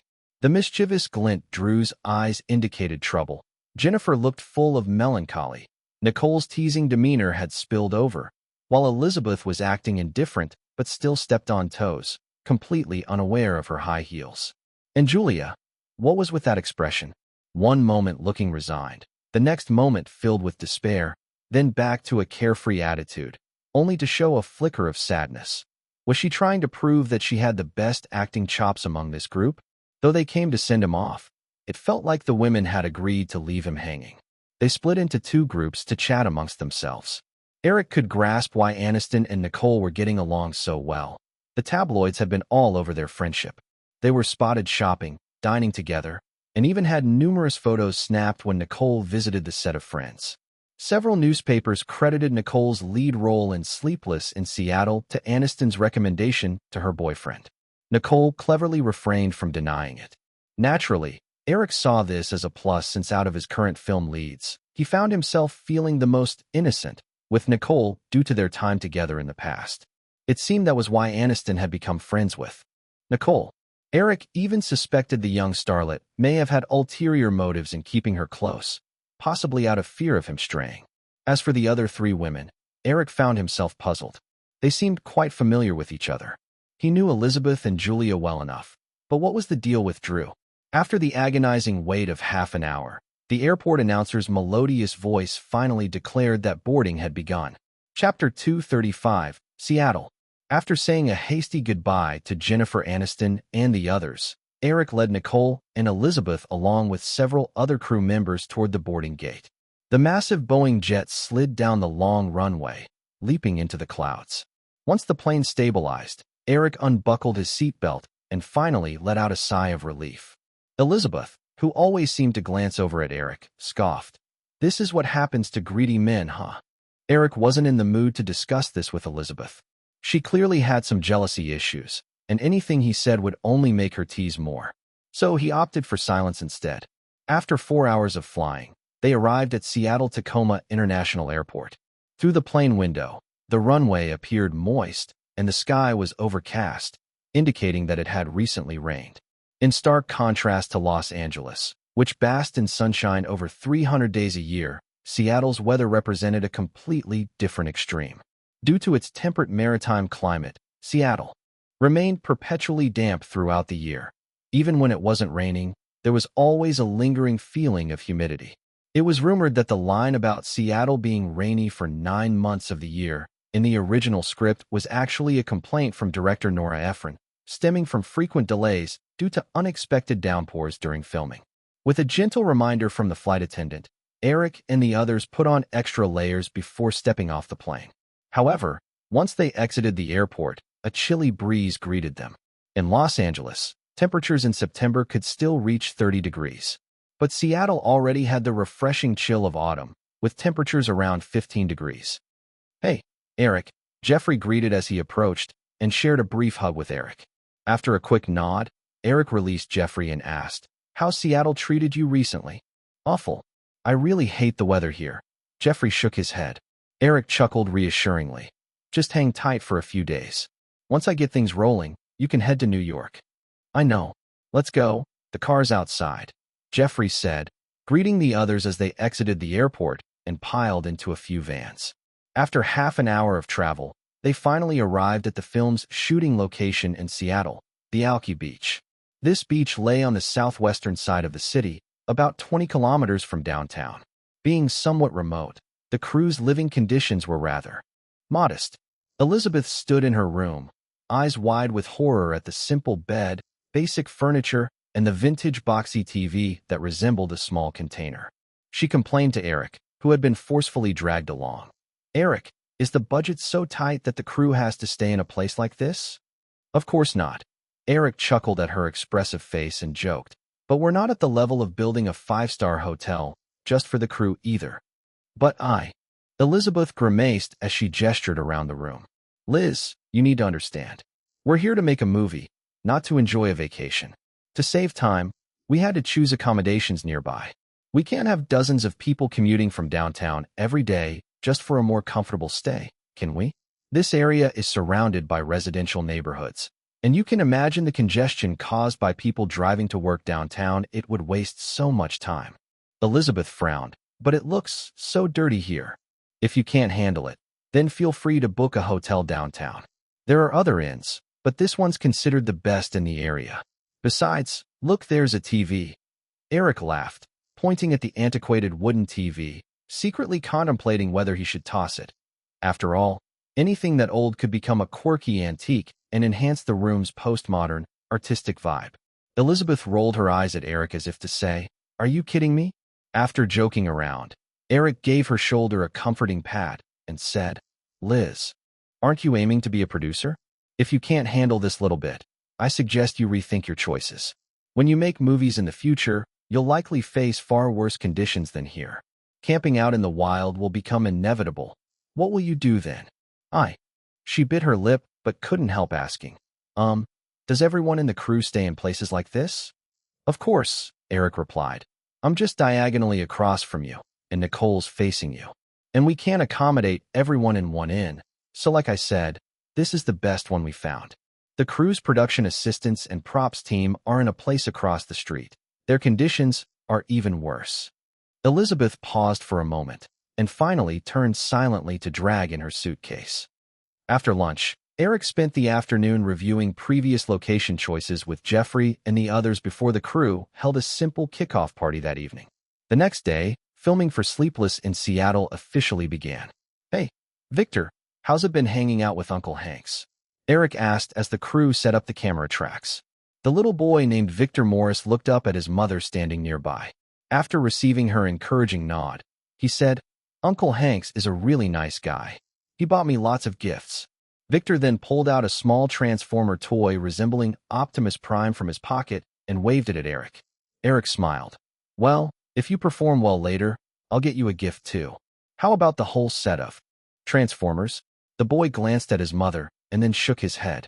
"No thank you, Mr. Director. Mom said you've already paid me, so even without gifts, I'll do a great job." Eric patted the boy's head and chatted with him for a bit before standing and turning to Tom Hanks.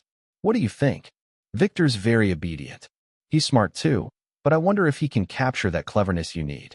To be honest, I think there's another boy who's perfect for the character Jonah."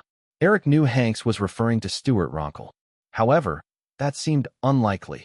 Even as a supporting actor, Stewart's pay was in the $1 million range, while this little boy was only making $100,000. Firefly Films certainly had plenty of cash, but they wouldn't waste it unnecessarily.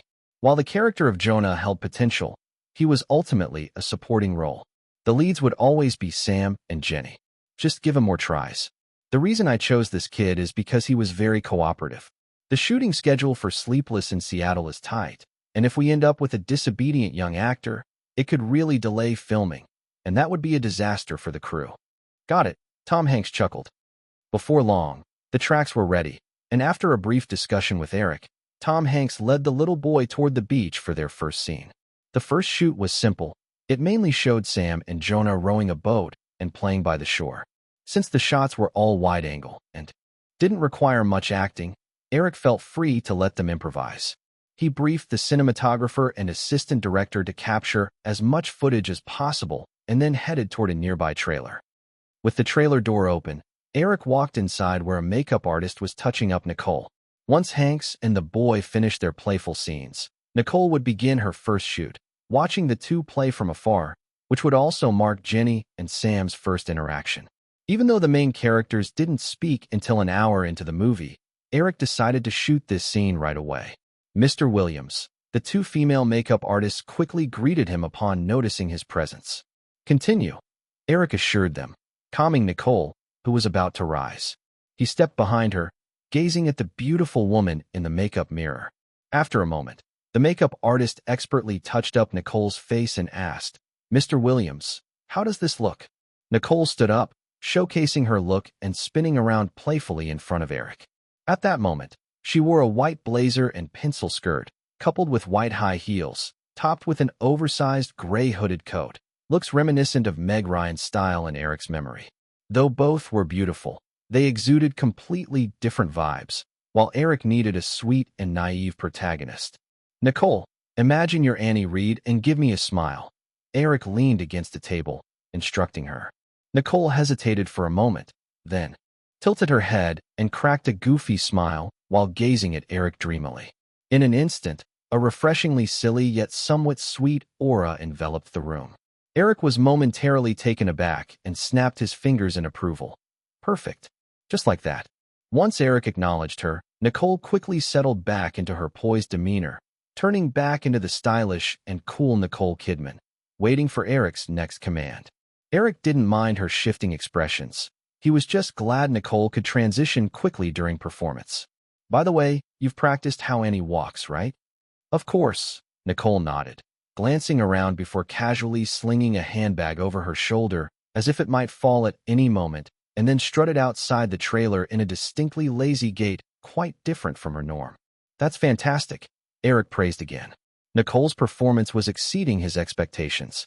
Chapter 236, Boosting Confidence. Initially, when Eric considered casting Nicole for the lead role in Sleepless in Seattle, he held an audition for her. Although Nicole met his requirements that time, her performance was nowhere near what it was now. This time, she had transformed herself into a different person, a perfect embodiment of Annie Reed from the script. It seemed that during this period, Nicole hadn't been indulging in the glamour that came with landing the lead role in Sleepless in Seattle. Behind the scenes, she must have put in significant effort to understand her character. In Hollywood, an actor ultimately had to rely on their craft. Unlike many beautiful stars who were lost in their superficial allure, Nicole clearly grasped this early on. When Eric complimented her, Nicole beamed with delight and then cautiously asked, "Eric, can I tone down the lip color a bit?" Eric glanced at her bold, bright red lipstick and then turned to the two makeup artists. He momentarily couldn't recall how it all went. The older makeup artist quickly clarified, "Mr. Williams, this is the look we created for Ms. Kidman based on the original fitting photos. I had suggested lightening Ms. Kidman's lip color as well, but it seems you personally rejected that idea." Eric thought for a moment before recalling, "Oh, right. This is perfect as it is. No need to change. But it looks very unnatural like this." The younger makeup artist weakly chimed in. "This is the effect we want," Eric explained. "If we fix even this flaw, Nicole would come across as too perfect. Don't forget, Annie Reed is a somewhat carefree, easygoing woman. How could someone like her look immaculate? A few imperfections suit her character much better." Hearing Eric's words, both makeup artists nodded thoughtfully. Eric continued, "I know you all are professional makeup artists, but remember that you are crafting the look for an actor. Your job isn't to make them flawless, but to shape their appearance in line with the director's vision, regardless of beauty or flaws." "Thank you for your clarification, Mr. Williams. We understand," the older makeup artist quickly affirmed. Thanks to her thorough preparation, Nicole's scenes had almost no NGs, so the initial meeting between Sam and Annie at Alki Beach was completed swiftly. With a few more airport shots scheduled for the next days, Nicole would be able to leave the set for a while if she wished. As was customary, the first day of filming didn't involve complex shots. Aside from Sam and Annie's first encounter, the footage primarily consisted of scenes with Sam playing with his son. To establish a father-son dynamic effectively with young actor Victor Morris, Tom Hanks had started spending time with the little guy a week earlier. By the time they started shooting, there was no barrier between them. After just one day of rehearsal, the father and son had already slipped into their roles. Time didn't allow the crew to advance gradually, so the next day, they began filming more difficult scenes. Of course, challenges arose.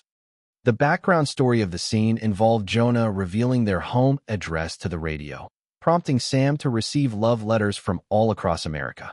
A pile of mail was spread out on the living room dining table.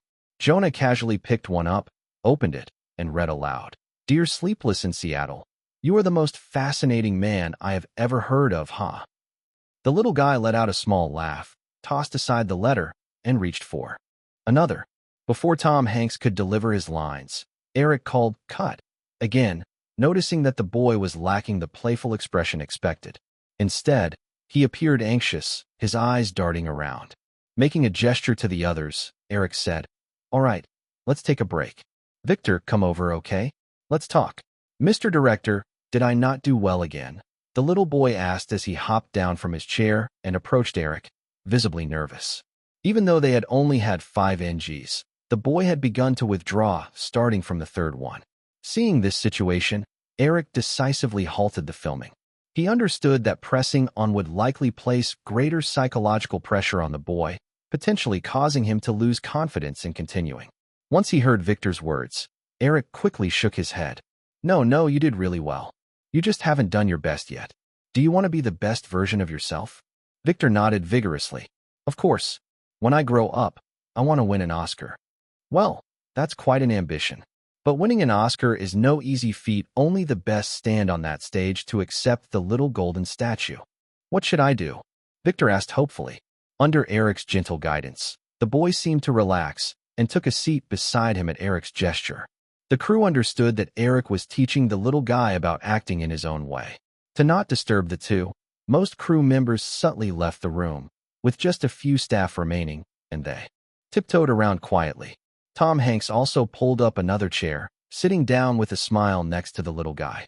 This gesture provided Victor with more reassurance since he felt safer with Hanks, who he had been around for over a week. Eric ruffled the boy's hair and said, "It's quite simple. When you face failure, you mustn't be discouraged. Just like what happened in the recent filming. Since it didn't go well this time, Let's give it a few more tries. But if you lose your confidence because of a mishap or two, then you'll never improve." The boy nodded slowly, his expression indicating he was beginning to understand. However, he then quietly mumbled while fiddling with his fingers, "But I worry about all these uncles and aunts wasting time because of me. It makes me anxious thinking they might be upset." "No, you're mistaken," Eric reassured him. "You're getting paid for your acting, and they are getting paid too. Unlike you, their wages are calculated by the hour. The longer you take to film, the more they earn. So, they're actually quite happy." As Eric spoke, he pointed casually at Nicole, who was wearing a faint smile and changing film for the camera. "Nicole, aren't you happy right now?" Nicole released her suppressed laugh, nodding and responding. "Of course, kiddo. You can try as much as you like. The more takes we get, the happier we are. But of course, don't intentionally mess up the scenes. If you do, the director will definitely notice, and then we won't get our pay."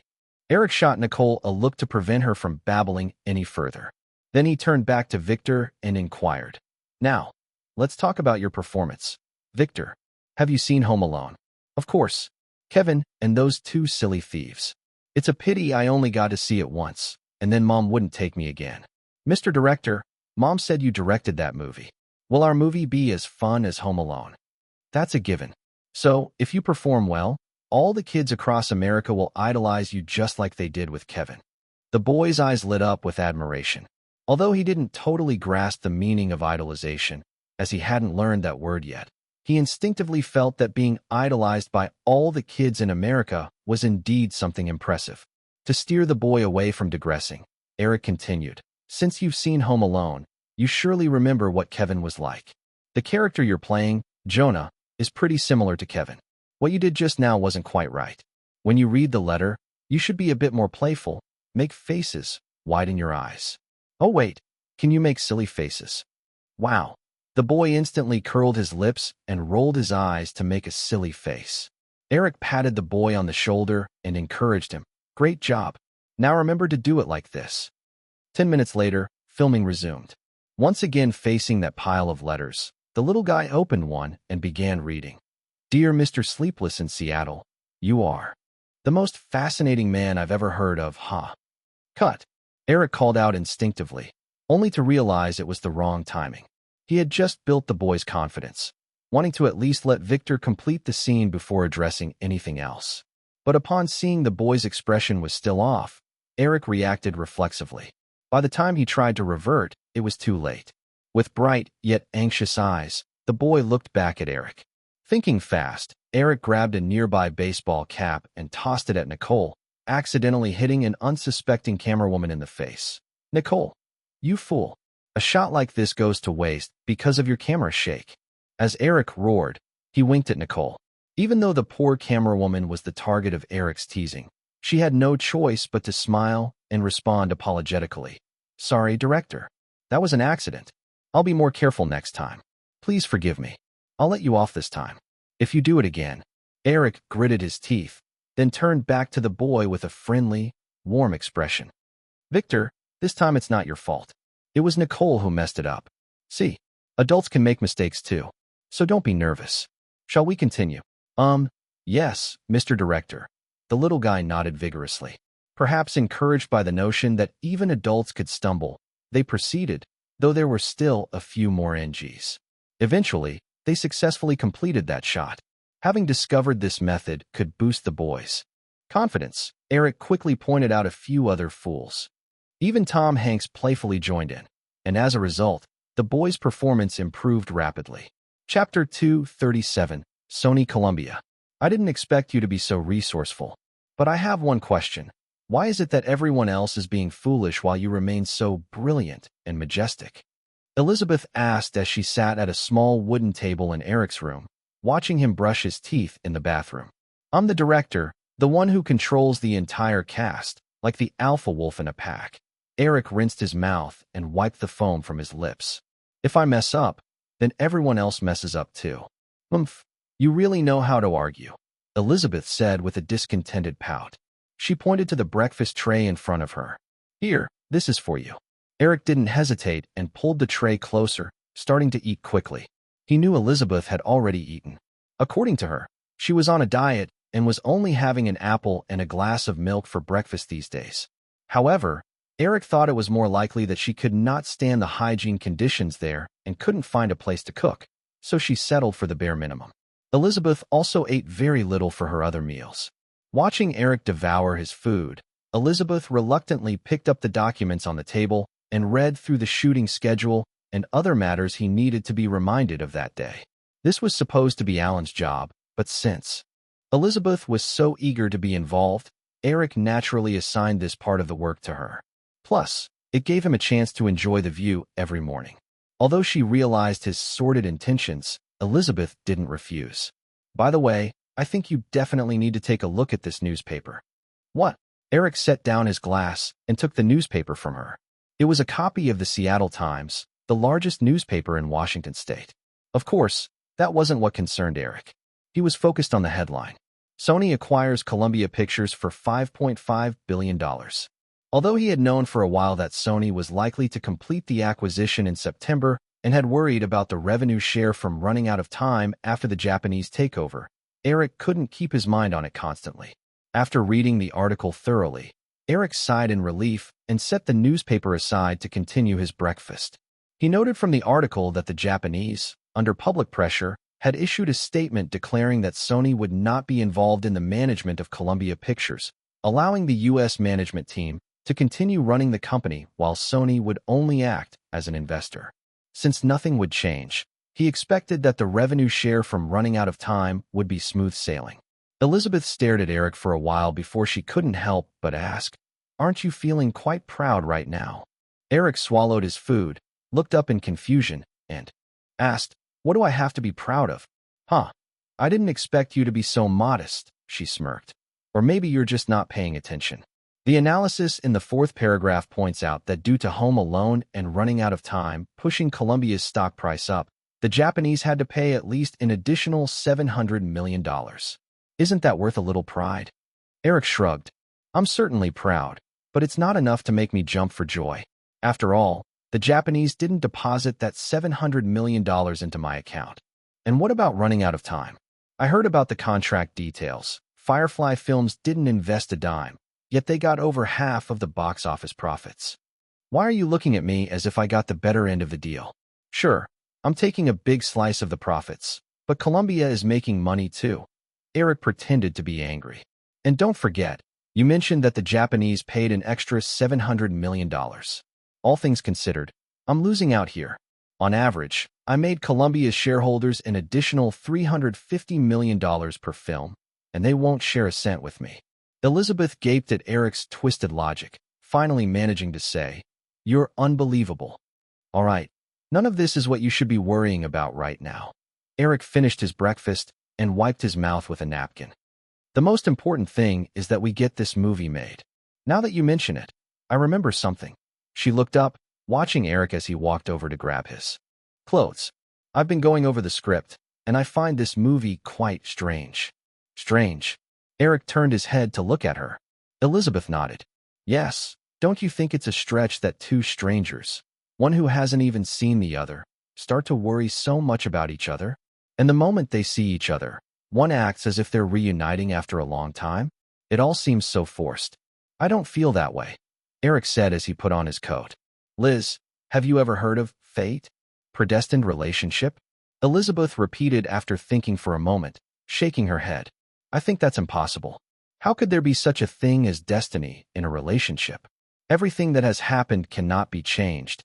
It's all predetermined, including so-called fate. Just like with you and me and Jenny, me and Drew, me and Vicky."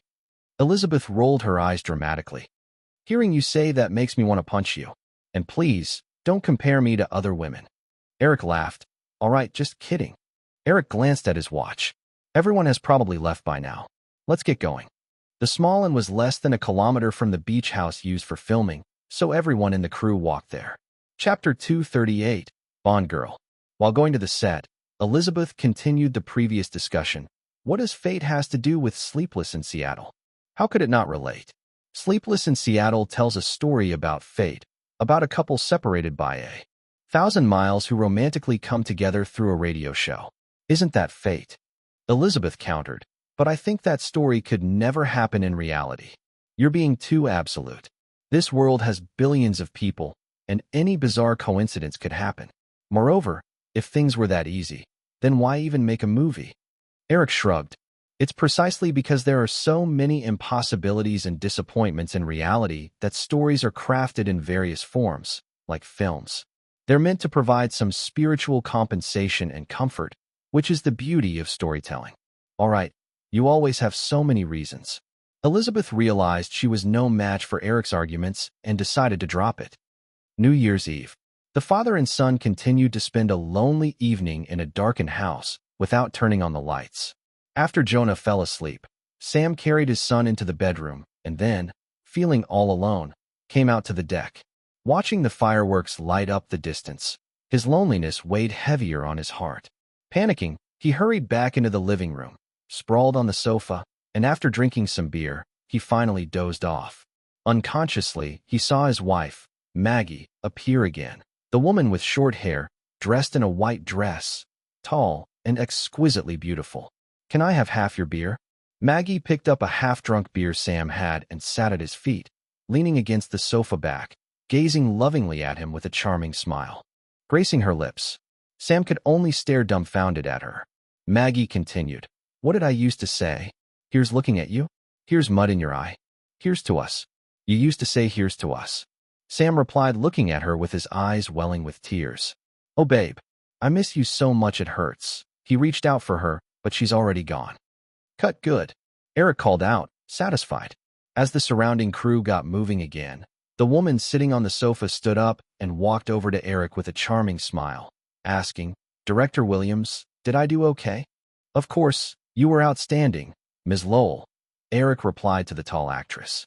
The woman's name was Carrie Lowell, the latest Bond girl from this year's film License to Kill, and in the alternate timeline of Sleepless in Seattle, she had a cameo as Sam's wife. Given that her fame was slightly higher now than it would be in a few years, Eric had sent her an invitation. Carrie Lowell quickly responded, expressing her eagerness to do a cameo in Eric's movie. It made sense. Despite being the latest Bond girl, License to Kill had only grossed just over $30 million at the box office during the summer release. While $30 million isn't bad for other movies, for a James Bond film, that kind of performance was something to be embarrassed about, especially considering the film's promotion costs far exceeded that amount. Through international distribution, MGM managed to recoup their costs and even make a small profit. However, a domestic gross of $30 million directly led to a 6-year pause in the Bond series, and when it was restarted, all the creatives had been replaced. Because of the poor performance, Carrie Lowell didn't gain the corresponding fame from it. To be frank, Bond girls never really achieved significant fame. People remembered former 007 actors like Sean Connery, Pierce Brosnan, and Daniel Craig, but not many could name more than a few Bond girls. "Do you want me to do it again, or is this how it's going to end?" After hearing Eric say that, Carrie Lowell inquired. Her screen time was limited. Aside from appearing in Sam's dreams, there were only a few seconds of her showing up while the family was out shopping. In total, her scenes didn't add up to more than a minute in the entire film. Being a Bond girl meant she undoubtedly had a desirable appearance. But like Virginia, Carrie Lowell was born in 1961 and was now 28. If her acting career didn't take off significantly, her prospects after 30 would likely dwindle. So, recognizing this opportunity to work with Eric, she was determined to fight for more screen time for herself. When she agreed to do the cameo, Carrie Lowell didn't even ask for a penny in pay. Her intentions were clear. Though it was just a cameo, no one would belittle this role besides Eric, who knew the particulars. Many had recommended others to Eric, but he refused and instead specifically mentioned Carrie Lowell's name. The actress greatly valued this, knowing that despite although Brooke Shields is the nominal heroine in Running Out of Time, her appearance time is almost the same as a cameo. So, Carrie Lowell hoped Sleepless in Seattle would yield similar effects for her career as Brooke Shields' role in that movie did. But Eric shook his head. "No need, Ms. Lowell. It's getting a bit late, so you can head back downtown now. I'm sure you understand. The living conditions for the crew here aren't great." "It's fine. I can wait a little while. We're almost done shooting anyway, and who knows if you might need me for something else." "All right," Eric nodded. and the actress discreetly walked aside. The camera started rolling again, with the scene still on the sofa. Sam opened his eyes, only to realize everything had been a dream. Rubbing his eyes, he surveyed his surroundings. The lighting was dim, silent, reflecting his lonely feelings. "All right, Hanks, that's a wrap for today's scene," Eric said, gesturing to the crew. "Everyone, clean up, and let's wrap it up so we can rest. Tomorrow, we'll be shooting at Seattle Airport." Chapter 239, Saving the Flowers. Back at the hotel where the film crew was staying, Eric was lying in bed after taking a shower, chatting on the phone with Jennifer Aniston, who was far away in Los Angeles, when a loud knock echoed through the room. Eric responded quickly and said to Aniston, "Honey, someone's at the door, so I'll have to hang up." "No way, it's probably someone from the crew wanting to discuss something with me." "Oh, come on. Don't think I don't know. You had Nicole keep an eye on me, didn't you?" "Haha, she's living right next door, and this crummy hotel has paper-thin walls. I can't even." Okay, love you, bye." After hanging up the phone, Eric slipped into his slippers, got out of bed, opened the door, and found Carrie Lowell standing there in a khaki trench coat. The actress's flawless face, meticulously made up, looked even more striking than when she had portrayed Sam's wife, Maggie, just hours before on set. With one button of her high-neck coat undone, an enticing glimpse of white was visible, provoking a desire to unravel her ensemble. The knee-length coat revealed a slender leg clad in black stockings, and her black ankle boots added a touch of youthful vitality. Carrie held a blue folder, and, noticing Eric's momentary awe, her eyes sparkled with pride. "Mr. Williams, may I come in?" "Oh, of course." Eric finally regained his senses. He smiled and welcomed Carrie inside, shutting the door behind her. "The conditions here are limited. There's just milk and orange juice." "Miss Lowell, which would you like?" he asked casually while walking toward a cabinet that housed an old television, opening a small compartment. Carrie took a seat at the round table and placed the blue folder on top before responding to Eric's inquiry. "If it's all right, I'd love a glass of milk."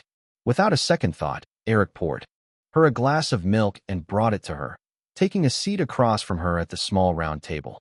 "Thank you," Carrie said softly, lifting the glass as if casually bringing it to her lips while her striking blue eyes fixed on Eric, shimmering with allure. After taking a small sip, she leisurely licked the milk off her lips, creating a suggestive contrast to her innocent action. In the quiet room, observing Carrie's flirtatious gestures, Eric couldn't help but touch his nose and asked, "Miss Lowell, shouldn't you have returned to the city? You have no more scenes here." Carrie looked at Eric with a hint of sorrow and replied, "Do you want me to leave? It's so late, and even if I went to the city, I wouldn't find a hotel. Besides, I'm a woman not wanting to roam about at this hour." This was clearly a flimsy excuse. Eric had seen the assistant who had accompanied her. Nevertheless, he didn't call her out on it. From the moment he first laid eyes on Carrie, he had a good idea of her intentions. "Well then, what do you want?" Eric asked directly. Carrie opened the blue folder and said, "Actually, Mr. Williams, I wanted to discuss my role with you." Eric accepted the neatly stapled A4 pages she handed him, scanning through them. He quickly realized they contained her understanding and concepts for the character of Maggie, a level of analysis many actors undertook after landing a role. Yet, he hadn't anticipated her going to such lengths for a small part. After reading a bit, Eric found that Carrie's interpretation of Maggie was even more profound than his own, with some details he hadn't considered. Surprised, he looked up and asked, "Miss Lowell, did you come up with this on your own?" Carrie hesitated before admitting, "It was my manager, and I who came up with this, Eric. What do you think?" "Your manager seems quite good," Eric joked, noting the slight flicker of embarrassment in Carrie's eyes. He decided not to linger on the issue. Instead, he continued, "The analysis of Maggie is spot on. To be honest, there are details I hadn't even thought about. Maggie truly is the spark for the entire story. Without her, the narrative foundation wouldn't exist." Then, Carrie leaned forward, encouraged by Eric's approval. "Mr. Williams, don't you think Maggie's role is a bit too small? Since this character is so essential, wouldn't it make sense to add a few more scenes?" "Miss Lowell, you need to understand that the focus of this story is on Sam and Annie. I want audiences to deeply resonate with the enchanting connection between the lead characters once the film is released. Only then can this movie truly succeed. Carrie didn't show any signs of disappointment upon hearing Eric's words. Her ethereal blue eyes shone brightly as she leaned forward even more, softly saying, "Mr. Williams, I'm not trying to steal the thunder of the leading lady. With your talent, you'll never let that happen, right? I merely wish for you to add a few more scenes for Maggie." A gentle smile curled at the corners of Eric's mouth. He spread his legs beneath the table just enough to trap her fidgeting leg, preventing her from squirming around. Despite the fabric between them, he felt the softness of her limb clearly. Feeling the shift, Carrie stiffened for a moment, but soon regained her seductive demeanor, believing Eric's action was an implicit agreement to her request. "So, Mr. Williams, does this mean you agree?" Carrie asked, her eyes sparkling. Eric glanced at her alluring lips that continuously fluttered as she spoke, teasingly replying, "Agree to what?" Carrie blinked in surprise for a fleeting second, quickly suppressing her impatience. "To add more scenes for Maggie's character. It doesn't need to be too much, just enough to ensure audiences remember Maggie. You can definitely manage that, right?" "Of course, that's easy. Like the role of Brooke Shields in Running Out of Time," Eric acknowledged, and before the joy could appear on her face, he decisively shook his head again, asserting, "However, I cannot do that. If Sam and Maggie's relationship is portrayed as too perfect, it'll detract from the audience's attention. It might even persuade viewers to think of Sam as perpetually single and create a dislike for the bond between Sam and Annie, which would spell disaster for the film." Carrie watched Eric, who remained steadfast through her plea. Disappointed, she tried to retract her trapped leg. After struggling a few times and feeling the vice grip of his hold, she hesitated, blushing as she said, "Mr. Williams, since that's the case, can you please let me go?" "Why should I let you go? I find this quite comfortable," Eric teased. Carrie's cheeks flushed deeper, and sensing the assertive glint in Eric's eyes, she looked down, bracing her hands on the edge of the round table. She exerted a bit more pressure to free herself, but to no avail. Not wanting to attract attention or anger Eric, she weakly pleaded, "Mr. Williams, please, don't do this. I should be heading back." Lowering his voice coaxingly, Eric urged, "What's the rush? And might I remind you, this little inn has mice, quite bold little creatures that dare to climb into beds at night." Carrie shivered at the mention of mice, but immediately asserted, "I'm not afraid of mice, Mr. Williams." "So you're afraid of me? That's rather disheartening." Eric feigned disappointment. "No, it's not." She quickly shook her head, then seemed to think of something and added, "By the way, I have a boyfriend, so we can't do this, Mr. Williams." Eric clutched his chest. "Wow, that's such a shame. Another beautiful lady already taken. I bet every man who knows you feels heartbroken. Can I know who the lucky guy is?" "He's Griffin Dunn. He's also an actor. And he's already proposed to me," Carrie replied. Eric recalled Griffin Dunn from memory, a man resembling Robin Williams, though considerably shorter. He had played supporting roles in various films and directed a few, but had never gained much fame. After a moment, Eric inquired, "Have you accepted?" Carrie shook her head. "I'm still considering. He has considerable connections in Hollywood." Eric understood she meant marrying Griffin could bring her more opportunities in her career. Looking at the striking woman standing at about 5'7" and picturing that 5-foot, awkward guy, Eric felt an impulse to rescue this flower from a grim fate, exclaiming, "He can't help you." Carrie looked flustered. "Mr. Williams, I don't understand what you mean." "You know exactly what I mean," Eric said with a knowing smile. "And I can tell you, he can't help you." Feeling cornered, Carrie raised her brows and asked, "On what grounds do you say that?" "On what grounds?" "On the grounds of his memories," Eric mused internally.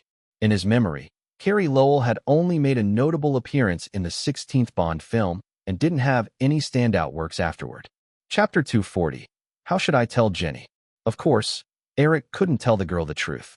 Even if he did, she wouldn't believe him. He had to analyze the facts instead. "I've heard of Griffin Dunn. He seems like a pretty nice guy, but when it comes down to it, he doesn't really have any power to decide on casting. All he can do is recommend you, giving you a few more audition opportunities than you'd get at an agency.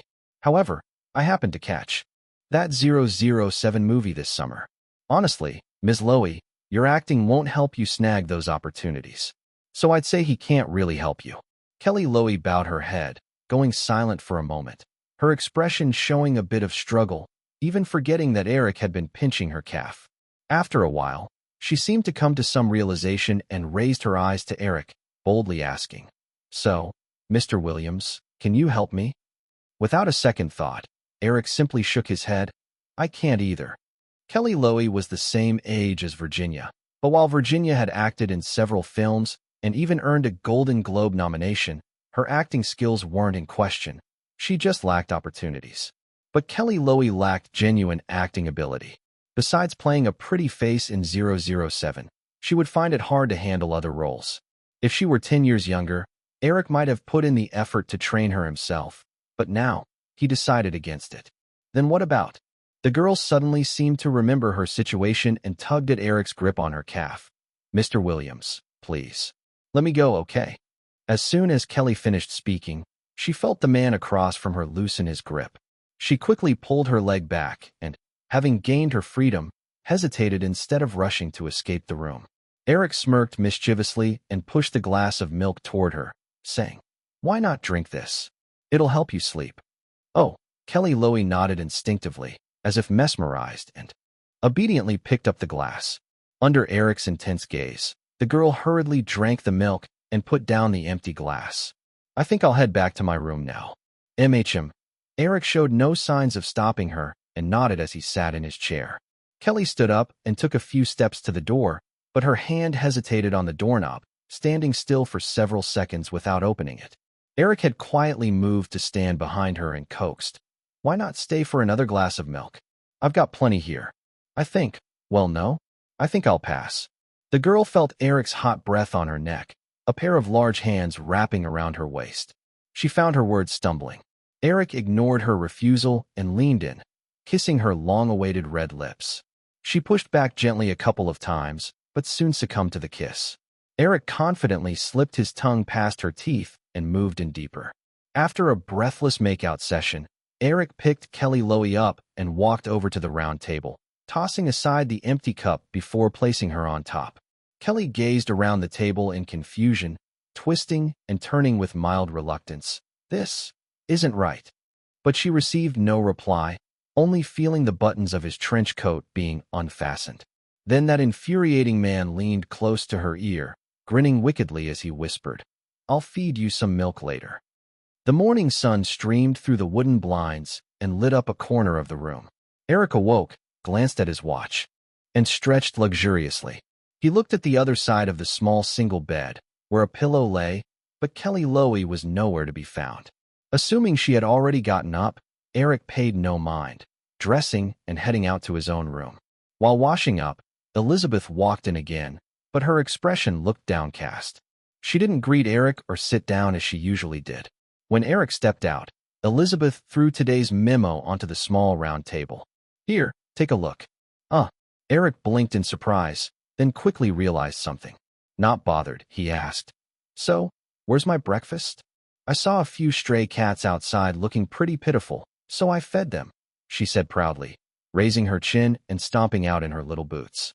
Eric shook his head with a chuckle and picked up the day's agenda to review, intending to head out soon to grab some breakfast.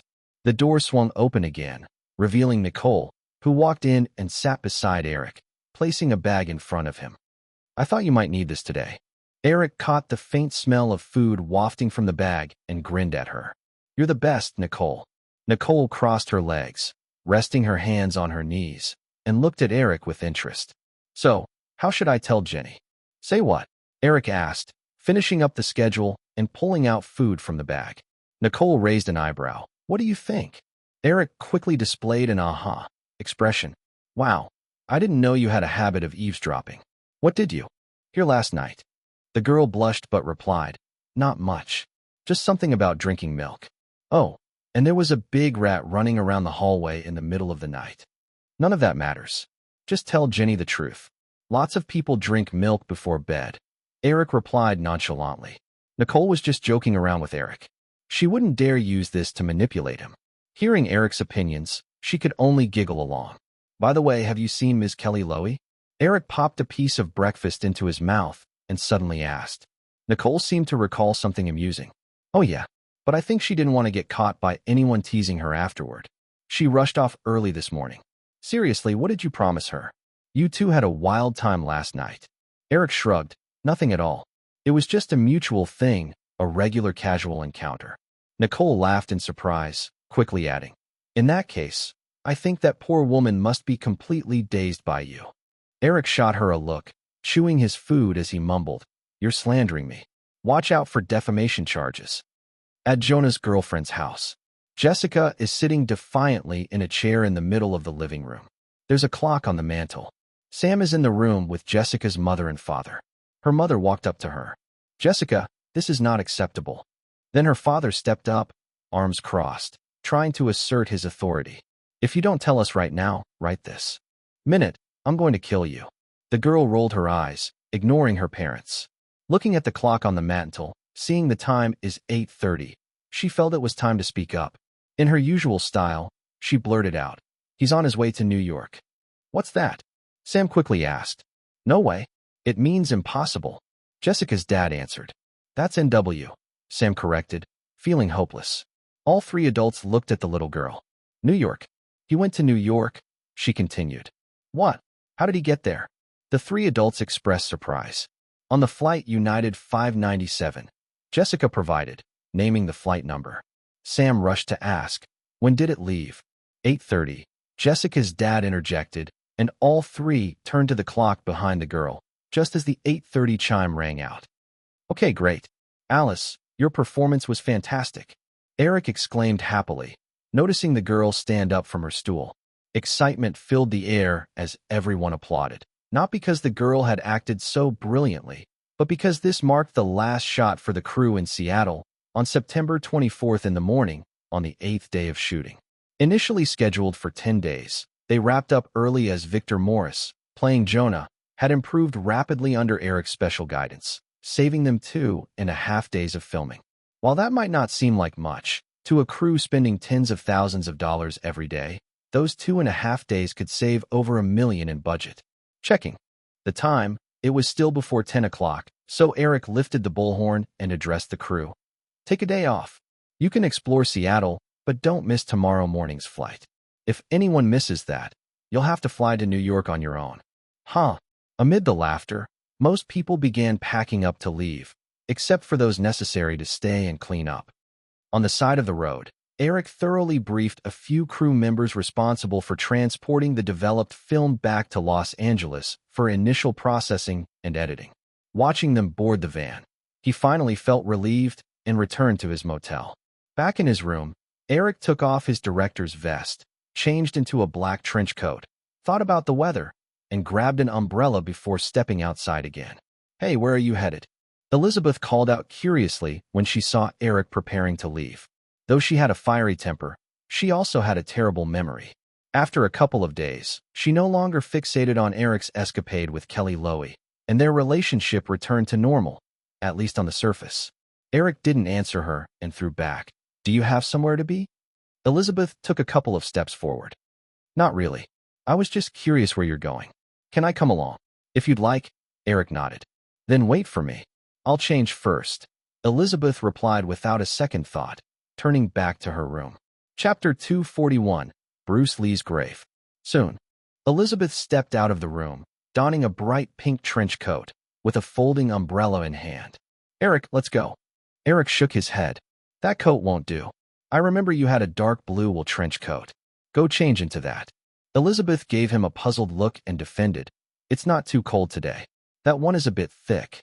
Then you can just stay here, Eric said, shaking his head as he moved toward the door. Elizabeth quickly grabbed his arm. All right, I'll go change, she conceded.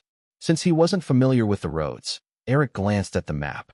Driving a rented car, he bumped along for an hour and a half before finally reaching their destination.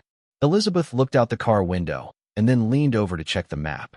Confused, she asked, Eric, this is Volunteer Park. What are we doing here? Eric shook his head. Take a closer look. The park is to the south. After a few careful glances outside, the girl's eyes widened as she shrank back. This is a cemetery. Ugh, If I had known, I wouldn't have come with you. You can wait here, Eric replied, not pressing her as he stepped out of the car. Watching Eric's retreating figure with a strange expression, Elizabeth hesitated for a moment before finally getting out to follow him. Eric bought a bouquet from a flower shop near the cemetery.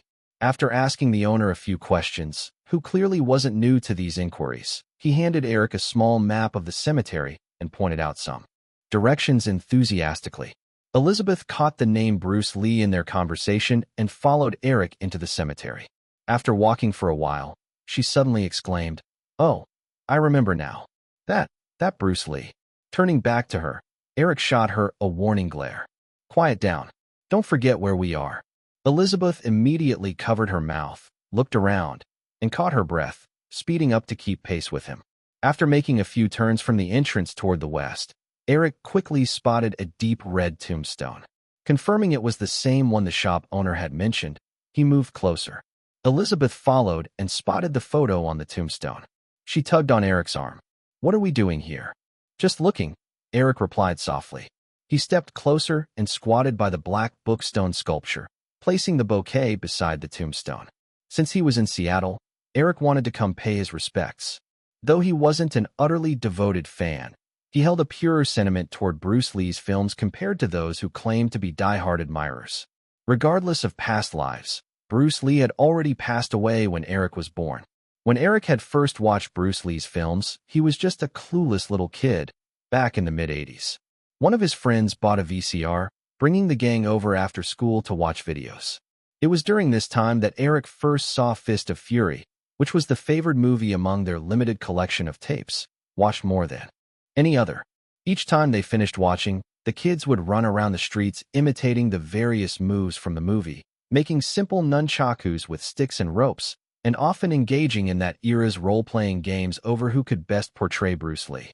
Even after so many years and his unexpected reincarnation, Eric could still remember every detail of Fist of Fury, imbued with emotion that triggered smiles rather than the cold, hard memories like a computer hard drive.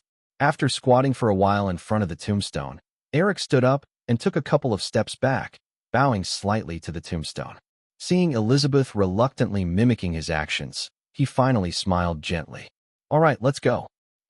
Elizabeth nodded, still casting curious glances at Eric as they walked back toward the sidewalk. She puffed her cheeks, took a deep breath, and stepped closer, wrapping her arm around his. In a hushed tone, she said, "You were walking too fast. I couldn't keep up." There seemed to be something unusual in her tone. "Oh, I'll slow down then," Eric replied, still lost in his thoughts, unaware of her underlying meaning. He simply nodded and let her lean against him.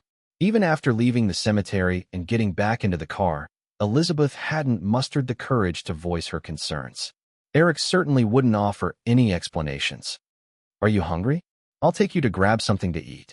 Eric glanced at the light drizzle outside and asked. Elizabeth in the passenger seat.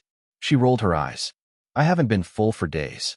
"Then I'll take you out for a big meal to make up for it," Eric said with a smile as he started the car.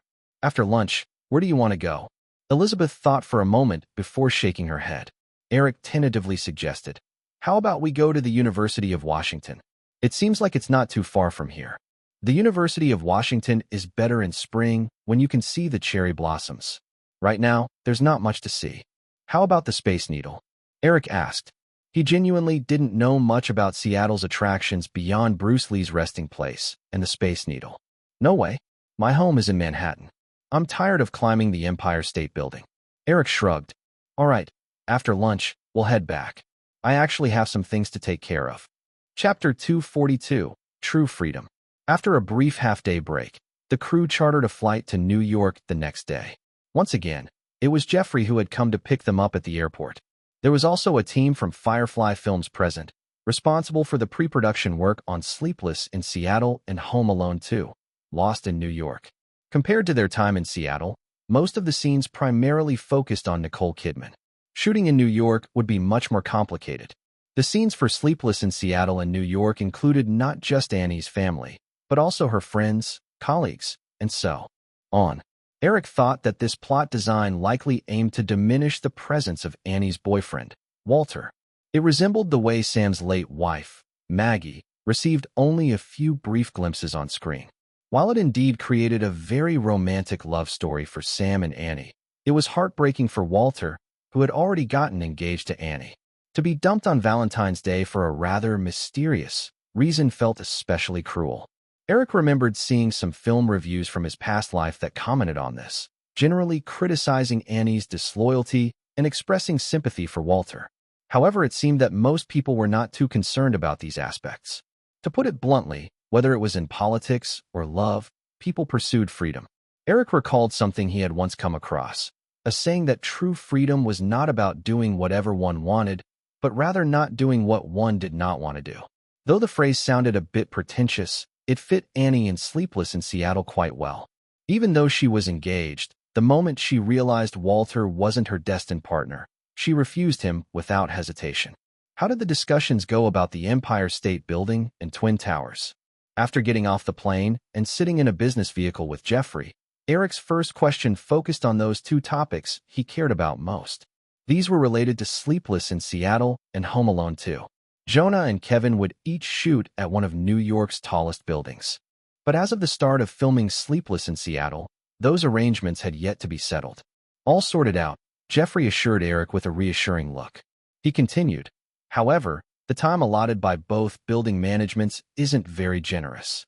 "No problem. Anyway, there won't be too many shots. The major focus is the Empire State Building, and for the Twin Towers, we only need a few aerial shots." Eric nodded with satisfaction. Jeffrey added, "There's one more thing concerning the snow. I checked in with the weather department, and the earliest first snowfall in New York won't be until November. It might come in the first week of November, but that's not certain. You know how weather forecasts can be. If we're lucky, maybe it will snow by the end of October. If not, it might not snow at all until after Home Alone 2 is released in New York. Either way, you need to be prepared for that." Eric nodded. "That's fine. Just prepare the artificial snow, and I'll try to schedule the outdoor scenes for Home Alone 2 at the end. However, even if it gets pushed back further, we won't delay by much time, so I think there's a 90% chance we'll have to use the artificial snow. I've already estimated based on your script. Although we won't need to cover the entire scene, to achieve a convincing effect with the artificial snow, the budget will increase by about $1.5 million, Jeffrey said, revealing a hint of pain in his tone. Eric could tell that Jeffrey felt the pinch. He patted him on the shoulder, noting that although Firefly Films was growing larger, Jeffrey still had that frugal personality he remembered from the first time they met. But that kind of character was what made him a great producer. "Jeffrey, things are different from last year. When we made the first Home Alone, we had to be extremely frugal, even running off to a remote northern town in Canada to save money. But our budget for this film is very generous, so there's no need to cut corners. I know. I just instinctively think that if we swap the release dates for Sleepless in Seattle and Home Alone 2, maybe we could save that $1.5 million, Jeffrey remarked. Eric chuckled. If we end up getting natural snowfall, we could indeed save that $1.5 million. But by moving the release of Home Alone 2 to Christmas, we might lose tens of millions at the box office. You know, based on the box office performance of the first Home Alone, this film is perfect for a long run. We really need to maximize its exposure during the holiday season, and late November marks the beginning of the peak Christmas box office period. Then why not schedule Sleepless in Seattle for late November too? Even if it doesn't directly compete with Home Alone 2, I think a week's delay would be fine, Jeffrey asked. Because Sleepless in Seattle is not just aiming for the Christmas slot, it's also targeting that February Valentine's Day date. It's a romantic comedy. If we push it back a month, by February, the buzz for the film would likely die down. But if we release it around December 24th, after 2 months in theaters, it could rebound in the box office when Valentine's Day hits. You know how my films pull off significant box office runs, usually lasting over 8 weeks. Just like last year's Home Alone, which maintained the #1 spot for 10 weeks. Other films like Pretty Woman and Running Out of Time followed the same pattern. Jeffrey laughed. I really have no idea where you learned all this. I initially wanted to discuss the release date for the others with you. You persuaded Michael Eisner to release it on November 1st. I find that very unwise. Halloween is indeed a fitting season for horror films, but those are usually small productions with little box office ambition. Though The Others is also a smaller production, We certainly have high hopes for its box office. It seems you have your own thoughts on this now. Eric nodded and didn't elaborate further, and Jeffrey didn't press him for more details. In fact, the concept of film release schedules had matured in America by then, but compared to 20 years later, it was still rather primitive. And Eric, who had yet to direct a feature film or work in distribution, had absorbed enough through the information explosion of that era to naturally understand some of the distribution patterns in Hollywood. Chapter 243, Quite a Hustle. Although the main character Annie worked in Baltimore, aside from a few exterior shots taken outside the Baltimore Sun building and in other locations around the city, all of Annie's scenes were filmed in Manhattan, New York. Eric did this to simultaneously manage the preparations for Home Alone 2, which had most of its scenes set near Central Park in Manhattan. In a renovated apartment, Eric called for another take and said to a plump 30-something white woman, "Ms. O'Donnell, when you say those lines about the character's ex-husband, try to sound a bit more bitter. Remember, you need to feel that resentment. It's all your ex's fault, and none of it has anything to do with you." Rosie O'Donnell, who was playing Annie's roommate, shrugged. "You know, director, I'm completely numb to this sort of thing, so I might need more tries." The crew chuckled lightly at this.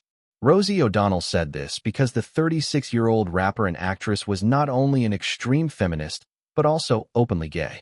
More importantly, she never concealed this fact like some other public figures.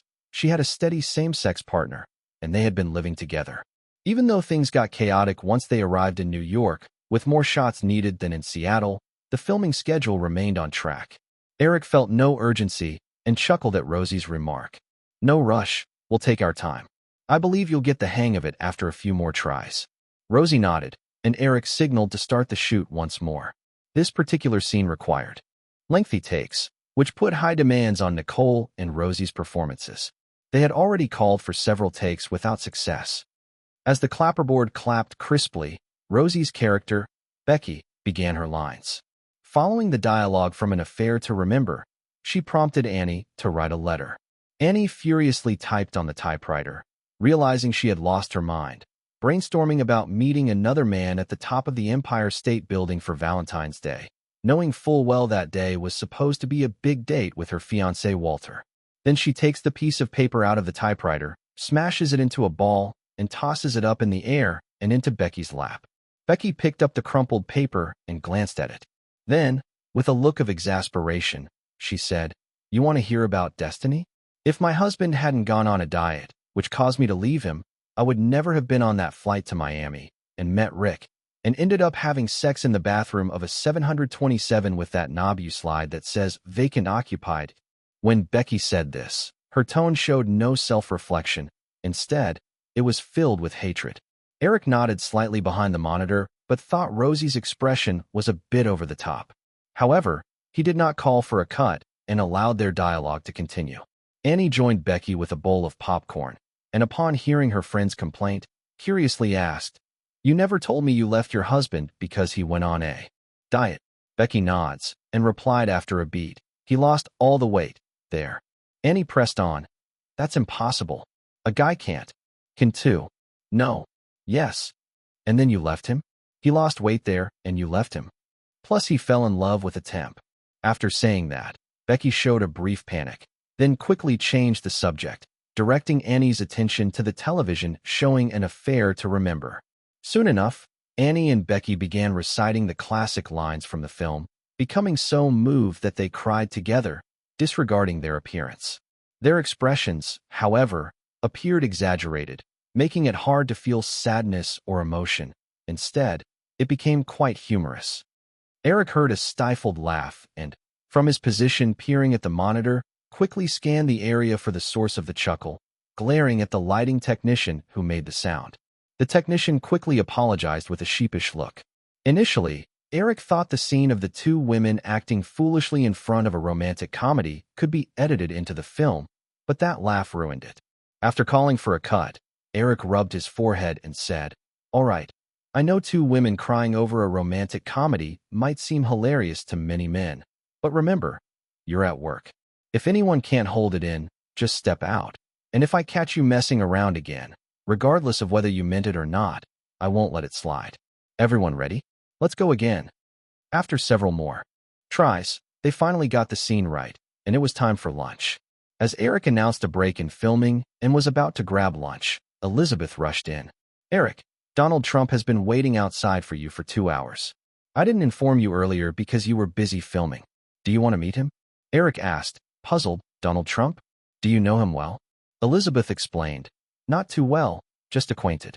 He's a real estate mogul in New York and has buildings named after him all over the country, a pretty big deal. I've only seen him a few times at parties." Though he knew of this future president, Eric had little interest in meeting Donald Trump since he was a filmmaker and Trump was in real estate.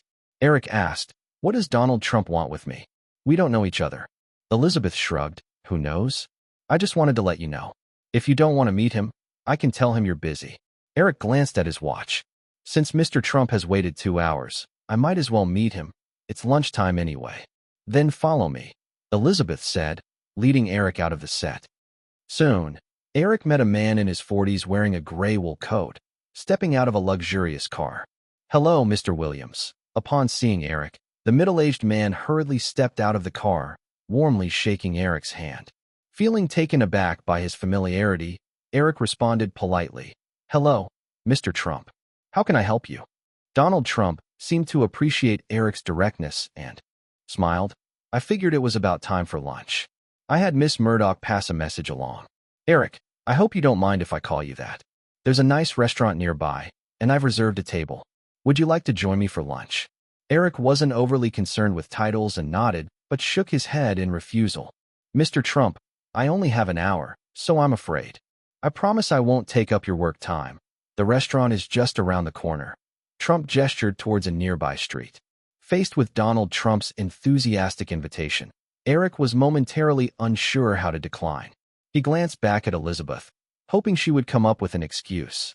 But Trump misunderstood and added, "Miss Murdoch can join us, too." Elizabeth, who was ready to find a reason to help Eric, immediately shook her head. "No, thank you, Mr. Trump. I have other matters." "That's unfortunate," Trump said, shaking his head, then kindly opened the door to his luxury car. "Eric, let's go." "I don't think I ever agreed," Eric thought to himself, but seeing Trump's insistence made it feel impolite to refuse him again. He climbed into the car, with Trump following and instructing the driver to head to their destination. Upon reaching the restaurant, Eric and Donald were led by the waiter to a quiet corner table. As they sat down, Trump immediately ordered the waiter to start bringing the food, and once the waiter walked away, he took a moment to size up Eric. The two had really been from completely different worlds, but Trump's sudden personal invitation had to do with his current circumstances. Having entered the real estate game in the mid-70s, Trump had built an impressive fortune of $1.7 billion in just over a decade, thanks to his talent and assistance from the previous generation. But starting in 1987, the stock market crash also impacted the real estate industry, leading to a severe downturn in the property market. Chapter 244, Quite Idle. Under the impact of the Great Recession, Donald Trump's assets rapidly dwindled. In just a little over 2 years, his fortune had collapsed from a peak of $1.7 billion to a mere $500 million. If it were just that, it wouldn't have been too troubling, especially since many real estate companies were experiencing significant losses during this time. However, before the recession began, Donald was at the height of his career, brimming with confidence and expanding his real estate empire to unprecedented levels. Consequently, he had borrowed hundreds of millions from major banks and financial institutions. After the Great Recession hit, his property business faced substantial losses, bringing his financial stability to the brink of collapse and leaving him on the verge of bankruptcy. Although Donald managed to persuade a few banks to defer the high interest payments on his loans through his connections, he couldn't secure a penny from any institution. Without funds, his real estate company couldn't operate normally and remained in a state of limbo. A few days earlier, Donald stumbled upon an article about Eric in a newspaper. The piece marvelously detailed Eric's incredible rise and predicted that with the films released by Firefly Films that year, he could conservatively make a net profit of $400 million.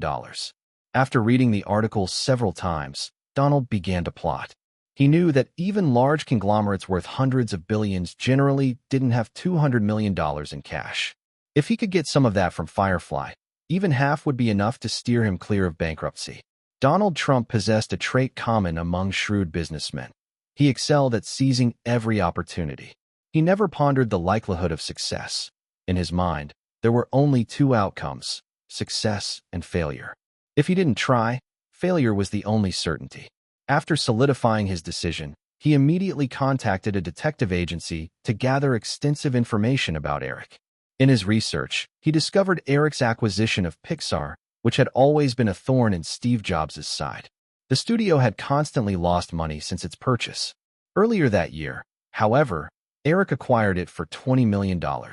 His gathered information indicated that Pixar's losses were anticipated to exceed $10 million that year, and the evaluations of Eric's purchase were quite low, even labeling it foolish. But this was exactly what Donald wanted to see. He felt that although this young man was extraordinarily talented in film, he probably lacked business acumen, or at least seemed to outside the realm of movies. If that was the case, it was perfect for Donald. Initially, Donald planned to head directly to Seattle, but then he learned that Eric had taken the crew to New York, his stronghold.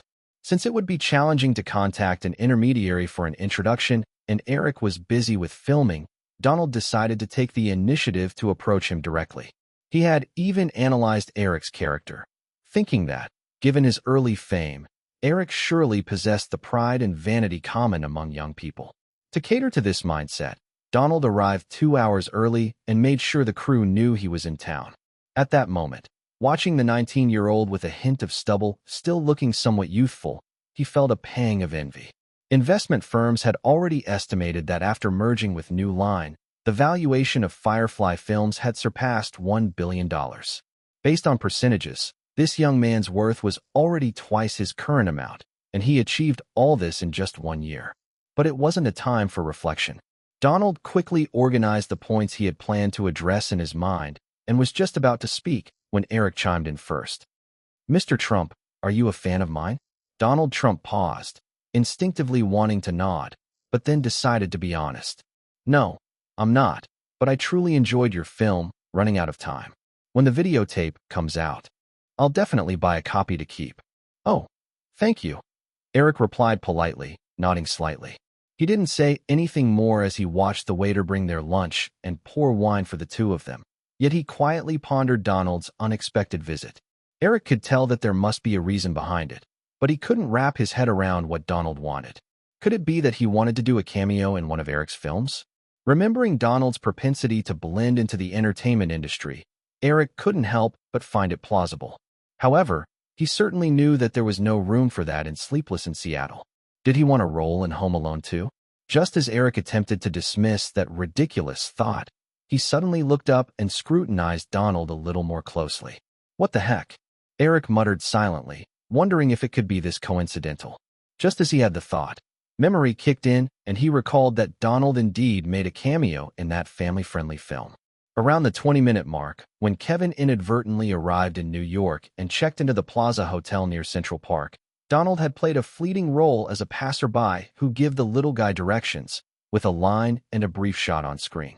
Eric had known there was a character like that, but during the past hectic weeks, he hadn't paid any attention to those minor roles, leaving it all to the casting director.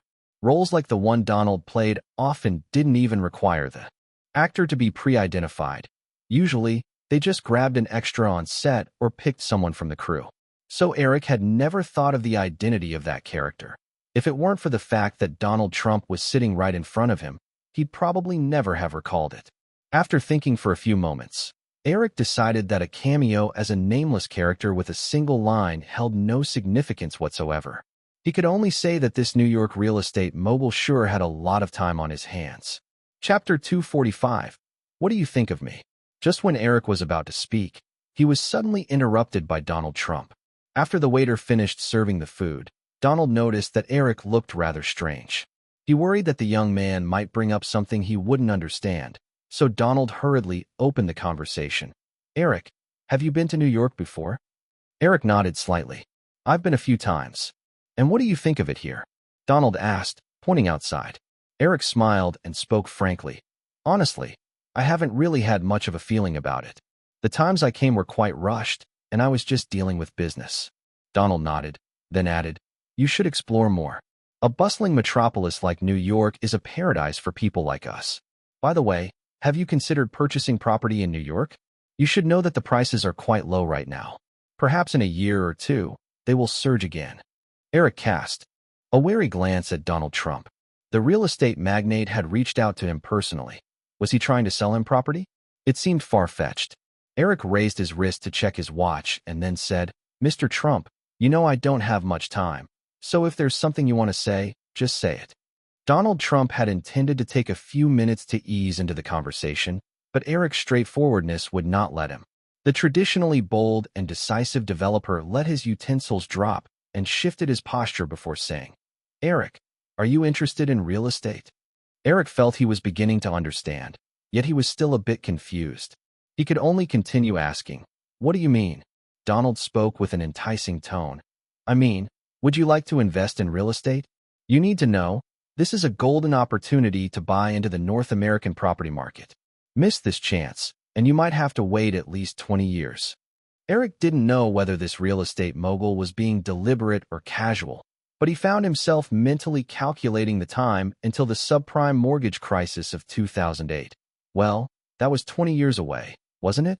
Setting aside his somewhat random thoughts, Eric asked calmly, "Why me, Mr. Trump?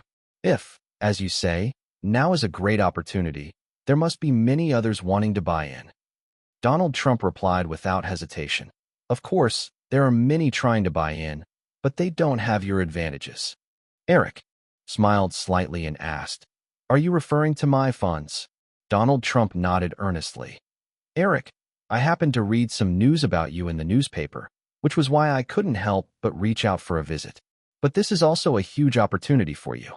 Your Firefly Films is going to generate significant profits this year, right? If you invest that in real estate, I can assure you that in a few years, it will double in value. That's a lot less risky than investing in movies." Eric asked with interest, "Mr. Trump, if I were to invest in real estate, what advice would you have for me?" Donald Trump was momentarily surprised, not expecting such a direct response from the young man. But noticing the mischievous glint in Eric's eyes, a hint of embarrassment crossed his face. However, he quickly remembered his purpose in this conversation and pushed those feelings aside. "My real estate company needs financing right now, but you should also have heard about some of our country's recent economic conditions. Therefore, borrowing from the bank isn't very easy. I just happened to see some information about you in the paper, Eric. What do you think?" Eric shook his head. "Mr. Trump, I actually don't have much money to spare. If you knew me even a little, you'd realize I've spent almost all I earned this year. Don't you still have a few films coming out at the end of the year?" Donald Trump immediately countered, "Eric, your company has 5 films releasing this year, and they are all highly anticipated by distributors. They should bring in at least $100 million in profit, right?" "Sorry, Mr. Trump, but I'm not interested in investing in real estate," Eric directly stated. Although his previous knowledge led him to believe real estate was profitable, Eric knew nothing about the industry. He felt that investing $100 million or two would likely be a loss. Honestly, he preferred investing in movies. After all, he was well-versed with the box office hits of the years. Even if he ended up with excess money, he would invest it in an industry he knew well, not in the unfamiliar world of real estate. Donald Trump, unfazed by Eric's refusal, didn't press the issue further. He understood that as long as the young man exercised some rationality, no matter how much he talked, Eric wouldn't agree immediately. The most important thing now was to establish a longer-lasting connection with Eric. He believed that with his charm, despite the age difference, he could easily become friends with him. Thus, Donald Trump relaxed and casually said, "Eric, I heard recently that your Home Alone 2 crew was in talks with a hotel for on-location shooting. What do you think of the Hyatt on 42nd Street? That's my property. I could let your crew use it for free." Eric declined. "No need. We've already made arrangements with the Plaza Hotel near Central Park, and they agreed to let us use it for free." Donald Trump was well aware of the Plaza's standard and asked incredulously, "Free?" Eric nodded, a bit smug. Getting a 5-star hotel to let the crew use it for free, even with staff willing to do cameos, wasn't something easily achieved before. This situation was made possible thanks to Pretty Woman. The Wilshire Hotel in Los Angeles served as a filming location, and once the film became a hit, The hotel gained significant popularity, even becoming a tourist attraction in Beverly Hills. Many visitors would specifically stop by the Wilshire Hotel when in Los Angeles, with some even choosing to stay there if they could. While Donald Trump's Hyatt was of good quality, it didn't quite match the luxury of the plaza. Thus, hearing Eric's statement, Donald Trump didn't push it further. After thinking for a moment, he again said, "So, Eric, what do you think of me?" "What? I mean, do you think I could make a cameo in your movie?" Eric raised an eyebrow, recalling a background character from Home Alone 2. "Are you sure?" Seeing an opportunity, Donald Trump quickly replied, "Of course. I've done cameo roles in a few TV shows before. I figure movies would be about the same, right?" Donald Trump was not so much interested in the cameo itself, but more eager to maintain contact with Eric and continue persuading him. Since the opportunity had come to him, Eric nodded in agreement, a smile with a hint of mischief on his face as he said, "If you're willing, then of course it's fine." The lunch went quite pleasantly. Afterward, Donald Trump quickly escorted Eric back to the set. Everyone pay attention. It's time to work. Alan, where are you?" Eric called out as he entered the set, grabbing a megaphone. The crew, who had been resting, immediately gathered and got busy with their respective tasks. "Mr. Williams, did you call for me?" Alan popped up from somewhere, asking. Eric nodded. "You don't need to be here this afternoon. Help me collect some info on Donald Trump's company." "Donald Trump? Who's that?" Alan asked, puzzled. Not wanting to explain, Eric pointed at Elizabeth, who was approaching. "You can ask Liz, and then bring the info to me tonight." "Oh." Alan nodded and headed toward Elizabeth. Eric then began directing the crew to prepare for the scenes to be shot that afternoon.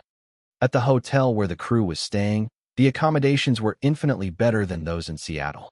After a while, the sound of running water in the bathroom stopped.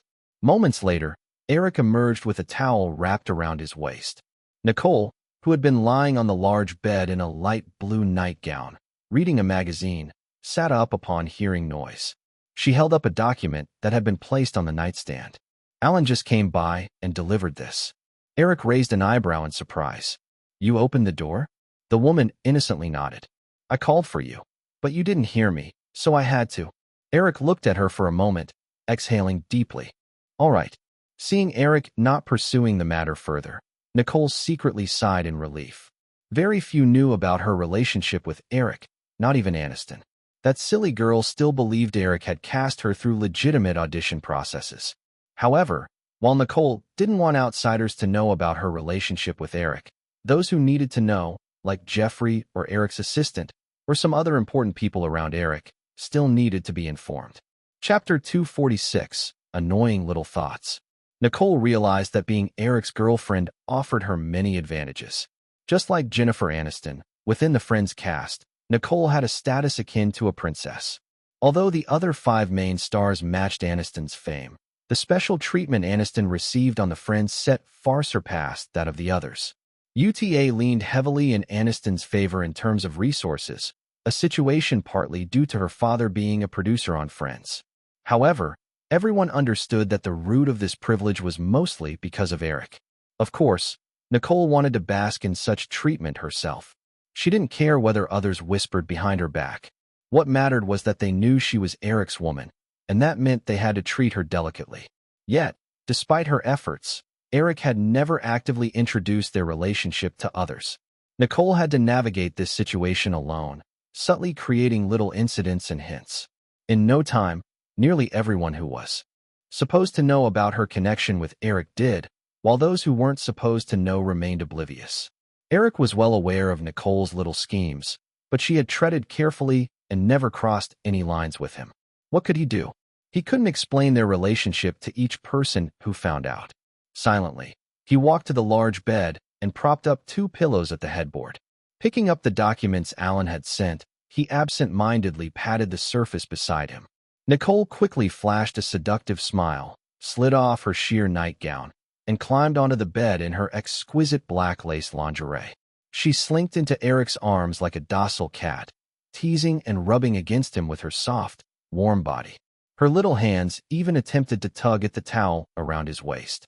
Patting her on her restless backside, Eric said, "Cut it out. I need to finish these documents first." Nicole leaned in closer and asked, "What are you looking at?" Eric's large hand glided down her silky skin to her chest, gently kneading one of her soft curves beneath the lace, and replied, "The information on the real estate mogul who invited me to lunch today." "Oh," she nodded, feigning disinterest. Leaning against Eric's chest while he fondled her, she let out little sighs and occasionally nibbled on his chest. Ignoring her antics, Eric frequently pulled his hand back from her chest to flip through the pages of the documents. Alan had hastily gathered some information, which was limited but enough for Eric to understand Donald Trump. As he read, Eric noted that much of what Trump said during lunch was half-truths. Perhaps Trump realized that if Eric were genuinely interested, he would later gather relevant information. Therefore, he didn't dare fabricate any outright lies. However, some concepts were definitely switched around, with certain details left intentionally vague. For example, Trump had mentioned that his real estate company needed financing, which was indeed true. His company was on the brink of financial collapse. Yet, the reason banks were reluctant to lend was not solely due to the overall economic situation. Rather, it was because of Trump's overambitious expansions, leaving his company particularly vulnerable amidst the real estate downturn that began this year. Banks found themselves in a difficult position. If Trump's company went bankrupt, the loss would hit them the hardest. Despite some efforts to help him, they refused to lend him another cent. Feeling Eric's hand on her chest growing lighter to the point of stopping altogether, Nicole's eyes flickered. She rubbed her thighs against him and softly asked, "Eric, what do you think about me getting breast surgery?" Eric looked up from the documents, lifting her little lace bra to peek. "Sounds good. What kind of surgery?" Nicole pulled down her bra, pushing her chest toward him. "Don't you think it's too small?" "Oh, do whatever you want. If you want to get it done, go ahead," Eric replied nonchalantly, returning his gaze to the documents. Nicole bit her lip, and even though Eric said it didn't bother him, she sensed a hint of displeasure in his eyes, which instantly cooled her previous thoughts. Flipping to the next pages, Eric discovered that Alan had also collected articles analyzing the North American real estate market. It struck him as odd that Trump suggested it was a great time to invest in real estate, while the experts indicated that this downturn was just beginning. According to historical patterns, it could last another 2 or 3 years, and how long the market sat at this low point would depend on future economic conditions. In other words, investing in real estate in North America wasn't wise for at least the next 5 years. The final graph illustrating North American housing prices solidified Eric's initial hesitation. From the 1950s to the 1990s, housing prices didn't consistently rise as Trump had nonchalantly claimed at lunch. While there were fluctuations, it stayed within a relatively stable range. Over 40 years, inflation existed for currency, but housing prices had not seen significant changes. North America's housing prices are closely linked to the economic climate, whereas political factors had minimal effect. As Eric shook off those thoughts, he tossed the documents aside, removed the towel from his waist, and nudged Nicole's shoulder. "Go take care of it. I'll teach you a little lesson later." "You're such a jerk." Nicole rolled her eyes at him, but obediently started to climb down. Eric let out a long, comfortable sigh. Chapter 247, Coming and Going. After nearly 20 intense days of filming, Sleepless in Seattle finally wrapped up. However, Eric didn't have a moment to savor his time off, as the demands of filming Home Alone 2 were just about to ramp up. Although the narrative structure of the sequel mirrored that of the first film, it also introduced quite a few new elements. Most noteworthy was that, while the first film primarily took place in Kevin's family home, the sequel offered a richer storyline involving the Plaza Hotel and Central Park, among other plotlines where Kevin played tricks on 2 bumbling thieves. "Are you really leaving so early?" Early that morning, as Eric stepped out of his hotel room, he spotted Elizabeth with a simple backpack, heading toward the hotel exit. Upon hearing Eric's voice, Elizabeth paused and turned around, winking at him. "Do you want me to stay?" Eric was momentarily at a loss for words. Initially, he had resisted Elizabeth joining the cast of Sleepless in Seattle, fearing that this young lady might lead to trouble. However, after spending a few weeks together, despite their constant bickering, Elizabeth had proven to be highly competent at her job.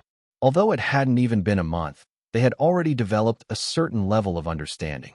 After a brief silence, Eric shook his head and said, "Forget it. Even if I agreed, your father wouldn't let you stick around me." A look of disappointment flickered in Elizabeth's eyes. She bit her lip and softly countered, "My dad doesn't control me." Eric chuckled uneasily and asked, "So, are you planning to head back to Los Angeles?" "You've got to be kidding. I live in Manhattan. Do you really think everyone in the world should live in Los Angeles?" Elizabeth teased Eric instinctively. Noticing Eric's mild embarrassment, she opened her mouth as if to say more, then quickly added, I'm going back to school. Also, thanks for the material you provided me during this time." "It was nothing, really. Eric started, but he quickly stopped short, realizing he was about to give too much away. What they referred to was actually Elizabeth's graduation thesis, which involved analyzing Eric's successful films. Eric simply relayed some retrospective analysis pieces he had stumbled upon in his past life, alongside some of his own thoughts and details from shooting. Elizabeth waited a moment, sensing Eric had cut himself off, and she didn't press further. "I plan to finish my thesis before the end of the year, and then start working on my first movie in early next year, aiming for a summer release." "Will you have a film coming out then?" Eric nodded. Although his pace wouldn't be quite as frantic next year, he had no intention of missing the summer slot. "Let's compare box office numbers then," Elizabeth said, her competitive spirit causing her to blurt it out without thinking. Eric instinctively wanted to say he'd let her win, but then he remembered that Elizabeth was making the highly acclaimed film The Silence of the Lambs, which had achieved enormous fame in his past life and undoubtedly had box office potential beyond $100 million. Once Elizabeth voiced her challenge, she quickly realized it might have been too ambitious. She nervously adjusted her backpack strap and said, "Forget it. I'm sure I can't compete with you. So goodbye." Eric replied, "Goodbye? How about I help you with your luggage?" "No need. The bellboy already took it down. The taxi is waiting downstairs." "Then I'll walk you down," Eric said as he followed Elizabeth to the elevator. After watching a yellow cab drive away, Eric returned to the hotel and headed for the restaurant, where he crossed paths with Nicole, who was dressed in a fitted jacket and jeans. "Eric, good morning." "Good morning," Eric nodded at her. "Breakfast?" "Yeah," Nicole said as she walked alongside Eric toward the restaurant. They ordered breakfast and sat down at a table. Eric asked, "By the way, when are you leaving?" Nicole feigned mild reproach. "You looked so reluctant when you saw off Murdoch's daughter, but now you're rushing me to leave?" "Cut it out," Eric lightly scolded her. "You know that's not how I meant it." Noticing Eric's less than enthusiastic mood, Nicole dropped the joking tone. "I haven't been back to Sydney in over 6 months. I plan to take this opportunity to go home and spend time with my family. When I'll return depends on the promo schedule for Sleepless in Seattle." Eric suggested, "How about this? I'll ask them to let you come back after Thanksgiving." Nicole laughed and shook her head. "No need. Have you forgotten? Australia doesn't celebrate Thanksgiving. Plus, it's summer there, so even though Christmas is bustling, it lacks that festive aura. So it's no big deal if I miss it. I'll return on time according to the promotional schedule." As they chatted over breakfast, Nicole quickly finished her simple meal. She wiped her mouth with a napkin, glanced around, leaned closer to Eric, and whispered, "I've got a flight tomorrow, and I'll be gone for a while. Can I come to your room tonight?" Nicole's voice wasn't loud, but if anyone happened to be listening, they might overhear. Eric shot her a warning look, finally responding with a nod. "Be careful. Don't let anyone catch you." Nicole smiled, mirroring Annie's sweet smile from Sleepless in Seattle. She had a good read on Eric's personality. Although he was strong-willed, he wasn't harsh. Sometimes, she even enjoyed watching him look frustrated and helpless when he clearly knew she was teasing him. During the last few days of filming Sleepless in Seattle, an assistant director began shooting some straightforward scenes for Home Alone 2, like aerial shots of Kevin ascending the Twin Towers or scenes of a taxi crossing the Brooklyn Bridge. Thus, after Sleepless in Seattle wrapped the previous day, the crew had a day of rest. Despite that, Eric couldn't afford to relax even for a moment. He had to manage remote editing for Sleepless in Seattle while also checking and approving the footage shot for Home Alone 2 to determine what was usable and what needed reshoots. The next day, Eric personally kicked off the filming of Home Alone 2, starting with the easier scenes in the Plaza Hotel. "Stu, wait a sec. Walk from here directly to that spot. Then stop this gentleman to ask for directions before continuing. Remember, Don't walk too fast, got it? Of course, Eric. Do you think I'm an idiot? This is so simple you have to keep reminding me. The young boy rolled his eyes, dressed in thick clothes, wearing a knit hat, and carrying a brown backpack as he stood next to Eric. Seeing Eric's exasperated expression at the boy's comments, Donald Trump, who had come by to make a cameo, laughed and remarked to Stu, "What a funny little guy." "All right, just remember that and head to the entrance." "Let's get started," Eric instructed, then walked over to the monitor while using his radio to cue the extras scattered around the hallway to take their places. This extended shot would be a piece of cake for Stu. With his acting skills, walking from the door down the hallway to the lobby would be no problem at all. The real challenge lay with the cameraman and sound engineer. This was a lengthy shot of over half a minute, and with no possibility of laying track, the cameraman, Nicole, had to carry the heavy camera, bending down to follow the boy's pace. Thus, despite it being just a simple walking scene, it required the coordination of at least 5 people. Alongside the sound engineer and cameraman, several assistants had to work together to manage the cables connected to the microphone and camera. "Nicole, are you ready?" Eric made his way to the hotel lobby, where the director's monitor was placed, continuing to confirm details with everyone via radio, receiving responses like "okay" in return. As Eric approached the monitor, he caught a glimmer of golden hair peeking from behind it. He hurried closer to discover a little girl dressed in a pink children's raincoat, who was peering curiously at the director's monitor and various equipment. The little girl looked about 10 years old, slightly taller than Stu, with a beautiful pink cartoon hairpin in her golden hair. She had a lovely fringe, and her big eyes with long lashes blinked occasionally. Her delicate chin hinted at the makings of a future beauty. Noticing Eric looking at her, the little girl merely glanced his way, continuing to fiddle with the equipment, while several surrounding crew members ignored her presence altogether. What was going on? Had an unknown little girl inadvertently taken over his spot? "Hey there, kiddo, who are you?" Eric took a couple of steps forward, blocking the little girl from reaching for a button on the monitor, while unable to resist the urge to pinch her chubby cheeks. "Who are you?" She quickly dodged Eric's grasp, eyeing him suspiciously. Eric chuckled and pointed to the seat behind her. "I'm supposed to be sitting there." The little girl peered back at the seat, pouting dismissively. Why not just say you're the director? Adults always like to beat around the bush." "All right, I'm Eric Williams. Can you tell me your name, little lady?" Eric extended his hand toward the girl. She immediately took a step back, scrunching her face as if she had no intention of shaking hands, and pointed her chin up, clearly stating, "My name is Ivanka." Eric raised his eyebrows. "Ivanka? Ivanka Trump?" "Yep," the little girl nodded. Chapter 248, I'm Not Acting Anymore. Eric soon understood why the little girl was present.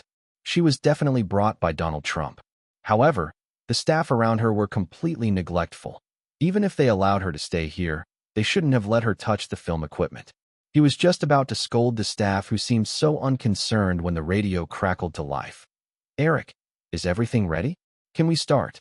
"Oh, of course," Eric replied, temporarily putting aside the issue as he hurriedly put on his headset and made his way to the monitor. The camera started rolling.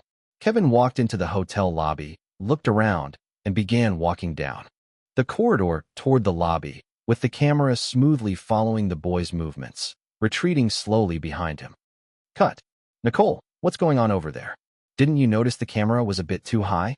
Do it again," Eric called out immediately as Kevin had barely taken a few steps. Nicole's apologies crackled through the radio, and after 2 minutes, everyone, including the extras, took their positions again, and filming resumed. "Cut. Roy, the segment you were responsible for, the guy in the blue knit jacket. Tell him to focus a little more. I can't believe someone would actually look up at the camera lens.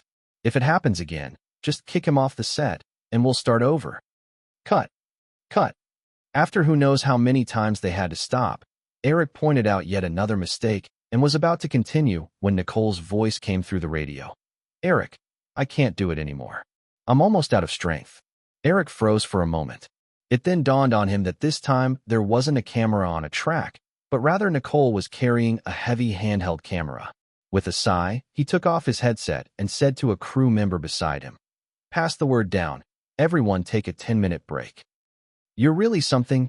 You can't get this shot right after so many tries, Ivanka commented just as Eric settled into his director's chair, taking a cup of water from his assistant. She had been peeking over his shoulder all along. The mouthful of water Eric had just taken nearly sputtered out as Ivanka spoke, startling the little girl next to him into an ah.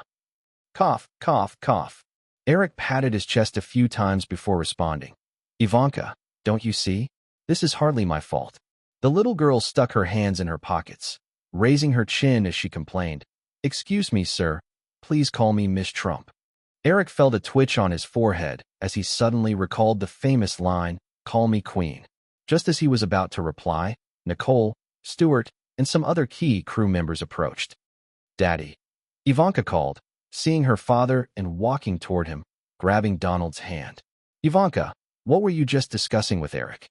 Donald asked with curiosity, having already noticed Eric talking to his daughter. Oh, nothing. I just said how great he is. But I've been watching for a while, and he can't even get a simple walking shot right. He's miles behind the directors you've taken me to meet before. Before Eric could respond, Nicole's embarrassment was evident, as much of the blame for the mistake had landed on her, the cinematographer. Eric, I'm really sorry, Nicole said apologetically. It's okay. Everyone knows this shot isn't exactly easy. Eric reassuringly patted Nicole on the shoulder. You should take a break for a bit. Find someone to massage your arm, and in 10 minutes, we'll try again. If it doesn't work, we'll shoot other scenes first. Nicole nodded and turned to leave. Are you? Kevin. Eric then heard the little girl's voice again. Actually, I'm Stuart Ronkel. He introduced himself as he noticed a peer in the crew. I heard you're also 8 years old. How come you're so much shorter than me? The little girl teased, stepping closer to Stuart and patting the top of his head, which only came up to her nose. Stuart, having a bit of an early awakening to his ego, responded defensively. I'm definitely going to grow taller than you in the future. You're not even taller than me now. What are you talking about for the future? Everyone erupted into laughter. Donald, though amused, pulled his daughter back. Ivanka, that's really rude. Actually, Stuart is impressive too. He shot a movie last year. What's so impressive about that? Just walking back and forth like that? I can do that. Ivanka retorted indignantly. Then show us. Stuart immediately seized the opportunity. Although he was only 8, he understood that acting wasn't that easy. Ivanka looked around, then her gaze fixed on Eric. Mr. Williams, can I try that shot we just did? With a request, the little girl dropped her formalities. Eric shrugged. I'm really sorry, Miss Trump, but our cinematographer is resting. And you? Aren't you the director? Why don't you do it? Me? Eric asked in confusion. Yeah, you can't be telling me that besides directing, you can't do anything else, right? Ivanka said in her signature sarcastic tone. Can't do anything else besides directing. Those words from the little girl stung. Although crew members who had been with Eric for a long time knew he was a versatile director, hearing Ivanka's comment made them all burst into laughter, egging him on. Eric, show her what you've got. Mr. Williams, you can't let this little lady underestimate you. Director, if you join in, I'll help you pull the cables. Amidst the buzzing uproar, Eric clapped his hands in annoyance. Quiet. Everyone quiet down. Don't forget where we are. As the crowd died down, Eric turned to the little girl and asked, Miss Trump, do you really want to give it a try? Ivanka tilted her chin up. Of course. Okay then, Eric said. You must have just seen Stuart's performance on the monitor, so you know what to do, right? Uh-huh. The little girl nodded, then recited, I come in through the big door, ask my dad for directions at the second corridor, and then walk straight to here. Great. Let's do it, Eric replied. Since it was just a casual break shoot, the extras didn't need to move. However, Donald Trump seemed quite satisfied with his daughter's performance and asked to assist with this shot, even requesting Eric to keep this footage on tape as a keepsake. In the entrance hall, Ivanka noticed Eric carrying the camera behind him, surrounded by a group of people watching her. Though she tried to remain calm, her flickering eyes gave away the girl's inner turmoil. Miss Trump, Scene 1, Take 1.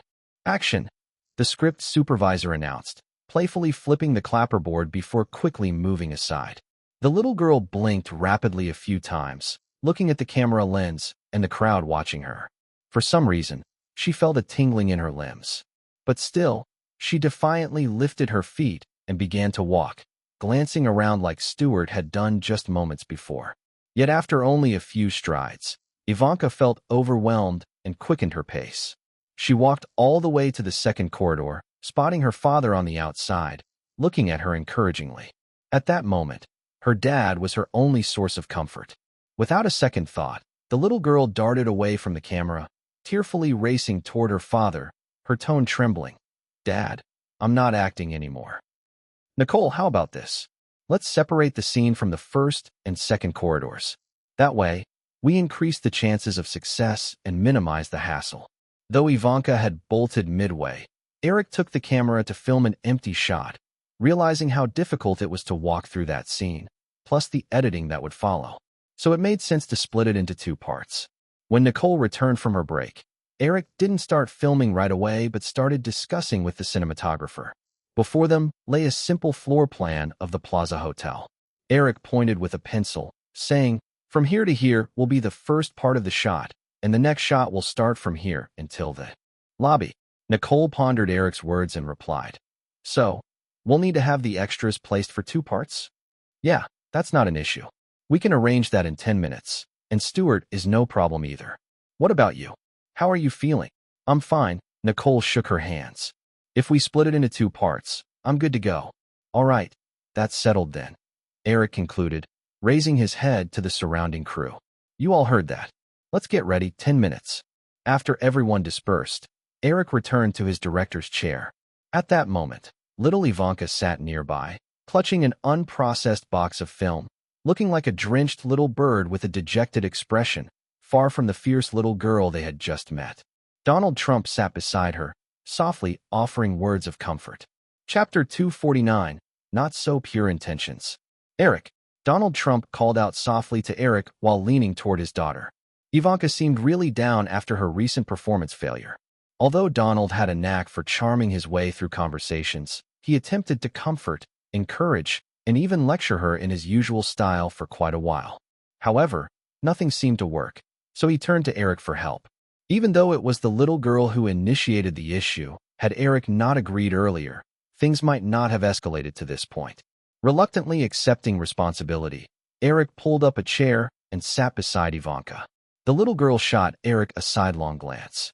While inching closer to her father, "Ivanka, this must have been your first performance, right?"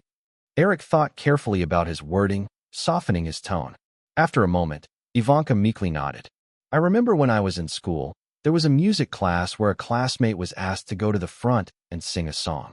That poor kid got so nervous that he stumbled through a few lines and ultimately fainted right there on stage. That was also his first performance, so I'd say you did just great. You completed over half the shots." Eric had made a comparison to help ease any emotional shadows for the little girl. Listening to his words, Ivanka seemed to relax a bit, but still whispered, "But I've sung for everyone at school before, and nothing like what you said happened." "Then you must have gone up on stage often, right?" "Yeah." Ivanka nodded again. "See, that's the crux of the matter. Performing is just like singing. Everyone gets nervous their first time. The more you try, the more you'll adjust to it." Then, Ivanka finally looked up and blinked her beautiful eyes, asking, "Mr. Williams, why was I nervous just now? I told myself it was an easy thing." Eric hesitated. This touched on the issue of inherent openness. Naturally, performance should have been easy for an 8-year-old, as that openness is about allowing adult actors to return to a carefree childhood state. But nothing is absolute. Looking at Ivanka, she had already lost that state. On the other hand, Stuart seemed to have retained it, allowing him to perform with ease as Eric requested. Yet Ivanka remained tense. "Ivanka, this issue is a bit complex, so I can't explain it to you just yet. You wouldn't understand even if I did." Ivanka quietly accepted that, showing a slight improvement in her mood. "Mr. Trump, it's time to get into your positions," a crew member approached. Donald nodded and hugged his daughter again, saying, "Ivanka, I'll be back very soon. Be a good girl and wait here, okay?" "Okay," the little girl replied, managing a small smile as she nodded at her father. Filming resumed, and this time, the little girl quietly sat to the side, asking nothing, her curious gaze still fixed on Eric as he directed the crew from behind the intercom. her bright eyes sparkling. Once Eric had split the shot in the hallway into two parts, the filming progressed much smoother. After a few NGs, they finally completed the shot after 20 minutes. Donald Trump prepared to leave with his daughter. Since he was so busy when he arrived, Eric hadn't had a chance to greet them personally, nor did he even know he was supposed to expect them. Now, as they were leaving, Eric certainly couldn't afford to be dismissive, especially since Donald, a real estate mogul, had come to make a cameo without charging a single dime. Even if there were underlying motives in mind, it still reflected well on his character. "Mr. Trump, thank you for making the time to come here," Eric said as he shook hands with Donald at the Plaza Hotel entrance. "It's my pleasure," Donald replied with a smile, then turned to his daughter and said, "Ivanka, say goodbye to Eric." The little girl stepped forward and extended her small hand, saying, "Goodbye, Mr. Williams." "Goodbye, Miss Trump." Eric took her tiny hand and shook it gently. Ivanka withdrew her hand, her big eyes still sparkling as she looked up at Eric and asked, "Mr. Williams, can we consider ourselves friends now?" Eric blinked in surprise and then nodded with a smile. "Of course." "Then you can call me Ivanka. Or you can call me any, like Dad, Mom, and my brother do. And I'll call you Eric, all right?" "Absolutely no problem." Eric nodded again. "Eric, maybe." Ivanka stuttered slightly before glancing at her father. "Dad, can I invite Eric to our house as a guest?" Donald wanted to lift his daughter and give her a big kiss. She was such a thoughtful little sweetheart. After all, the whole reason he had been through all this fuss today was to build rapport with Eric. He wasn't quite sure how to broach the subject, planning to wait a bit and host some parties at home. Unexpectedly, his daughter had solved the dilemma for him. Though overjoyed inwardly, Donald kept his composure and simply told his daughter, "Of course, you can. You're a part of our family and have the right to invite guests." Then, "Eric, please come to my house when you have time," the little girl said, gazing expectantly at Eric. "I will," Eric said politely, not taking it to heart. He assumed the little girl's invitation was just innocent chatter and figured she would probably forget about it in a few days. Watching the father and daughter leave, he returned to the set. "Mr. Williams, this is the initial draft of the first 5 episodes from the X-Files writers group. Also, Fox has been pressing again. They hope you can quickly cut the trailer for Home Alone 2. They plan to air it on television before October 17th. Additionally, Mr. Robert Shea mentioned that a few documents would be sent over tonight." Eric flipped through the script of the X-Files while listening to Alan recite the memo. "It's just that. Oh, by the way." Alan finally closed the memo, saying, "Roy called from Central Park before, mentioning that the crew encountered some troubles while preparing for outdoor scenes over there." Eric immediately sat up straighter. Home Alone 2 was the current priority. "What happened?" "Well, a conservation group in New York is not allowing us to use large amounts of artificial snow and even organized some people to supervise. Roy mentioned that these individuals even had a minor conflict with our crew." Eric was confused about how artificial snow could have anything to do with a conservation group. "Do you know what's going on?" Eric asked. Although such matters should typically concern the producers, Eric, as one of the directors, also wore the producer hat. Ultimately, he held the most authority on the set, so when major issues arose, it fell on him to handle. Since a conflict had already erupted, it seemed unlikely to resolve easily. Therefore, Eric took the matter seriously, already standing up to grab his coat, intending to go see the situation for himself. Alan hurried after him, concerned. "Eric, you've finally got a morning free to rest.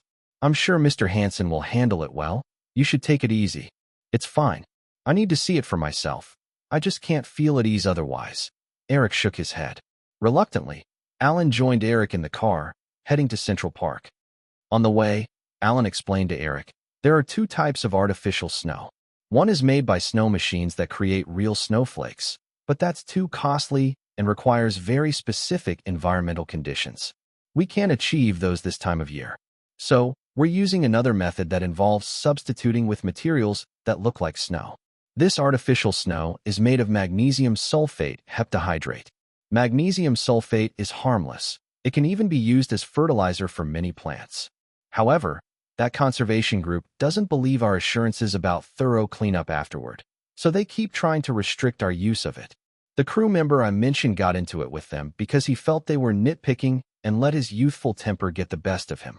Eric, leaning back and patiently listening, asked with a flash in his eyes, was it serious? No, they were pulled apart pretty quickly, Alan replied, shaking his head. Eric breathed a sigh of relief and then asked, what about the media? What? Eric repeated. I mean, has any media caught wind of this? Alan could quickly sense the seriousness in Eric's tone but hesitated to respond. I'm not too sure. I thought it was just a purely conservation issue, especially since many crews deal with similar entanglements. Eric took a deep breath and told the driver up front, Tony, step on it. Upon arriving at Central Park and passing through the cordoned-off crew area, Eric spotted several men and women lying on the ground, wearing masks and dressed very lightly, their exposed skin painted with various environmental slogans. Several familiar crew members stood helplessly outside the scene, while Jeffrey was animatedly arguing with a woman dressed like the youth sprawled on the ground, seemingly in her 30s. Miss Schneider, I've told you countless times we have to lay down this fake snow because it's a crucial shot. We can't do this without snow. We've already made plenty of compromises. What more do you want? Absolutely not, Mr. Hansen. If those chemicals are laid directly on the vegetation here, it can be lethal to them. I've assured you repeatedly that we'll clean everything thoroughly after filming. We even bought a special vacuum. Isn't that enough? The woman, Miss Schneider, firmly shook her head. No way. Central Park is the lung of Manhattan. If your lung deteriorates even a bit, Mr. Hansen, how would you feel? How can I get you to agree? We will never agree. There shall be no fake snow laid on this lawn. Absolutely not. Miss Schneider seemed to be getting worked up as well. As the two debated fiercely, Eric approached. Jeffrey, who had just turned to Eric, was unaware of the situation, but Miss Schneider immediately recognized Eric, her expression becoming serious as she walked over. Mr. Williams, I'm Sherry Schneider from the New York Green Conservation Organization. I strongly protest your crew's actions in laying chemicals on this lawn, and you must alter this plan. Sorry, Eric, Jeffrey chimed in, standing next to him. It seems our afternoon scenes here may need delays. No problem. Eric clapped Jeffrey on the shoulder before turning back to Ms. Schneider. Ms. Schneider, right? I caught part of your disagreement earlier. First, I'd like to ask, do you know the composition of the artificial snow we're using? Sherry Schneider smirked coldly. Of course I do. Magnesium sulfate heptahydrate. And what else? Eric pressed. She paused, surprised. What else? Don't you know? Magnesium sulfate heptahydrate is not only harmless to plants, but it's actually a fertilizer. Therefore, laying down fake snow will not only cause no damage, but might even help. Her expression faltered for a moment before she quickly responded. What you're saying, I don't fully understand yet. I'll gather more materials when I get back. But even as fertilizer, putting it down in such thick layers is definitely overdoing it. I know that anything in excess brings about adverse effects. I've said many times that once filming is complete, we will ensure thorough cleaning. Jeffrey interjected. I don't trust any of you. You greedy capitalists. Who knows if you'll say one thing and do another. So, if you're going to lay it, why don't you do it right here? She waved toward the young folks sprawled all over the lawn. Eric glanced at the people sprawled on the grass, and a thought quickly popped into his head. Chapter 250. Two things. Ms. Schneider, is it enough if we just don't lay the fake snow directly on the lawn? Sherry Schneider noticed Eric seemed to come up with an idea. His confidence was noticeable, but a flicker of hesitation crossed her face before she finally said, yes, you can lay it along the roadside, but absolutely not on the lawn. And once the fake snow is finished being filmed on the sides of the road, it must be properly cleaned up. As Eric spoke, he kept his gaze fixed on the woman in front of him. He sensed her internal struggle, which only deepened his suspicions.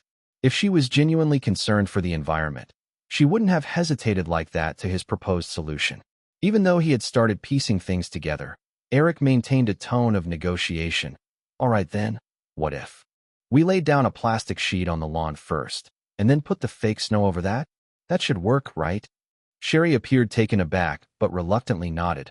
I suppose. Maybe. That could work. Then let's do that, Eric replied and turned away from her. He signaled to Jeffrey, and they moved a bit further away. Once they were out of earshot, Eric told Jeffrey, Jeffrey, stop the shoot in Central Park for now. Get everyone ready for the next scene. My next shot involves Kevin escaping from the Plaza Hotel, only to get caught in the alley by two bumbling thieves. Have someone set up that scene. We can't afford to halt our afternoon shooting. Jeffrey had also noticed something unusual in Sherry's demeanor and said to Eric, Eric, News Corporation's headquarters is right here in New York. They must have deep connections in town. Should we reach out to Murdoch? If we go to Murdoch over a minor issue like this, how do you think that'll look? And besides, Murdoch isn't a philanthropist. Eric shook his head. Also, Home Alone 2 involves Fox's interests. If we can't solve this, Fox will jump in on their own. We don't need to go handing out favors. Jeffrey chuckled. You're thinking ahead as usual. I'll get someone to buy the plastic sheeting. But I doubt we'll need much time. We won't even need to change locations. Pointing at the sprawled-out individuals on the lawn, Eric remarked, as long as those people are here, we can forget about shooting. Properly. I'm concerned they may intentionally stir up conflict, just like that incident that happened when I wasn't around. If something goes wrong, it'll be a bigger mess to fix. So let's temporarily switch scenes. By the way, did any media reporters come around recently? Jeffrey hadn't expected Eric to ask that, thought for a moment and replied, a few, I think. But they just took some photos from a distance, and after being escorted away by our staff, they left peacefully. Looks like the trouble's just beginning, Eric muttered, turning to Jeffrey. Get things arranged, then come back to the hotel with me. I think you've got more important business to deal with this afternoon. All right. Jeffrey nodded and hurried off to carry out Eric's instructions. After Jeffrey left, Eric asked a staff member for a camera and took some pictures of the protesters lying on the lawn. He instructed Alan to have them developed immediately. Almost an hour later, Jeffrey returned to the hotel where the crew was staying, and Eric handed him a stack of photos. What's this for? Jeffrey asked, confused as he flipped through them. In case things go south, Eric explained. Haven't you noticed? The sudden appearance of this so-called environmental group isn't coincidental. We filmed scenes in areas with vegetation before without seeing these people. Yet the moment we start shooting in Central Park during this final week, they show up. Jeffrey quickly understood Eric's point. It was clear someone was trying to delay the filming of Home Alone 2. The timing was particularly troublesome, as this was the most critical moment. Central Park held immense importance in the minds of New Yorkers, so if the crew's shoot today sparked any public outcry, manipulated by some ulterior motives into exaggerating the hazards of magnesium sulfate heptahydrate to the park's foliage, then filming there would meet enormous resistance. The city government might have to intervene to quell public concerns before letting the crew proceed with a reasonable plan. The filming schedule for Home Alone 2 was already tight, and any interruption could push back planned events. Even if they decided to cut the Central Park scenes from the script, that wouldn't work either. Everything connected in terms of storytelling, especially Kevin running out from the park. Changing that meant wasting much of the previously shot footage, and reshoots would push the release back to Christmas. The more Jeffrey contemplated, the more anxious he became. Clutching the photos in hand, he asked, So, who do you think is behind this mess? Eric picked up a recently bought film guide, pointing to the movie release schedule inside. Home Alone 2 is set for November 17th. If we delay release due to trouble, all those other films benefiting from our misfortune make it hard to pinpoint the culprits behind this interference. Jeffrey raised the newspaper and saw that 7 or 8 films were set to release on the very same day, like Warner's Lethal Weapon 2, which dodged competition from running out of time, along with Paramount's Christmas comedy starring Eddie Murphy, Harlem Nights, and Universal's Back to the Future Part 2 just days after. Eric's tone grew more somber. Do you see that? The major studios all have films releasing around that time. During Thanksgiving, the weekly box office averages around $100 million. So, if Home Alone 2 gets delayed, other films will snag at least $30 million in box office revenue that initially belonged to us. Naturally, the bigger studios will take the lion's share, so they are the most suspect. But we simply don't have the time or energy to get tangled in this. Even if we found out who it was, it wouldn't help us. All we can do is do whatever it takes to finish the film on time. Jeffrey set the newspaper down, realizing their adversary was likely a giant player like Warner or Universal, leaving Firefly Films with limited means to fight against that. He hesitated, finally asking, So, Eric, are we really not going to inform Fox? After reflecting for a moment, Eric shook his head again. No need for now. Let's see how things play out tomorrow. I'm betting there will definitely be a report about us using fake snow harming Central Park's environment. What should I do now? Jeffrey inquired, having never faced a situation like this in the past. Two things. Eric had evidently thought ahead, raising three fingers. First, Central Park is currently managed by the Central Park Conservancy. You'll be making a donation in the name of Firefly Films, say, $500,000. This will maximize the chances that, should any public uproar occur, they'll speak in our favor. After saying that, Eric handed the photos over to Jeffrey, then added, Second, you should reach out to as many local newspapers as possible to get the news about today's protest out there. Ask them to cover our efforts to preserve Central Park's environment.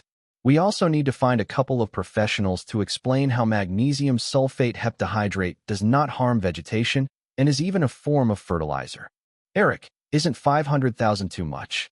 Jeffrey asked hesitantly, still unable to part with that amount of money so easily. Eric rubbed his forehead, getting serious. Jeffrey, you must understand the situation. If things take a turn, and Home Alone 2 doesn't get finished on time, it won't just be a loss of $500,000. The budget for the film is $25 million, and there will likely be some leftover from that. So this $500,000 is essentially already part of the production costs. After some contemplation, Jeffrey finally nodded.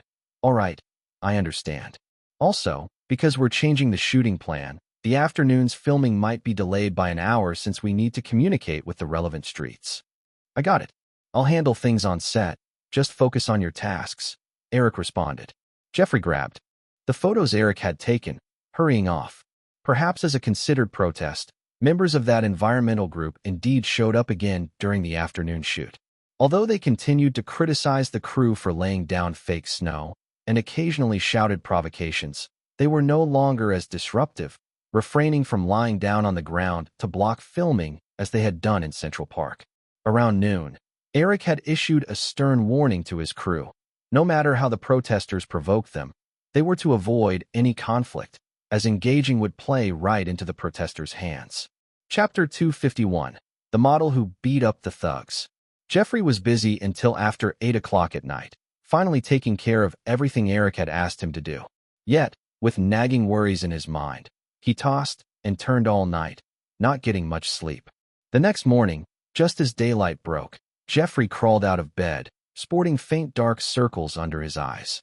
After a hasty wash-up, he headed out to buy a stack of newspapers, eagerly diving into reading them right by the newsstand. As Eric had foreseen, a well-placed photo of the environmental organization's members sprawled across the grass appeared prominently in the Manhattan Post. The quality of the image clearly didn't match the clear shots Eric had taken, obviously snapped by the reporters who were sent away by the crew yesterday. Even more troubling for Jeffrey was that the tabloid included a photo of a crew member in a scuffle with the environmentalists. The paparazzi had captured it rather cleverly, showing a crew member raising his foot as if to kick an environmentalist, who appeared to be backing away in alarm. Yesterday, during the intense filming of the sequel to Home Alone in Central Park, the crew faced opposition from the famous environmental group, New York Green Conservation Organization. As soon as he read the first sentence, Jeffrey couldn't help but curse. He had spent so long negotiating with that so-called environmental organization yesterday, and he didn't even know what they were called. Yet, the first sentence of this tabloid revealed their identity. It was clearly planned. Though angry, Jeffrey continued reading. It is said that since the sequel to Home Alone still takes place during Christmas, the crew intended to cover the park's vegetation with a chemical substance known as magnesium sulfate heptahydrate, which is similar to snow. This substance could significantly harm the plants in Central Park.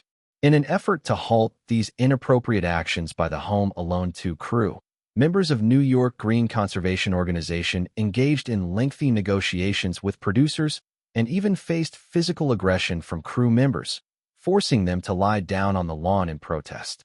Reporters covering the story also encountered the rude expulsion from the Home Alone 2 crew. NYGCO members revealed to us that they feel isolated in their efforts. Although the Home Alone 2 crew temporarily paused filming due to their strong objections, it was clear the crew wouldn't back down easily.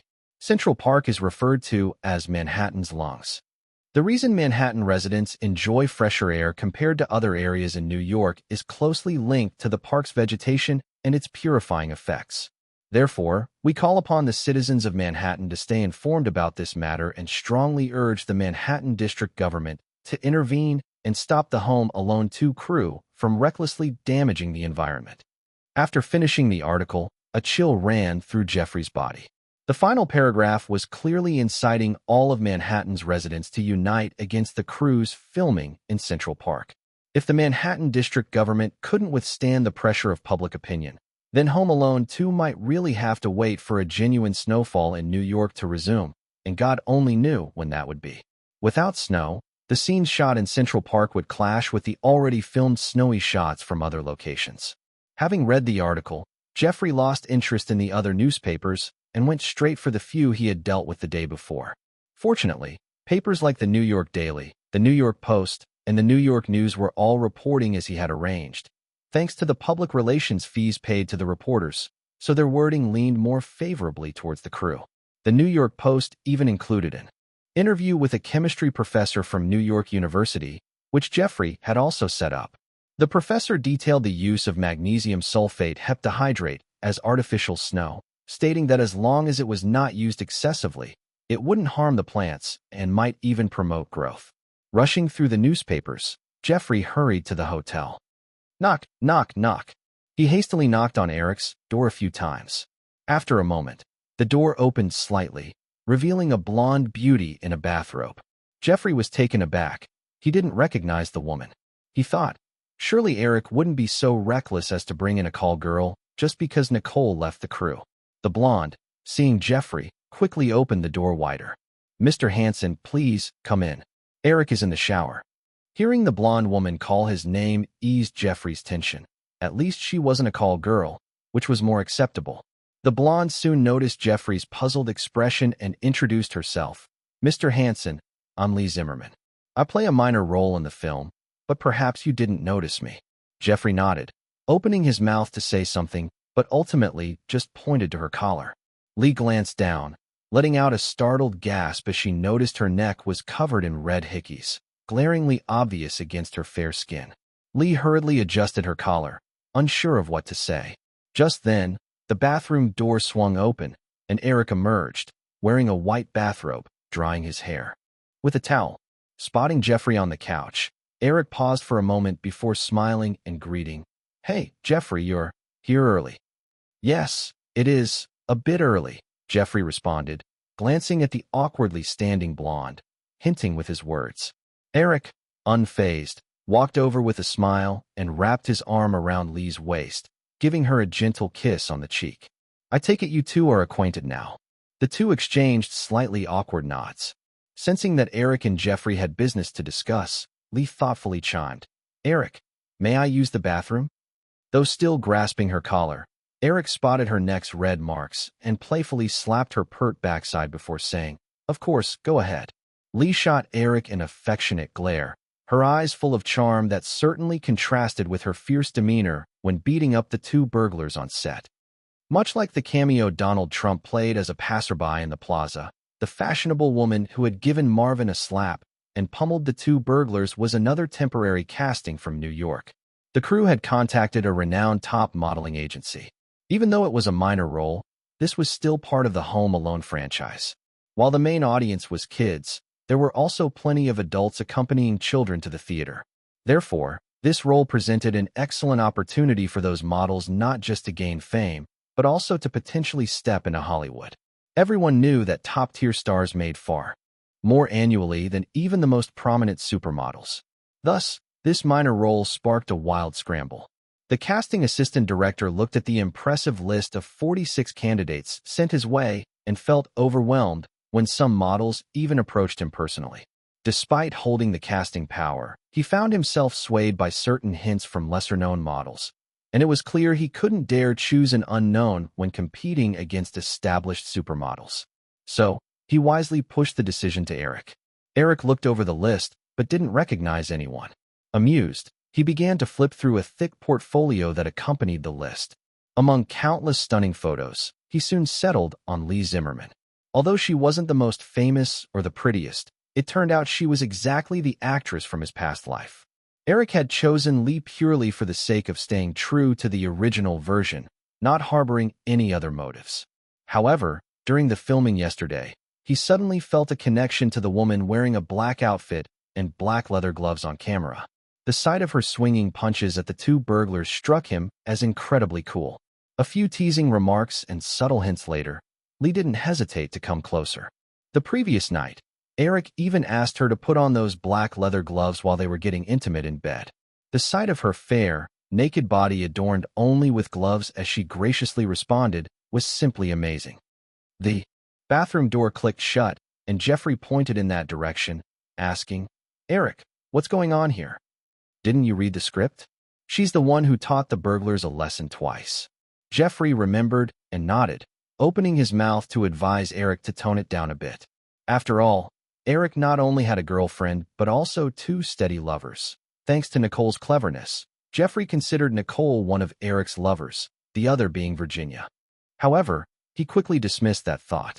Eric was young and brimming with vigor. As long as he didn't get lost in distractions and kept up with his work, a little flirtation wouldn't hurt. After all, with his standing, even if Eric were to rein it in, countless women would still flock to him. "Forget it. Let's just look through these," Jeffrey said, sliding a stack of newspapers in front of Eric. "The top stack is from the papers I contacted yesterday, and the bottom has those critical of us." Eric pulled out the bottom pile and began to skim through it rapidly. Chapter 252, I Am Hollywood. By the time Lee Zimmerman finished her shower and got dressed in the bathroom, Eric had just finished reading through a stack of newspapers. He glanced at the woman who looked a bit bewildered and said, "Lee, could you go downstairs and help Jeffrey pack 2 breakfast orders for me? Anything will do." "Oh, Lee Zimmerman quickly nodded, grabbed her handbag, and left the room. She sighed in relief, at least. Eric hadn't outright told her to leave. "You seem a little reluctant, huh?" Jeffrey teased. Eric didn't mind Jeffrey's tone and smiled. "Of course, last night was quite wonderful. All right, cut to the chase. What do you think about these reports?" Jeffrey pointed to the mess of newspapers Eric had been shuffling through. Eric shifted from his nonchalant demeanor and said, "If I hadn't had you do this yesterday, we would have been entirely reactive today. Regular folks tend to form preconceived notions, making it much harder for us to argue our case later. Right now, at least, we've stirred the waters a bit. Public opinion wouldn't be solely against us, so as long as we manage the PR well, we should be fine. By the way, I called Robert last night. He'll be flying in this morning to help us out. He certainly has more experience than you in this." "Actually, I was going to mention that," Jeffrey said, hesitating. "But I think you might." Eric chuckled. "Might what? You didn't think I viewed Robert as an outsider, did you? Isn't that the case?" Eric denied it, saying, "Not at all. While I am a bit miffed about the 15% shares he took from me, now that the two companies have merged, I'll treat him like family. As long as Robert doesn't stir up any internal conflict first, I assure you I won't initiate any either." Jeffrey, who was quite familiar with Eric, surprisingly shot him a disdainful look. "That's hardly convincing." "No, I'm speaking the truth," Eric countered. "Jeffrey, my ambitions are much bigger than you realize. If I start arguing over interests now, it'll be difficult to make progress." "What exactly is your goal?" "Hollywood." Jeffrey blinked, not fully understanding, and asked, "What?" "Hollywood," Eric repeated, his youthful bravado evident as he said, "One day, when people mention the word Hollywood, I want them to think of me first, not Los Angeles, not the big studios, and not any stars on the Walk of Fame, but me, Eric Williams. Hollywood is me. I am Hollywood." Eric's heartfelt words sounded quite infectious. Jeffrey's eyes widened as he tried to muster some words to knock Eric down, but they came out as a blessing instead. "Well, I hope you succeed." "I will," Eric solemnly nodded. "So, Jeffrey, do you think I would ever stop to fight with someone who could help me get there quicker over trivialities?" Jeffrey shook his head, smiling reluctantly. "I get it." They discussed a few strategies briefly before Lee Zimmerman came in, carrying some breakfast orders. "I think I'll just head back to my room," Jeffrey remarked, glancing at the couple snuggled up on the opposite sofa, clearly unable to stand it. Without waiting for Eric to respond, he picked up his portion and left. Don't mind him. Let's eat, Eric said, observing Lee's expression. I hope I'm not interrupting you too, Lee asked. Not at all. We've said all that needs to be said. By the way, you mentioned you were performing in a Broadway play in addition to modeling. Lee nodded, excitedly responding, Yeah, I love performing. Eric, I have a show next month on Broadway. Will you come watch? Though she looked eagerly at Eric, he had to shake his head. Sorry, Lee, but after wrapping up Home Alone 2, I have to rush back to Los Angeles. Lee's face fell as she murmured an "oh" and began fiddling with the salad in front of her. Although she wanted to seek some opportunities, she understood the industry rules well enough to know that directly asking Eric could only lead to empty promises. So, she knew it would have to be Eric who initiated such discussions. If the other party didn't bring it up, there was nothing to complain about. She could simply treat this as just another fling. After all, Lee heard it was Eric who picked her, an unknown, from a group of supermodels. Whenever she recalled her former roommate's expression, who was also a model from a leading agency, when she learned Lee got the role, she couldn't help but feel a surge of pride. As a newcomer in the industry for less than a year, she never intended to compete for this opportunity because she believed she had no chance against all those famed supermodels. It was her roommate who nudged her into submitting her resume, and somehow Lee ended up getting picked. However, due to the jealousy that followed her good fortune, Lee and her roommate became estranged quickly. After receiving several barbed comments from the roommate, Lee decided to stop talking to her and planned to move out soon. Compared to this opportunity, a not-so-strong friendship didn't matter much, especially since that roommate never truly considered her as a friend anyway, always using her early industry entry as a means to elevate herself. As they competed for what few opportunities there were, true friendships among models were hard to come by, except for lesbian relationships. Savoring the faint scent of perfume Lee wore, Eric asked, Are you looking to transition into acting? Lee beamed at the question, nodding quickly. Perfect. I have an opportunity for you, Eric said. You know Friends, right? Of course. I know you were the writer for that sitcom. I watch it religiously every week. Maybe because she heard something she recognized, Lee excitedly said, I love Ross. I think he's such a goofy perfectionist, much less annoying than his sister's obsessive perfectionism, and Phoebe. Lee rambled on for a bit before realizing her enthusiasm might have been too much. She quickly silenced herself, glancing at Eric with a hint of embarrassment.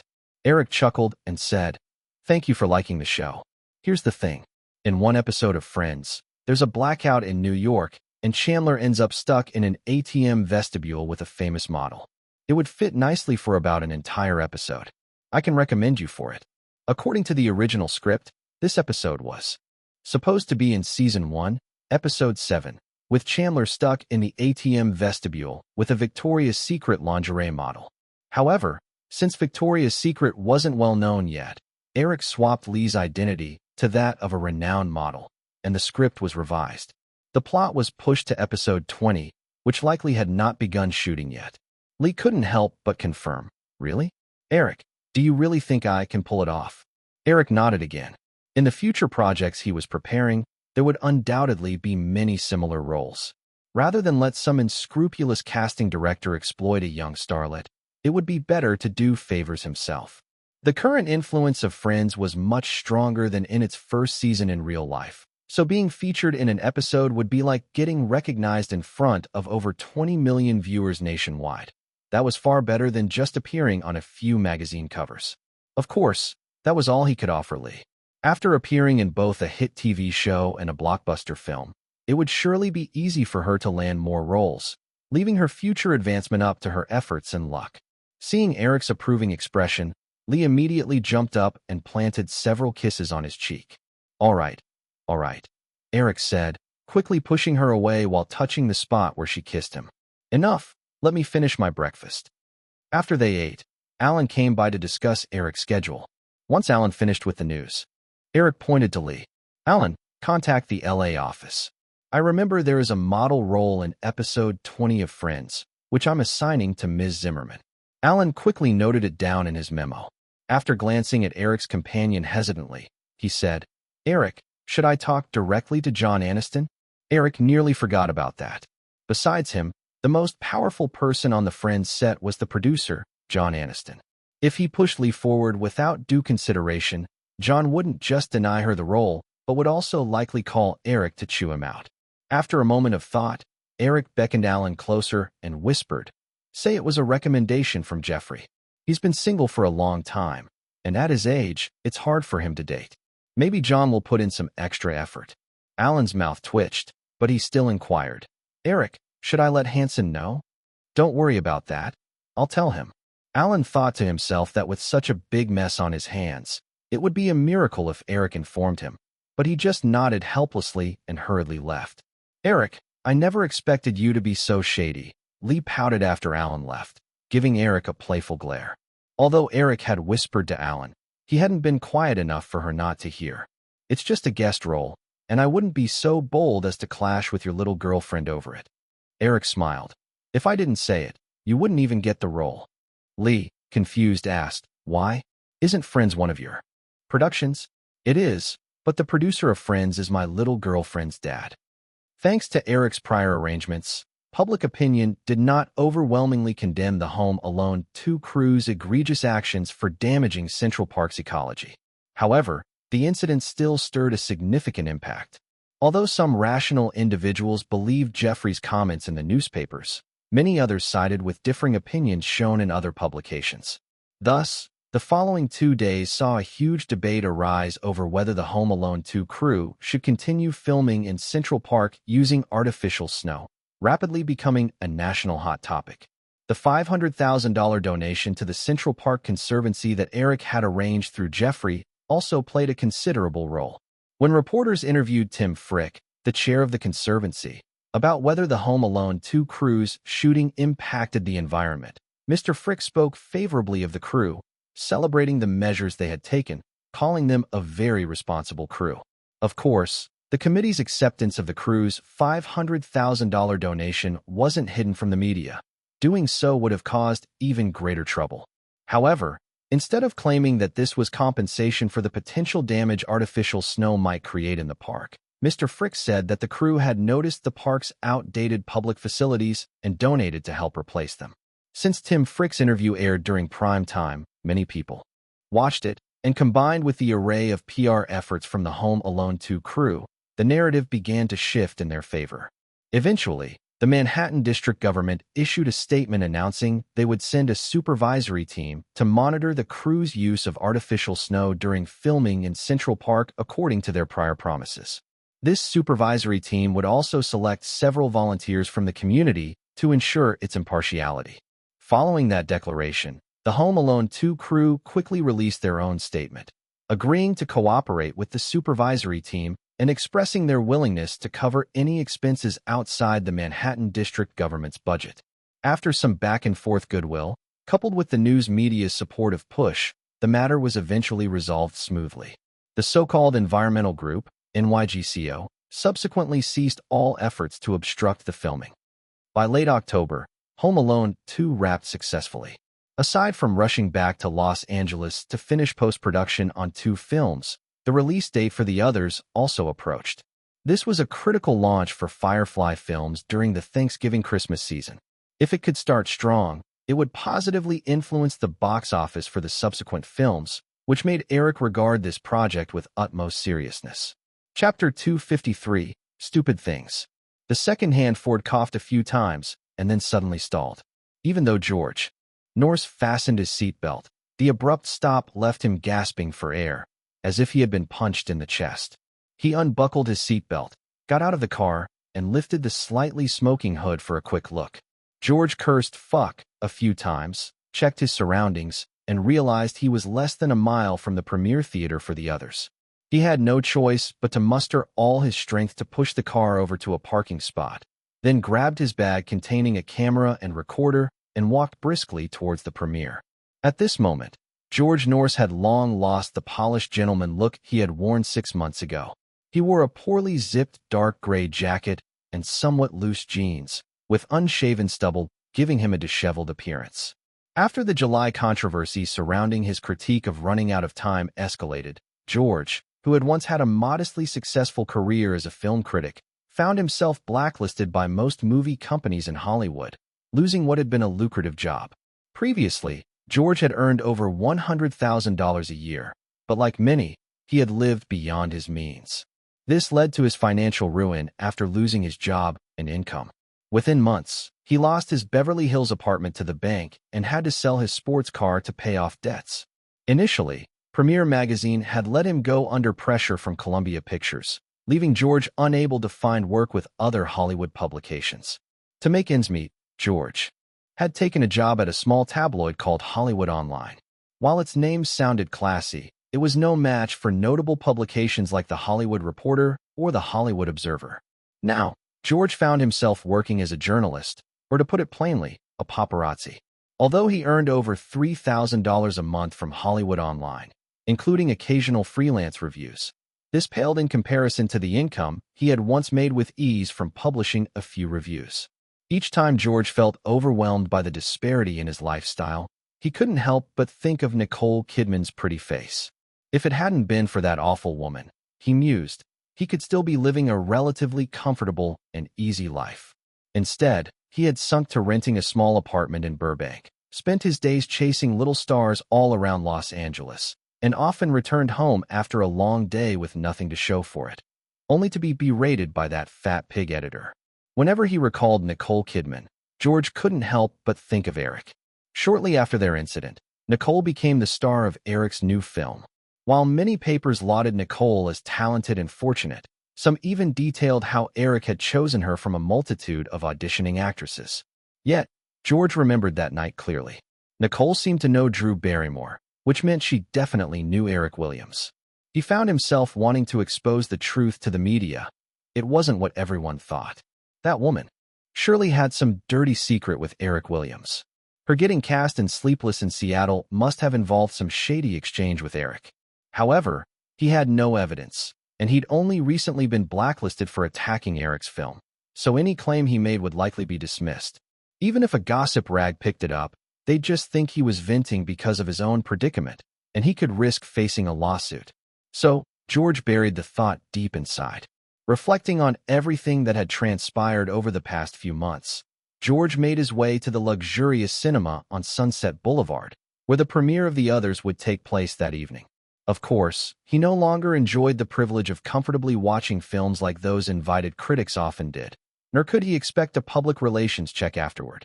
Now, he didn't even have the right to attend the film's post-screening press conference, and could only squeeze in with other paparazzi waiting near the red carpet for the film's director and stars to arrive, hoping for a lucky scoop.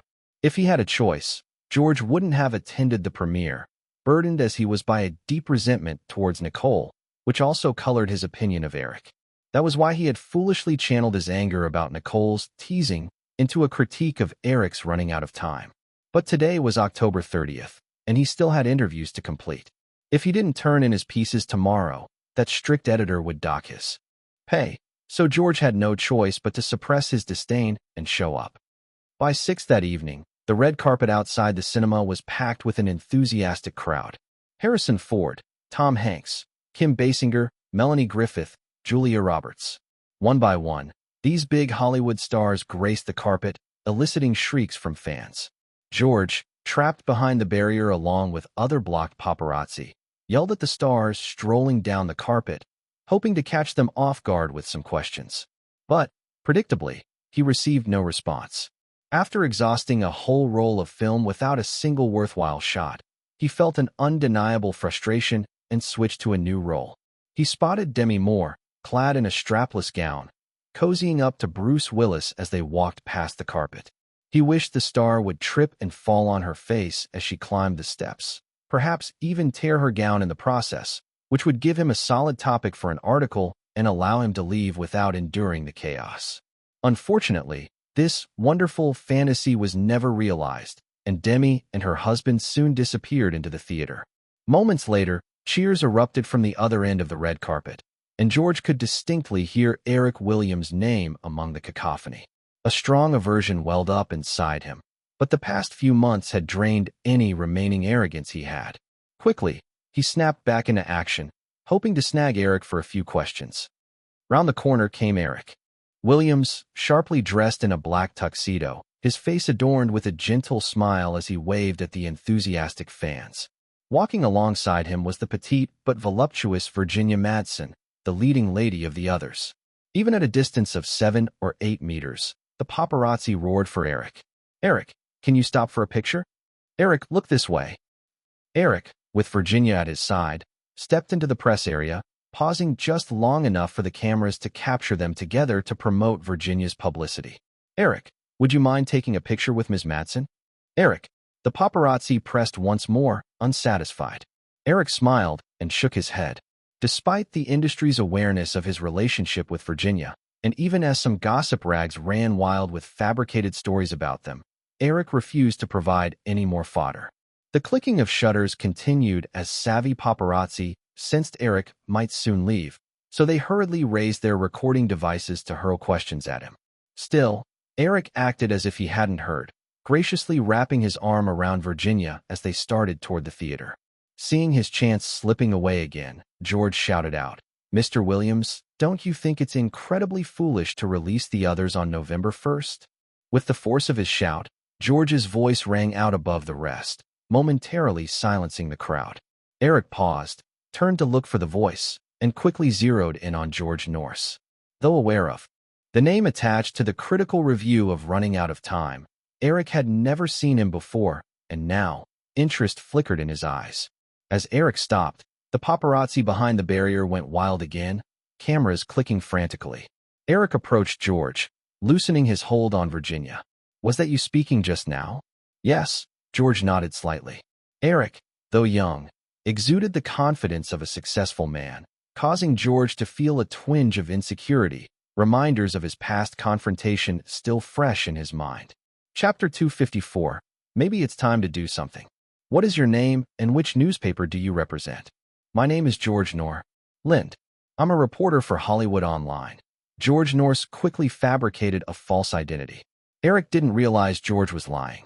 He nodded and asked, "You just said that scheduling the others for November 1st was a foolish choice.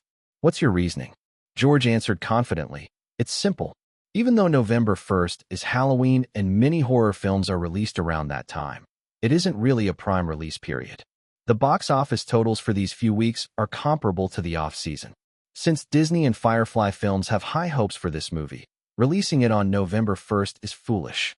Alternatively, are you actually lacking confidence in the others, which is why you are tossing it into a dead period like this?" After hearing George's words, Eric couldn't help but take another look at him. This middle-aged man dressed like a tabloid reporter was far better than those who only chased after celebrity gossip.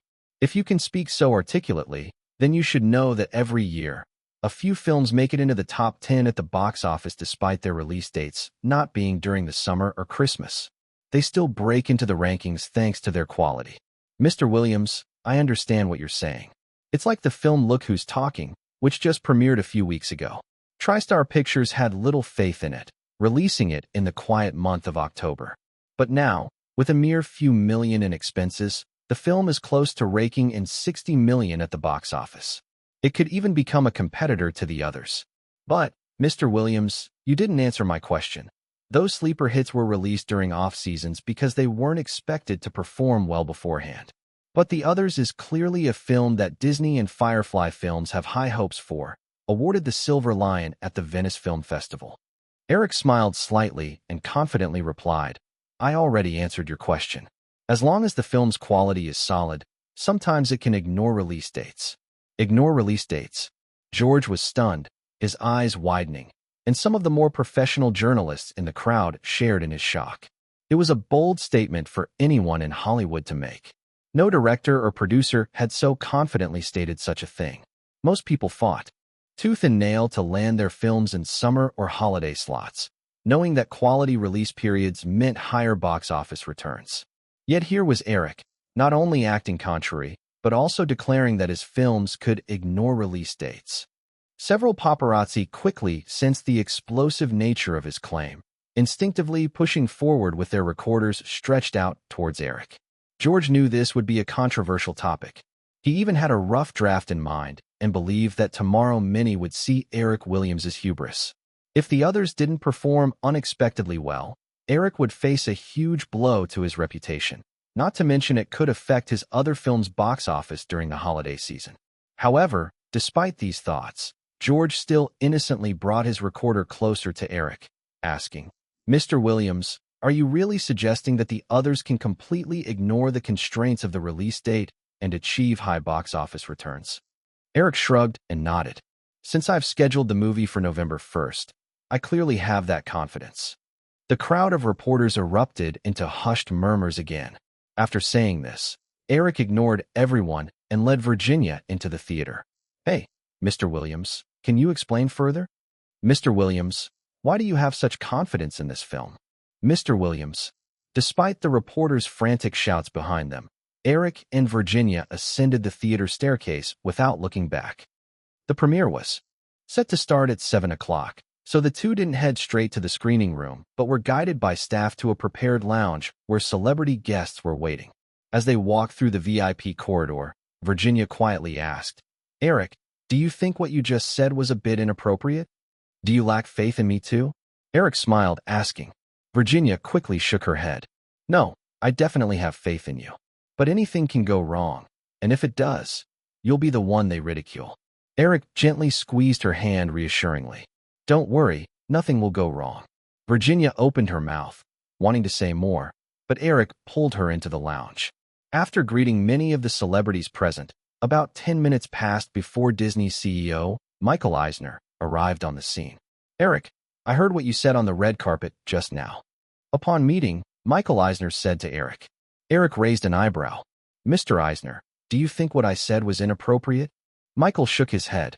"I just think it's a risky statement. Even I'm curious as to why you insisted on the November 1st release. Now that I've followed through with your suggestion, you should at least tell me the reason. Let's talk over there," Eric said, pointing to a sofa against the wall. Michael nodded and followed Eric over. Although everyone in the lounge wanted to strike up conversations with him and Michael, they respected their discussion and kept their distance. "Actually, I had this idea even before Running Out of Time was released," Eric said, glancing at Michael. "Back then, I thought that since there were 5 films related to me coming out by the end of the year, why not create a beautiful Grand Slam during this period?" Grand Slam? Miracle. Michael repeated those 2 key phrases from Eric's words, but he couldn't quite understand how Grand Slam related to filmmaking. It wasn't a sports event. Eric didn't tease him and quickly explained, "Mr. Eisner, The Others is set for November 1st, and after our strong promotional efforts, achieving 2 weeks of box office dominance should be no problem. Following that, Home Alone 2 will release on November 17th, and last year's film had 10 consecutive weeks at the top. I've seen the films releasing around the same time, and only Lethal Weapon 2 and Back to the Future 2 stand a chance of competing with Home Alone 2. But those films simply won't draw in the audience Home Alone 2 will. Even if the sequel has a drop in box office, it's guaranteed to dominate for 5 weeks. Lastly, this Christmas, Sleepless in Seattle will continue the box office champion title. After reviewing the slate, I noticed there won't be any major blockbusters this Christmas, so I should still maintain that title unless a strong competitor emerges. Perhaps I could sustain that momentum into February. Plus, once we market this angle, the films in this relay race will attract more attention, which will in turn boost their box office numbers. Michael Eisner was utterly amazed by Eric's plan. This young man was clearly aiming to monopolize the entire holiday season. A film that claimed the top spot could secure at least 30% of the following week's ticket sales, plus the earnings from all other films that didn't make the top. This number would easily rise to 40%.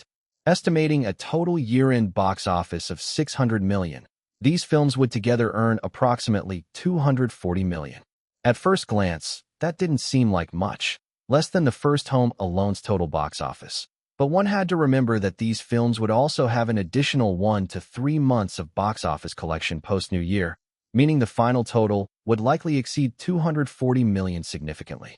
On average, that meant each of the 5 films would make at least $100 million at the box office. If that happened, Firefly would claim at least 5 positions in the top 10 for the year, which would be disgraceful for the other major studios. Even though Disney would be the beneficiary in this scenario, Michael Eisner felt no excitement about it as he thought about it. Perhaps it was time to consider doing something. Michael Eisner suddenly had that thought in his mind while watching the determined young man beside him.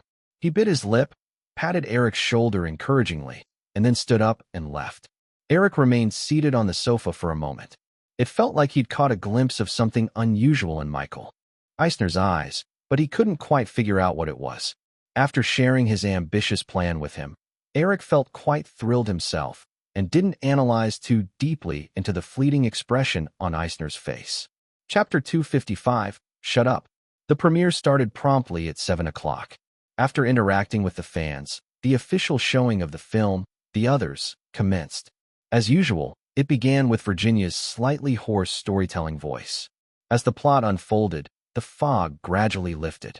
When Virginia's character, Grace, pushed open the door that revealed all the truths, Eric heard a clear gasp from the audience. The credits slowly came up, and as the lights turned on, the cinema was filled with the sound of sporadic applause, reminiscent of sparks igniting a haystack. Within 5 seconds, it erupted into a thunderous applause that lasted over a minute. This was definitely one of the best horror stories I had seen in years. Though the plot was straightforward and lacked the flashy Hollywood effects, the eerie atmosphere lingered in my mind throughout. Eric Williams, after conquering entirely different audiences with Home Alone, Pretty Woman, and Running Out of Time, extended his magic touch into the world of horror films, which was truly astonishing.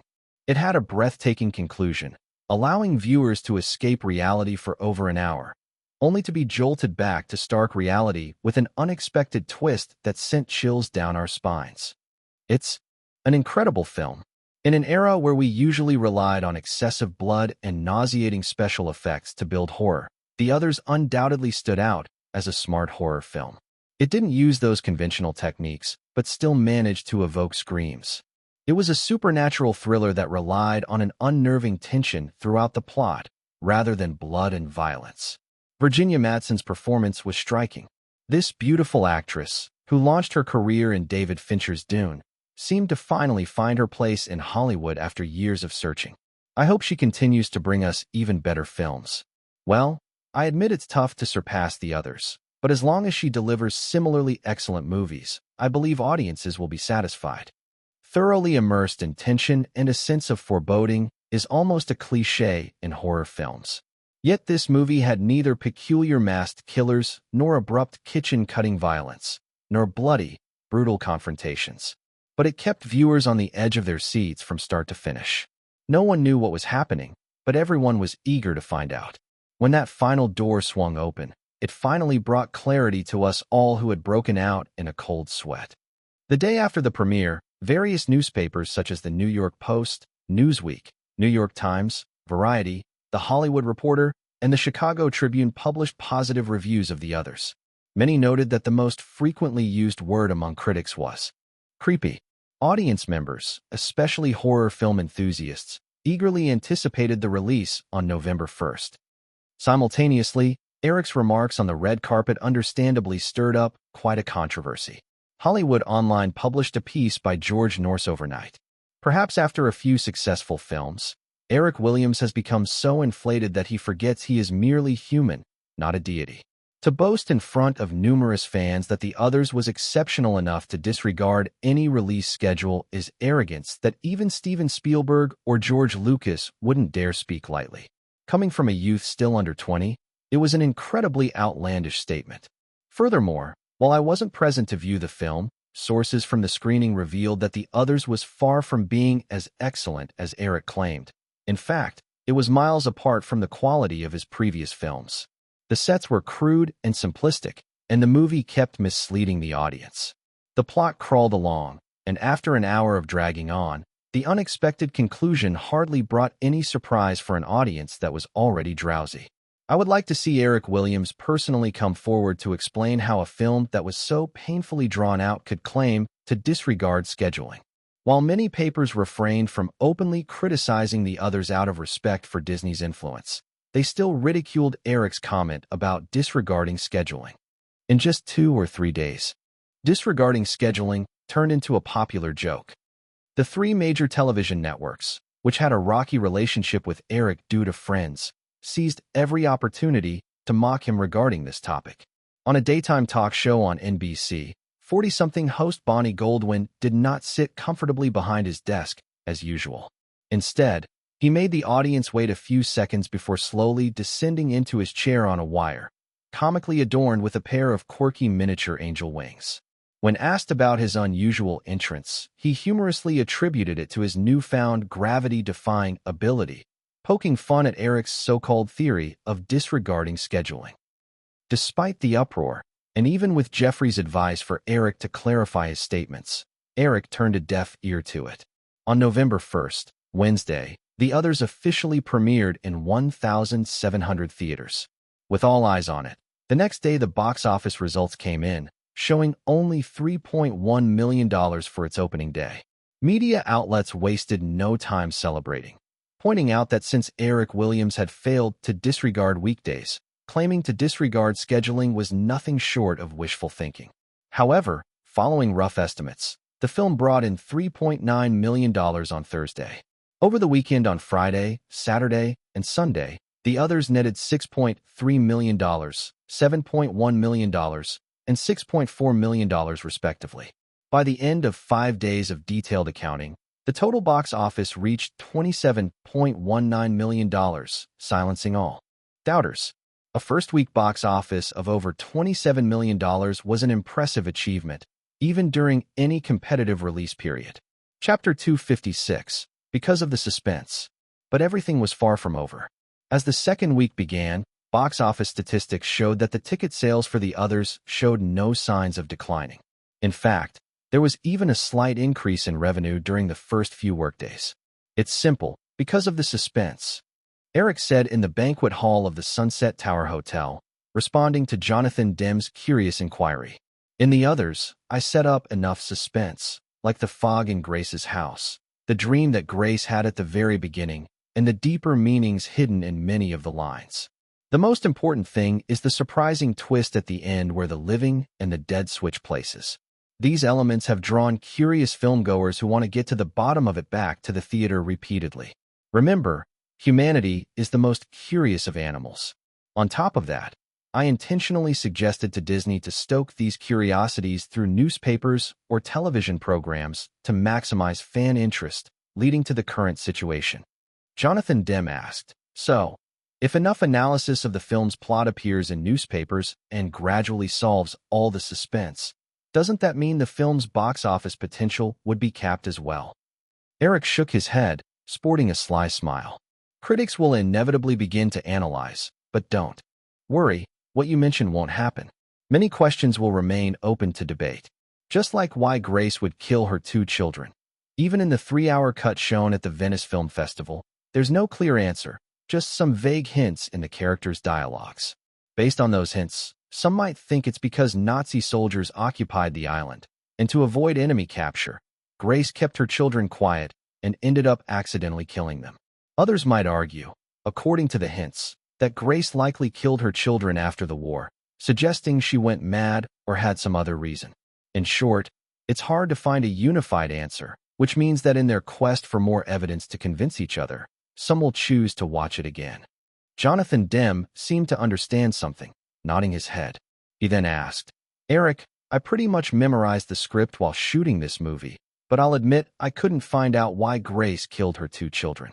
You must know, right? What's the deal? I don't know either, Eric replied. Jonathan Demme looked at Eric in disbelief, raising his voice in amazement. You don't know? Yep, because I never really thought about it. From the start, I didn't consider why Grace would kill her 2 children. I just wrote the story. In the story, Grace killed her 2 children, and everything else in the mansion unfolded from there. Jonathan Demme burst out laughing, as though everything suddenly made sense. No wonder. You weren't worried at all, I guess, for not just this matter, but perhaps many of the suspense elements. You don't even have the right answers, do you? Bingo. Eric smiled and snapped his fingers. They exchanged a few knowing laughs, and then Jonathan Demme said, By the way, Eric, Miss Murdoch got in touch with me about that Silence of the Lambs script. I heard that you endorsed it, so I agreed to it.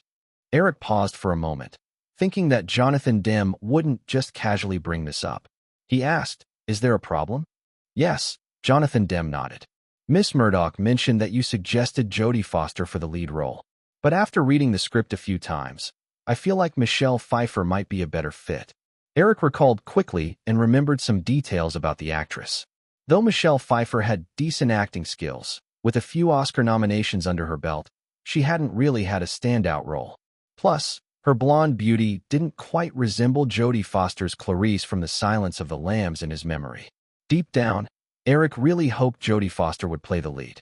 However, if Jonathan Demme was set on this, he wouldn't intervene too much. After all, Eric still felt that the film didn't have much to do with him. Due to the girl's deliberate secrecy, Eric had noticed a bit of spending when he saw the credit card information during that last transaction for the adaptation rights. But he never considered that the girl would hide $3 million from him. If he had discovered it, he probably would have just given her a good scolding. Thus, he was still unaware of Drew's 30% stake in TG Films. Why do you think Michelle Pfeiffer is suitable? After pondering for a while without clarity, Eric tossed the question back to Jonathan Demme. I've seen Michelle Pfeiffer in several films, especially last year's Dangerous Liaisons, which got her an Oscar nomination, and also The Witches of Eastwick with Jack Nicholson, Cher, and Susan Sarandon. Michelle Pfeiffer has an accomplished acting range and has played various roles. I believe she could bring Clarice to life in a remarkable way. Eric nodded in agreement. With the success of the others, Jonathan Demme had become a top-tier director. Though he knew that if he expressed his opinion, the grateful Jonathan would likely compromise, he also realized he wasn't the producer. Intervening would likely be frowned upon. Furthermore, it would be interesting to see if Michelle Pfeiffer in the lead role would yield the same impact. A thought that was quite intriguing, wasn't it? Then just go with your own instincts. I'm confident you can make a great film as long as you can persuade Liz to cast whoever you want for the lead role, Eric encouraged. Jonathan Demme nodded confidently, exchanged a few more words, and they parted ways. As Eric moved through the crowd at the party, he accidentally overheard several people huddled around a table discussing something that seemed related to the others. Curious, he inched closer to listen in. Chapter 257: What to Do. Mr. Jaffe, since the others proved successful with its ghost perspective, I believe a romantic film featuring a ghost as the main character could definitely have potential. The middle-aged man, who looked to be in his 40s and wore glasses, had not finished his sentence when the person he addressed, Mr. Jaffe, interrupted him. All right, Bruce, I know you've been pushing that script of yours, but I'm really not interested. I'm currently preparing for another film.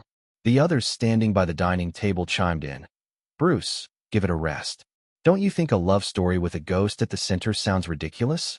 And it's a tragedy, no less. Many memorable stories are tragedies, Bruce countered. What good is being memorable? A man with curly brown hair followed up. I've heard about your script. It relies heavily on special effects, and the budget won't be under $20 million. That's quite the investment for a production company, which makes it a huge risk. Bruce, if you're so interested in ghosts or supernatural phenomena, you should put some effort into writing horror scripts, like the others, instead of wasting your time on some ridiculous ghost love story. As Eric approached, he caught the tail end of what the brown-haired man said, and something clicked in his mind. Ghost love story, Bruce. Just these two keywords led Eric to suspect that the screenwriter of that heart-wrenching movie, Ghost, was indeed Bruce Joel Rubin. And considering the timeline, without his presence, this film might have already been in production. While Jonathan Demme directed the others, there was no doubt that Eric was the one garnering the most attention at the party. As he drew near the buffet table, the group, already in conversation, immediately surrounded him, enthusiastically introducing themselves. As Eric collected their business cards and politely handed out his own, he feigned disinterest and asked, I think I just heard someone mention ghosts. What are you all talking about? The crowd hesitated, not knowing what to say to Eric.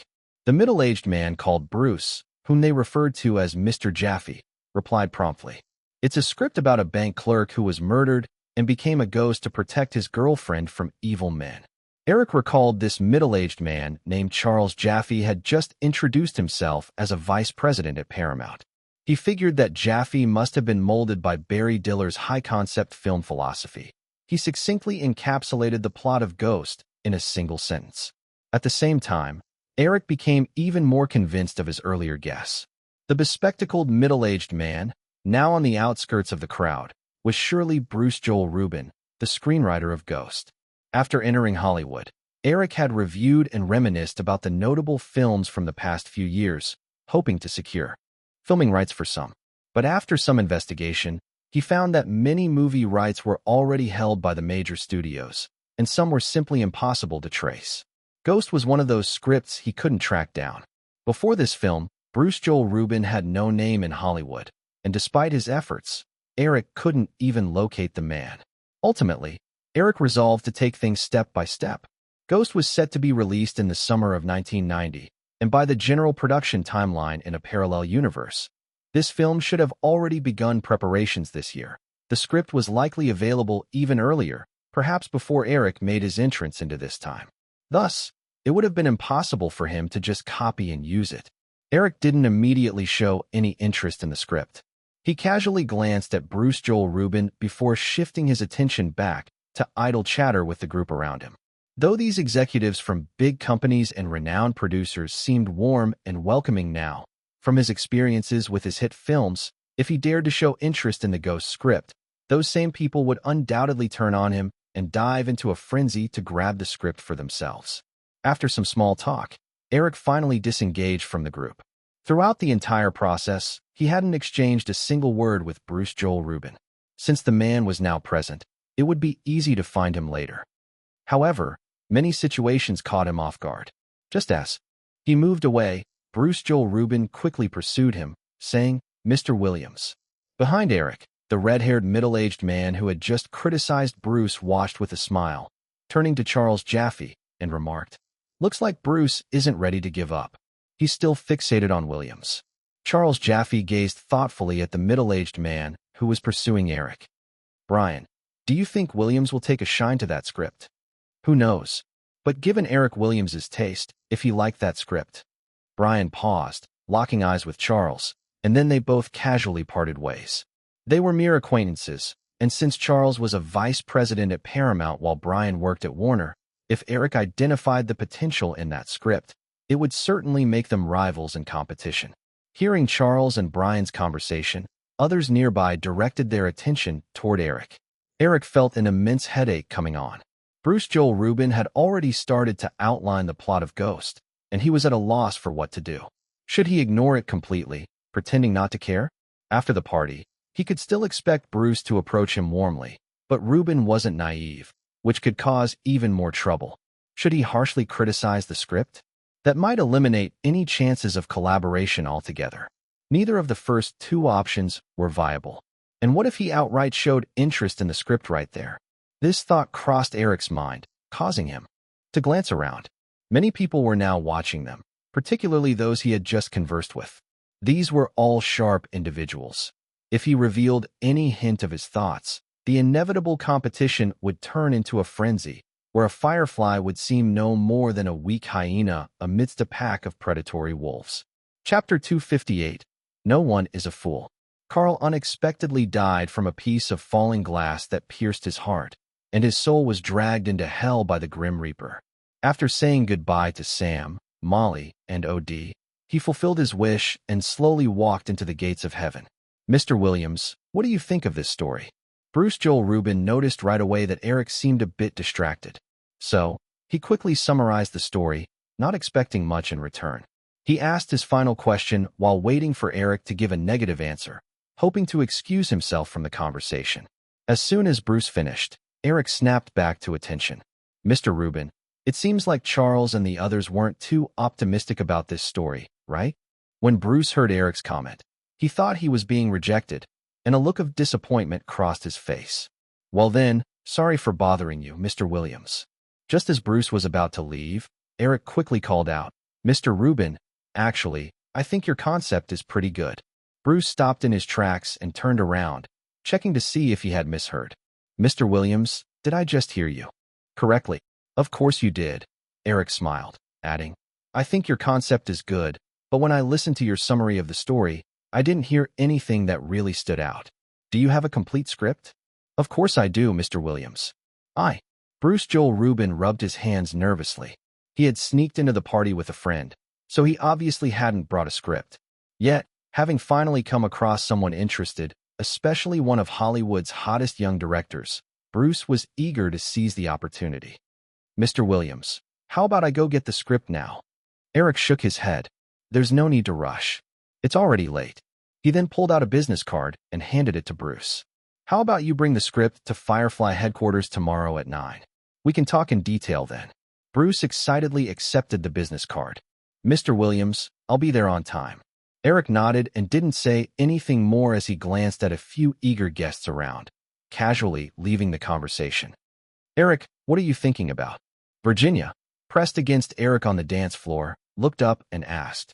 Eric glanced at Bruce, who was being engaged by various guests, saying, "I've set my sights on a script, and I suspect many people are eager to get it."